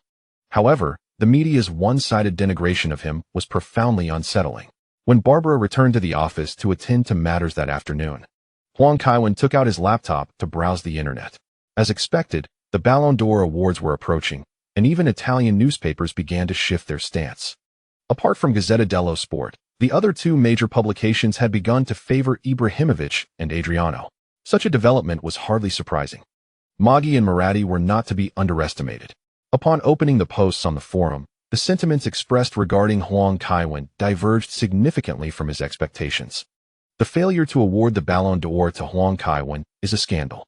Based on my extensive years of watching football, I can assert that within the span of 600 years, 300 years into the past, and 300 into the future, there will not be another player who surpasses Huang Kaiwen. Although Huang Kaiwen often feigns injury, his prowess on the pitch is undeniably remarkable. Indeed, Spanish newspapers claim that Ronaldinho deserves the award. Let him save 4 penalties against me, and I shall concede that Ronaldinho is superior to Huang Kaiwen. What do Gerrard and Lampard amount to? Their reputations are inflated, yet they falter in critical moments. Does the English national team even merit the Ballon d'Or? Brother, is it possible that the Chinese team is worse? Isn't it true that Huang Kaiwen hasn't returned yet? Even if he himself cannot lead the Chinese team to a World Cup victory, dominating the Asian teams is akin to child's play. Huang Kaiwen rarely plays more than 20 matches in Asia, and that is merely due to his poor form from being drained by his girlfriend. If the Ballon d'Or is denied to Huang Kaiwen, I vow to cease watching the Premier League and La Liga. I am truly astonished that Inbu is even nominated. He has the audacity to boast. After Huang Kaiwen joined Serie A, he nearly dismantled Juventus on several occasions. What does Inbu amount to in comparison? Huang Kaiwen realized that, in crucial moments, one can always rely on their own. Deeply moved, he typed a line. If you refrain from placing derogatory terms after Huang Kaiwen's name, he would likely be much happier. He was soon inundated by the furious rebukes of the forum members. Nodding, Huang Kaiwen acknowledged that it was indeed the same group of detractors. During his recovery, the national team had matches scheduled. Several competitors for the Ballon d'Or performed admirably, with the exception of the English duo. The conundrum of how to accommodate both Gerrard and Lampard has plagued every England manager, even if they do not play together. National team coaches often struggle to utilize these exceptionally distinctive players effectively. Gerrard has even played as a winger for the national team. Meanwhile, Barber was not idle. Previously, Italian newspapers had promoted other players, but now a unified voice emerged. Whether it be Adriano or Ibrahimovic, the likelihood of either winning the Ballon d'Or is minimal, even lesser than the chances of several other Milan players nominated. Huang Kaiwen's recovery was progressing more swiftly than anticipated. Prior to the Ballon d'Or ceremony on November 29th, he had 2 matches to showcase his abilities, one of which held significant weight, against the fierce city rivals, Inter Milan. The day before the Milan derby, Huang Kaiwen returned to the team. "Have you recovered, Kevin?" asked Maldini with genuine concern. "I initially intended to bring Chris and Danny to your home, but your injury made it inconvenient." "No worries, bring them over after the match," Huang Kaiwen replied with a smile. "I haven't seen those 2 little rascals in quite some time. After we finish the derby, let us pay a visit to your home. Remember to persuade Chris for me." "Sure." Huang Kaiwen genuinely intended to offer some advice to the young master. It seemed rather premature to act out before even being promoted to the first team. The second son, Daniel, was not exactly a prodigy either. Otherwise, he might have been able to assist the eldest son by securing a contract of sorts. "Hey, did you catch the interview?" Inzaghi leaned closer to Huang Kaiwen, ingratiatingly saying, "During the interview, I declared you to be the Ballon d'Or winner." "I saw it, thank you." "Filippo, thank you for what?" "We are brothers." Inzaghi wrapped his arm around Huang Kaiwen as they walked. Spotting Kaká, Huang Kaiwen remarked, "Ricardo, you shouldn't have said that during the national team match. Ronaldinho is your teammate." "I only spoke the truth," Kaká replied with a radiant smile. "God has told us not to deceive. Kevin, you truly deserve the Ballon d'Or. Indeed, Kevin, you are the best. You helped us secure 3 championships." Seeing the concerned and smiling faces of his teammates, Huang Kaiwen pursed his lips and headed toward the gym. November 20th, 1 p.m. Having already utilized the immunity card, Huang Kaiwen took a deep breath, preparing to draw a card. Regardless of fortune today, he was determined to exert his utmost effort, not merely for himself, but for those who believed in him, cared for him, and loved him. The greatest responsibility one bears is not to disappoint those who cherish you. Huang Kaiwen did not even resort to a scratch-off card to test his luck. Observing his fully maxed expectation value at 100, he chose to draw a card. Ding! Acquired a single-match experience card for the 1962 World Cup final, Brazil versus Czechoslovakia, featuring Garrincha. "Damn!" Huang Kaiwen exclaimed, clenching his right fist in exhilaration. At that moment, he yearned to shout, 30 years on the east of the river, 30 years on the west. Do not underestimate the youth in poverty. Zhang Ai Yi Lianshan reminds you. Remember to bookmark after reading, so that next time I update, you can conveniently continue reading. Anticipate more excitement. You may also use the mobile version for uninterrupted reading anytime, anywhere.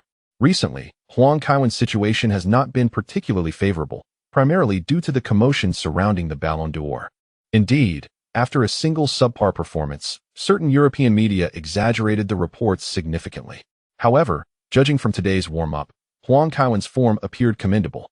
Inzaghi passed the ball to Huang Kaiwen, stating, "Although I cannot start today, I will still support you spiritually. Then stay away. Don't get too close to the starting players." Pirlo disdainfully waved his hand. Inzaghi mimicked an umbrella gesture towards Pirlo. Kaká approached and said, "Kevin, don't feel too pressured. Even if your performance is average today, it won't matter much." Pressure? What pressure could Huang Kaiwen possibly feel? He was more concerned about the defensive players of Inter Milan feeling the heat. Who was it? The only player in Brazil's domestic scene that could be compared to Pelé, having participated in 60 international matches with only a single defeat. He has never engaged in systematic training, often indulging in alcohol, relying solely on his innate talent for the game. His behavior could even be deemed more outrageous than that of George Best, showcasing a complete lack of professional ethics. Nevertheless, he has achieved extraordinary accomplishments. It is difficult to fathom how remarkable one could be with discipline.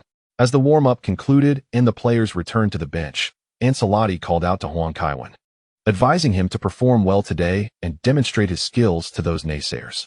Huang Kaiwen looked at Ancelotti in astonishment. Had the mystic finally returned to the embrace of science? If so, that would be splendid. I am not prepared today, Huang replied. Ancelotti, animated, responded, recently, my research has yielded new results, though there have been setbacks. The cauldron exploded. I assure you, for the next match, I will have everything ready and guarantee your safety. Huang could only nod in resignation, realizing he had misunderstood. The mystic was not transitioning to a scientist, but rather was an alchemist. As the players made their way back to the tunnel, the match was about to commence. Today, Shevchenko made a triumphant return from injury, a boon for AC Milan. However, the injuries to both Maldini and Cafu cast a shadow over AC Milan's defense. In contrast, Inter Milan has been relatively unscathed by injuries. Let us examine the lineups. Inter Milan fielded a 4-4-2 formation with dual holding midfielders, goalkeeper Caesar, defenders Favalli, Samuel, Cordoba, and Zanetti, midfielders Stankovic, Varane, Cambiasso, and Figo, and forwards Martins and Adriano. AC Milan, in a 4-4-2 diamond formation, featured goalkeeper Dida, defenders Sagnol, Kaladza, Nesta, and Stam. Midfielders Huang Kaiwen, Pirlo, Gattuso, and Kaká, and forwards Tony and Shevchenko. Today, the match was held at Inter's home ground, where banners expressing gratitude to Moratti could be seen, fueled by rumors of his intent to continue recruitment during the winter break. The relationship between Inter fans and Moratti is a tumultuous love-hate dynamic. They have protested for his departure, yet he continues to invest heavily in new players. Perhaps being favored breeds such audacity.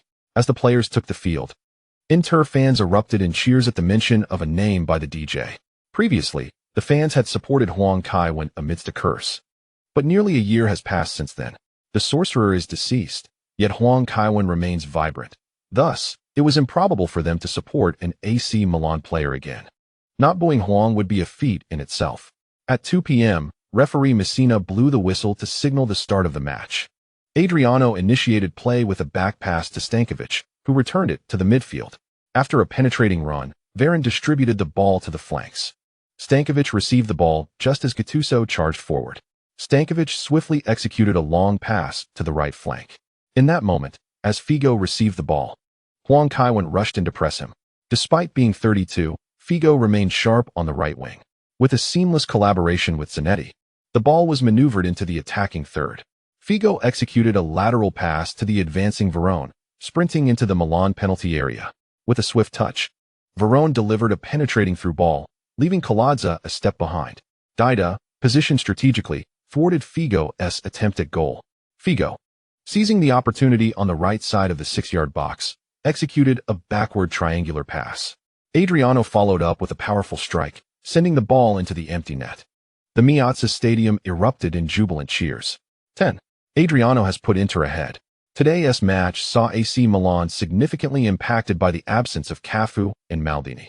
Indeed, Serginho, known for his offensive prowess but defensive frailties, was substituted in by Ancelotti merely to bolster the attack, shifting Kaladza to a central defensive role, which proved less comfortable, leading to an early lapse.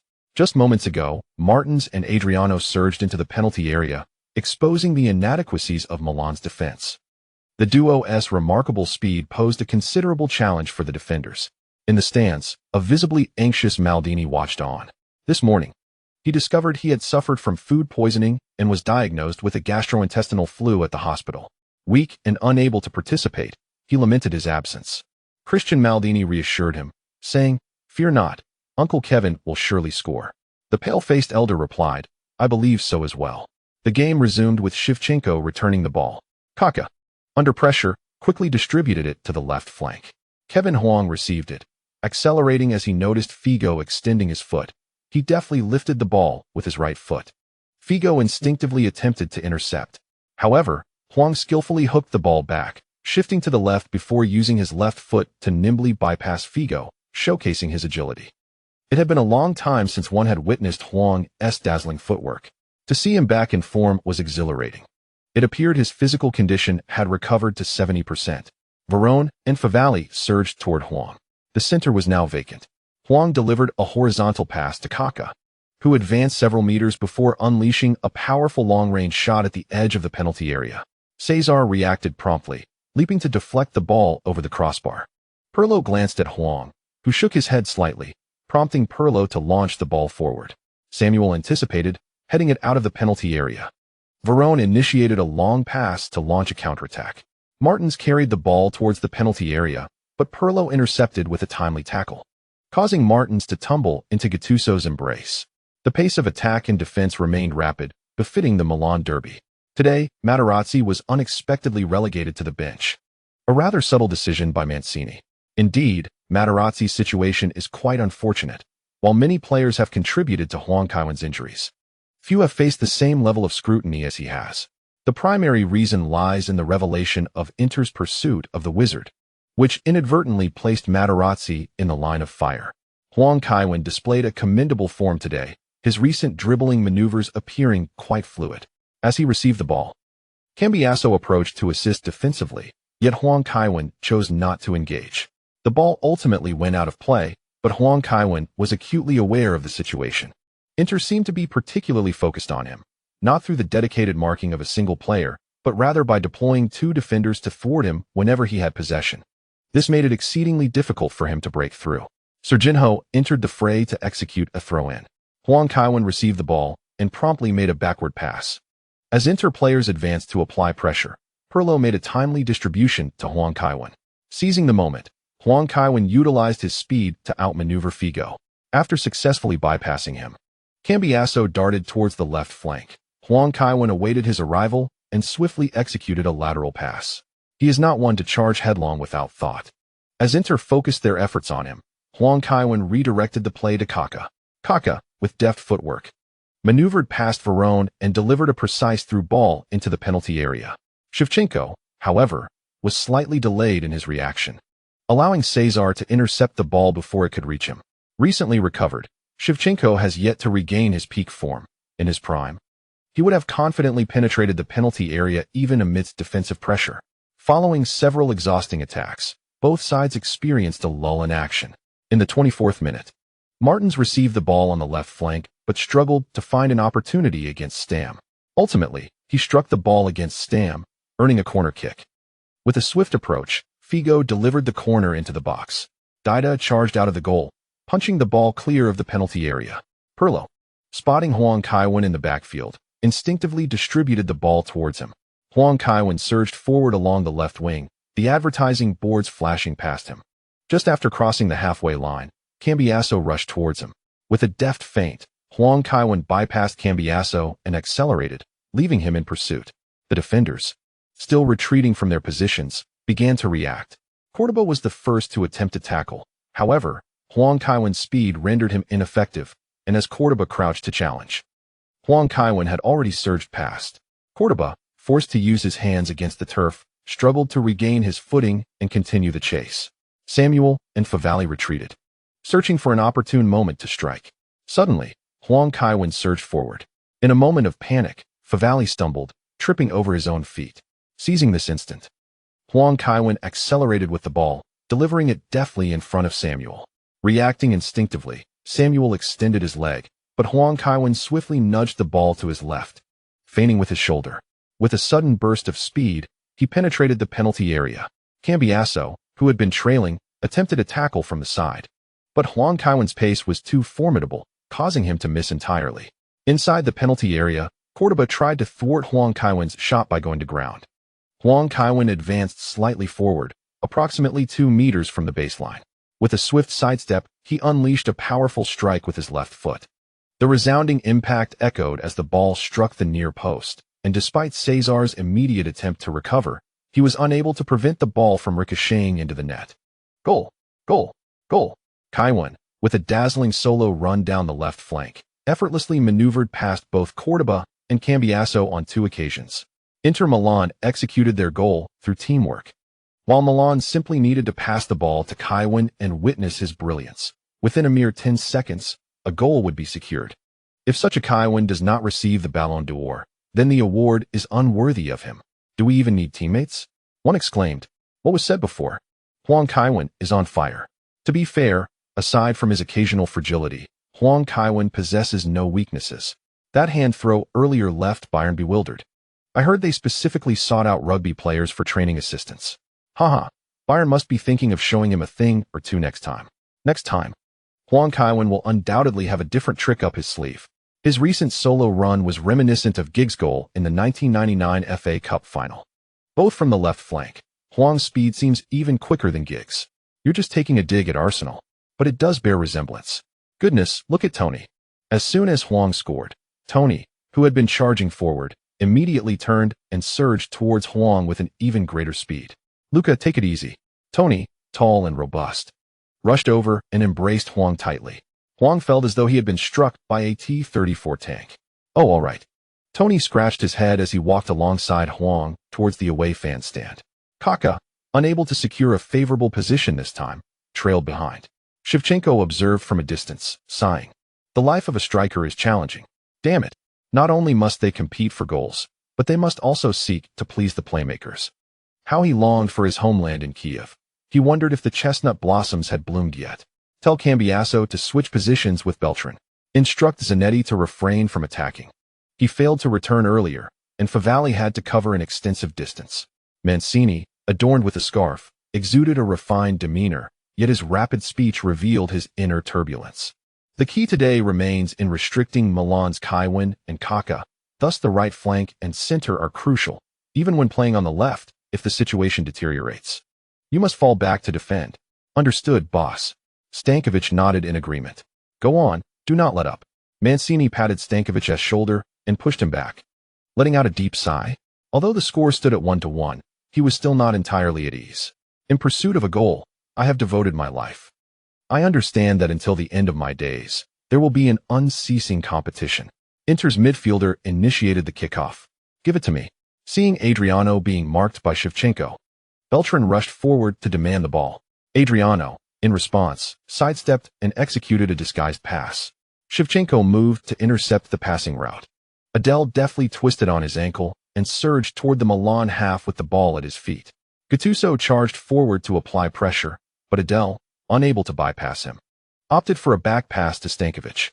The latter executed a long pass, attempting to switch play, but Figo, uncharacteristically, miscontrolled the ball, sending it out of bounds. What a sequence of play this is, someone remarked. Adel, that prodigy, certainly has a flair for the dramatic. Even when opportunities are scarce, he insists on overcoming you first. After all, he is hailed as the successor to Ronaldo, and young talents often possess a certain temperament. Interestingly, both Kaká of AC Milan and Adel are regarded as the core players for Brazil in the coming decade. Serginho was set to throw in to Huang Kaiwen, who seemed reluctant to take the throw. Observing his teammate advancing without seizing the ball, Huang felt a sense of frustration. Rubbing his arm, he declined, saying no. Throwing in is too exhausting. Very well, I'll do it, Serginho declared as he approached the sidelines. Huang had wisely refrained from continuing as a goalkeeper. A powerful throw-in could be advantageous, yet one never knows when Dida might falter or when a penalty shootout might arise.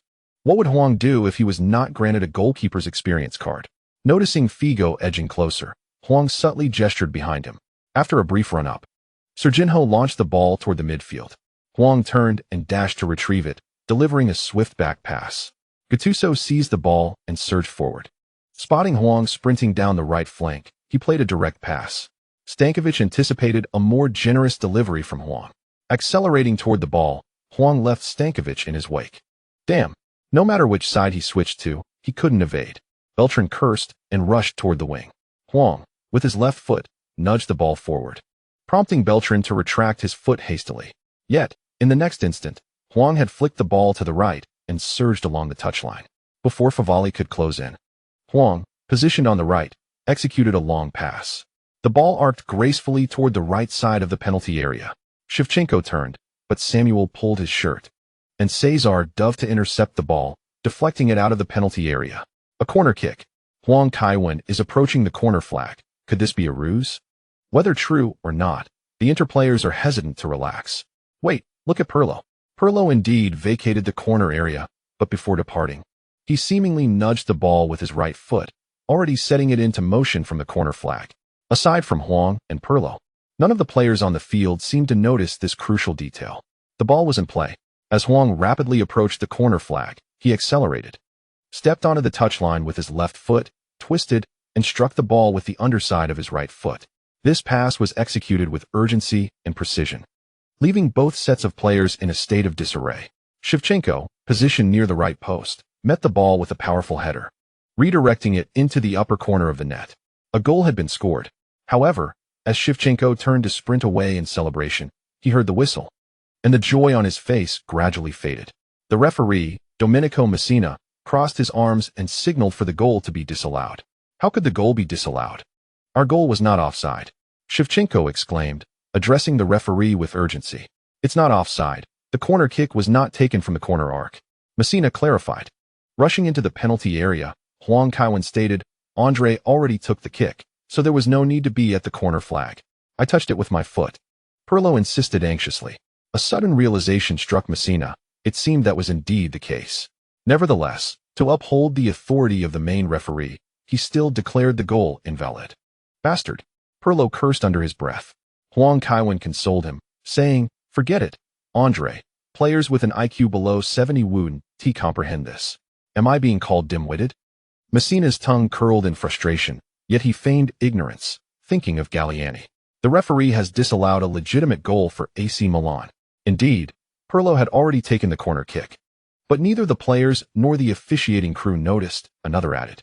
Pirlo returned to the corner flag to take the kick again. This was an attempt at a corner goal, but it veered absurdly off course, resulting in a goal kick. This disallowed goal has affected the mindset of the AC Milan players. Inter initiated a play from the back. Stankovic passed it laterally to the advancing Varane. As Varane surged past the halfway line under pressure, he quickly distributed the ball to Figo. Noticing Figo approaching, Huang Kaiwen was unhurried to press. With age, Figo's speed had diminished. He merely needed to avoid errors and delay for his teammates to provide support.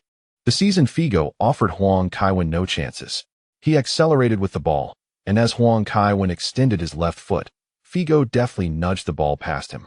Maneuvering along the sideline, with a smooth separation of ball and body, he surged forward. Serginho's timely intervention saw him challenge Figo, who executed a quick stop and lateral pass. Varane, charging in for the ball, was brought down by Nesta. The referee awarded a free kick. Come over to form the wall, Nesta called out, gesturing. Huang Kaiwen, bracing himself, approached. Figo and Adriano positioned themselves behind the ball. Figo was manageable, but if Adriano's strike hit him, even if he remained uninjured, it would be far from pleasant. Huang Kaiwen shielded his vital areas with his hands.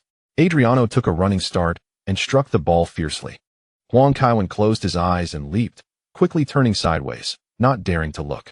When powerful players took free kicks, standing in the wall felt akin to facing punishment. Thud. When he opened his eyes, the ball had already ricocheted off Stam and entered the penalty area. Martins rushed in from the left, pushing the ball into the far corner with his right foot. Damn it. Stam turned to Nesta and questioned, what was our defensive strategy? Why didn't you block it? Nesta retorted, equally irked. Bastard, I hadn't even landed yet. Enough of this bickering, Huang Kaiwen interjected, positioning himself between the two teammates. Be careful not to make another mistake. Nesta snapped. Huang Kaiwen quickly pushed Stam aside. Although Stam played as a fullback during his time at Lazio, his advancing age has indeed rendered his weaknesses more pronounced. The defensive line of Milan, while formidable, requires a complete ensemble to function optimally. The absence of Maldini and Cafu has notably diminished their defensive prowess. Following the celebration by Inter players, Milan resumed play, only to find their opponents retreating into formation. Mancini, a coach known for his tactical variability, had consistently experimented during his tenure at Lazio, blending technical defenders with towering fullbacks and versatile midfielders capable of cutting in from the flanks. Yet, the hallmark of his strategy remains the counterattack. Once in the lead, he swiftly shifts to controlling the rhythm of the game, an approach deeply embedded in the DNA of most Italian coaches. After several fruitless attempts at attacking, AC Milan began to temper their offensive efforts. It wasn't until the 41st minute that they orchestrated another offensive maneuver. Pirlo's long pass found Huang Kaiwen on the left flank, who accelerated past Figo. Cambiasso quickly surged forward, but Huang Kaiwen deftly executed a couple of quick step-overs, nudging the ball with the outside of his right foot. As Cambiasso shifted left, Huang Kaiwen cleverly hooked the ball back with the tip of his right foot, executing a flick reminiscent of a whip. In that fleeting moment, Cambiasso failed to intercept directly, prompting Huang Kaiwen to dash forward once more. Sensing danger, Zanetti lowered his center of gravity, spreading his legs but refraining from extending a foot. Huang Kaiwen lofted the ball with his left foot, yet Zanetti suddenly closed his legs. Fortunately, Huang Kaiwen's nimble footwork allowed him to regain possession, as he sought to penetrate the opponent's narrow space, only to find Zanetti anticipating his move. Failing in that attempt, Huang Kaiwen swiftly redirected the ball towards the center, passing it to Kaká before charging into the penalty area. Kaká, after controlling the ball, delivered a precise through ball, with the ball weaving past Samuel's right side into the box. Tony, seizing the opportunity, shot first, but his attempt was parried by Cesar. Huang Kaiwen followed up with a spectacular volley. With Cesar still grounded, he could only watch as the ball soared into the right side of the net. Kevin. As the first half drew to a close, Kevin equalized, ensuring Milan would not trail into the halftime break. Fantastic. The best version of Kevin has returned. They may attempt to undermine Kevin with a single lapse, but the words from the sidelines can never diminish his greatness. He is Milan's most reliable player, cried Crudeli passionately, as if his voice belonged to another. Kaká rushed into the box, high-fiving Huang Kaiwen, exclaiming, "Great goal. I knew you would score." "Indeed, I knew it too." Tony nodded vigorously. Shevchenko, preferring action over words, simply gave a thumbs up. "It was mainly due to Luka's shot that I had the chance for a follow-up." Huang Kaiwen chuckled. Tony grinned foolishly, feeling as if he had finally integrated into the core circle of the Milan team. This is indeed the reality. Whichever forward positions themselves on the left typically garners more opportunities, as Huang Kaiwen and Kaká often collaborate on that side, leading to a greater frequency of passes directed towards the left forward. The game resumed. Inter Milan endeavored to launch a swift counterattack.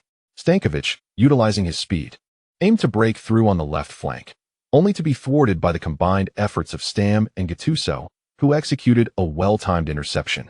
As Kaká received the ball, Bellin surged forward, prompting Kaká to quickly distribute the ball to the flanks. Huang Kaiwen, upon receiving the pass, sensed the perfect opportunity and unleashed a powerful strike with his left foot, sending the ball soaring. In an instant, the ball traversed the half-field, maintaining its momentum as it hurtled toward the Inter Milan penalty area. Realizing the imminent danger, Cesar hurried back, but in his eagerness, the goalkeeper stumbled and fell in the box, failing to notice the ball beneath his feet. Fortunately, the ball struck the upper netting. The referee's whistle signaled the end of the first half. Halftime, came the announcement. Huang Kaiwen's shot was quite unexpected. "It was just a hair's breadth away," remarked one observer. Indeed, seeing the goalkeeper off his line, Huang Kaiwen took a shot from over 60 meters. Cesar was momentarily caught off guard. Had the wind been more favorable, that shot would have found the back of the net. Long-range shooting often relies on luck. While Huang Kaiwen's attempt was splendid, it still lacked that stroke of fortune. True, had it gone in, it would have been spectacular. Shooting from the flanks at such distance is more challenging than from the center. Regardless of the outcome, Huang Kaiwen's performance today has been commendable. He assisted AC Milan in equalizing before the halftime break. For goals in the first half, it seems we're in for another goal fest today. How does it feel? Ancelotti inquired, handing Huang Kaiwen a towel. Absolutely fantastic, Huang Kaiwen replied with a smile. My feet feel incredible. That's splendid to hear. Engaging in conversation with the coach, Huang Kaiwen and Kaká lagged behind as they made their way to the locker room, where applause erupted. Inzaghi, having procured a bouquet of faux flowers from an unknown source, rushed over to present them to Huang Kaiwen, exclaiming, "Congratulations to our Ballon d'Or winner." "Stop it." Huang Kaiwen waved his hand dismissively. "This is no jest. Your performance warrants accolades." "Indeed, Kaiwen, you are destined to win an award," Gattuso whistled, adding, "Unless the judges are blind, the Ballon d'Or is yours. We are on the verge of having 2 Ballon d'Or winners." Inzaghi proclaimed with enthusiasm, "I propose we celebrate tonight." "That sounds dull." "Forget it. I still have dinner waiting at home. I intend to catch up on my drama series tonight." Inzaghi cast an eager glance toward Huang Kaiwen, who turned his head away. It was not out of disloyalty. Rather, a certain young lady had requested his early return home for an important matter. 15 minutes into the halftime break, both teams returned to the field. Shevchenko initiated the play, passing back to Tony. Kaká swiftly received the ball and directed it to the flanks. Huang Kaiwen deftly nudged the ball with his left foot, instantly accelerating forward like a wild stallion. Having adeptly mastered the techniques of Garrincha over the first 45 minutes, Huang Kaiwen was prepared. As Figo approached to challenge, Huang Kaiwen surged ahead, leaving him behind. Cambiasso and Zanetti, two Argentinians, converged to double-team Huang Kaiwen. However, he offered them no opportunity, maintaining his speed and seizing the moment to execute a precise maneuver. The ball was delivered behind Zanetti, who sprinted along the sideline to reclaim it. The captain of Inter only felt a rush of wind against him. By the time he turned around, Huang Kaiwen had already surged several meters ahead with the ball. Today, Kaiwen is in exceptional form. I feel as though I am witnessing the Kaiwen from last season's match against Juventus. This version of Kaiwen is simply unstoppable. Cordoba felt a bead of sweat trickle down his forehead. Facing Huang Kaiwen alone made him exceedingly anxious. He crouched low, hoping his teammates would catch up. Suddenly, he saw Huang Kaiwen deftly control the ball with his left foot. Cordoba quickly adjusted his position to prevent Kaiwen from cutting inside. Yet, in an instant, Huang Kaiwen executed another deft touch with his right foot and accelerated towards the byline. As Cordoba followed suit, he remained vigilant, knowing that Huang Kaiwen was not particularly fond of crossing the ball. Thus, it was clear he would cut in towards the penalty area. Indeed, approaching the byline, Huang Kaiwen abruptly stopped and turned with a deft touch. Cordoba, prepared for this move, was right on his heels.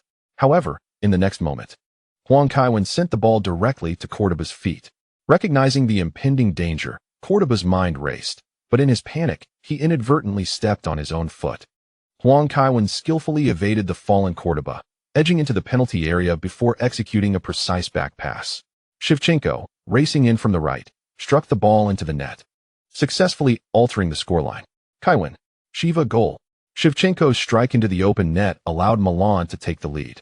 Although the goal was attributed to Shiva, the majority of the credit belongs to Kaiwen. Playing alongside him makes everything feel effortless. The second half has just begun, and Kaiwen has already outmaneuvered several defenders on the left flank, delivering a caregiver-like assist. Even I could score from such a setup. Kaiwen possesses the ability to transform any forward into a golden boot contender, should he choose to. Shevchenko, brimming with excitement, rushed over to embrace Kaiwen. Cordoba had yet to rise, and the Inter medical staff rushed onto the pitch. It appeared he was injured. Huang Kaiwen's dribbling was nothing short of criminal. A true ankle assassin, no player could contain a healthy Kaiwen, and Cordoba's ability to force him to the byline was already a notable achievement. Damn it, it's Materazzi. Seeing Inter make a substitution, Ancelotti felt a wave of unease wash over him. He retrieved a small notebook and pen from his jacket pocket. Apart from several principles related to Huang Kaiwen, it contained numerous names: Materazzi, Alden, Passato, Capello. On the Inter bench sat Mihajlovic and Berdisso. Mancini had deliberately chosen to field Materazzi, clearly targeting Kaiwen. Ancelotti forcefully inscribed the name Robert Manic, the pen even tearing through the paper. He then heavily underlined Manic's name before closing his ominous notebook. The trailing Inter side continuously sought attacking opportunities, persistently targeting the right flank, which was Milan's left. Both Huang Kaiwen and his supporting player, Serginho, were known for their offensive prowess, but lacked defensive strength. The makeshift left center-back, Kaladza, also failed to shine on the flanks. It can be said that Inter Milan has keenly identified the vulnerabilities of AC Milan. In the 66th minute, Verón initiated an offensive with a long pass from midfield. Adriano, with his back to Pirlo, skillfully controlled the ball. Pirlo, powerless behind him and wary of physical confrontation, could only wait for Adriano to turn and seek an opportunity to disrupt. However, Figo had already made his way into the center, and Adriano deftly sent a return pass. Without breaking stride, Luis Figo delivered a precise through ball. Fortunately, Kaladza managed to intercept it. As Huang Kaiwen retreated into the defensive zone, Serginho executed a direct pass forward. At the same moment Huang Kaiwen sprang into action, Martins surprisingly chose to track back. The two engaged in a spirited contest of speed through the midfield. Inter's forward Martins is renowned for his pace, capable of sprinting under 5 seconds at his peak, placing him among the fastest in football. Yet, Guarin's speed was no less impressive, complemented by Kaká's long-distance dash. Huang Kaiwen, effortlessly dribbling in the center, and Martins, who had initially kept pace with him, found himself a step behind. The Inter fans in the stands could hardly believe their eyes, well aware of Huang Kaiwen's speed, but astonished at how fast he truly was. Varone and Cambiasso both surged toward Huang Kaiwen almost simultaneously, attempting to exploit a momentary lapse. No matter how skilled a player, it is exceedingly difficult to bypass one defender and immediately evade another. Yet, Huang Kaiwen was unfazed. As he approached a one-on-one situation, he deftly nudged the ball, threading it between Cambiasso and Varone. With a burst of speed, he maneuvered past Varone, skillfully evading their combined defense. Martins, who had been trailing closely behind Huang Kaiwen, collided forcefully with Varone in an electrifying display. Even the most vocal of fans, like the fervent Kaikru Deli, fell silent, fearful of missing a fleeting moment. Favoletti, charging in from the flank, attempted a sliding tackle. Huang Kaiwen, after deftly controlling the ball, leaped over Favoletti to regain possession.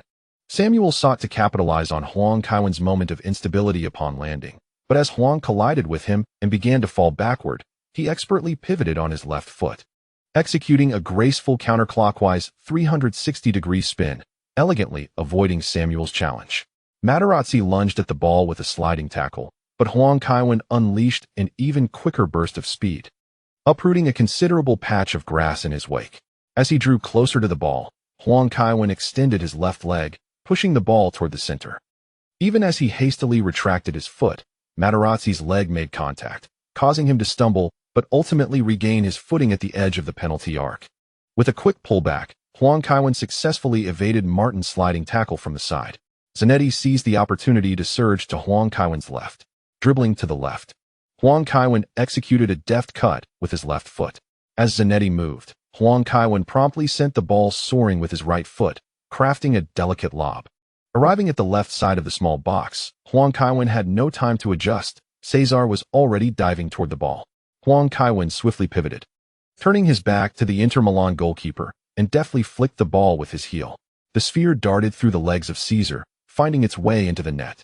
Silence enveloped the entire Miazza stadium. Suddenly, the tranquility was shattered as the 7 Gold Live streaming room erupted with excitement. Kaiwen, Kaiwen, Kaiwen. Goal for Kaiwen. Oh my God. He has completed a hat trick. This is undoubtedly the most remarkable hat trick I have witnessed in my 61 years of life. Kaiwen has dazzled the Miazza with a stunning display, dribbling past 8 defenders. Is this not a miracle in itself? 11 goals this season, with 4 in the European Super Cup, 1 goal and 5 assists across 2 matches against Bayern, 2 goals and 3 assists against Juventus, and now a hat trick today. Prior to this match, he had played 6 times, totaling 357 minutes and 51 seconds, scoring 8 goals and providing 9 assists.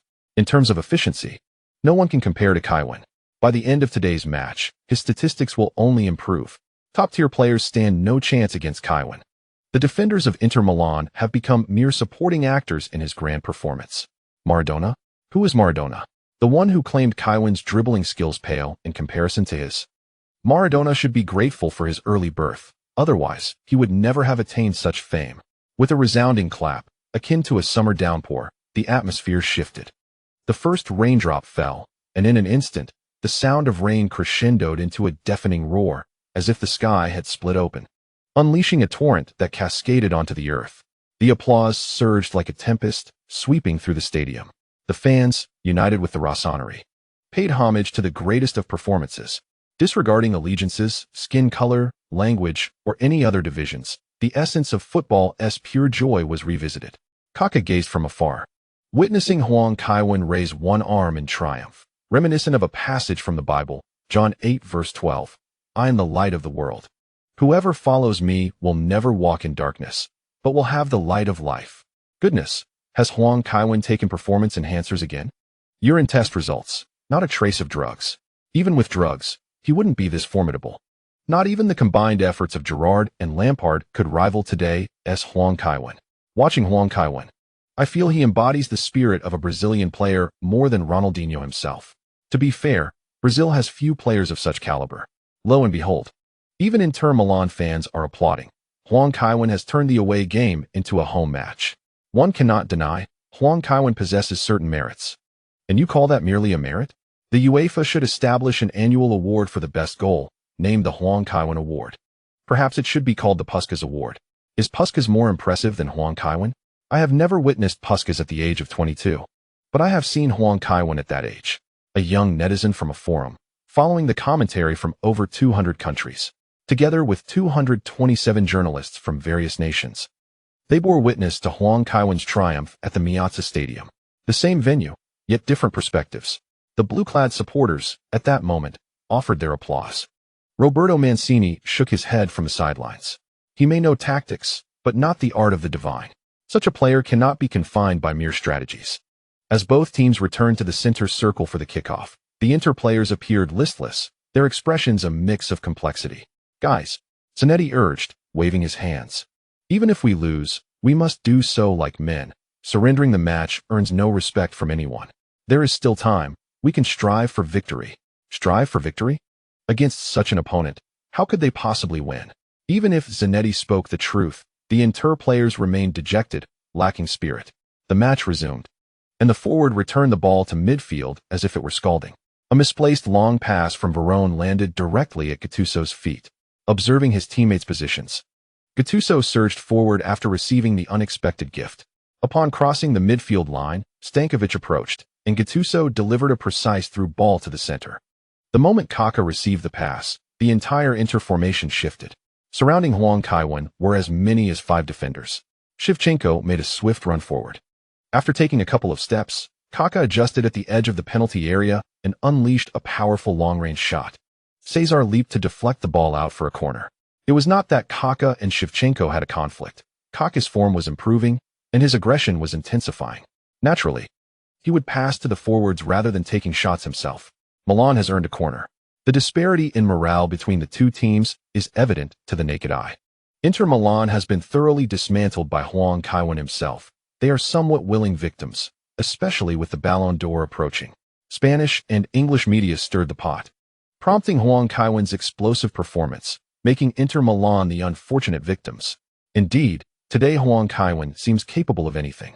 As we observe this play, Huang Kaiwen is heading towards the corner flag once more. The Inter players fixated on the corner flag, not daring to overlook any detail. Although the previous corner kick ambush in the first half was disallowed, the psychological shadow it cast lingered. The cunning Milan players were bound to employ tricks. One moment of inattention could lead to deception. Pirlo leisurely adjusted his position, his foot not making contact with the ball. The Inter players exhaled in relief, still wary. Pirlo was a crafty one, deliberately feigning a turn and arm movement, causing chaos in the penalty area. The assistant referee, observing Pirlo's innocent demeanor while scratching his head, felt a pang of frustration. Even he was deceived. Well done. Kevin Huang gave a thumbs up. Pirlo was undoubtedly planning a surprise attack. Upon noticing the opponent's vigilance, he played the role of a startled bird, transforming a genuine ambush into a mere intimidation tactic, merely to amuse himself. As Huang stationed himself at the corner flag and began to retreat, the Inter Milan players tensed up even more than before. Not to mention Huang's remarkable performance. Just recently, he had scored directly from a corner kick against Juventus. They were certainly on high alert. Zanetti stood deliberately at the left post, ready for a ground ball, while the other Inter players were acutely aware of their positions, ensuring they did not obstruct Caesar's line of sight. After a two-step run-up, Huang's right foot caressed the ball's underside. The ball arced toward the center, spinning vigorously. Materazzi surged into the small box, one arm draped over Stam as he leapt. Both managed to make contact with the ball, which landed at the edge of the penalty area. Serginho lifted his foot for a fierce strike, only to have it deflect off Shevchenko and bounce away. Favalli darted to the left, deftly evading Gattuso, and quickly advanced the ball. Varone charged forward, swinging his right foot to strike the ball. The sound echoed. Varone's long pass was of exceptional quality, finding Adriano with precision. Pirlo, caught off guard, was brushed aside by the advancing Adriano. Colazzo rushed in, and Nesta adjusted his stance, preparing to support defensively. Adriano deftly nudged the ball to the left and unleashed a powerful left-footed shot. The ball sped into the penalty area, and with his view obstructed, Dida was unable to react in time. He could only watch helplessly as the ball sailed into the right side of the net. 3, 4. Adriano. Adriano reignited Inter's hopes of equalizing. His performance today was indeed stellar. Such a prodigious talent was truly worth the exorbitant price of €54 million. Observing the bandaged wrist of Adriano as he sprinted, the Nerazzurri fans glimpsed a bright future. Who could have imagined that such a gifted genius would face a downfall within just 2 years? Mancini is making a substitution. Julio Cruz will replace Martins. Inter Milan certainly boasts a significant number of Argentine players. Indeed, on the field, we have Varone, Cambiaso, Zanetti, and Cruz, with Berdisso on the bench. It's almost like half of the Argentine national team. Yes, they are all Argentinians, but not necessarily starters. Zanetti and Varone are not particularly favored by the coach. And Cruz has to play backup to Saviola and Crespo. In a 3-defender setup, Berdisso wouldn't have a position, leaving only Cambiaso as a starter. There's little to be done. These Argentinians at Inter are quite strong. In any other country, they would surely be starters, but Argentina has an abundance of talent. Ancelotti was also preparing to make a substitution. Simic replaced Nesta. The substitutions from both teams reflected the current dynamics on the field. Inter aimed to bolster their offense, while Milan sought to reinforce their defense. Nerazzurri, we weather the storms with you. Nerazzurri, you are my hope. Embrace it, love it fervently, sang the ecstatic supporters of Inter Milan. Shevchenko initiated the play with a back pass. Pirlo's long ball was deftly intercepted by Cambiaso, who immediately relayed it to Varone. With precision, Varone delivered a long pass to the right flank. Figo's touch remained effortless and graceful, as if the long ball bore no weight at all. A mere lift of his foot allowed him to receive it effortlessly. Yet, at 32, Figo's stamina had waned. As the intensity of the match escalated into the second half, his movements became uncoordinated. An unfortunate misstep while attempting to maneuver the ball gifted possession to Huang Kaiwen. Upon regaining control, Huang turned to see Figo clutching his waist. Ronaldo had once remarked that if he had a wife like Figo, he would forego the nightlife. Huang shook his head. Torn between his desire to play well and to please his partner, it was no simple task. It was only by adopting a more cautious style of play that he could safeguard his well-being. As Huang crossed the midfield, Inter's formation shifted to accommodate him. Swiftly, he lifted the ball with his left foot, sending it into the penalty area. Materazzi beat Toni to the ball with a header. As the ball landed at the feet of Colazza in midfield, players from both teams converged on the left flank. A multitude of Milan players pressed forward. Colazza, undeterred, passed once more to Huang. Without pausing, Huang, relying on his exquisite touch reminiscent of Garrincha, deftly redirected the ball to the less crowded right flank. Stam received the ball and made a forward pass, finding Pirlo engaged in a one-on-one with Favalli just outside the penalty area. After a moment of adjustment, Pirlo delivered a cross, only to be thwarted by Favalli's leap and side clearance. The ball ricocheted back to Stam, who sent a lofted pass into the left side of the penalty area. Toni surged forward for a header, but it was directed too centrally, allowing the ball to fall safely into Cesar's arms. Be cautious.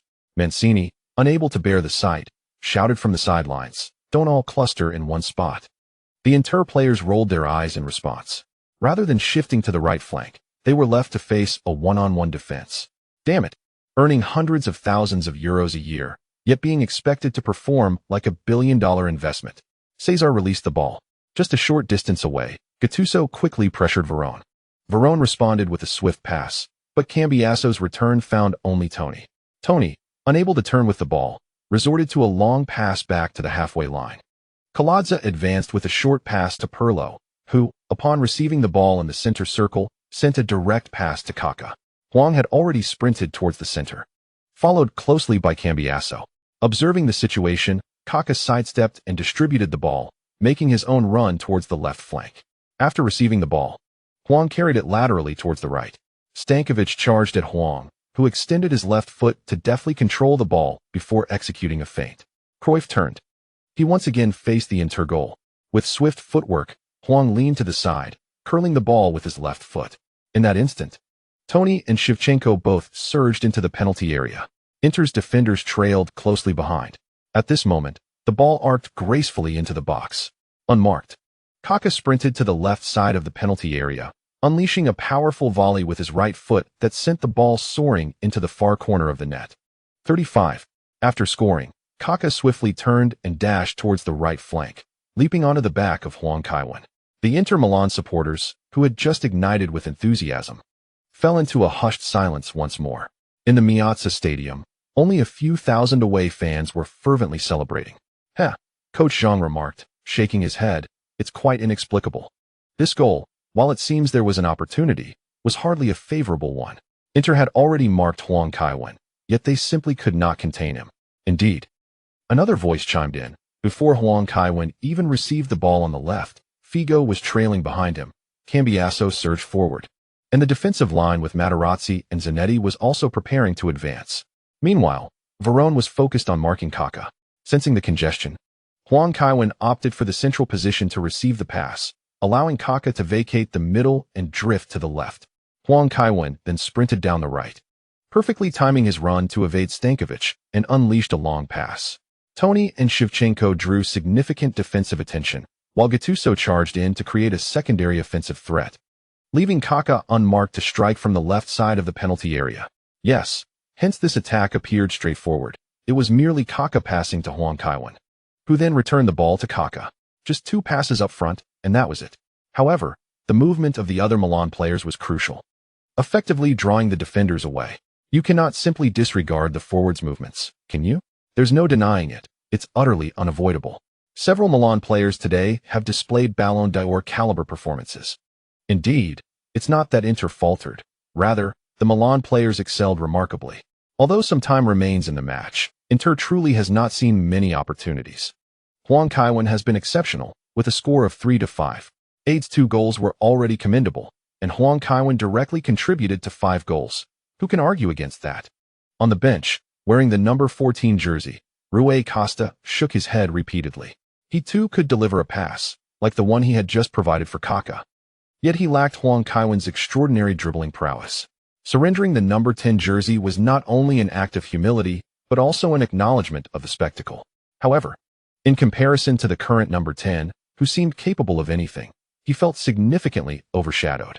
With a transfer fee of 41 million, he found himself firmly planted on the bench beneath the dominance of 2 younger players. The current generation was indeed astonishing, even overshadowing Shevchenko, who had just garnered the Ballon d'Or. He felt no injustice in his defeat. Upon hearing Ancelotti call for warm-ups, Rui Costa swiftly removed his training gear and made his way to the sidelines. On the pitch, Huang Kaiwen received the ball on the left, pursued by several defenders. Charging diagonally towards the penalty area, Materazzi, using both hands and feet, brought Huang Kaiwen down. When Materazzi extended his hand, Huang Kaiwen grasped it to rise. Materazzi paused, asking, "Why? What do you mean why?" Huang Kaiwen countered, blocking Kaká's path. "Shouldn't you be pushing my hand away and cursing me again?" Materazzi gestured while speaking. Huang Kaiwen shrugged, responding, "I am not a petty person. Does that mean you forgive me? I did kick you on purpose before. Much time has passed, and you have faced your consequences." Kevin Huang said with utmost seriousness, "Under such immense pressure, you can still persist in playing football. You are indeed a tough man." After the match, it was likely that the media would take an interest, seizing the opportunity to enhance their narrative ahead of the Ballon d'Or. "Is it God?" Materazzi murmured. "Is it God who has led you to forgive me?" "God only saves those who save themselves," Kevin Huang chuckled, pointing at the turf beneath his feet. "Here. I am God." Materazzi's expression shifted dramatically. Who could fathom the weight of pressure he bore at that moment? This was not the first time he had intentionally harmed another player. However, the scandal surrounding the curse of Inter Milan had just erupted, coinciding with his injury to Kevin Huang, which thrust the pressure squarely upon him. Enduring until now was indeed no small feat, especially upon hearing Kevin Huang acknowledge his struggles. Materazzi felt a warmth in his heart. Fighting back tears, Materazzi glanced at Kevin Huang, who was walking towards the wall of defenders, and stubbornly remarked, "Kid, don't think that a few kind words will spare you from a tackle. Then remember to go easy on me." Kevin Huang replied casually, not even looking back as he waved his hand nonchalantly. Materazzi felt a pang of envy. He envied the Italian players who played in Milan, even with their initial exchanges. And despite his limited education, he sensed the charisma that emanated from Kevin Huang. Playing alongside such a teammate must be a truly pleasant experience, he mused. Pirlo and Shevchenko stood, poised behind the ball. With a swift motion, Pirlo struck the ball with a delicate touch, sending it soaring past the wall and towards the right side of the penalty area. Kevin Huang evaded Favalli and surged into the box. Even with a slight delay, the ball sped toward him with greater urgency. It was a thrilling chase, each vying for the goal. Just as the ball approached the goal line, Kevin Huang leaped once more, executing a sidekick in midair, striking the ball with the outside of his right foot. It was a curving shot. The ball spun with fierce rotation, heading towards the goal. Favali missed it at the near post, and neither Shevchenko nor Samuel could make contact either. Once the ball entered the small box, it began to spin toward the goal. Caesar launched himself to the side, although his fingertips grazed the ball. He could not divert it away. The ball stubbornly nestled into the net. In an instant, Kevin was engulfed by his ecstatic teammates. Kevin! Kevin! Kevin! The voices of thousands from the Rossoneri drowned out everything, erupting with a fervor more intense than the slanting afternoon sun. Inter fans began to vacate the stands en masse. Kevin! A quintessential Kevin goal. Positioned similarly to Van Basten, yet the ball Kevin received was far more challenging. A volley with the outside of the foot. A feat that even top players would struggle to handle, yet Kevin delivered it to the net in his own unique style. There are only two kinds of players in the world, Kevin and everyone else. Such a Kevin is truly a divine gift bestowed upon Milan. The Ballon d'Or? Do not jest. If Kevin does not receive the Ballon d'Or, it is the award's loss, not his. Any football-related accolades that do not feature Kevin's name are merely second-rate awards. Over the past year, no player has surpassed Kevin's brilliance. Clotilde shouted passionately. Huang Kaiwen finally managed to extricate himself from his teammates' clutches. Shevchenko gestured to him from the sidelines. Substitution time. Indeed, he was replaced once again. The fans remaining at Miazza rose to applaud him. As Huang Kaiwen made his way to the sidelines, he waved continuously at the stands. Mate, the applause is yours to claim. Leon Costa embraced Huang Kaiwen warmly. Huang Kaiwen patted his elder brother on the shoulder and exited the field. Ancelotti graciously offered him a towel and a water bottle, draping an arm around Huang Kaiwen's shoulder as they walked toward the substitutes bench. Huang Kaiwen had just taken a seat when Inzaghi darted over, tightly wrapping his arm around Huang Kaiwen's neck and exclaimed, "Damn it, you rascal. Assisting others while I was away, huh? Whose fault was it that you got injured?" Huang Kaiwen retorted with a smirk. "If I had been on the field today, I would have undoubtedly scored a hat trick." "Don't dream." Huang Kaiwen pushed Inzaghi away, slapping his thigh and added, "Filippo, you still owe me the 50,000 from last time. I'll give it to you after training," Inzaghi replied curtly. As the match neared its conclusion, Kaká struck again from distance, altering the score once more. Ultimately, the score settled at 3-7.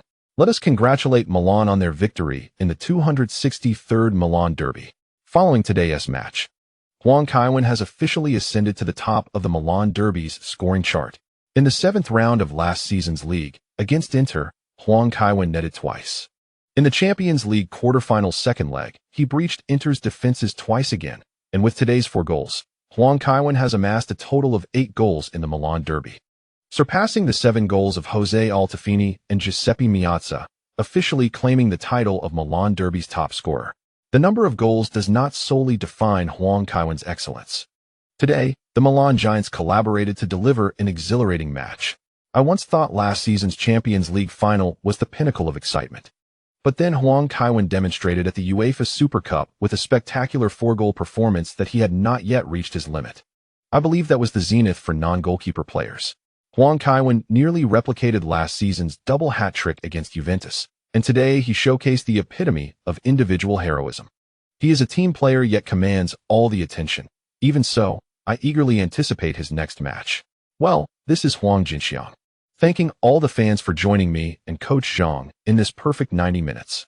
Huang Kaiwen rose to greet his teammates, and together they went to thank the away fans in the stands. Only one chant echoed through the Miazza Stadium. "Milan, Milan, we shall always support you.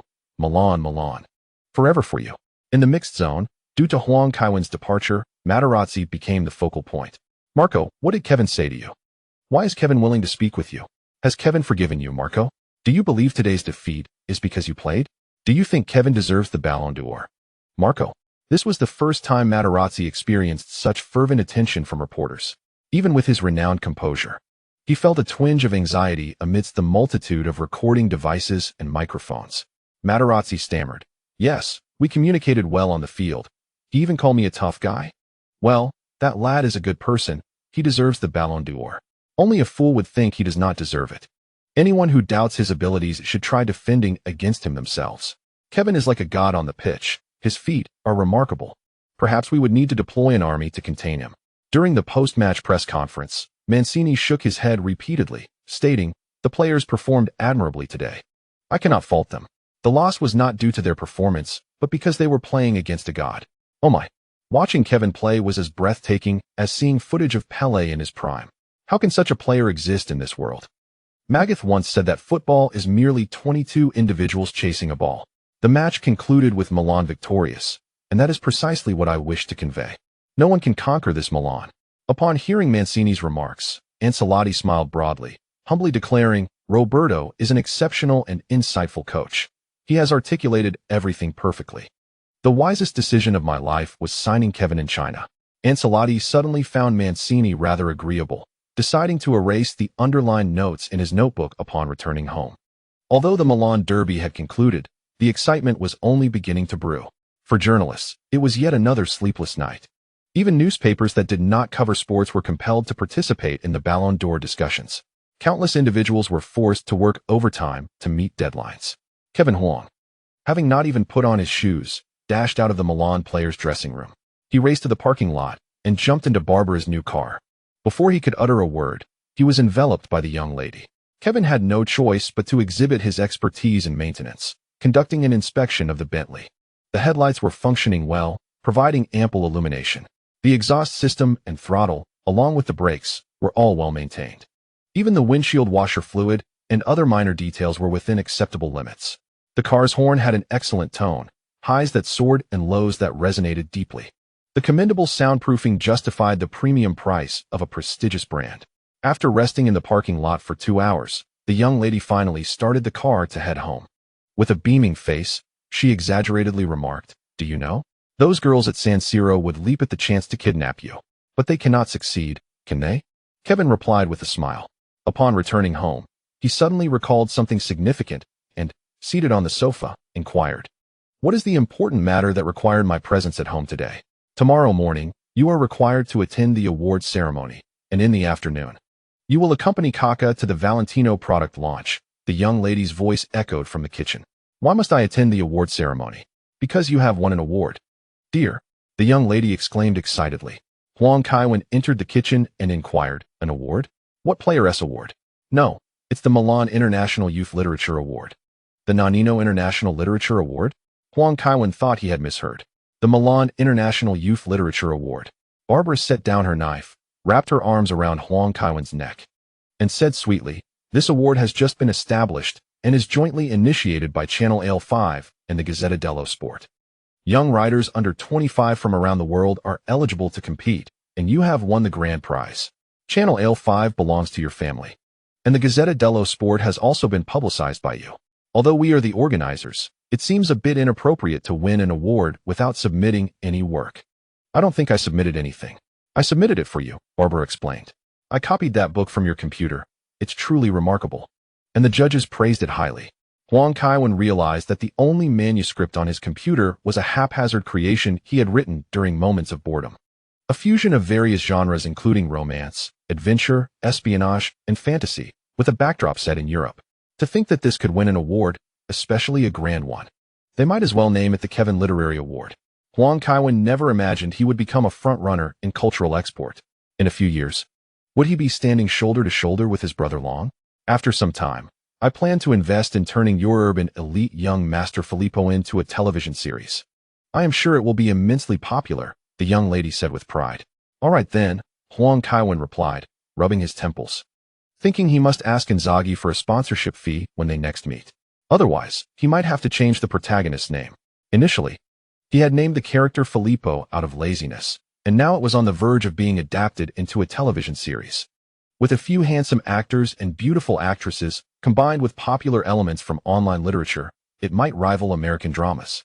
His urban elite young Master Filippo was not inferior to the Vampire Diaries. After all, after dinner, the two reclined on the sofa to watch Planet of the Apes. As they saw humanity's extinction depicted in the film, Barbara looked up with concern and asked, "Dear, do you think one day pigs, cows, and sheep might truly attain human-like intelligence? What would we do then? Do the pigs, cows, and sheep you speak of have the same awareness as the Native Americans?" Huang Kaiwen countered. The next day, upon waking, he found Albert waiting in the hall. Is there something you need?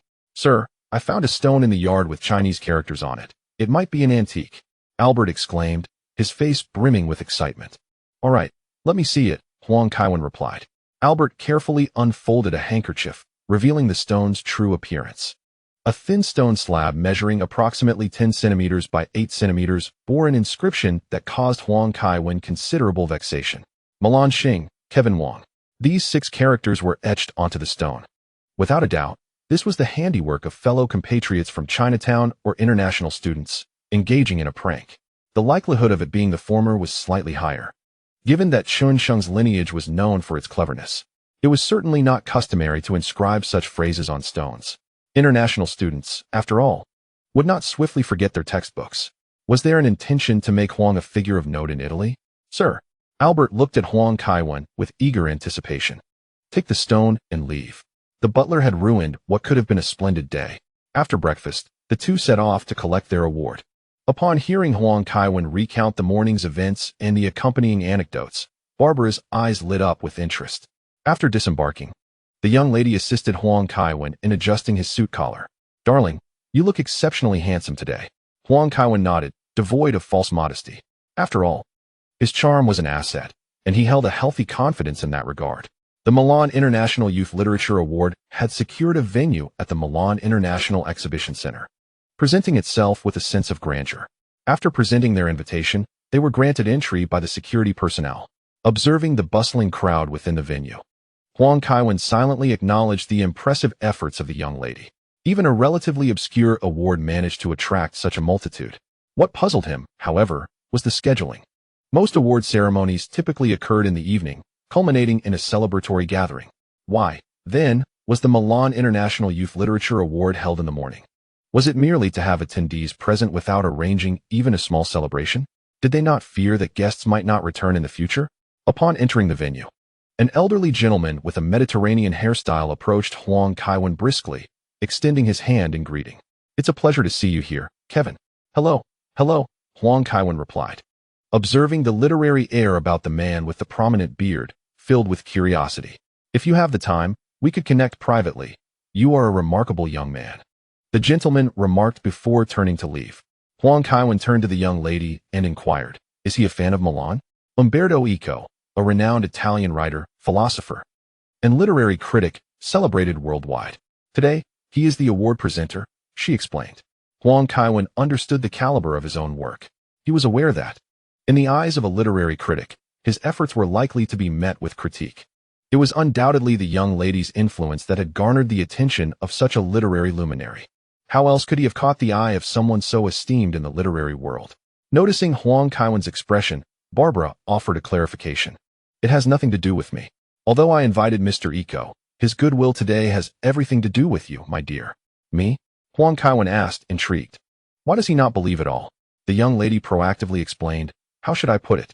Mr. Eco is currently immersed in the study of medieval theology, and he tends to refer to that city as Constantinople. Furthermore, he is settled in Milan and may very well be a fan of the local football team, as every Italian man is a football enthusiast. Thus, Huang Kaiwen nodded, beginning to comprehend the situation. Bearing the title of the conqueror of Constantinople, he found favor in the eyes of this distinguished individual. Therefore, any assertion that academia is divorced from politics and faith is rather far-fetched. These scholarly pursuits are, at most, trivial. After exchanging pleasantries with a few individuals, Barbara finally ushered Huang Kaiwen to his seat. The venue was bustling with numerous guests and candidates, with the small hall already filled to capacity. After waiting for approximately 5 minutes, the awards ceremony commenced. The proceedings appeared quite formal. Huang Kaiwen inquired, I suppose organizing this award ceremony cost a considerable sum? Rest assured, there are government subsidies, the young lady whispered. Huang Kaiwen nodded in acknowledgement. Indeed, she was becoming increasingly adept at navigating life's complexities. Despite the sluggish Italian economy, they had to be frugal, even with wealth.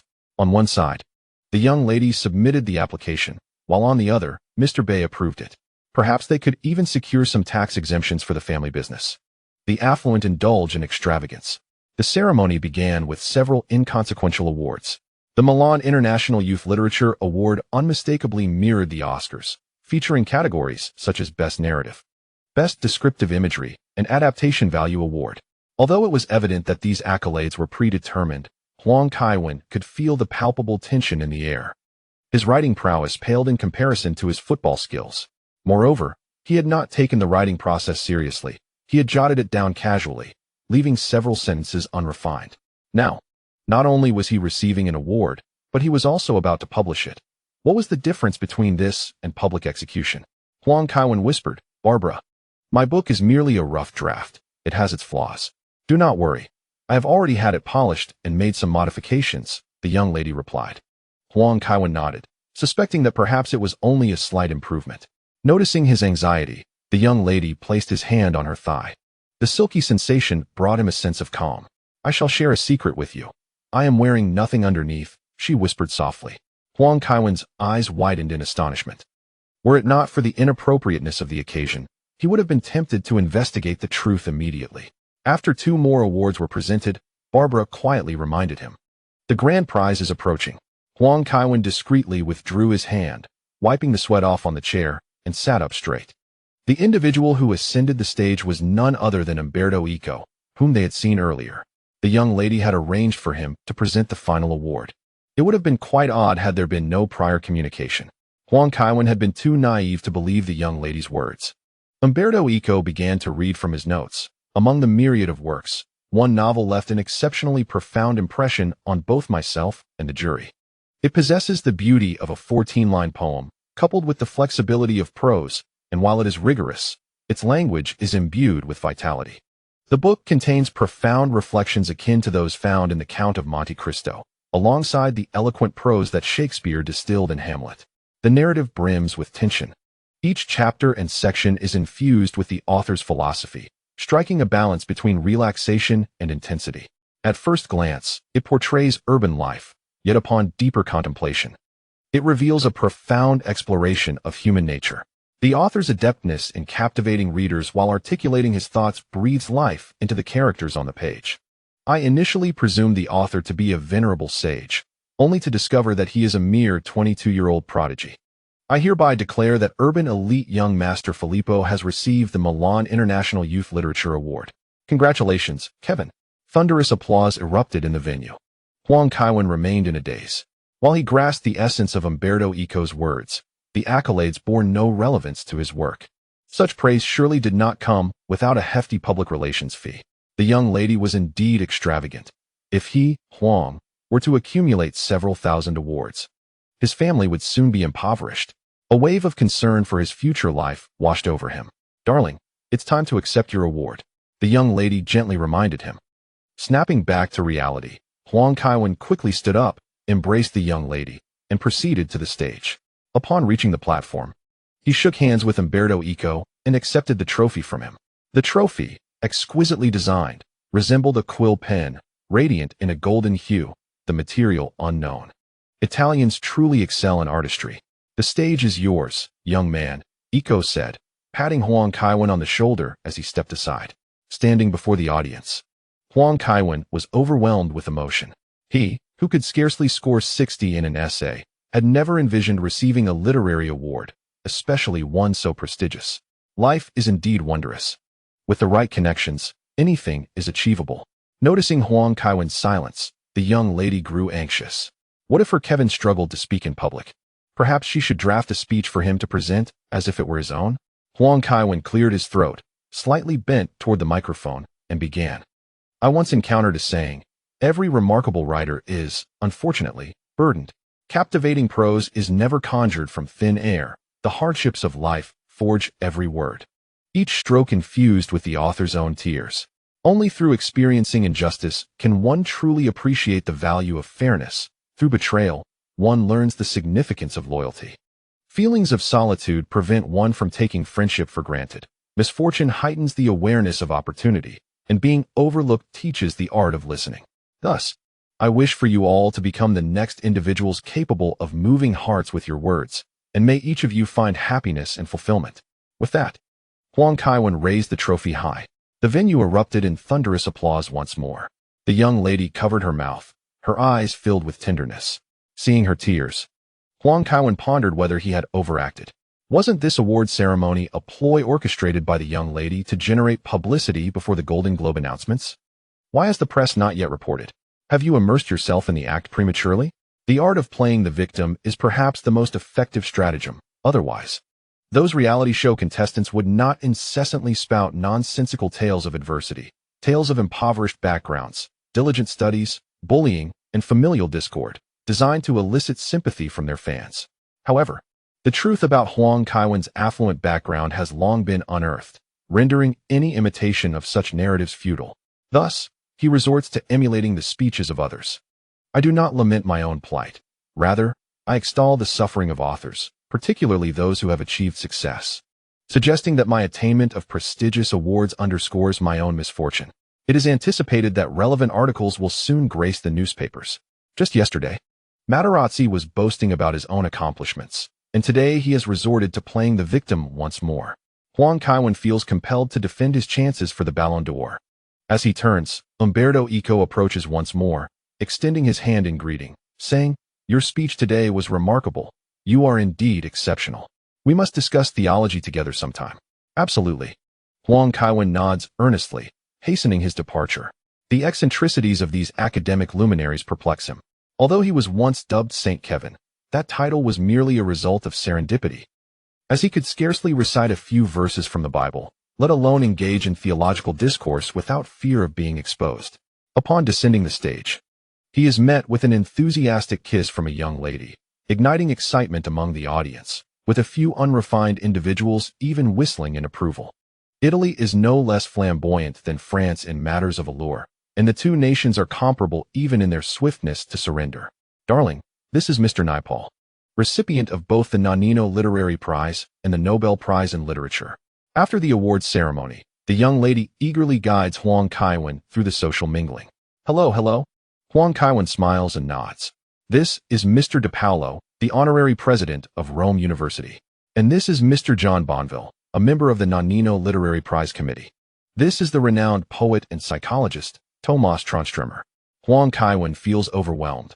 Although the literary prize appears reputable, he never anticipated encountering such esteemed figures in the literary realm. As Barbara introduces him to her acquaintances, it becomes evident that nearly all have been recognized with literary accolades. Huang Kaiwen comes to a profound realization regarding the significance of power. Wealth alone could not summon such a gathering. Writers constitute one of the most distinctive groups. As he exits the venue, Huang Kaiwen's smile becomes fixed.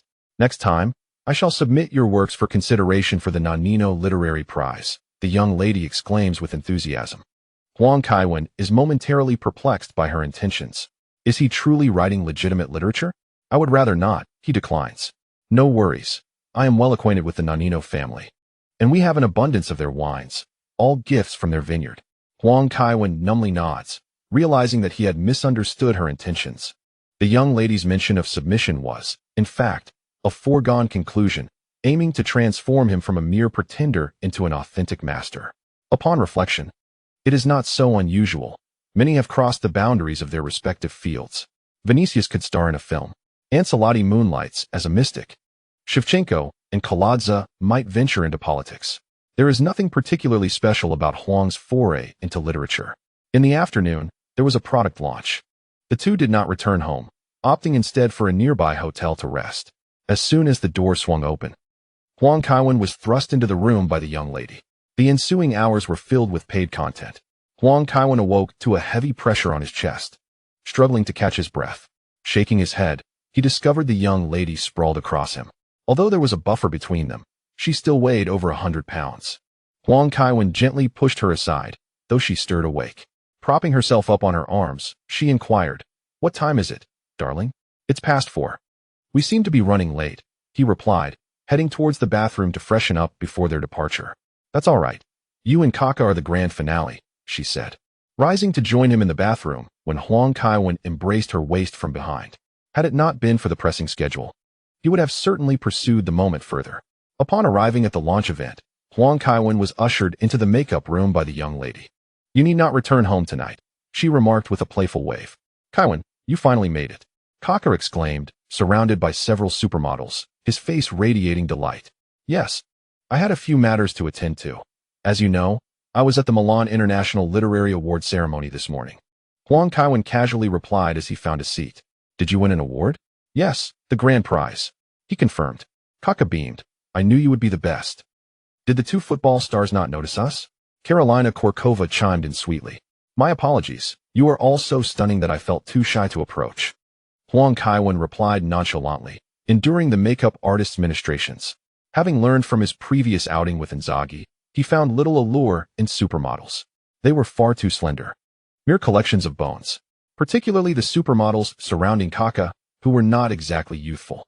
Huang Kaiwen even spotted Durlington and Heidi Klum, both of whom seemed to belong to the 60s generation. Even with their beauty, time had taken its toll. He genuinely felt disinclined. Karolina Korkova leaned in close, asking, At least you can articulate. Would you care to join me for dinner tonight? Closing his eyes at the sight of her proximity, Huang Kaiwen declined. I'm afraid I must return home this evening. She lowered her gaze and reached out.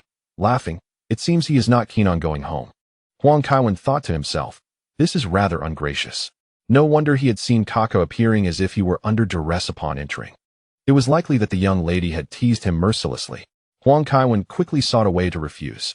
We could dine together. However, as you can see, I have a girlfriend. Why not the three of us? He suggested. Karolina Korkova promptly fell silent and distanced herself from Huang Kaiwen. Kaká silently gave a thumbs up. Truly, he was Kevin, effortlessly managing to handle the troublesome woman. Huang Kaiwen silently grinned. It was evident that Kaká had not fully grasped the meaning of dining.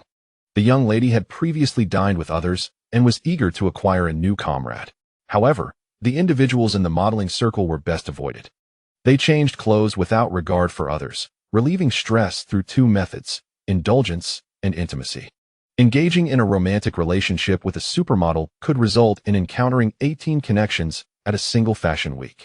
Although some supermodels maintained a sense of propriety, Huang Kaiwen had no inclination to sift through refuse in search of gold. When several supermodels realized that the two football stars showed no interest in flirtation, they tactfully withdrew. Those of their stature possessed their own dressing rooms, and their playful banter with Kaká was merely an attempt at fortune. Supermodels, after all, were in their prime. And marrying a handsome, renowned football star was indeed an appealing option. After completing their makeup and changing outfits, Huang Kaiwen and Kaká settled on the sofa, discussing the adventures of ravaging the Dark City. World of Warcraft is undeniably enjoyable, yet killing does not yield loot, Kaká expressed with a hint of regret. Huang Kaiwen chuckled and playfully patted Kaká. This young man had quite a few thoughts. It took others months of DKP to roll for a single weapon, yet he expected them to drop it effortlessly. It's your turn to take the stage, a staff member announced as they pushed open the door. Huang Kaiwen and Kaká rose together, following the staff member to the backstage. Despite having only undergone brief training, Huang Kaiwen felt quite at ease as they walked the runway for the first time. Though they were not professionals, they certainly exuded charm. From the applause that erupted from the audience, Huang Kaiwen knew that the event had not been a failure. It was also possible that some applauded for the young lady or Beatrice, or perhaps a few were hired to cheer. Regardless, the event concluded splendidly. After such a fulfilling day, Huang Kaiwen found it somewhat disconcerting. He longed to return home and rest. However, that was not feasible, as Kaká and Beatrice were accompanying them home as guests. After all, having recently secured a substantial endorsement fee through Kaká's girlfriend, it would be rather inappropriate not to treat them to a meal. Upon arriving home, the old butler Albert had already arranged dinner. A Michelin-starred waiter had temporarily donned the role of a servant, assisting the guests with wine and setting the table. Barbara turned on the television and tuned into channel L5. Huang Kaiwen observed a group of people gathered by the river, apparently working on construction, and wondered why the young lady chose to watch this. Was it merely because it was their own television station? Even a dull program could help boost viewership ratings? On the television, the reporter announced, "Today at the Milan Canal ruins, a remarkable discovery was made by the citizens of Milan. Let us now interview the discoverer, Mr. Pietro Colombo." The microphone was promptly handed to a citizen, who remarked, "As I was walking here today, I nearly tripped over a protruding stone. Out of curiosity, I dug it out and discovered inscriptions on it, inscriptions that I cannot comprehend, though they bear a resemblance to Italian. Thus, I wish to invite experts to authenticate whether these writings originate from a prehistoric civilization." The reporter continued, "To this end, we have specially invited several professors from the University of Rome renowned worldwide for their accomplishments in ancient scripts and history. We believe they will unravel this mystery for us. Kaká and Beatrice watched with keen interest, while Huang Kaiwen fidgeted uneasily. He had already discerned the nature of the young lady's scheme. It was no wonder she had been so excited this morning when he explained Milan Rising, Kevin King to her. Astoundingly, she had managed to replicate it by nightfall, demonstrating remarkable execution. Latin, likely an artifact from the Roman era, one professor mused, stroking the stone tablet. Another professor, clad in a brown jacket, adjusted his glasses and commented, "Based on the engravings, it appears to record aspects of ancient Roman rituals. However, the surface has suffered significant corrosion and requires further examination." Indeed, this is a monumental discovery in the field of archaeology, and we shall provide the world with an explanation as swiftly as possible. The television screen transitioned back to the studio, where several guests were engaged in a discussion about ancient Rome. Kaká took a sip of water and exclaimed, "To think this is an artifact from the Roman Empire. It is hard to imagine what life was like for people thousands of years ago, coming from a middle-class family." He harbored a deep passion for history. Beatrice nodded and said, "History is indeed captivating. If you are interested, my mother has 2 pieces from the Roman period in her collection. We could use them as dowry when we marry." Huang Kaiwen thought to himself, "What an impressive family. Those items must be significant cultural relics of Italy, and your family owns them. Kevin, after we retire, let us pursue archaeology, just like in Indiana Jones." Kaká said enthusiastically. "We shall see," Huang Kaiwen replied non-committally, already dismissing Kaká's notion. He had heard from classmates about the arduous nature of archaeology. Kaká, inexperienced and filled with a romanticized view of the world, had yet to grasp that real archaeology was far less glamorous than portrayed in films. The reality involved inadequate sustenance and exposure to ancient pathogens, a perilous and monotonous endeavor. Moreover, prolonged absences from home could result in the addition of 1 or more children. Low pay, constant travel, and danger made archaeology a labor of love. After bidding farewell to Kaká, Huang Kaiwen pulled Barbara into the study and inquired, "Was the incident on television orchestrated by you?" "It was me, but not entirely." The young lady playfully winked.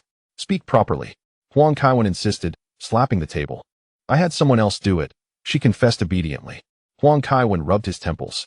After a prolonged silence, she finally spoke, "If memory serves me right, ancient artifacts must undergo radioactive and carbon-14 testing, and your items will undoubtedly be discovered." "Not at all," the young lady replied with a smile. "I have meticulously arranged everything, from the experts to the testing institutions.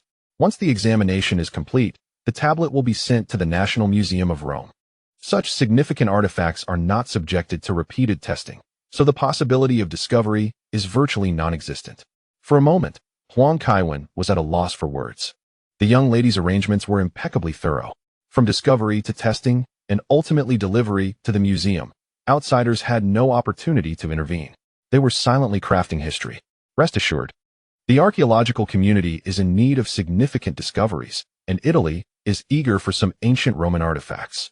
Therefore, this collaboration was swiftly established due to various mutual interests.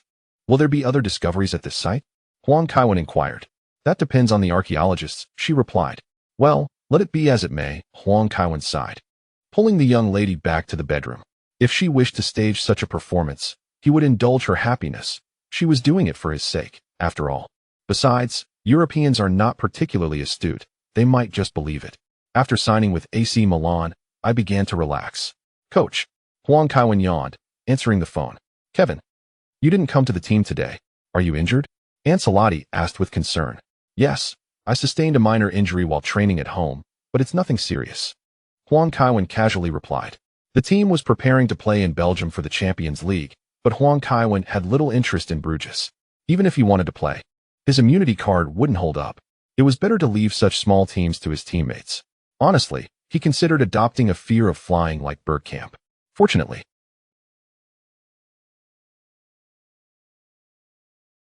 around noon, roused by hunger. While washing up, he noticed 2 stubborn strands of hair standing up in the mirror. He turned on the faucet, dampened his palm, and successfully tamed the rebellious hair. Downstairs, he found a note left by the young lady. She had already gone to work and had prepared breakfast for him. Albert was outside tending to the flowers and plants. Huang Kaiwen didn't want to trouble the old butler. so he settled for a sandwich as a makeshift lunch. Perusing today's newspaper, Huang Kaiwen noticed that the Milan Derby still dominated the front page, while the Milan International Youth Literary Award was relegated to a secondary position. The second page of the Gazzetta dello Sport featured a photo of Huang Kaiwen receiving the award, stating, "Yesterday, the inaugural Milan International Youth Literary Award was successfully held. Over 100 writers from around the globe were invited to participate, and ultimately, Kevin triumphed with his remarkable work, securing the prestigious award. His speech left a profound impression on me. An exceptional writer undoubtedly endures numerous tribulations to craft such moving prose. Kevin's journey to this point has been anything but easy. Having faced so much, he cherishes his current life, extending his hand to others through charitable endeavors, showing compassion for marginalized groups, and stimulating employment in Italy. It is difficult to fathom that a mere 22-year-old could possess such excellence. Thus, we propose that Kevin be honored with the title of Knight Grand Cross of the Order of the Star of Italy." Huang Kaiwen felt an overwhelming sense of unease. This distinction is exclusively reserved for foreigners. He only learned of this honor through Zhang, who had received a knighthood for his jovial demeanor. The Order of the Star of Italy comprises 5 ranks, with the highest being the Grand Cross, followed by the Grand Officer, Commander, Officer, and finally, the Knight rank that Zhang had attained. Zhang has been a commentator for Serie A for many years, promoting Italian culture and receiving the lowest tier of knighthood. To illustrate the significance of these ranks, consider the world of football. Although Italian nationals receive the Republic Medal while foreigners are awarded the Order of the Star of Italy, the levels and the challenges of obtaining them are comparable. Italian players awarded knighthood after winning the World Cup or European Championship typically receive the lowest rank, while team captains are honored with the officer rank, and coaches are recognized with the Grand Officer rank. Huang Kaiwen remains blissfully unaware of the magnitude of his contributions, having secured a place on the elite list for the Grand Cross, which is more coveted than the collective honors of the entire Italian World Cup winning team. Does this mean that he is more significant than the champions of the World Cup? Thus, the adage that fervent admiration can lead to criticism holds true. Huang Kaiwen is oblivious to whether Milan Sports News is elevating or undermining him. The public relations expenses seem to come too easily. In contrast, Rome Sports News offered a more measured report. Kevin and Barbara's foundation has raised over 100 million euros, supporting thousands of orphans, and his actions have garnered high praise from the Pope. Huang Kaiwen scoffed at this. It seemed he was inextricably linked to the Vatican, leaving one to wonder who was truly exploiting whom. Further along in the article, he encountered statements from numerous football legends regarding him. Van Basten remarked, "Of course, I watched the Milan Derby, but I do not wish to comment. Kevin is fantastic, and I do not feel qualified to evaluate him. Just because I played earlier does not mean I played better than Kevin. That is my perspective." Barisi said, "Materazzi is correct. It takes an army to defend against Kevin. Not awarding him the Ballon d'Or would be a crime." Albertini added, "I certainly know of Kevin. I may have retired, but that does not mean I have left the realm of the living. It is no surprise that Barcelona desires Kevin. Paolo Maldini informed me that a healthy Kevin can outmaneuver the entire team in practice matches. He is that kind of genius." Lorenzo Buffon remarked, "After my retirement, I took on the role of a scout in Milan. Upon hearing that the coach had signed a player for 2.5 million, one who had never played professionally, I thought the coach had lost his mind. However, I later realized that he was indeed correct. Milan struck a tremendous bargain with Kevin. As you may know, Gianluigi Buffon is the grandson of my cousin. I had previously recommended him to Milan, but they dismissed him. Now, that young man stands as the finest goalkeeper in the world. He is truly exceptional. I witnessed Gianluigi face Kevin in a match, retrieving the ball from the net 6 times. Was he inadequate? No, Gianluigi merely confronted an insurmountable adversary."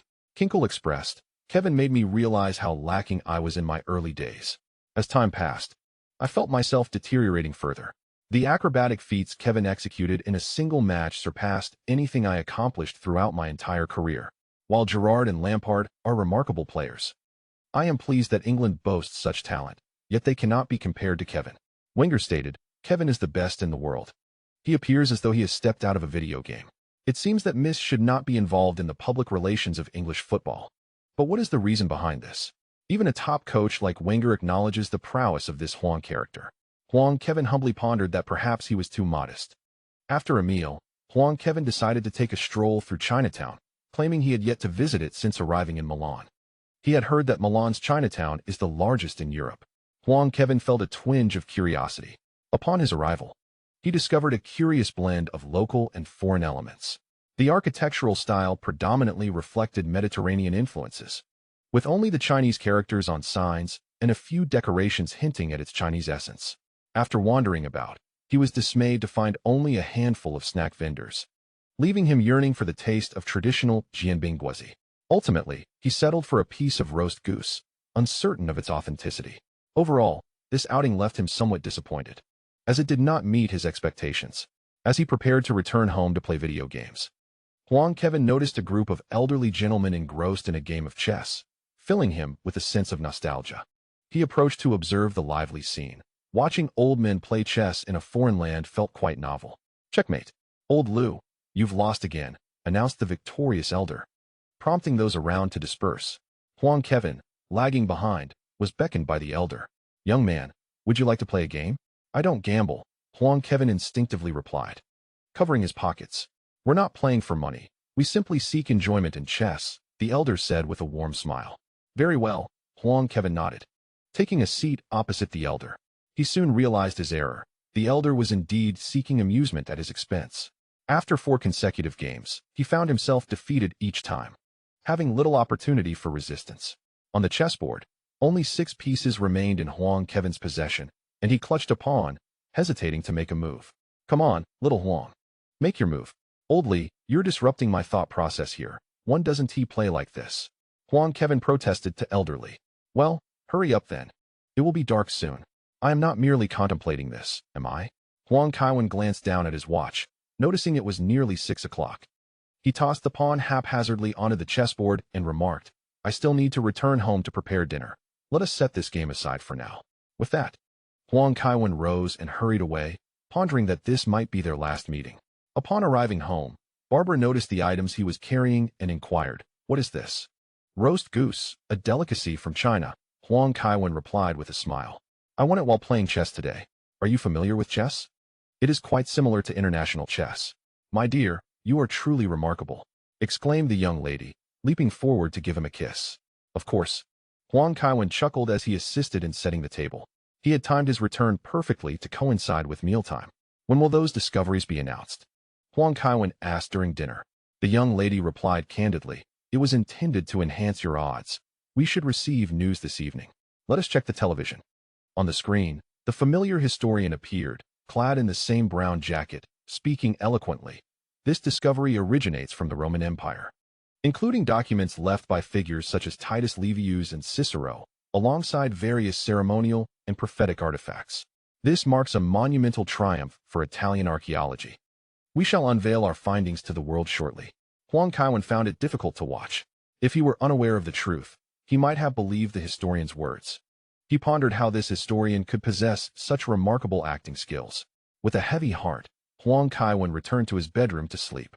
Not long after, the young lady entered, insisting on providing him with nourishment. However, her lactose intolerance posed a problem. Consuming milk often resulted in nausea. Observing her rush to the restroom, Huang Kaiwen could only shake his head in resignation. So many people struggled to afford meals, yet she wasted milk. The following day, Huang Kaiwen received a phone call early in the morning. He answered the phone with irritation, saying, "Coach, I have already informed you of my injury. You should be in Belgium now, and yet you still have the time to call me?" A weak voice responded from the other end, "Kevin, I am not your coach." "Ricardo, what is it?" Huang Kaiwen asked, feeling listless. He thought he should advise Ricardo against calling others so early in the morning. "You are in the newspaper," Ricardo exclaimed excitedly over the phone. "I appear in the newspaper every day. What is so surprising about that? The newspaper claims you should receive the Ballon d'Or. It is inscribed on that Roman tablet." "How extraordinary," Huang Kaiwen replied dismissively, but suddenly jolted upright in bed, asking, "Wait a moment. Shouldn't you be with the team in Bruges? How can you be reading an Italian newspaper?" "I felt a bit unwell during training, so I stayed in Milan," Ricardo explained. Huang Kaiwen sensed a hint of familiarity in Ricardo's words. Hadn't he often heard similar sentiments from Ancelotti? "Very well, shall we play games together today?" Huang Kaiwen proposed. "Please open the door for me. I have arrived at your doorstep, thus sparing Mr. Albert any inconvenience." Kevin Huang, clad in his pajamas. He descended the stairs to open the door. The chill on his face did little to diminish Kaká's exuberance. Once inside, Kaká observed the dark circles under Kevin's eyes and inquired, "Kevin, did you not manage to rest well?" Kevin thought to himself that had the call come a bit later, he would have indeed gotten some rest. The previous night was spent playing games with the young lady until the late hours. It puzzled him how she could still rise in the morning for work. "Yes, I experienced a bit of insomnia," Kevin replied. "Here you go, Kevin." Kaká retrieved a newspaper from his pocket and handed it to Kevin before taking a seat on the sofa. Kevin glanced at the front page of the Milan Sports Daily, which featured a prediction from ancient Rome. Titus Livius recorded the prophecy of Roman astrologers from 33 B.C. After 2038, that is, in 2005, a young man with black hair and dark eyes will ascend as the new emperor. Clearly, this man refers to Kevin. And the emperor spoken of is none other than the football emperor, the recipient of the highest honor in football, the Ballon d'Or. Astrologers once predicted Nero's fate. He would become the youngest emperor of the Roman Empire, yet also a tyrant, even going so far as to kill his own mother. This prediction has indeed come to pass. Kaká, having poured himself a glass of water, approached and remarked, "See, there was a prophecy in ancient Rome that you would win the Ballon d'Or." "Such matters are uncertain," Kevin said, rubbing his temples. "I find it quite accurate." Kaká replied earnestly. "The description of black hair and dark eyes pertains to Chinese individuals, and the only esteemed young Chinese man in Italy is you." "Indeed, you make a valid point." Kevin found Kaká's reasoning compelling. This moment felt like destiny had favored him. The young lady had played as if it were all too real, fooling not just Italy, but the entire world. Prior to engaging in the game, Kevin had taken a moment to peruse social networks and the official websites of newspapers from other countries, all reporting on this archaeological discovery. Surprisingly, many truly believed it, with numerous netizens boldly claiming he should be awarded the Ballon d'Or. One comment caught Kevin's attention. A netizen stated, "If Kevin sleeps with my girlfriend, I'll poke a hole in the condom, and I could have Kevin's child." The subsequent reply read, "You need not poke a hole, for Kevin can breach any defense." Kevin felt his mind go blank, hastily closing the webpage on the game. He bore the surname Huang, not Chow. This comment reminded him of a story involving a European tycoon where a maid successfully became pregnant using something he had left in her umbrella, reaping substantial financial gain. Kevin mentally reminded himself to remain vigilant regarding such matters. That evening, Kaká stayed for dinner, and together they watched the match. Milan effortlessly triumphed 4-0 against Brugge, with Shevchenko scoring 4 goals. Just as Kevin had anticipated, without a central midfielder, Milan's forwards performed even better. The ascent of Kaká has undeniably overshadowed the forwards of Milan, especially with the addition of Huang. As he prepared to retire for the night, Huang Kaiwen, in a moment of cleverness, switched off his phone. Yet, the following morning, he found himself unable to awaken naturally. To his surprise, Ancelotti had paid him a visit, urging Kaká to rouse him. After changing his attire, Huang Kaiwen descended the stairs, filled with irritation and suspicion that Ancelotti was intentionally disturbing him. "Kevin," Ancelotti exclaimed with palpable excitement, "a reporter from France Football has arrived, and you are confirmed to receive the award." "All right then," Huang Kaiwen responded with a quick smile, realizing he had misjudged Ancelotti. "Where's the reporter? I presume we need to take some photos first?" "The club has arranged a hotel for him. He is currently dining and will conduct the interview and photo shoot with you this afternoon," Ancelotti explained. Kaká, with a beaming smile, congratulated, "Congratulations, Kevin." "Thank you, Ricardo," Huang Kaiwen replied with genuine joy, as the recent 2 months filled with uncertainty regarding the Ballon d'Or had been quite burdensome. With the outcome now settled, he could finally breathe a sigh of relief. If he didn't win, he feared the lady would venture to the moon to stir trouble. His victory could also spare the European populace from further disturbances. Upon arriving at the team, Huang Kaiwen met the journalist from France Football. He appeared unremarkable, just an ordinary sports reporter. After over an hour of photos, they finally selected a satisfactory shot, leaving Huang Kaiwen quite exhausted. "All right, let us commence the interview." "Sure," Huang Kaiwen said as he took a seat opposite the journalist. "Kevin, how does it feel to win the Ballon d'Or?" the reporter inquired. Huang Kaiwen shook his head and replied, "It's quite surprising because winning the Ballon d'Or signifies that you are the best." "So, do you consider yourself the best?" Laughs. "That's not for me to determine. It's up to the fans and others to decide who they believe is the best player." Huang Kaiwen deftly sidestepped the trap. While Europe may favor confident individuals, incessantly proclaiming one's excellence can be rather off-putting. Winning the award already speaks volumes. A touch of humility elicits greater admiration. Huang Kaiwen continued. They are all exceptional players. Ronaldinho is remarkable. His feet possess magic, and witnessing his play brings joy. As for Lampard, he is a different type of player. He consistently runs throughout the match and is highly aggressive in his approach. Lastly, what do you believe is the key to your success? To be honest, I'm not entirely sure. I simply strive to perform my duties well and play each match to the best of my ability, which has led me to this position. Of course, I owe a debt of gratitude to my teammates, the coach, and indeed, the medical staff. After a break for the Champions League matches, Huang Kaiwen returned to the team. In the locker room, he encountered Inzaghi, who wrapped an arm around Huang Kaiwen's neck and indignantly remarked, "How outrageous! You managed to secure a Valentino endorsement, yet I believe I am more handsome than you. Perhaps you are not as well known as I am." Huang Kaiwen replied while tying his shoelaces. "That's the most unfair aspect of it all. Why should you be more famous than me? At your leisure. You might inquire of God at the church," Huang Kaiwen remarked with a smile as he stepped outside, thinking to himself how trivial it was to make such a fuss over a mere endorsement. If only they knew about the Ballon d'Or. They would surely be consumed with envy. Kaká and Ancelotti were quite reliable, having kept the news to themselves. Noticing Huang Kaiwen, Ancelotti nodded and inquired, "Will you be participating in tomorrow's match?" "I shall remain a substitute," Huang Kaiwen replied, wishing to minimize his risk of injury. He could take to the field at any time, and being a substitute afforded him greater flexibility. Should misfortune befall him, he could negotiate with Ancelotti to forego playing. Although he had received the Ballon d'Or, there was no need to provide the Spanish and English press with material to tarnish his reputation before the award ceremony. "Very well," Ancelotti acknowledged, handing Huang Kaiwen a familiar black cloth bag. "Recently, I have been experimenting with Chinese methods, utilizing minerals and metals for alchemical purposes. After numerous failures, I have finally succeeded. It is bound to be effective." "Is it edible?" Huang Kaiwen asked cautiously. Ancelotti looked at him with eager anticipation and nodded. "Indeed. Shouldn't this be consumed closer to the match tomorrow?" Huang Kaiwen pressed, feeling a bit apprehensive. "The elixir requires time to take effect. Consuming it now will ensure its potency during the match," Ancelotti replied. Seeing the determination in Ancelotti's eyes, Huang Kaiwen realized he could not escape this fate today. Fortunately, he had learned a few charming tricks in the past. He unwrapped the package, revealing the dark pill, and feigned putting it in his mouth. Mimicking a swallowing motion with theatrical flair, he successfully deceived Ancelotti. Upon arriving at the gym, Huang Kaiwen discreetly discarded the mysterious substance he had held in his palm. Despite the predicament being largely of his own making due to Ancelotti's transformation, he felt overwhelmed.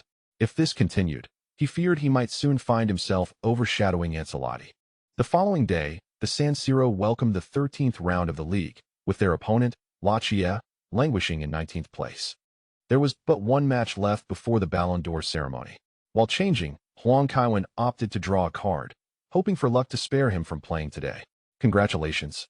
You have received the single-match experience card for Kaká from the 2006 to 2007 UEFA Champions League semifinals," the notification chimed. Huang Kaiwen was momentarily stunned. This was the first time he had acquired a teammate's experience card. The 2006 to 2007 season was nothing short of legendary, with Kaká performing magnificently. He vividly recalled how the world-class Kaká effortlessly toyed with the formidable defense of the Red Devils. Relieved, Huang Kaiwen realized there might still be an opportunity to make an impression on the fans before the Ballon d'Or. Claiming to feel unwell, he abstained from the warm-up. When the match commenced, he sat alongside Inzaghi on the substitute bench, while Kaká, still recovering, remained in the stands. Just 3 minutes into the match, Pirlo executed a direct free kick, piercing Lazio's goal. Milan's dominance over the underperforming side was hardly surprising. Inzaghi scoffed, remarking, "Andre is going to be insufferably proud again. This marks his 3rd goal of the season. It's rather absurd that a forward is competing with a midfielder for goals. Why not compare yourself to the goalkeeper? Just the other day, Shevchenko scored 4, and he's closing in on your Champions League tally," Huang Kaiwen retorted. "That's all because of you," Inzaghi grumbled, wrapping his arm around Huang's neck. "What does that have to do with me? Shevchenko plays predominantly on the right flank. And I've hardly assisted him," Huang countered. "If you could assist me more often, I'd have a greater lead." Inzaghi asserted with conviction. Well, he had a point. Inzaghi's reasoning was indeed sound. Huang nodded and inquired. Then why don't you make more appearances in the Champions League and shift right one position? Stam's makeshift role as right back and Nesta's position as right center back have exposed some vulnerabilities. The opposing team scored again from that side, due to the conceded goal. The two exchanged a few heated words. We will certainly score again. Both of you need to be more cautious. Aren't we adults? Maldini interjected, attempting to mediate. Nesta pointed at Stam and said, ask him. What did I do? Stam cocked his head, looking at Nesta. You turned too slowly, allowing them to score. Enough of this. Once I step on the field, I'll score a few more, and you rookies can afford to make mistakes, Inzaghi chimed in. Nesta and Stam both raised their middle fingers in response. The locker room was once again filled with a lively atmosphere. However, the second half of the match proved to be more challenging than anticipated. For Lazio, every point was invaluable in their battle against relegation, even against Milan. They harbored their own ambitions. From the outset of the second half, Lazio displayed a resolute defensive attitude. Their entire formation retreated into their half, seizing any opportunity to pass the ball to the left flank where the swift Axel Konan awaited to launch counterattacks. Milan's frequent assaults yielded no scoring opportunities. Substitute Kevin. Substitute Kevin. Substitute Kevin. By the 73rd minute of the second half, the San Siro crowd had grown impatient. Ancelotti called for the substitutes to warm up. Inzaghi and Huang Kaiwen are getting ready. It seems both are about to enter the fray. Milan fans are clamoring for Huang Kaiwen. But even he might find little advantage today. Despite Lazio's lack of strength, their defense is well structured, leaving Huang little room to exploit. It's hard to say. Let's see how the match unfolds. All right, Inzaghi and Huang Kaiwen are on the pitch now, with Tony and Gattuso making way. Milan's midfield lacks a dedicated defensive player. Ancelotti is certainly going all out. If I'm not mistaken, today marks Huang Kaiwen's first appearance alongside Seedorf, Huang thought as he jogged onto the left flank. Kaká possessed considerable skill and technique. Huang was eager to test just how formidable Kaká was on the wing. Pass the ball to me, Inzaghi urged Huang. Huang nodded in acknowledgement of Inzaghi's request. As for whether the ball would be passed, that remained uncertain. Pirlo initiated play from the back, delivering a lateral pass to Seedorf. Konan rushed forward immediately to apply pressure. Seedorf deftly maneuvered to evade his marker before sending a long pass to the left flank. Serginho received the ball and took a few steps before executing a direct pass to Huang Kaiwen. Just as Huang Kaiwen crossed the halfway line, he found himself encircled by opponents. The opposing winger, Valdez, shadowed him closely, while Vucinic also joined in the defensive effort, accompanied by two midfielders. Huang Kaiwen was surrounded by 4 players from Lazio. Under such circumstances, he had no choice but to pass the ball back. Milan once again transitioned to the back to orchestrate their play. For a moment, they struggled to find any clear opportunities to score. After signing with AC Milan, I began to indulge. Seedorf returned the ball down the right flank. Pirlo swiftly organized the play and delivered the ball forward to Rui Costa, who received it while Huang Kaiwen moved in to evade his marker. Cassetti charged towards Huang Kaiwen. As a fullback, he was the first player from Lazio to be selected for the Italian national team, showcasing his capabilities. Huang Kaiwen accelerated and broke through, delivering a cross. Inzaghi was a step too late, and the ball was deflected out of bounds by Lazio's captain, Lorenz Tostavini. AC Milan earned a corner. When opportunities in open play were scarce, set pieces became valuable chances. Huang Kaiwen approached the corner flag, and the atmosphere in the penalty area shifted palpably, especially as Pirlo moved towards the corner. The players from Lazio grew increasingly tense. AC Milan's corner tactics were renowned, and they were determined not to be deceived. Observing a lack of opportunity, Huang Kaiwen swiftly executed a short corner. Pirlo received the ball, turned, and with a flick of his right foot, sent a tantalizing ball towards the goal. The towering Lazio defender, Diamantine, exhibited remarkable explosiveness, being the first to head the ball clear from the center. Even with such a promising counterattack, only Konan and Vucinic surged forward, clearly aiming for a draw, with a victory being seen as a pleasant surprise. A team so resolute in defense proved difficult to contend with. As the commentator Tao once noted in the game, breaking through a dense defense is a universal challenge. In terms of synergy, due to their infrequent appearances together, Huang Kaiwen, Rui Costa, and Seedorf lacked a degree of cohesion. While elite players can undoubtedly play together without issue, Replicating the seamless understanding that existed during Kaká's time on the pitch proved elusive. Lassie's counterattack was thwarted by Nesta, causing the two attacking players to retreat to their half. The San Siro crowd began to emit discontented murmurs. They could not endure such a cynical opponent. As the opposing team refrained from pressing, Pirlo advanced the ball across the halfway line, only to be pressured into making a lateral pass. Upon receiving the ball, Huang Kaiwen was immediately confronted by Valdez. Christian Ledesma and Zanardi hastened towards Huang Kaiwen. With a swift motion, Huang Kaiwen executed a diagonal pass to the center, propelling himself forward alongside Valdez. Rui Costa glanced around and opted to direct the ball to the right flank, where Seedorf faced a noticeably weaker defense. Upon receiving the ball, he confronted the Laish defensive line head-on. Elminio Rulo, a diminutive fullback, exhibited remarkable agility. Seedorf, after a series of feints on the right, could not shake off his marker and opted to pass back to Pirlo. Without a moment's hesitation, Pirlo caressed the ball with his right foot, sending it gliding beneath. Though the pace was modest, the ball surged behind the Laish defensive line. Shevchenko, with a rapid burst of speed, seized the opportunity to claim the ball.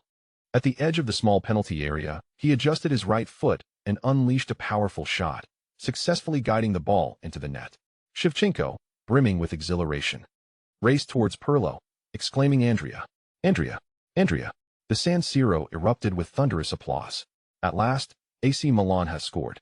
Shevchenko has successfully evaded the offside trap to net a goal. Laish, in their obsession with Huang Kaiwen, have neglected the right flank in their defensive duties. Indeed, at the moment Pirlo made the pass, Huang Kaiwen was flanked by Ledesma, Zanardi, and Cassetti, and as Huang Kaiwen surged into the penalty area, he drew Stovini's attention, leaving all four defenders clustered around a player without the ball. How could AC Milan not find an opportunity? There's no other choice. If you allow Huang Kaiwen space, he will exploit it fiercely. Inter and Juventus have already demonstrated that even two elite Serie A players may struggle to contain him. To restrict his influence, multiple defenders must converge, denying him any chance. Now, Laish finds themselves devoid of opportunities. Indeed, Laish currently sits in 19th place. They were on the verge of securing a point, and with approximately 8 minutes of stoppage time remaining, it remains to be seen how they will proceed.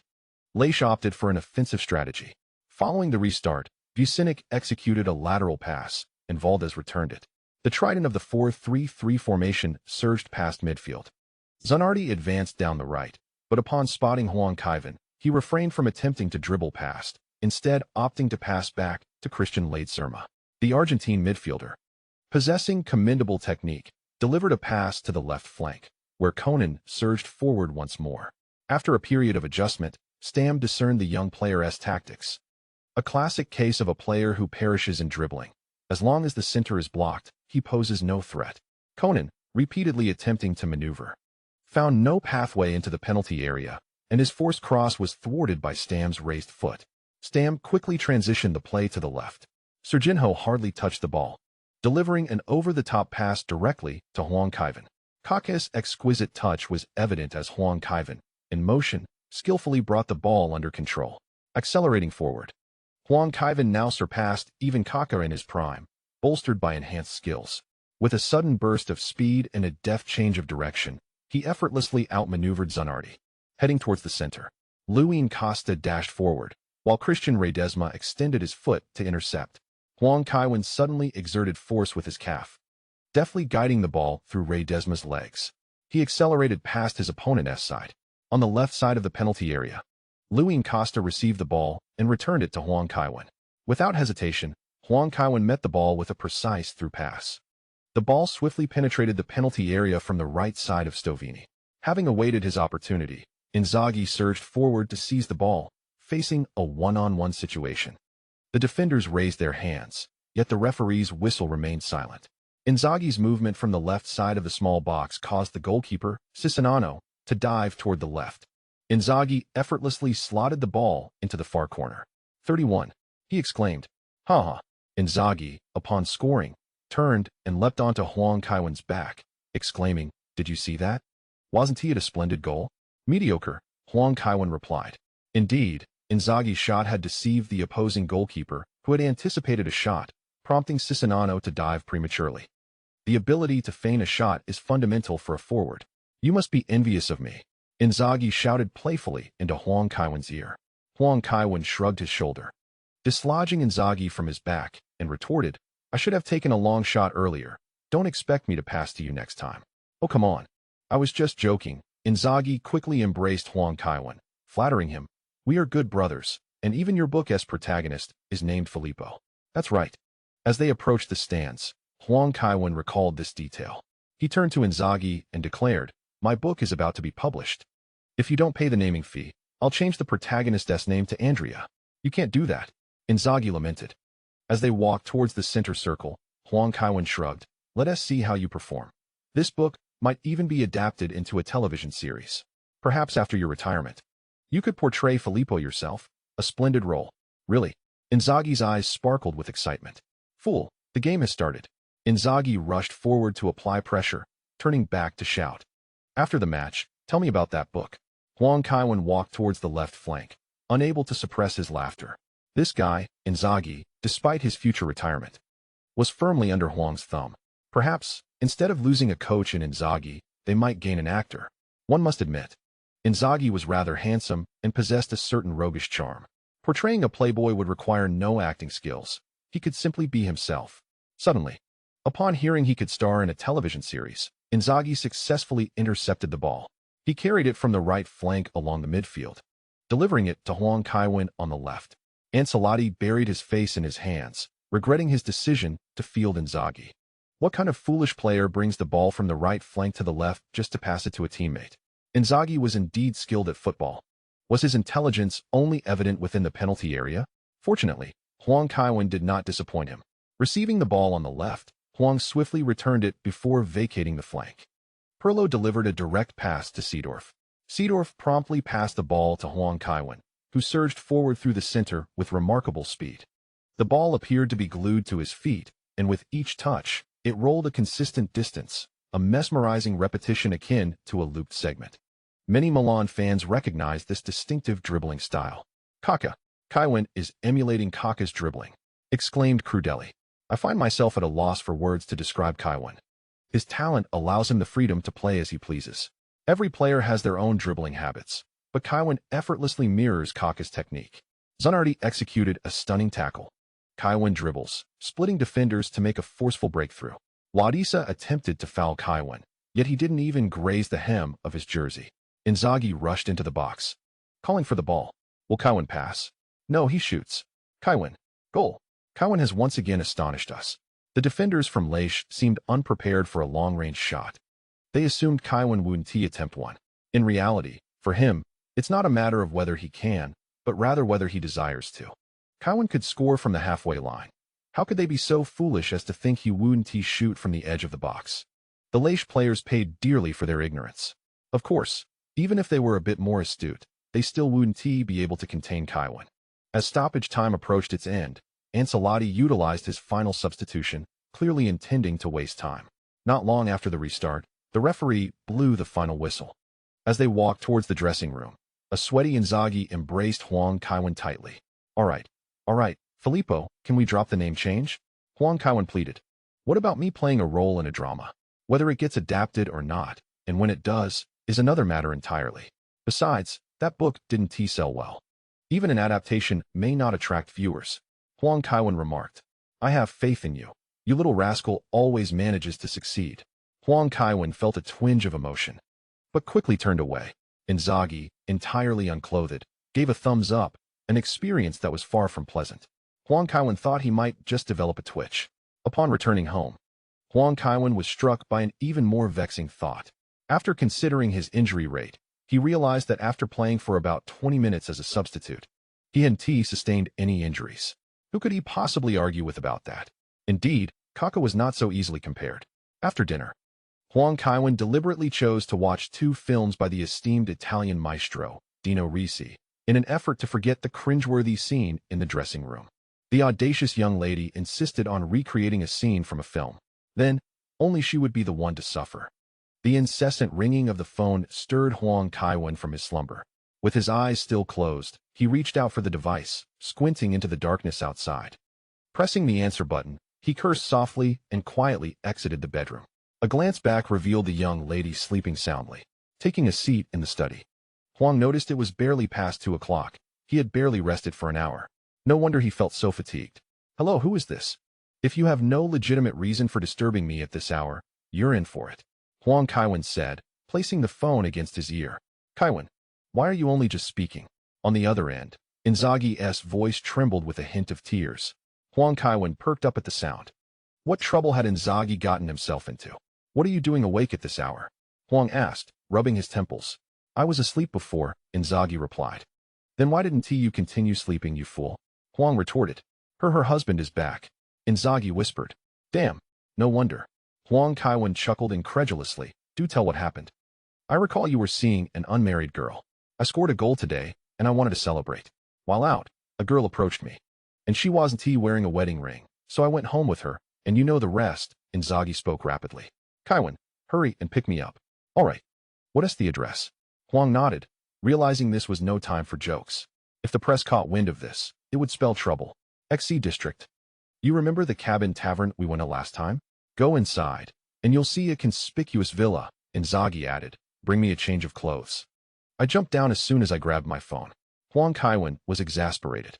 While Zoro had a horse waiting below, here was Inzaghi jumping without one. He wondered from which floor Inzaghi had leapt and if he was injured. Moreover, it was only a few degrees in Milan at night. Without delay, Huang grabbed a set of clothes, hastily snatched his car keys, and rushed out. 20 minutes later, Huang Kaiwen arrived at the location described by Inzaghi. Spotting him peeking cautiously from behind some bushes, Huang parked and waved him over. Inzaghi, unencumbered, dashed over quickly. Hurry, put this on. Huang tossed the clothes to him, exasperated. You've seen me before, Inzaghi replied with a chuckle. Once dressed, and in the car, Huang noticed Inzaghi bore 2 scrapes on his face, undoubtedly from his jump. From a distance, the villa towered at least 6 meters high, with the second floor even loftier. Inzaghi was quite audacious. It was both amusing and infuriating. Huang inquired. Don't tell me you failed to notice anything amiss with that woman. Living alone and living with another are worlds apart. The arrangement of one's home is entirely different. Anyone with a modicum of intelligence would surely detect the telltale signs. Upon entering, she collected my clothes and shoes. And I didn't think much of it at the time, Inzaghi murmured. You fool, it seems you are overly eager. Next time, be more astute. If you happen to encounter someone with a temper, I might have to retrieve you from the morgue, Huang Kaiwen remarked as he started the car. Listening to Inzaghi's words, Huang Kaiwen realized this fellow was deceiving him, clearly revealing the higher-up's involvement. It was merely fortuitous that he escaped unscathed this time. Had he leapt onto concrete instead of grass, Inzaghi would undoubtedly have suffered a fracture today. Rest assured, Inzaghi boldly declared, that fellow is wealthy. The affluent seldom commit crimes over women. He seemed utterly unconcerned about Huang Kaiwen's warning. Huang Kaiwen grimaced. There was a semblance of truth in Inzaghi's reckless assertions. Wealthy individuals tend to be more rational, while only the spoiled offspring of the rich act with such impulsivity. After all, wealthy men change partners with great frequency. Eliminating a renowned player like Inzaghi would be far more troublesome than a divorce. Then why did you jump down? Huang Kaiwen inquired, curiosity piqued. I feared he would have his bodyguards beat me, Inzaghi replied. Huang Kaiwen couldn't discern whether Inzaghi was clever or foolish. Afraid of a beating, yet unconcerned about injuring himself? Inzaghi was indeed a nuisance, a headache. With a sigh, Huang Kaiwen said, I'll take you home. The keys are in my pants pocket. I can't retrieve the spare now. So I must accompany you, Inzaghi lamented. Then let us go, Huang Kaiwen replied, vexed that he had just given Inzaghi money, only for this fellow to find a way to reclaim it. Upon arriving home, they found the young lady seated in the living room. Inzaghi paused, and Huang Kaiwen urged him forward, asking, When did you wake up? I awoke when you started the car, the young lady replied with a smile. Casting a questioning glance at Huang Kaiwen. I can sleep on the sofa, Inzaghi said, sitting down obediently. Huang Kaiwen explained, this chap got entangled with a married woman. When her husband returned, he leaped down from the second floor in the nude. If I hadn't gone to fetch him, he might have frozen to death. The young lady suppressed her laughter, saying, Ha, Kaiwen, I'll head back to sleep now. You handle him. Ha. As Barbara departed, Inzaghi turned to Huang Kaiwen and stated, I'm hungry. I owe you that. Huang Kaiwen kicked Inzaghi playfully and proceeded to the kitchen. He casually prepared a plate of pasta and placed it on the coffee table, inquiring with irritation, Did you not eat dinner? I forgot, Inzaghi sheepishly replied. All right. Once you finish eating, you needn't tidy up. Simply find a guest room to sleep in. I'm heading to bed, Huang Kaiwen declared as he trudged upstairs. Upon returning home, fatigue washed over him once more. He had only just fallen asleep. Damn it. For several consecutive days, he had not been able to sleep in. Today was even worse. Huang Kaiwen now suspected that he and Milan's current players were fated to clash. These individuals took turns exhausting him. Early the next morning, the young lady summoned Huang Kaiwen from his slumber. We shall retrieve your suit from the tailor. If no alterations are required, we shall depart for France in the afternoon. Very well, Huang Kaiwen replied, rubbing his eyes, his tone laced with a sense of despair. Was it truly so arduous to simply wake up naturally? He had already tried on that suit twice, each time undergoing adjustments. Huang Kaiwen began to suspect that the tailor was deliberately extorting money from him. It was only reasonable to assume that a suit taking such an inordinate amount of time to complete would command a high price. After breakfast, Huang Kaiwen instructed the elderly butler, please arrange for a taxi to take Filippo away as soon as he rises. Of course, sir. And upon my return, ensure that I do not see any disarray, Huang Kaiwen added through gritted teeth. Albert bowed his head in silence. Huang Kaiwen felt a pang of frustration. Fortunately, the tailor showed some sense and did not alter the suit further. Otherwise, he might have truly lost his temper. In the afternoon, they made their way to the airport, where they reunited with the entire Maldini family, the Shevchenko couple, and Kaká along with his girlfriend. It was customary for all the players on the roster to attend, otherwise, the atmosphere would lack liveliness. May I sit with Uncle Kevin? Young Christian Maldini asked with wide eyes as they boarded the plane. Apologies, but we have matters to discuss. Kaká bluntly declined the young lord's request. Kaká was not being truthful. They had no pressing matters to converse about. Huang Kaiwen mused that this was indeed a case of you are judged by the company you keep, with Kaká spending more time with Inzaghi. It seemed he had picked up some less desirable traits. Once the young lord departed, Huang Kaiwen and Kaká retrieved their handheld consoles, continuing their game of Pokemon. The recently released Super Mario 64 was also quite enjoyable, albeit lacking multiplayer capabilities. After a little over an hour, they arrived in Paris. The women, eager for a shopping spree on the Champs-Élysées, headed off before checking into the hotel, leaving Huang Kaiwen and the others to manage their luggage and children. Shevchenko had married in July 2004 to his wife, the supermodel Christina Paziak, after several years of courtship. The choice of their wedding venue lent some credence to Inzaghi's assertion that everyone loves America. Once their luggage was settled, the young lord approached Huang Kaiwen, asking, Uncle Kevin, shall we go swimming? Very well, are you all going? I will join as well, Kaká said with a smile. Shevchenko nodded in agreement. Then I shall accompany you. Maldini wishes for me to guide his training, and Christian will be a bit of a hassle for you all, he added apologetically. Rest assured, Huang Kaiwen nodded. He found the young lord increasingly less endearing. The 4-year-old was relentless in his training, even abroad. Thankfully, they were not of the same generation, otherwise, he might have been utterly exhausted by the child's fervor. After purchasing swimwear at the hotel, upon reaching the pool, Huang Kaiwen handed off the not-so-skilled swimmer, the young lord, to Shevchenko and Kaká while he ventured into the deep end. His attention was drawn to a young lady who seemed to struggle with swimming. He couldn't help but worry about potential dangers. Huang Kaiwen has always been a commendable young man, known for his bravery and willingness to help others. As he swam past, he felt a gentle kick on his most vital leg. I apologize, the young woman said as she turned to look at him. No worries, Huang Kaiwen replied. You seem quite familiar. The two of them reached the edge of the pool. The young woman propped herself up, her exuberance evident in her demeanor. With a playful tone, she remarked, your pickup line is rather cliched. I genuinely think you look familiar. You must be a celebrity, right? He inquired. Not at all, she laughed, shaking her head. Oh dear, she suddenly leaned on Huang Kaiwen, exclaiming, give me a push. My leg has cramped. At such a moment, Huang Kaiwen would surely not refuse. His eagerness to assist was unwavering. Supporting her waist with his hands, he exerted a gentle force and sent her up quite effortlessly. She's quite substantial, he thought to himself. Seated at the pool's edge, the young woman gazed at Huang Kaiwen, her earlier claim of cramping seemingly forgotten. Nevertheless, he did not mind such playful tactics. They engaged in delightful conversation, one perched at the edge of the pool while the other leaned over it. After all, when one person indulges in flattery, it is difficult for the other not to enjoy the exchange. This is why many harbor a dislike for certain types of women. they often perceive them as insincere. Yet such charm can be refreshing. Interacting with high-caliber individuals is indeed a pleasurable experience. After a while, Huang Kaiwen learned that the young woman's name was Gloria Waters, and he recalled her identity as the striking presence from the American series The Mentalist. No wonder she seemed familiar. "Hey, how will you explain this to Barbara?" Shiva asked, his tone tinged with mischief upon seeing Huang Kaiwen with her. "Don't be absurd. Kevin hasn't he done anything wrong?" Kaká interjected. The young master followed suit. Shiva was nearly taken aback. Just moments ago, he had been instructing the young master on swimming, and now the young master stood in direct opposition to him. Huang Kaiwen shook his head with a smile, understanding a truth that eluded Shiva. Interesting souls captivate both men and women alike, and children are no exception.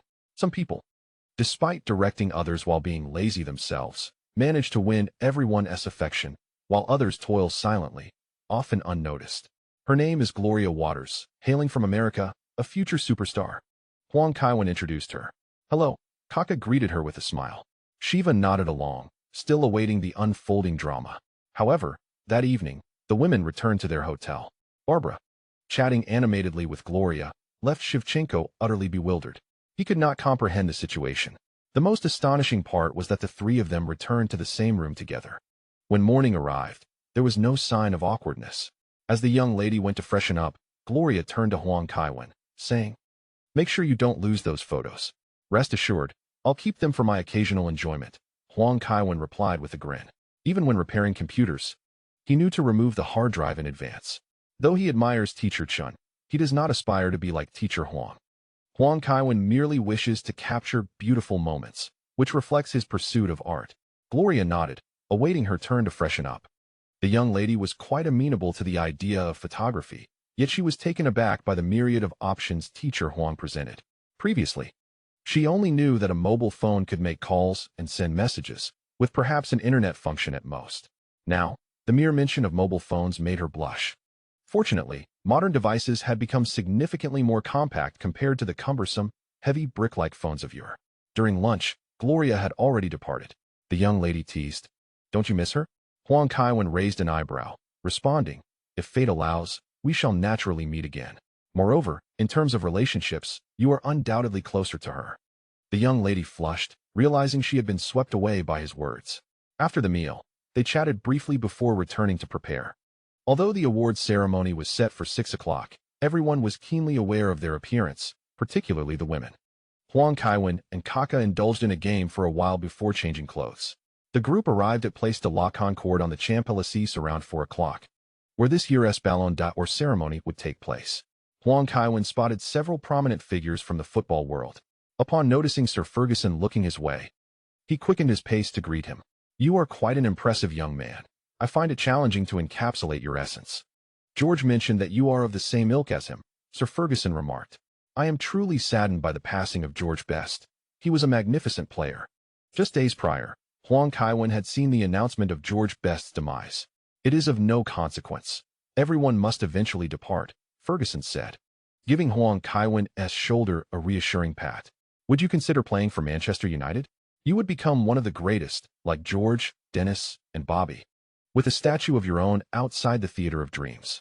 "Let us not entertain that notion, sir," Huang Kaiwen replied, glancing at Barbara. "My girlfriend is destined to be the future president of AC Milan. It would be rather impolite to recruit in her presence." "Ah, my apologies. If you encounter Arsenal, be sure to play with all your might," Ferguson winked. Huang Kaiwen refrained from responding, as Wenger had approached. Sir Ferguson was clearly intent on provoking Wenger. "Kevin, with your style, you shouldn't align with such a brutish team as Manchester United," Wenger interjected. Huang Kaiwen then realized that Wenger was even taller than he, likely exceeding 6 feet 2 inches. Yet, such a tall man emanated an air of elegance and approachability, which was quite remarkable. Ferguson quipped, "Kevin's post-tax salary is €6 million. Oh, artist." Wenger coughed, nearly choking on his drink. These two legendary managers had a storied rivalry that began when Wenger first joined the Premier League, lamenting the schedule, while Ferguson retorted that Wenger misunderstood English football, a contention that had spanned over a decade. From their initial animosity to sharing drinks post-match, only to later engage in verbal sparring in the newspapers, their relationship was a tumultuous, yet compelling saga. The evening culminated in the retirement of Sir Ferguson. Huang Kaiwen and the young lady observed the amusing exchange of banter between the two elderly gentlemen. "Aren't they the protagonists of today?" remarked Real Madrid president Florentino Perez, as he approached alongside the esteemed Di Stefano. Ferguson and Wenger, displaying a mutual understanding, quietly departed. "Good day, Mr. Perez." Barbara initiated the greeting. Perez nodded in acknowledgement, replying, "Please extend my regards to your father." "I shall convey your message," she responded. With his gold-rimmed glasses, Perez turned his attention to Huang Kaiwen, stating, "You deserve the finest club. Consider the prospect of joining Real Madrid. Ronaldo, Raul, Beckham, Zidane, Casillas. What a splendid experience that would be, wouldn't it? The future should be left to the future, and it is for Kevin to decide. At present, I have no intention of departing from Milan," Huang Kaiwen replied, not outright rejecting the proposition. After all, Real Madrid is a significant financial powerhouse. Both Manchester United and Arsenal are unable to offer competitive salaries at this juncture.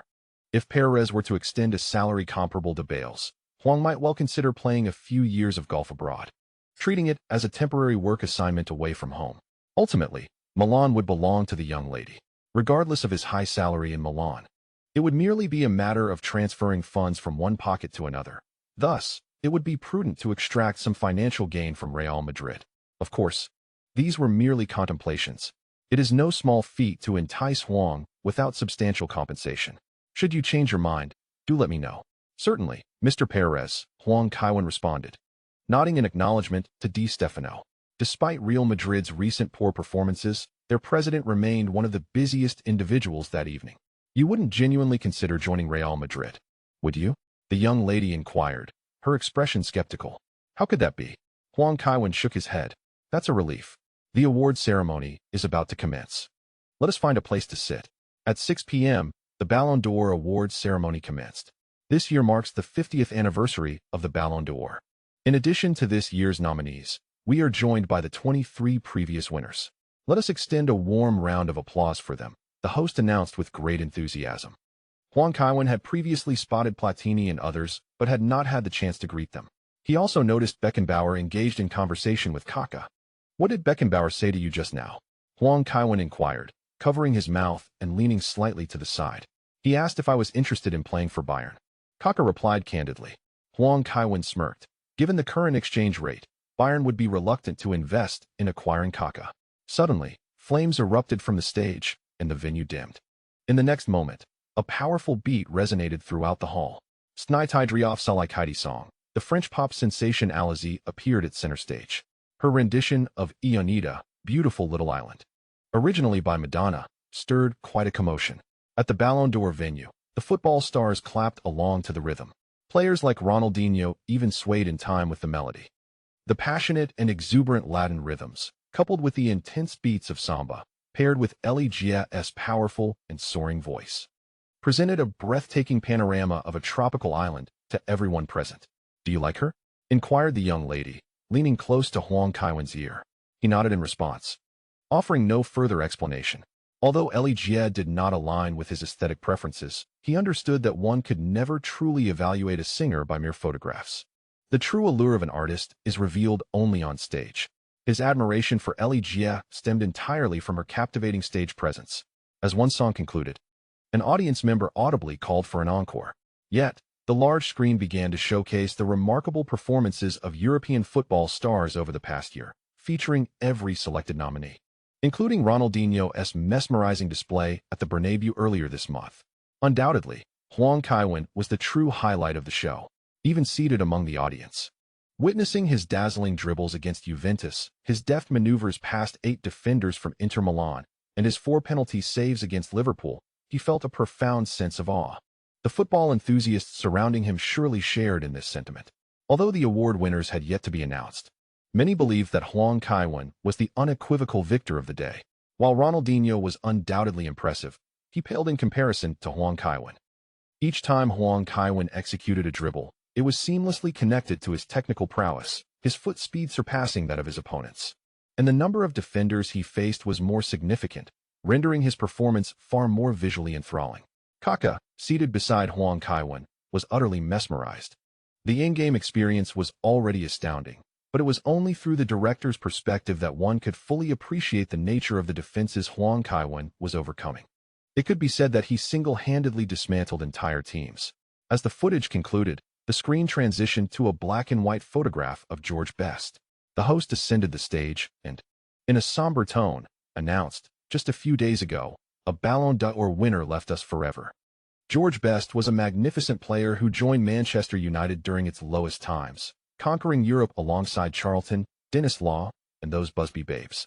It is believed that God has called him to heaven to continue playing football, and surely George is watching us at today's award ceremony. Next, we will announce the top 3 nominees for the Ballon d'Or. The screen showcased brief clips of Ronaldinho, Lampard, and Huang Kaiwen. Beckenbauer took the envelope and walked onto the stage.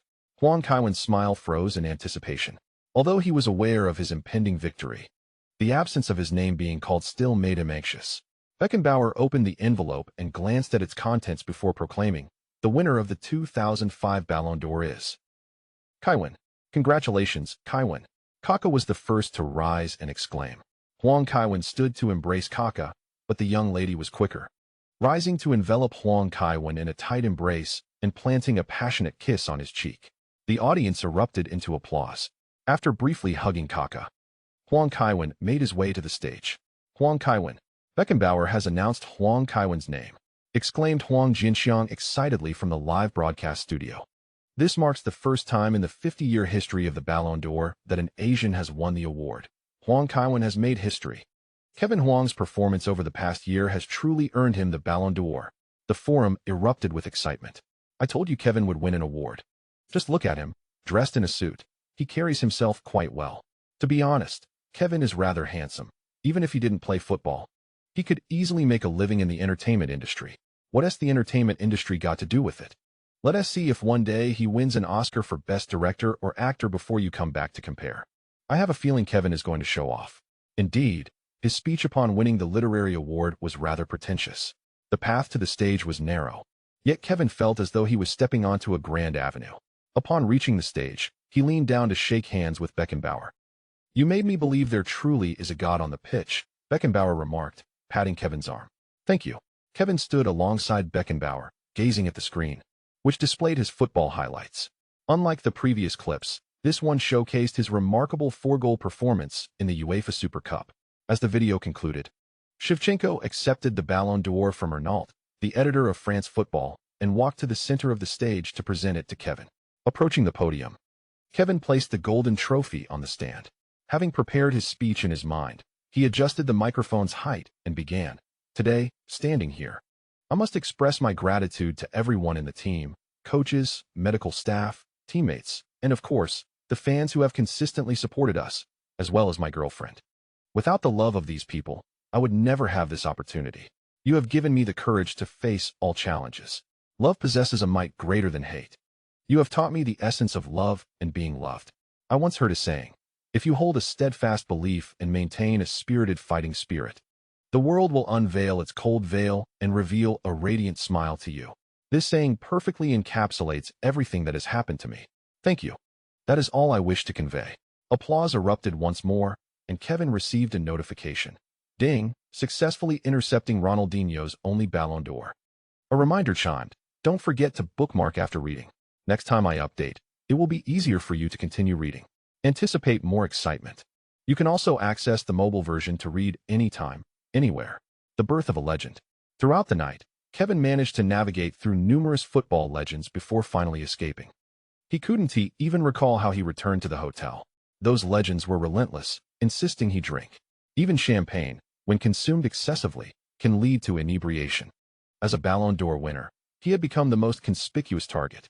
While Kevin slumbered soundly in his hotel bed, the news of his Ballon d'Or victory swept through his home country, taking the headlines by storm. In an era dominated by print media, this level of attention was quite formidable. Even those who were not particularly athletic were taken aback by this momentum. It was only after reading the newspaper that I discovered a young Chinese individual had achieved the highest personal honor in the realm of football, a domain predominantly dominated by Europeans. The following day, I awoke from a hangover, my head throbbing painfully. After sitting on the edge of my bed for several minutes, I began to recall the events of the previous day. I had won the Ballon d'Or. I had also connected with many esteemed former players. Mourinho, the recipient of the Best Coach Award, had conversed with me at length, though the specifics of our discussion eluded my memory. Moreover, the system, now that was paramount. I hurried to check the system. Ding. Successfully awarded the Ballon d'Or. The I Am King System Deluxe version will undergo a continuous upgrade, transitioning to the Ultimate version in 72 hours. Ding. Successfully intercepted Ronaldinho's exclusive Ballon d'Or. Skill activation successful. Traits successfully replicated. Ding. Significantly altered the fate of Ballon d'Or winner Ronaldinho, earning 1,500 fate points. Ding. Successfully altered the destinies of several Brazilian players, including Dida, Cafu, Kaká, Serginho, and Ronaldinho, successfully changing the fates of both Kaká and Ronaldinho, acquiring the skill, Ringa. Regarding the system upgrade, I had grown immune to the excitement. My system was one of infinite upgrades. However, what intrigued me more was the Ringa skill. This skill slightly enhances ball control, body balance, and flexibility. Ringa originated from Brazilian martial arts designed to resist invaders and was later integrated into football. This playing style is characterized by its elegance and speed, keeping the ball airborne rather than on the ground. The legendary Brazilian player Pelé is a master of the Ringa technique. Mastery of Ringa requires exceptional ball sense and physical fitness. Though I had never seen Pelé play, I had watched a film about him, granting me some understanding of the Ringa style. When executed, Ringa is visually captivating, as if the ball were an extension of one's body. At my current level, I might not be able to unleash the full potential of Ringa. However, with the experience card in hand, the situation would be entirely different. I could envision the astonishment of the world upon witnessing another Pelé. In that moment, I could confidently declare, I dribble like Pelé. As for intercepting Ronaldinho's Ballon d'Or, replicating 2 traits consecutively was no trivial matter. It was perhaps the greatest opportunity in football. Trait: Ballon d'Or affinity. Ronaldinho significantly increases affinity with criminals, ensuring they do not target you or your loved ones. Trait: Master of the tail whip. Ronaldinho allows for the effortless execution of the tail whip skill. As for these 2 traits, I was uncertain how to evaluate them. The tail whip was merely a technical maneuver for evasion, possessing less practicality than a fried meatball, yet exceeding the effectiveness of a bicycle kick. The master of the cow tail is quite commendable. Compared to a remarkable maneuver, the Golden Prison Award is far more practical. In Europe, crime is exceedingly prevalent and commonplace, ranging from petty theft to grand larceny. Even the likes of Huang Kaiwen have found themselves targets of criminal activity on several occasions. He has had his car window smashed and his bag stolen. And on another instance, he lost his vehicle entirely. Given his infrequent driving habits, such incidents underscore the dire state of security in Italy. Their residence has also been visited by intruders, but fortunately, the elderly butler's presence deterred the thieves. The more renowned a football star becomes, the more susceptible they are to the machinations of criminals. Numerous players in the football arena have encountered similar predicaments, with some even suffering the abduction or tragic demise of their loved ones. Why do Napoli players often have ties to local gangs? It is not out of desire. Without connections to formidable allies, one cannot guarantee their safety. Thus, this skill proves exceedingly useful. Moreover, the most significant aspect is the acquisition of 1,500 fate points. Coupled with the previous 3070, this brings the total to a remarkable 5,000 fate points. The reward for receiving the Ballon d'Or is quite gratifying.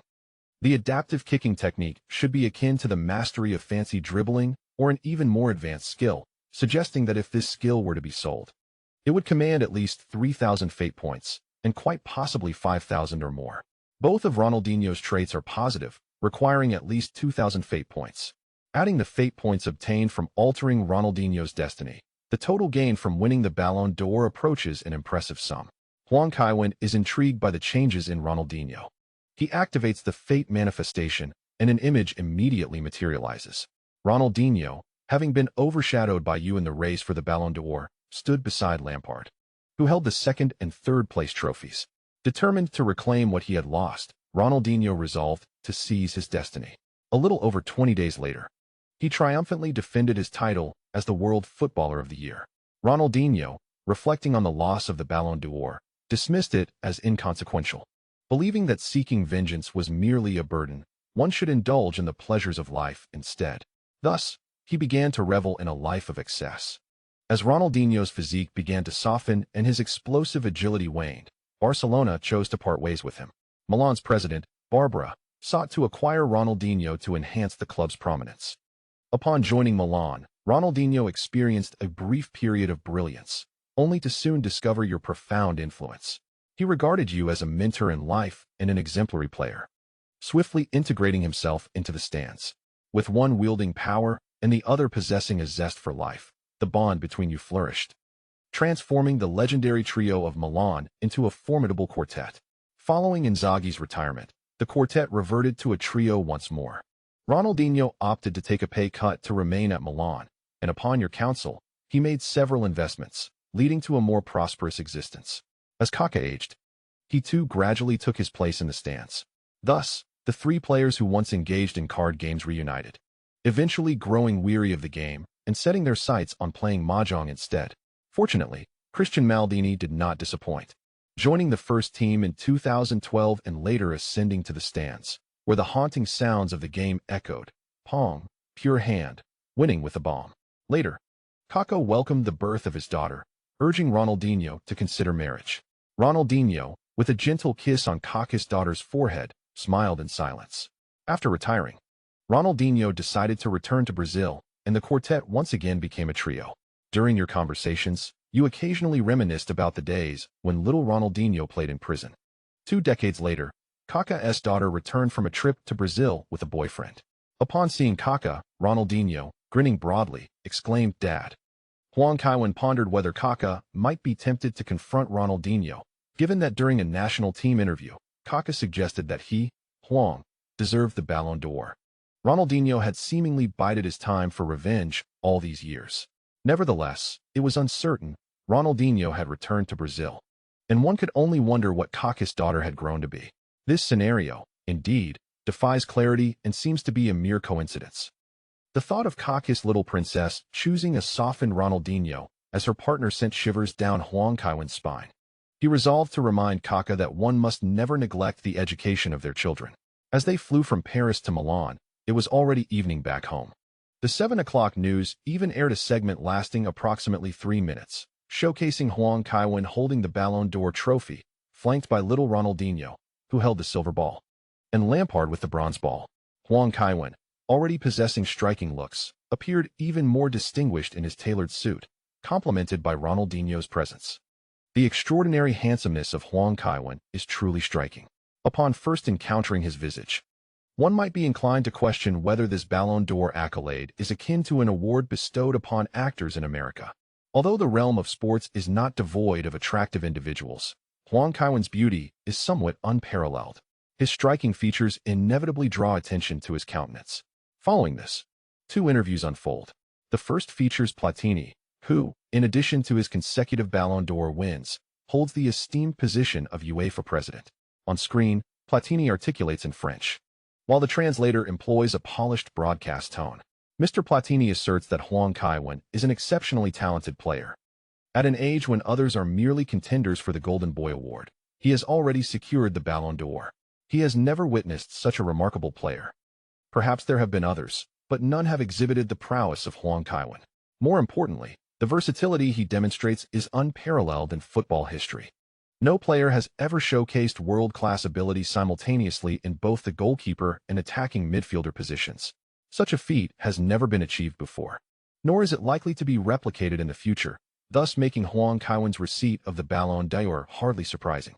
Next, the interview shifts to Maldini, who recalls, "During one training session, someone fouled Kevin, yet the coach remained silent. Kevin, incensed, demanded the ball from the goalkeeper and proceeded to outmaneuver every player on the field before scoring. This is Milan, filled with world-class athletes.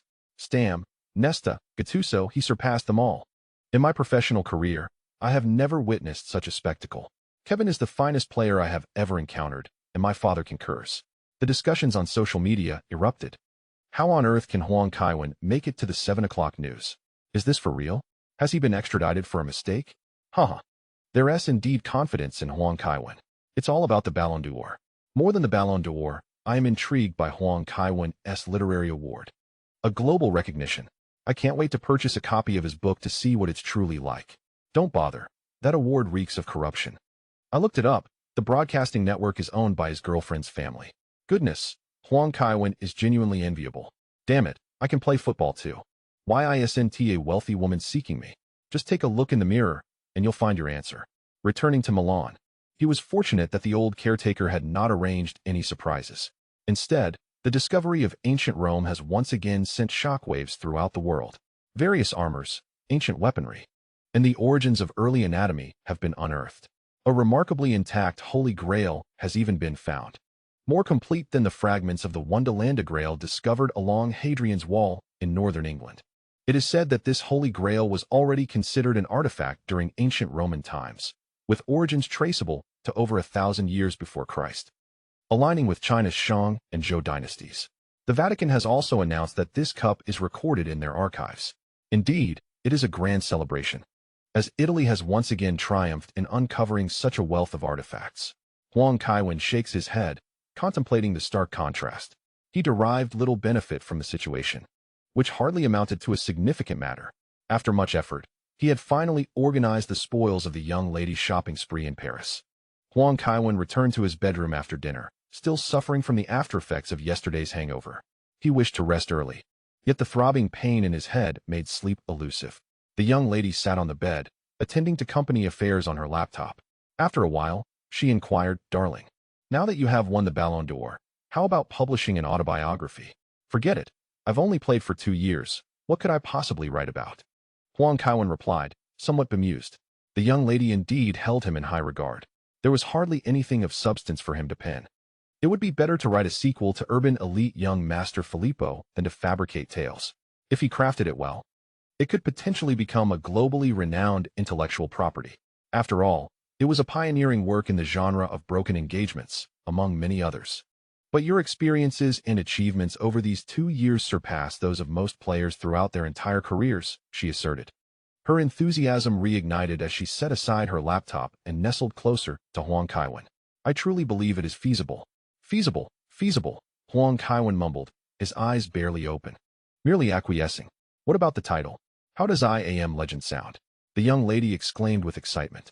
Huang Kaiwen shook his head, replying, "Not good. If I were to publish an autobiography, it would be titled My Struggles." After resting at home for a day, Huang Kaiwen finally shook off the remnants of his hangover. He spent the day indoors and, after midnight, checked for updates in the store. Template: Edwards, Fate points. Dazzler, 5,000 points. Uchida Atsudo, 3,000 points. Skills: Bicycle Mastery, 1,200 points. Massage Mastery, 100 points. Items: 24-hour Injury Immunity Card, 20 points. Special item: R7 Underwear, 500 points. Gazing at his 4,570 Fate points, Huang Kaiwen opted to spend 120 points on acquiring the Immunity Card and Massage Mastery. The Massage Mastery skill encompassed various massage techniques and methods that alleviated fatigue, balanced internal environmental changes, enhanced physical condition, and promoted fitness while delaying aging. When combined with essential oils, it promised unexpected effects. Well then, this skill seemed quite beneficial. As an athlete, knowing how to perform massages was rather normal, wasn't it? As for the special item, he had yet to make a decision. Previously, he had spent 200 points to satisfy his curiosity, but this time it required 500 points. Taking Figo's pig's head as an example, the function of this, R7 underwear, was undoubtedly related. What if the enhancement was not significant?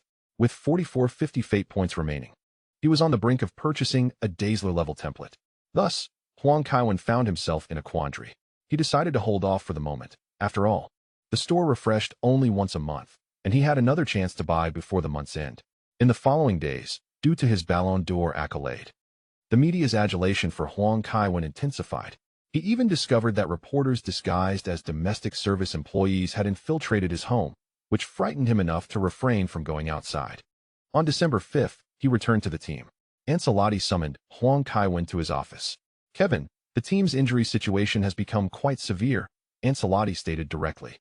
Sitting on the sofa, Huang Kaiwen wore a perplexed expression. Why would he be called instead of Nanny if injuries were so dire? Did Ancelotti truly believe that prolonged affliction would confer wisdom? Ancelotti sighed. "Filippo has contracted the flu, and by the time we realized it, several players had already been infected." Huang Kaiwen remarked. "Inzaghi stood outside bare-chested for over an hour the other day. It's no wonder he's caught a cold. That guy is indeed a menace, spreading illness among his teammates. So what is the plan? Huang Kaiwen inquired cautiously. Well, for tomorrow's Champions League match, I intend to position you as a forward. Our 3 forwards are down with the flu, and Shevchenko has sustained an injury, leaving me without any forwards to utilize, Ancelotti explained. All right then, Huang Kaiwen nodded. In December, Milan had no significant matches, and the immunity card could be employed during the Champions League. Most importantly, tomorrow's match was at home and marked the first game of December. To showcase the trophy to the fans, the club had orchestrated a grand celebration. Thus, without a doubt, Huang Kaiwen would take the field. As for playing forward, he was confident he could manage it. Whether drawing Fellaini or Lucio, he could play that role, given his various skills and height. Playing as a forward was hardly a daunting task. Huang Kaiwen asked, "Who will be the other forward?" "I haven't decided yet," Ancelotti replied, shaking his head. "I'll see who can partner with you tomorrow. More importantly, Kevin, do you think your injuries could possibly stem from more than mere bad luck?" Huang Kaiwen. Did Ancelotti uncover something? He eyed Ancelotti warily. Ancelotti continued, "Perhaps you possess an inherently fragile physique? No, that doesn't fit. Your recovery post-injury has been remarkably swift. Wait. Or could it be that some fans, wishing for your misfortune, have collectively projected their thoughts, which manifested as injuries upon you?" Cough, cough, coach. "I think I'll take my leave now," Huang Kaiwen said as he rose from the sofa and hurriedly exited the office. He had thought Ancelotti was finally back to normal, but it seemed his condition had worsened. Ancelotti's earlier comments were laced with philosophical undertones. Could it be that the culmination of theology leads to philosophy? Huang Kaiwen was at a loss for words. Never mind. He couldn't concern himself with Ancelotti. He needed to focus on his own affairs. Play tomorrow, perhaps suffer an injury, and then return to the team after the winter break. Earning money through football was that simple.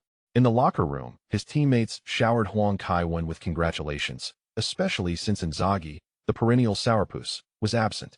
Otherwise, the atmosphere would have been far less harmonious. Once he changed into his kit, Huang Kaiwen stepped out to face the press. After the interview, the staff presented him with a special jersey, hastily prepared by the sponsors. The white t-shirt bore his silhouette alongside the prestigious Ballon d'Or trophy.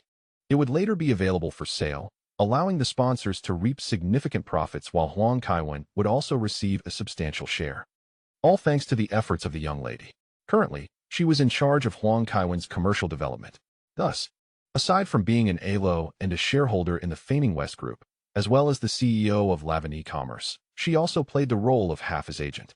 She had employed over 10 assistants, almost enough to form a football team, as otherwise, she would be overwhelmed with work. Huang Kaiwen donned the t-shirt over his jersey, awaiting his moment to take the field. Today, San Siro has made considerable preparations to celebrate Huang Kaiwen's achievement of winning the Ballon d'Or, someone remarked. Indeed, a massive banner has been unfurled in the stands. It's quite amusing, depicting the back of Huang Kaiwen's number 10 jersey. The jersey itself is a striking black and white, reminiscent of Juventus, while red gas is continuously pumped in from below, transforming it into a red and black striped shirt. "The Milan fans have truly outdone themselves," another replied. That is not all. The opening guest at San Siro today is the renowned Italian tenor Pavarotti, and there are hundreds of children performing on stage, someone added excitedly. It seems that AC Milan is placing great importance on Huang Kaiwen's Ballon d'Or, even more so than when Shevchenko won it last year, another observed. Wow, the performance has changed again. This is a classic music style. And the current act is a spectacular display representing recent discoveries from ancient Rome, along with the events inscribed on the tablet. One must admit, such a presentation is truly eye-opening, another commented. The online viewers, young fans watching the match via live stream, were astonished. Wow, Huang Kaiwen's treatment is far superior to that of Shiva last year. One exclaimed, "I thought Milan was preparing for an Olympic opening ceremony." Another chimed in, "Huang Kaiwen is really enjoying the limelight." The camera pans to the stands, and wow, I can see the legendary Dutch trio and Barisi, along with the elder Maldini. They must have summoned all the Milan legends. Someone remarked, "Milan truly values Huang Kaiwen." Another noted, "You should say that Barbara truly values Huang Kaiwen. He is indeed thriving on the soft support," came a retort. "Don't spread negativity." The Italian media reported that Huang Kaiwen has a stomach ailment. Shouldn't he be allowed to indulge in something soft? One defended, "Look, Someone shouted as the camera revealed two individuals in red robes. The Ballon d'Or trophy was placed on a tray, carried slowly by the two red-clad figures toward the makeshift stage. Had it been the Pope himself, with the trophy replaced by a crown, it would have been indistinguishable from a medieval emperor's coronation. Even the Champions League theme song is adapted from the coronation music of the English king. "It's time to take the stage, Kevin," someone called out. "All right," Huang Kaiwen replied, jogging down the tunnel and high-fiving the bald boys, igniting a fervor in the San Siro stadium. "Kevin, Kevin, Kevin," the crowd chanted enthusiastically. Barbara and another award presenter, Laura Pausini, stood on the stage. Laura Pausini had just received a Grammy Award. Laura Pausini, currently one of Italy's most renowned singers, is often hailed as the country's foremost female voice. Huang Kaiwen is familiar with her, knowing that she was once romantically linked to Pippo Inzaghi. Coming from a distinguished background, she once publicly declared her affection for Inzaghi in a newspaper, stating that she would attend his matches at San Siro whenever she wasn't on tour. Captivated by his exuberant goal celebrations, and pledged her unwavering support for AC Milan. However, this love story took a turn when Inzaghi moved on to television host Stefania Orlando, leaving Laura heartbroken. This tale unfolds as that of a well-bred young woman entangled with a notorious playboy. Following this, Laura vowed never to date another sports star. Yet her allegiance to Milan remained steadfast, which is why she found herself hosting at San Siro today. Huang Kaiwen silently scoffed at Inzaghi before embracing both Laura and the young lady. "Congratulations, Kaiwen," Laura Pausini remarked, holding a microphone. "Thank you," he replied. Laura then inquired, "Is there anything you wish to say?" In a moment of inspiration, Huang Kaiwen mirrored a previous gesture by Ancelotti. "As I received this award, a particular song danced in my mind, and I would like to sing it with you all now." Lowering his head to the microphone, Laura joined him almost in unison. A harmonious connection resonated among the 80,000 spectators at San Siro as they commenced the day's grand performance. "Milan, Milan, we wish to uphold you. Milan, Milan, forever for you." It was breathtaking, utterly captivating, Director Jean remarked with deep emotion. "Why do we cherish football so dearly? It's not solely about the outcomes of the matches, but the indomitable spirit displayed by the players and the camaraderie beyond the pitch. Indeed, only football possesses the power to unite everyone, regardless of nationality, race, language, or social class, as we all rally together in support of our beloved teams. This is the enchantment of football. Even before the match has commenced, we have witnessed an extraordinary performance. It has truly been worth the sleepless night." He continued with a chuckle. "With the Ballon d'Or ceremony concluded, the game must still be played. Although it is a joyous occasion, Ancelotti may not find the same delight. Indeed, today's match features a lineup so unexpected that one could hardly guess it. Skills, a growth-oriented sense of the ball can compensate for deficiencies. If innate talent is lacking, fear not, for with diligent effort, you too can embody the spirit of Ronaldinho. The harder you train on the practice field, the greater the rewards. Skill, long-distance sprinting, Kaká, through the center is most lethal, with an increased stride frequency and swift pace. The probability of success in central breakthroughs is enhanced, alongside a slight improvement in long-range shooting ability just outside the penalty area. Skill, the remarked technique slightly enhances ball control, body balance, and flexibility. Originating from Brazil's martial arts designed to resist invaders, this technique has been seamlessly integrated into football. It is characterized by its elegant and rapid dribbling style, keeping the ball airborne rather than allowing it to touch the ground. The legendary Brazilian player Pelé is a master of the remarked technique, which requires exceptional ball sensitivity and physical prowess to be executed proficiently. Abnormal condition, prone to injury. From the moment you step onto the pitch, the likelihood of injury increases by 200, escalating by 5 each second. After sustaining an injury and returning to play, the injury probability resets to its initial state.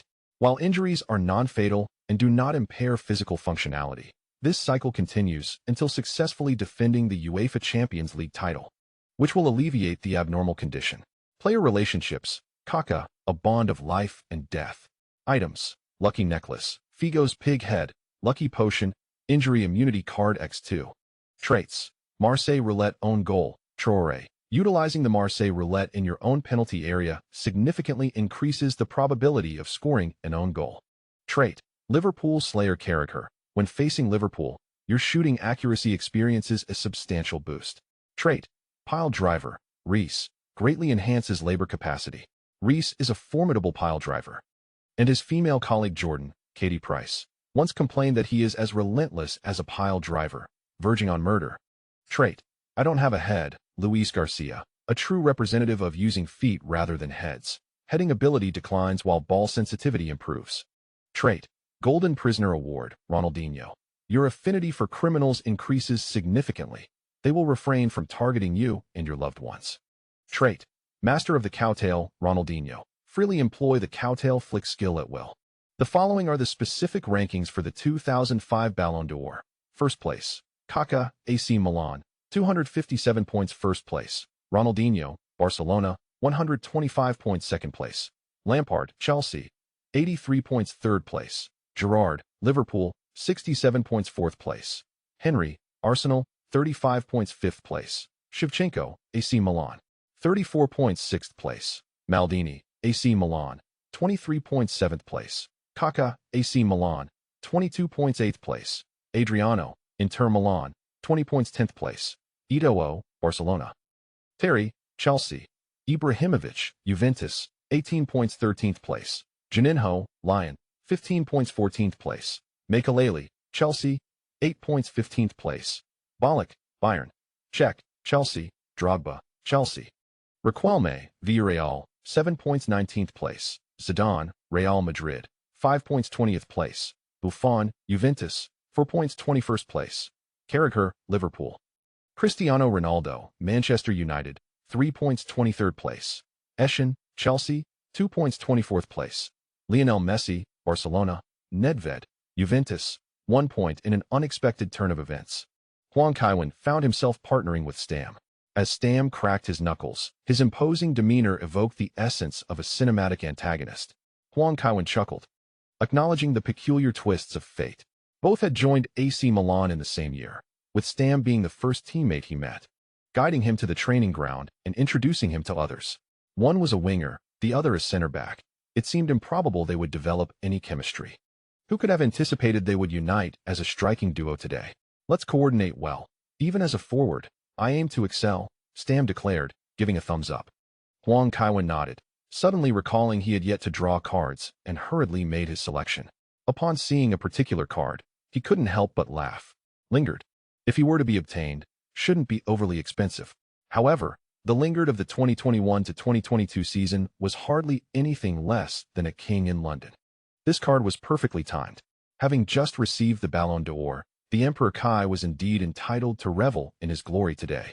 Fate played its hand again, as he was now paired with the former Manchester United stalwart, Stam. Today was a day marked by his DNA being at its peak. I'll make sure to pass to you more often, Kevin, Kaká chimed in from behind. Huang Kaiwen nodded, feeling no need for formalities with Kaká. Tightening the armband on his left arm, he stepped onto the hallowed turf of San Siro alongside the coaching staff. The fans erupted in joyous cheers upon seeing him. Kevin. Kevin. Kevin. Meanwhile, forums were filled with lamentations over fate's perceived unfairness, pondering how Huang Kaiwen seemed to bask in an unbroken string of good fortune. Having recently garnered 2 awards, Huang Kaiwen has now donned the captain's armband for AC Milan. His remarkable journey is underscored by the conclusion of a UEFA Champions League match, during which he exchanged flags with the opposing captain and engaged in a coin toss. Today marked a significant milestone as Huang Kaiwen became the first Asian player to captain a team in one of the top 5 leagues, achieving this honor at the tender age of 22 years and 180 days. Huang Jinxiang expressed his sentiments, noting that if restricted to elite clubs, Huang Kaiwen stands as the youngest captain among them. However, it is worth mentioning that he is currently serving in a temporary capacity, stepping into the role due to the Ballon d'Or circumstances. Indeed, the esteemed position of captain at AC Milan does not easily belong to Huang Kaiwen. He must await many years for this aspiration to materialize. He must endure until the likes of Maldini retire, as well as other notable figures such as Shevchenko and Ambrosini, who have also worn the armband. This could take quite some time, as Ambrosini is still capable of playing for another 7 or 8 years. Thus, Huang Kaiwen's ambition to lead the team will require patience. Nevertheless, even in this temporary role, it is a testament to Huang Kaiwen's standing within AC Milan. as Maldini would not have endorsed it otherwise. Certainly, during interviews, Maldini has lauded Huang Kaiwen to great heights. The match commenced with the Polish referee Jaroslav Jalub blowing the whistle. AC Milan, playing at home, kicked off first, and it felt somewhat unusual to witness Stam initiating the play. Huang Kaiwen received the ball and promptly passed it back. Vogel made a lateral pass. Due to Inzaghi's cold spreading through half the team, Vogel and Jankulovski were afforded starting opportunities. While both players possess commendable skills, the bench strength of AC Milan remains formidable, with newcomers trailing behind. Without the Flu's interference, securing a starting position in the Champions League would not be an easy feat for them. Pirlo directed the ball to the left, but Jankulovski mishandled the reception. By the time he reached the sideline, Georgios Karsos had already closed in behind him, preventing a turn.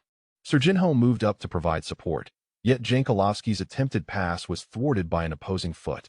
In a moment of urgency, Jankulovski turned and nudged the ball behind him, which ricocheted off the opponent and then struck his foot before crossing the goal line.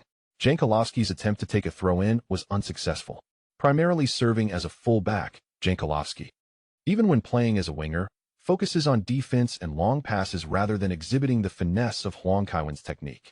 Werner, the quick full-back, threw in the ball, but Jankulovski, feeling the pressure, inadvertently fouled Karsos from behind and received a warning from the referee. Ancelotti shook his head slightly, and in his anxiety, the disparity between his eyes became more pronounced. This condition, a result of a childhood car accident that left his left eyebrow unable to descend, while seemingly comical. Facing ridicule during his playing career due to this feature, Ancelotti's ability to enjoy a successful professional journey speaks volumes about his resilience. However, at this moment, Ancelotti finds himself unable to muster strength.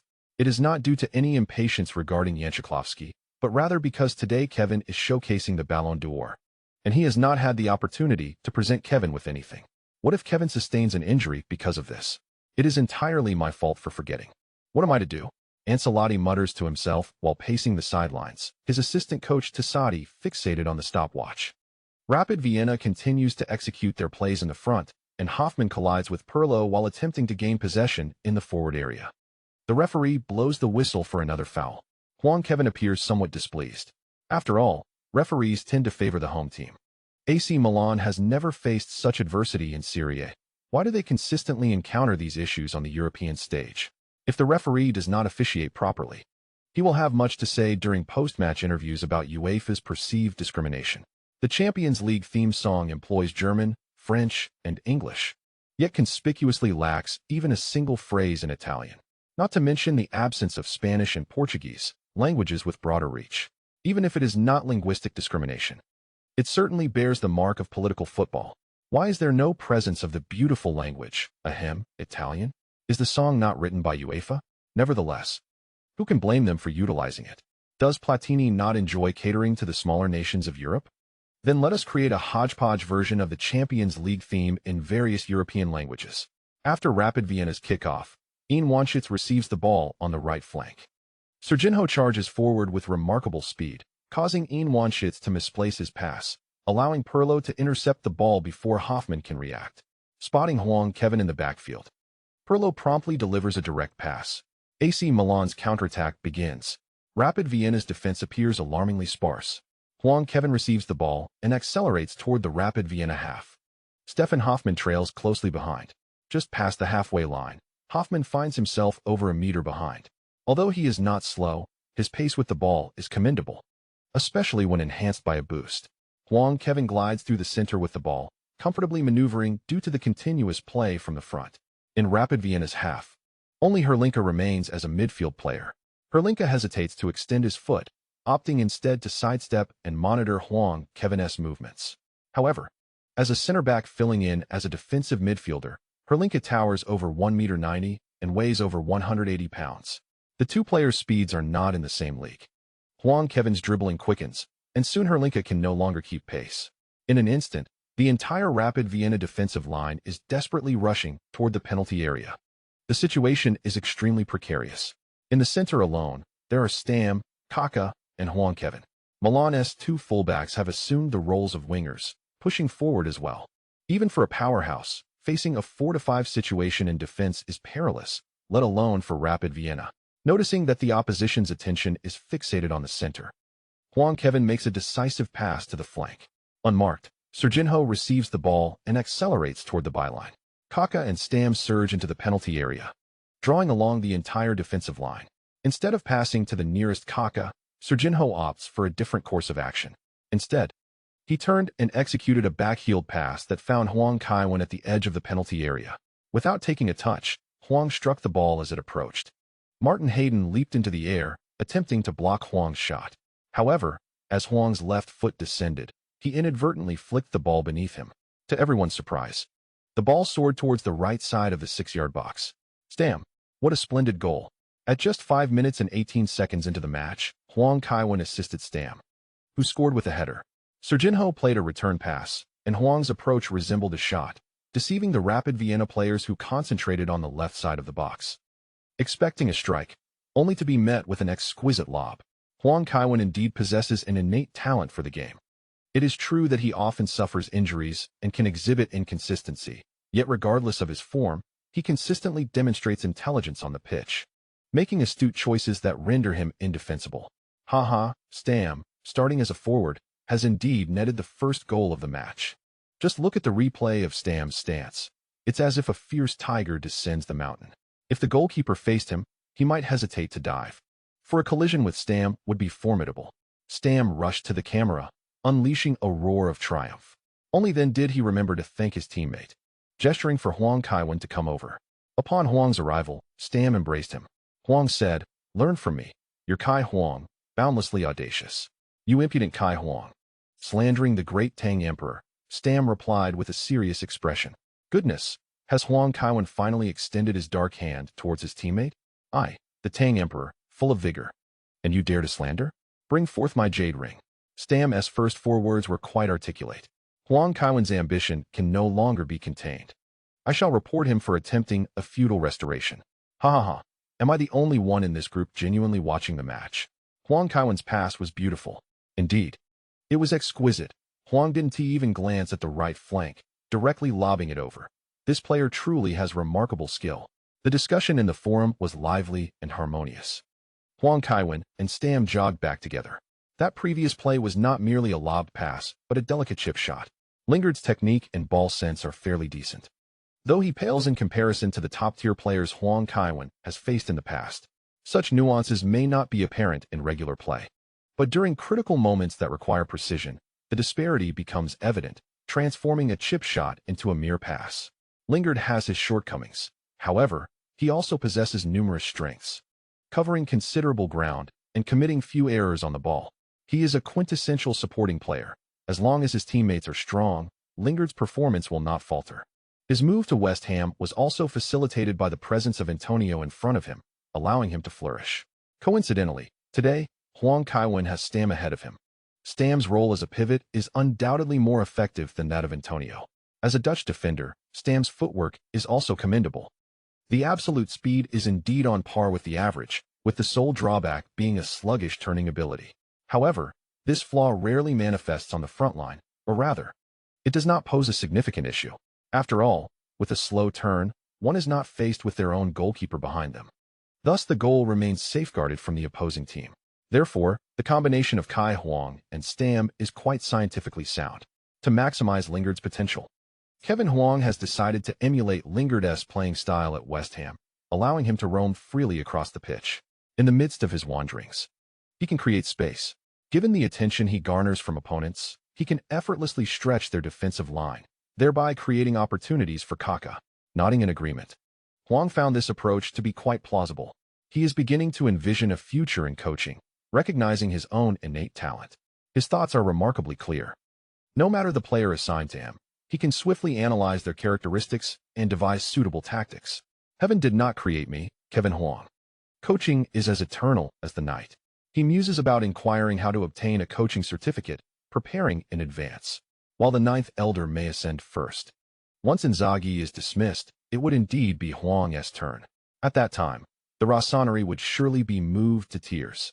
Returning to the center circle, Huang inquired, "Yap, shall we engage in something intriguing?" "What intriguing thing?" Stam responded, puzzled. Huang explained, "You should initiate when the opportunity arises, regardless of whether there is a chance. Position yourself at the forefront as a pivot. This way, Ricardo and I will have greater opportunities. Once they neglect to mark you, the ball will be passed to you, transforming the pivot into the focal point of the attack. Does that mean I should just keep running? Stam hesitated. Precisely, Huang affirmed with a nod. Very well then. If it proves effective, I don't mind running a bit more, Stam conceded. Huang chuckled, confidently assuring him, it will undoubtedly yield results. With such a towering forward serving as a pivot, how could it possibly lack impact? Though facing top defenders, Stam's role as a pivot may be diminished, revealing his unrefined technical movements as a forward, yet against Rapid Vienna, he would shine as Slobodan. As Rapid Vienna resumed play, Huang charged forward to apply pressure. Kinkerl skillfully evaded with a deft touch and promptly distributed the ball to the flank. Wansik dared not advance with the ball and instead opted for a backward pass to reorganize. Having completed 5 group matches, Rapid Vienna has yet to secure a victory, even missing the chance to compete in the Europa League.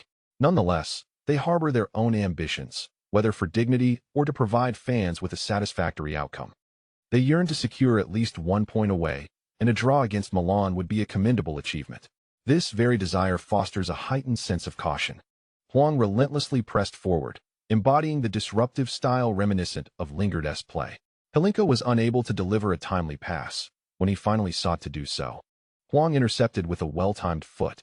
The ball ricocheted towards the defensive line, and Valikovic turned to pursue it, only to find himself bewildered, caught between Huang and Stam. One on either side. What could Valikovic possibly do in such a predicament? A mediocre defender managed to draw the attention of elite players like Stam and the Ballon d'Or winner to defend against him. Vlahovic turned and attempted twice, but found no opportunity to pass the ball. In a moment of desperation, he swiftly flicked the ball beneath him, aiming for a deflection off Stam to earn a goal kick. However, Stam was alert to the situation. Just as Vlahovic made the pass, Stam deftly sidestepped, and the ball struck the side netting, going out of play. Ha ha ha. Kevin Huang and Stam truly opened our eyes this time. The intensity of their defense resembles that of the Milan penalty area. Interestingly, Kevin Huang sometimes tracks back deeply, and Stam, being a defender, aligns perfectly with that. Vlahovic, pressured and out of options, could only think of deflecting the ball off his opponent to earn a goal kick. Seeing Stam's imposing stature and Huang's agility, he opted for Stam.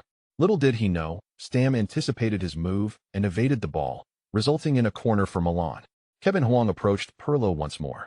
Not only the visiting fans, but even the Milan supporters felt that their players were mercilessly tormenting their opponents. Buffon had stated in the newspapers that he feared Milan's corner kicks the most. The players of Rapid Vienna were fuming internally. They reigned supreme in Austria, yet in Europe, they were mere pushovers. Did they really think they could outsmart them? As Huang was merely 2 meters from the corner flag, Pirlo delivered a precise pass. Huang took a couple of steps back, then executed a smooth flick, sending the ball rapidly to Serginho outside the penalty area. Serginho, as a Brazilian fullback, possessed remarkable skill. Apart from defense, he was adept at everything else. He sent a direct pass between 2 defenders toward the left side of the penalty area. Huang, having moved into the box, received the ball effortlessly, instantly attracting the attention of Haydn and Dobel. Before the opponents could close in, Huang, near the baseline, played a lateral pass to the center. Haydn attempted to intercept, but failed. Yankolovsky, who was late to the small box, managed to deceive the opposing goalkeeper. By the time Kaká surged into the middle to seize the opportunity, he faced an open goal. With a gentle push of his foot, he easily scored. Goal. Kaká with a deft shot. Milan's tactical corner kicks are truly indefensible. The variations are endless. Today, Stam's positioning has been quite proactive. When Huang received the ball and passed back outside the penalty area, watch as Huang darted into the box while Stam moved behind him. At that moment, the small box was crowded with Yankolovsky, Kaká, Maldini, and Cafu, all surging forward. What a full-team offensive. Milan's Brazilians are known for their attacking prowess. Yet Maldini's forward runs are equally vigorous. Perhaps this is the traditional style of Milan's fullbacks, absent during defense, yet present in abundance during attacks. The rapid style of Vienna is utterly indefensible. Today's match may well be one-sided. The 2 teams are simply not on the same level. Stam is particularly energetic today. His positioning is commendable. Huang Kaiwen drapes an arm around Stam's shoulders as they approach Kaká. Stam merely shrugs, remaining silent, yet his face radiates joy. He relishes the experience of playing as a forward. Even when running chaotically, he can draw defenders away, creating opportunities for his teammates. A stark contrast to the immense pressure of playing as a defender, where a single mistake invites harsh criticism. Kaiwen. Kaká approaches, embracing Huang Kaiwen as they make their way back. Stam follows closely behind, observing the brilliance of the 10 and 22 jerseys ahead, feeling that the talented players he encountered in the Netherlands pale in comparison. Vienna has been thoroughly subdued, yet Milan remains relentless. Shortly after the match begins, they execute a swift interception. Huang Kaiwen collaborates with Cafu on the right side, executing a series of wall passes. Noticing the weaker defense on the left flank, he opts to pass to Kaká in the center, wary of Lingard's capacity for long passes. Kaká, swift on his feet, makes a diagonal pass to the left without hesitation. Serginho, receiving the ball on the left, swiftly turns and delivers a cross. The ball travels rapidly towards the right side. Stam, slightly late to the central position, watches as Cătărzău chases the ball to the goal line and manages to halt it. Cafu closes in, tightly marking Cătărzău, denying him any opportunity to turn. Cătărzău, trapped in the corner area, attempts a shot, but the ball strikes Cafu and goes out for a corner. Milan is truly attacking with everyone today. Stam was a bit slow to start. Had he been quicker, he could have capitalized on that play. Indeed, considering he is not typically a forward, his performance in this unfamiliar role is quite commendable. With Stam up front, such a formidable figure, defenders are understandably hesitant to leave him unmarked. Vienna's goal kick is directed towards the midfield, a rather aimless kick. Huang Kaiwen, operating extensively within his domain today, challenges for the ball in the center circle. Upon gaining possession, he distributes it to the left, where Serginho receives the ball and executes a wide-ranging switch, engaging in a playful exchange with Cafu. Cafu, in turn, delivers a long pass, but Serginho fails to control it, forcing him towards the sideline. Huang Kaiwen rushes over for support. After receiving the ball, he passes it back. Pirlo lifts his head to survey the field, opting to carry the ball forward past the midfield. Milan exhibits an air of nonchalance towards their opponents, each player performing with ease. As he crosses the center circle, Pirlo decides on a long pass to the right flank. Cafu extends his left foot, bringing the ball under control before accelerating forward to reclaim possession, executing another deft touch in an attempt to outpace Cătărzău. Cătărzău, an astute fullback, stays closely matched to Cafu, ensuring he cannot break free. As Cafu nudges the ball forward once more, Cătărzău promptly dives to intercept. Cafu, startled, leaps over Cătărzău and quickly passes the ball back, narrowly avoiding a potential loss of possession. Huang Kaiwen seizes the opportunity, sprinting forward with determination. Hoffmann swiftly followed suit, dashing past Kaká, who inadvertently nudged the ball with his heel. Instantly, Hoffmann turned and pursued. Kaká, without halting the ball, delivered a precise through pass directed towards Huang Kaiwen. With the outside of his foot, Huang propelled the ball into the penalty area, accelerating towards it. The opposing defense was entirely mobilized, shifting towards this side. Martin Hayden, noticing Huang's deft touch, instinctively extended his foot to intercept. Yet, in the next heartbeat, Huang deftly flicked the ball back with his toe. Kaiwen, what a remarkable backheel. Huang's flick was exquisite, followed by another deft pass that threaded through Martin Hayden's legs, successfully reaching Stam. Stam, a goal. Stam strikes with a quick shot in front of the net. 30. Huang has assisted 3 times in succession, Cladelli exclaimed with exuberance. I recall stating that Huang has the ability to turn any forward into a golden boot contender. Now, I must apologize for my previous assertion, as it appears that he requires no forward at all. Huang can transform any player into a golden boot winner, even a defender like Stam, who has scored twice in the Champions League. Perhaps next time, Ancelotti might consider letting Dida play as a forward. This is the caliber of Huang. When he desires to score, he can net numerous goals. When he opts to assist, he can enable anyone to find the back of the net. Huang is undoubtedly the greatest Ballon d'Or winner in the illustrious history of the award. The extinction of dinosaurs was due to their short forelimbs, rendering them incapable of applauding Huang.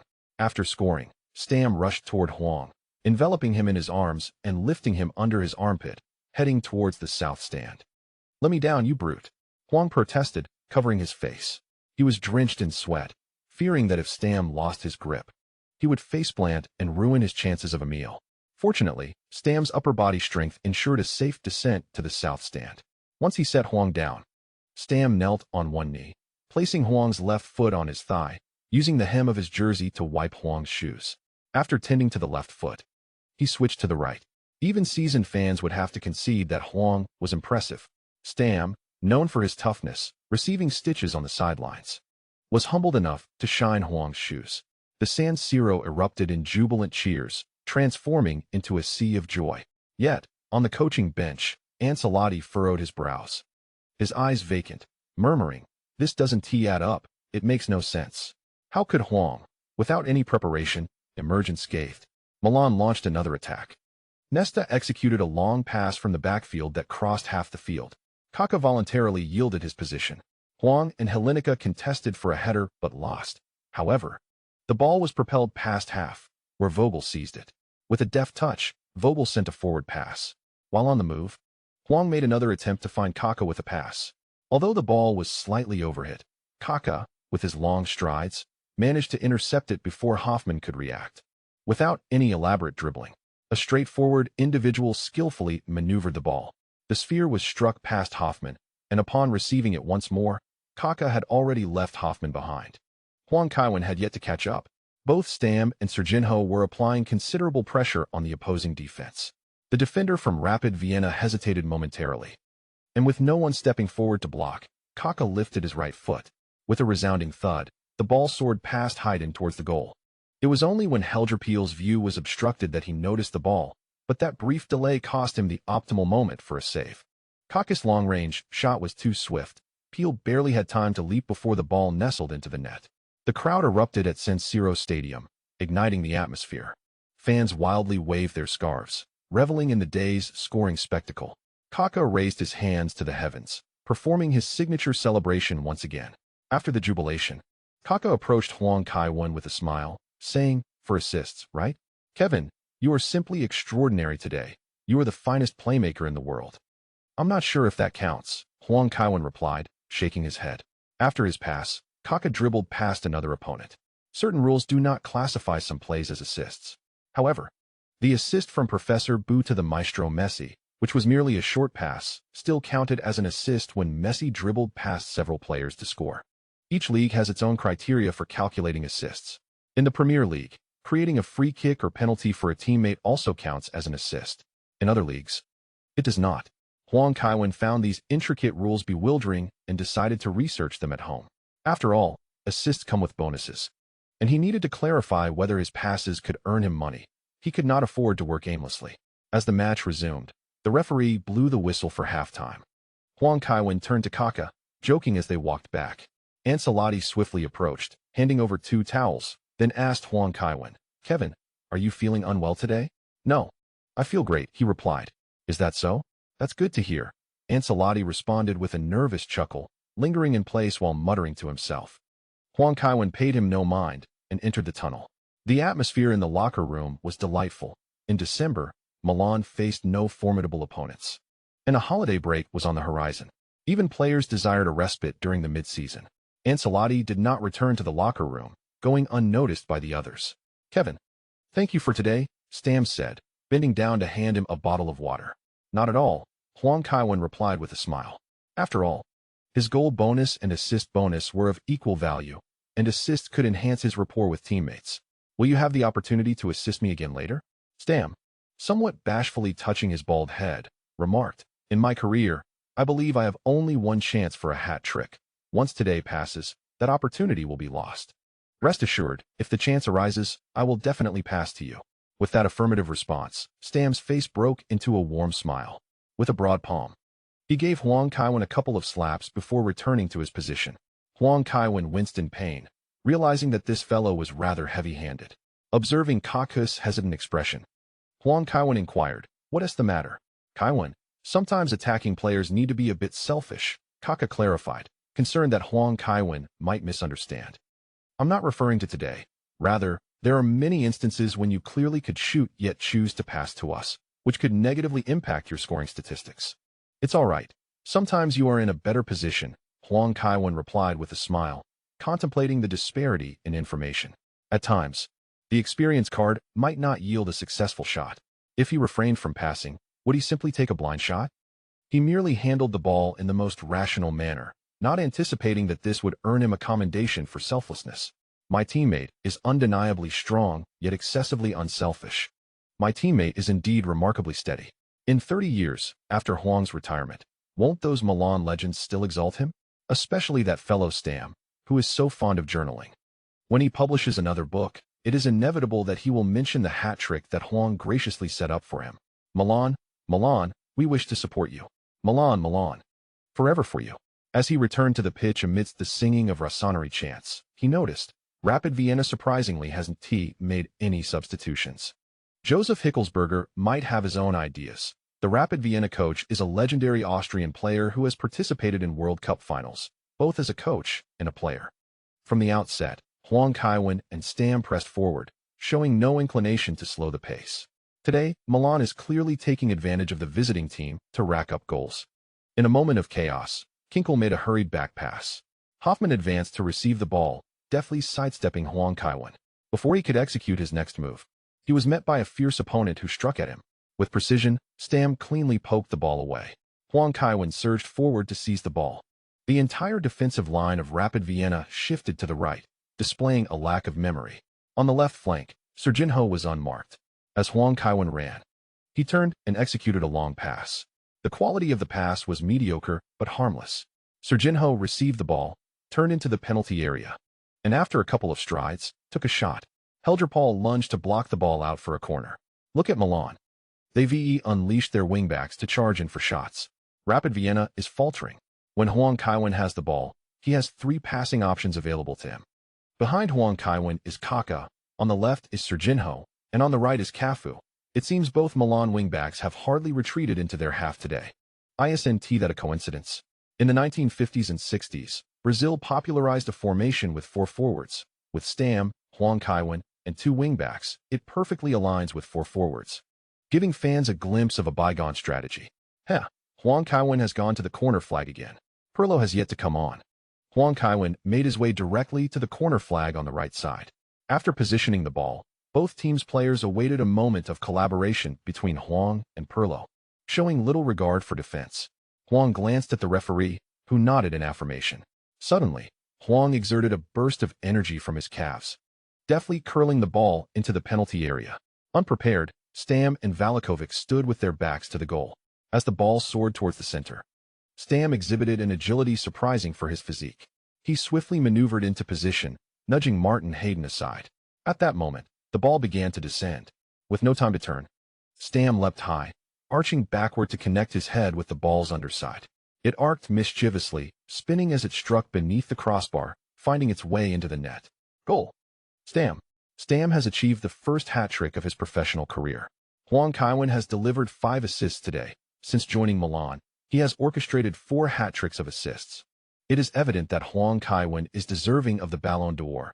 Not every exceptional playmaker can provide a defender with a hat-trick. If he assists Kaká again, he will have 2 hat-trick assists today. It feels as though Huang Kaiwen is simply unstoppable. Stam, elated by his goal, tore off his shirt and waved it fervently. Although such an act would surely earn him a yellow card, Stam was indifferent. Rarely does one have the chance to revel so wildly. The discussion in the forums was fervent. Huang Kaiwen's ability to launch a surprise attack is remarkable. Indeed, while everyone anticipated his tactical corner, he executed it quietly. He deliberately minimized his gestures to catch them off guard. Rapid Vienna filed a complaint, but the referee ignored them. Is the referee on the take? Don't slander. The corner was initiated with the referee's consent. If Stam can score a hat-trick, I feel I could too. Huang Kaiwen's passing is phenomenal. I could do it too. For €250,000 a year, I'd gladly play forward instead of Stam, especially with Huang Kaiwen and Kaká providing passes.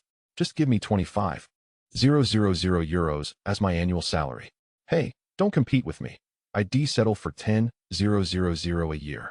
If that is not enough, I'll perform a handstand on the pitch just to play alongside my idol Shevchenko. Bro, you really are going all out. Fool, €10,000 is over 100,000 in my country. I received 2,000 yuan in my first 3 months after graduating college, including bonuses. If I could earn 8,000 a month, I'd be happy to eat a whole bowl, let alone just a bite. The game resumed. Rapid Vienna completely unleashed themselves. After all, Milan had no intention of holding back. Unable to defend, they opted for an all-out offensive against Milan. Moments later, Vogel intercepted the ball in the backfield and launched a long pass to initiate a counterattack. Huang Kaiwen received the ball and surged forward, with Hoffmann trailing behind. Unable to keep pace, Plinka bent his body and continuously retreated. Huang Kaiwen deftly nudged the ball with the outer instep of his right foot. Sensing something amiss, Plinka hesitated, fearing it was a feint. However, after skillfully hooking the ball, Huang swiftly shifted his supporting leg, not retrieving the ball, but rather moving past it. The master of the flick demonstrated his artistry, and with Lingard's commendable balance, he completely outmaneuvered the towering Plinka. Once he was breached head-on, Plinka found it too late to pursue. Huang and Kaká exchanged positions in front of the opposing defense, and he returned to the familiar left flank. Surging into the penalty area, within the small box, Huang had already adjusted his rhythm. With a twist, he unleashed a powerful shot with his left foot. The ball sailed through the arms of Vienna Rapid's goalkeeper, Pyre, embedding itself into the right side of the net. 60. Huang Kaiwen today has 1 goal and 5 assists. He is utterly unstoppable. He has shattered his own record. He previously achieved 1 goal and 4 assists. You can never truly predict where Huang Kaiwen's limits lie. Though Vienna Rapid may lack in strength, they are still the champions of Austria, and today at San Siro, they stood no chance of resistance. Goalkeeper Helge Pyre could only helplessly retrieve the ball from the net time and again. As for this celebration, I wonder if it was prearranged. After scoring, Huang did not venture far. Instead, he struck a guitar pose just outside the opponent's penalty area. When it comes to music, the Brazilians require no instruction. 2 makeshift wingbacks approached Huang. Cafu, with his hands in front of him, mimicked blowing into an instrument. Serginho pretended to play an imaginary waist drum. Stam and Kaká joined in once they understood. The Dutch defender squatted slightly, playing air drums with his hands. Kaká, with closed eyes, appeared lost in ecstasy as he began to sing, though fortunately, he remained silent. Otherwise, several might have collapsed. The frenzied cheers nearly induced a state of resonance.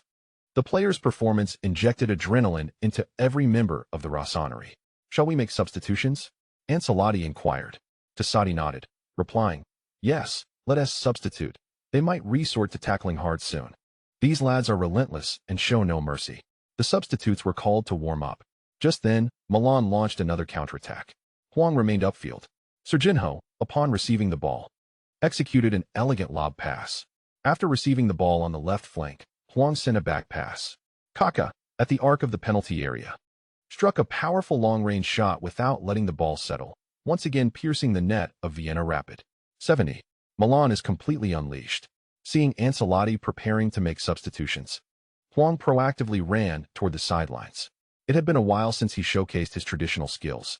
Given the opponent's relatively tame actions today, he decided to feign an injury without contact. As he ran, Huang's left foot caught on his right leg. Caught unawares, Huang fell forward onto the grass with a heavy thud. He made no sound, silently clutching his ankle as he rolled on the ground, tears welling in his eyes. The revelry at San Siro came to an abrupt halt. The night sky of Milan echoed with a haunting cry, "Team Doctor! Team Doctor!" The melancholy of love reminds us to cherish memories. It appears that Huang Kaiwen has succumbed to yet another injury, or perhaps he is merely feigning it. After all, how could one sustain an injury while achieving a remarkable feat of 2 assists and a hat trick? Regardless, upon witnessing his injury, I felt a sense of relief. His absence had become quite unsettling. AC Milan invested €6 million in this player, yet he seems only capable of participating in 2 matches a month. You may not grasp the intricacies, but Italian media suggests that Barbara is currently embroiled in a fierce struggle with Galliani. Once she ascends to power, she would not hesitate to spend even €16 million annually, let alone 6 million. It is unclear what enchantment Huang Kaiwen has cast upon Barbara, commenters. Yet, he remains unfazed. The rumors of Barbara and Galliani's internal conflict appear to have been orchestrated by him. No rational mind would believe otherwise. Galliani is the right-hand man of President Berlusconi. The young heiress is currying favor with Berlusconi in her quest for power. Even if she harbors disdain for Galliani, she would not dare to openly offend him. Her actions seem primarily aimed at preparing for the impending scandal at the end of the season. After all, Galliani is the one who handles all financial transactions for Milan. When the time comes, he will bear the brunt of the blame. leaving Barbara innocent in the eyes of the public, thus allowing her to rise to prominence. Galliani's departure from Milan may be simple, but returning will prove to be a challenge. In the end, it is Huang who will dictate the outcome. You should take a break. Your head is injured, the heiress gently reminded Huang Kaiwen as she noticed him browsing the internet while fiddling with cutlery. All right, he replied. He had no real injury to speak of. He merely needed a brief respite. After a medical examination, Huang Kaiwen feigned dizziness and nausea, even delivering a theatrical performance that resulted in him vomiting on Nanny, which ultimately led to a diagnosis of a concussion. Though he found a small measure of vengeance against Nanny, who had treated him like a lab rat, Huang Kaiwen felt somewhat weary. Standing by the window, he gazed at the snow-covered world outside, reminiscing about his dear friend, Dr. Myersman, who had departed for London. He wondered how Dr. Myersman was faring in the city. Doctor.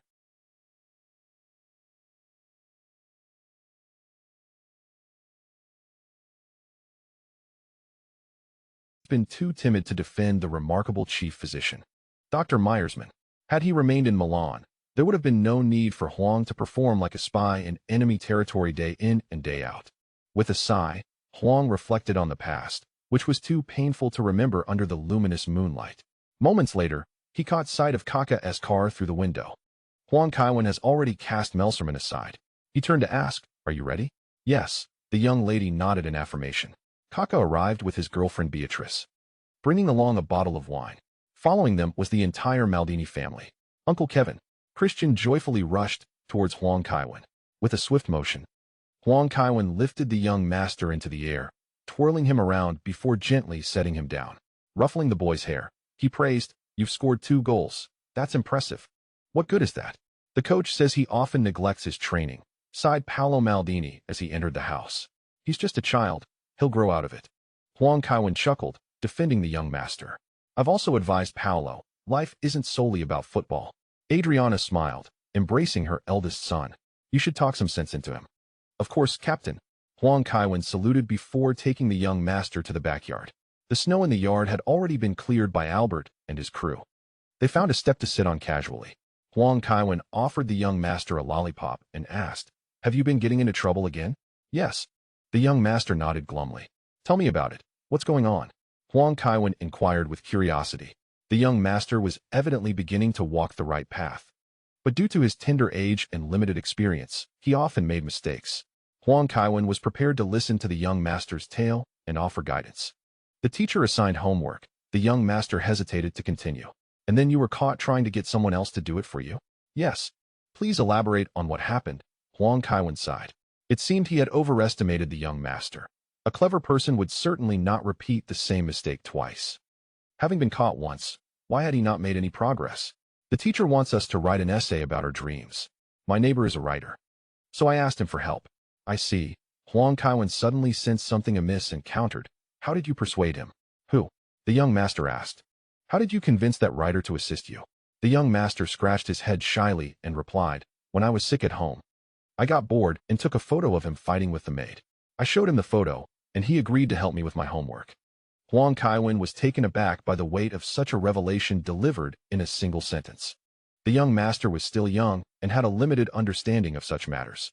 However, this illness hardly seemed genuine. Moreover, normal children feigning illness at home usually sneak off to play games. What was the deal with him wandering around with a camera, snapping photos? Surely. Furthermore, the fact that he approached his neighbors seemed threatening, even if he didn't fully comprehend the implications. The young master should have realized it was not a good idea, hence the intimidation. This little rascal indeed had quite the audacity. Unafraid of being beaten or having his photos taken away. In Italy, surveillance was scant. Ultimately, it would be up to his neighbor's words to determine the outcome. Huang Kaiwen advised Christian, "You should write your homework yourself. Adults won't be of much help." "Why?" the young master asked, raising his chin. "Consider this. On 2 occasions, you sought the assistance of adults to complete your assignments, only to be discovered by your teacher. Do they not recognize the level of primary education? The first instance involved a parent of your classmate assisting you. So, Uncle Kevin, what do you imply? Were they intentionally allowing your teacher to find out?" sighed Huang Kaiwen. "Ah, now I understand," exclaimed the young master, realization dawning upon him. No wonder he felt something was amiss. He looked up at Huang Kaiwen and asked, "Uncle Kevin, You certainly would not let the teacher discover this on purpose, would you? Can you help me with my homework? As he led the young master back to the room, Huang Kaiwen contemplated whether to share the recording on his phone with Paolo Maldini. The audacity of the young master to target him was astonishing. It was time to teach the lad a lesson. He had already warned him against seeking adult help. Instead of troubling his classmates, he turned his attention towards Huang. Indubitably, it was deserving of a reprimand. Huang Kaiwen decided it was time for the young master to witness the darker facets of human nature. As teammates began to arrive, the living room filled with a number of people. Huang Kaiwen resolved to wait until the gathering concluded before presenting the recording to Maldini. It was somewhat shameful. As the AC Milan organizational committee member, he had only now arranged the first team gathering, nearly halfway through the season. Due to the influence of the flu, the atmosphere was not as lively as it could have been, with many still recovering.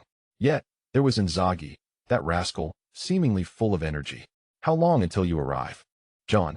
Huang Kaiwen approached Vogel, who appeared a bit taken aback, hastily responding, I couldn't find the place earlier. All right, we'll wait for you, Huang Kaiwen said, helping Vogel find a seat and signaling the old steward to serve the dishes. After enjoying a hearty meal, the women gathered to chat about the latest fashion, while teammates engaged in small talk. Inzaghi, with a conspiratorial gesture, beckoned Huang Kaiwen over. Apologies, I need to use the restroom. Huang Kaiwen chuckled as he stood. What's the matter? Is there something you can't say over there? Huang Kaiwen inquired. Inzaghi was not one to shy away from embarrassment, so it was curious. No, it's not convenient, Inzaghi replied, pulling Huang Kaiwen away from the living room, peering around to ensure no one was listening before confessing. I've been ill recently. You know that, right? I am aware of your illness, but I also know the reason behind it, Huang Kaiwen retorted, somewhat exasperated. Since I caught this cold, I've been plagued by nightmares. Continuing until now. Perhaps you should engage in some good deeds, Huang Kaiwen suggested. No, it's not that, Inzaghi exclaimed, urgency in his voice. I have the same nightmare every night. Intrigued by his words, Huang Kaiwen asked, what do you dream about? Well, I dream of a group of naked men chasing me. In the dream, I run with all my might, yet I can never escape. Each time they catch up to me, I wake up in fright. Such a dream was undoubtedly terrifying. Empathizing with Inzaghi's plight, Huang Kaiwen understood that anyone would fear such a scenario. Among those I know, you are the most educated and resourceful, having even won a literary award. Inzaghi nervously glanced at Huang Kaiwen and asked, what do you think I should do? Huang Kaiwen thought to himself, how on earth would I know? According to research, dreams are a continuation of reality, so why not indulge in watching such films? The more you watch, the more likely you are to dream of women, casually remarked Huang Kaiwen. Do I need to tell you that? I have a heap of tapes at home, yet they are utterly ineffective. Perhaps you should try to maintain a childlike spirit.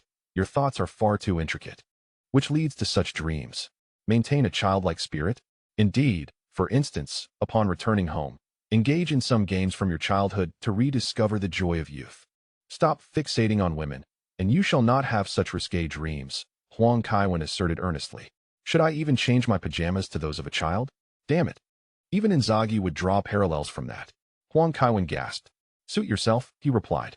Well then, I shall give it a try when I return. In the afternoon, as everyone departed, Huang Kaiwen thoughtfully copied the recording onto a storage card and handed it to Paolo Maldini. Maldini plugged it into his phone to listen. Remarkably, Huang Kaiwen felt no psychological burden regarding this matter. After all, it was the young master who had initially set his sights on him. The following day, Huang Kaiwen finally awoke naturally, as he had wished. Sir, here is today's newspaper, the butler announced while presenting the section that piqued Huang Kaiwen's interest during breakfast. Upon seeing the front page of the Gazzetta dello Sport, Huang Kaiwen sprayed orange juice everywhere. Inzaghi had finally made the headlines. Filippo Inzaghi may have an illegitimate child. Huang Kaiwen was taken aback to see Inzaghi on the front page in such a manner, yet he was not surprised at all. It is quite common for football stars, especially in Italy and Spain, to have children without being married. Even if two individuals live together, they may still be in a boyfriend-girlfriend relationship, despite having children who are several years old. Given Inzaghi's notorious charm, the probability of an unplanned offspring was notably high. Huang Kaiwen was also curious about the identity of the child's mother. At 6 p.m. yesterday, reporters captured Inzaghi purchasing large toys, pajamas, and storybooks, which we verified were not suitable for a 4-year-old child, but rather intended for older children. Thus, it is improbable that Filippo Inzaghi was buying these items for his nephew, Tommaso Inzaghi. So, why did Filippo Inzaghi purchase items appropriate for an 8-year-old child? Based on our deductions, the most plausible explanation is that Filippo Inzaghi has an illegitimate child around 8 years of age. We will continue to investigate thoroughly in hopes of locating this little-known Inzaghi. For those curious about who Filippo Inzaghi had a child with, please stay tuned to our publication. As Huang Kaiwen continued reading, a peculiar expression gradually formed on his face. It seemed as though he had inadvertently ensnared Inzaghi. During dinner, Huang Kaiwen ascended to his room to check his phone and discovered that Inzaghi had called him over 30 times. He had muted his phone while sleeping and thus missed the calls. Damn it, he really came looking for me, Huang Kaiwen muttered as he pressed the power button to turn off his phone. Truth be told, he could not entirely blame Inzaghi, as it was his own carelessness that led to this situation. Later on, Huang Kaiwen changed his phone number. Lacking a blocking feature, he physically blocked Inzaghi, thereby resolving the issue entirely. After spending several days playing games at home, Huang Kaiwen was taken aback by Milan's lackluster performance. Having suffered consecutive defeats, the team succumbed to Chievo with a score of 1-2, followed by a loss to Fiorentina, ending the match at 2-3.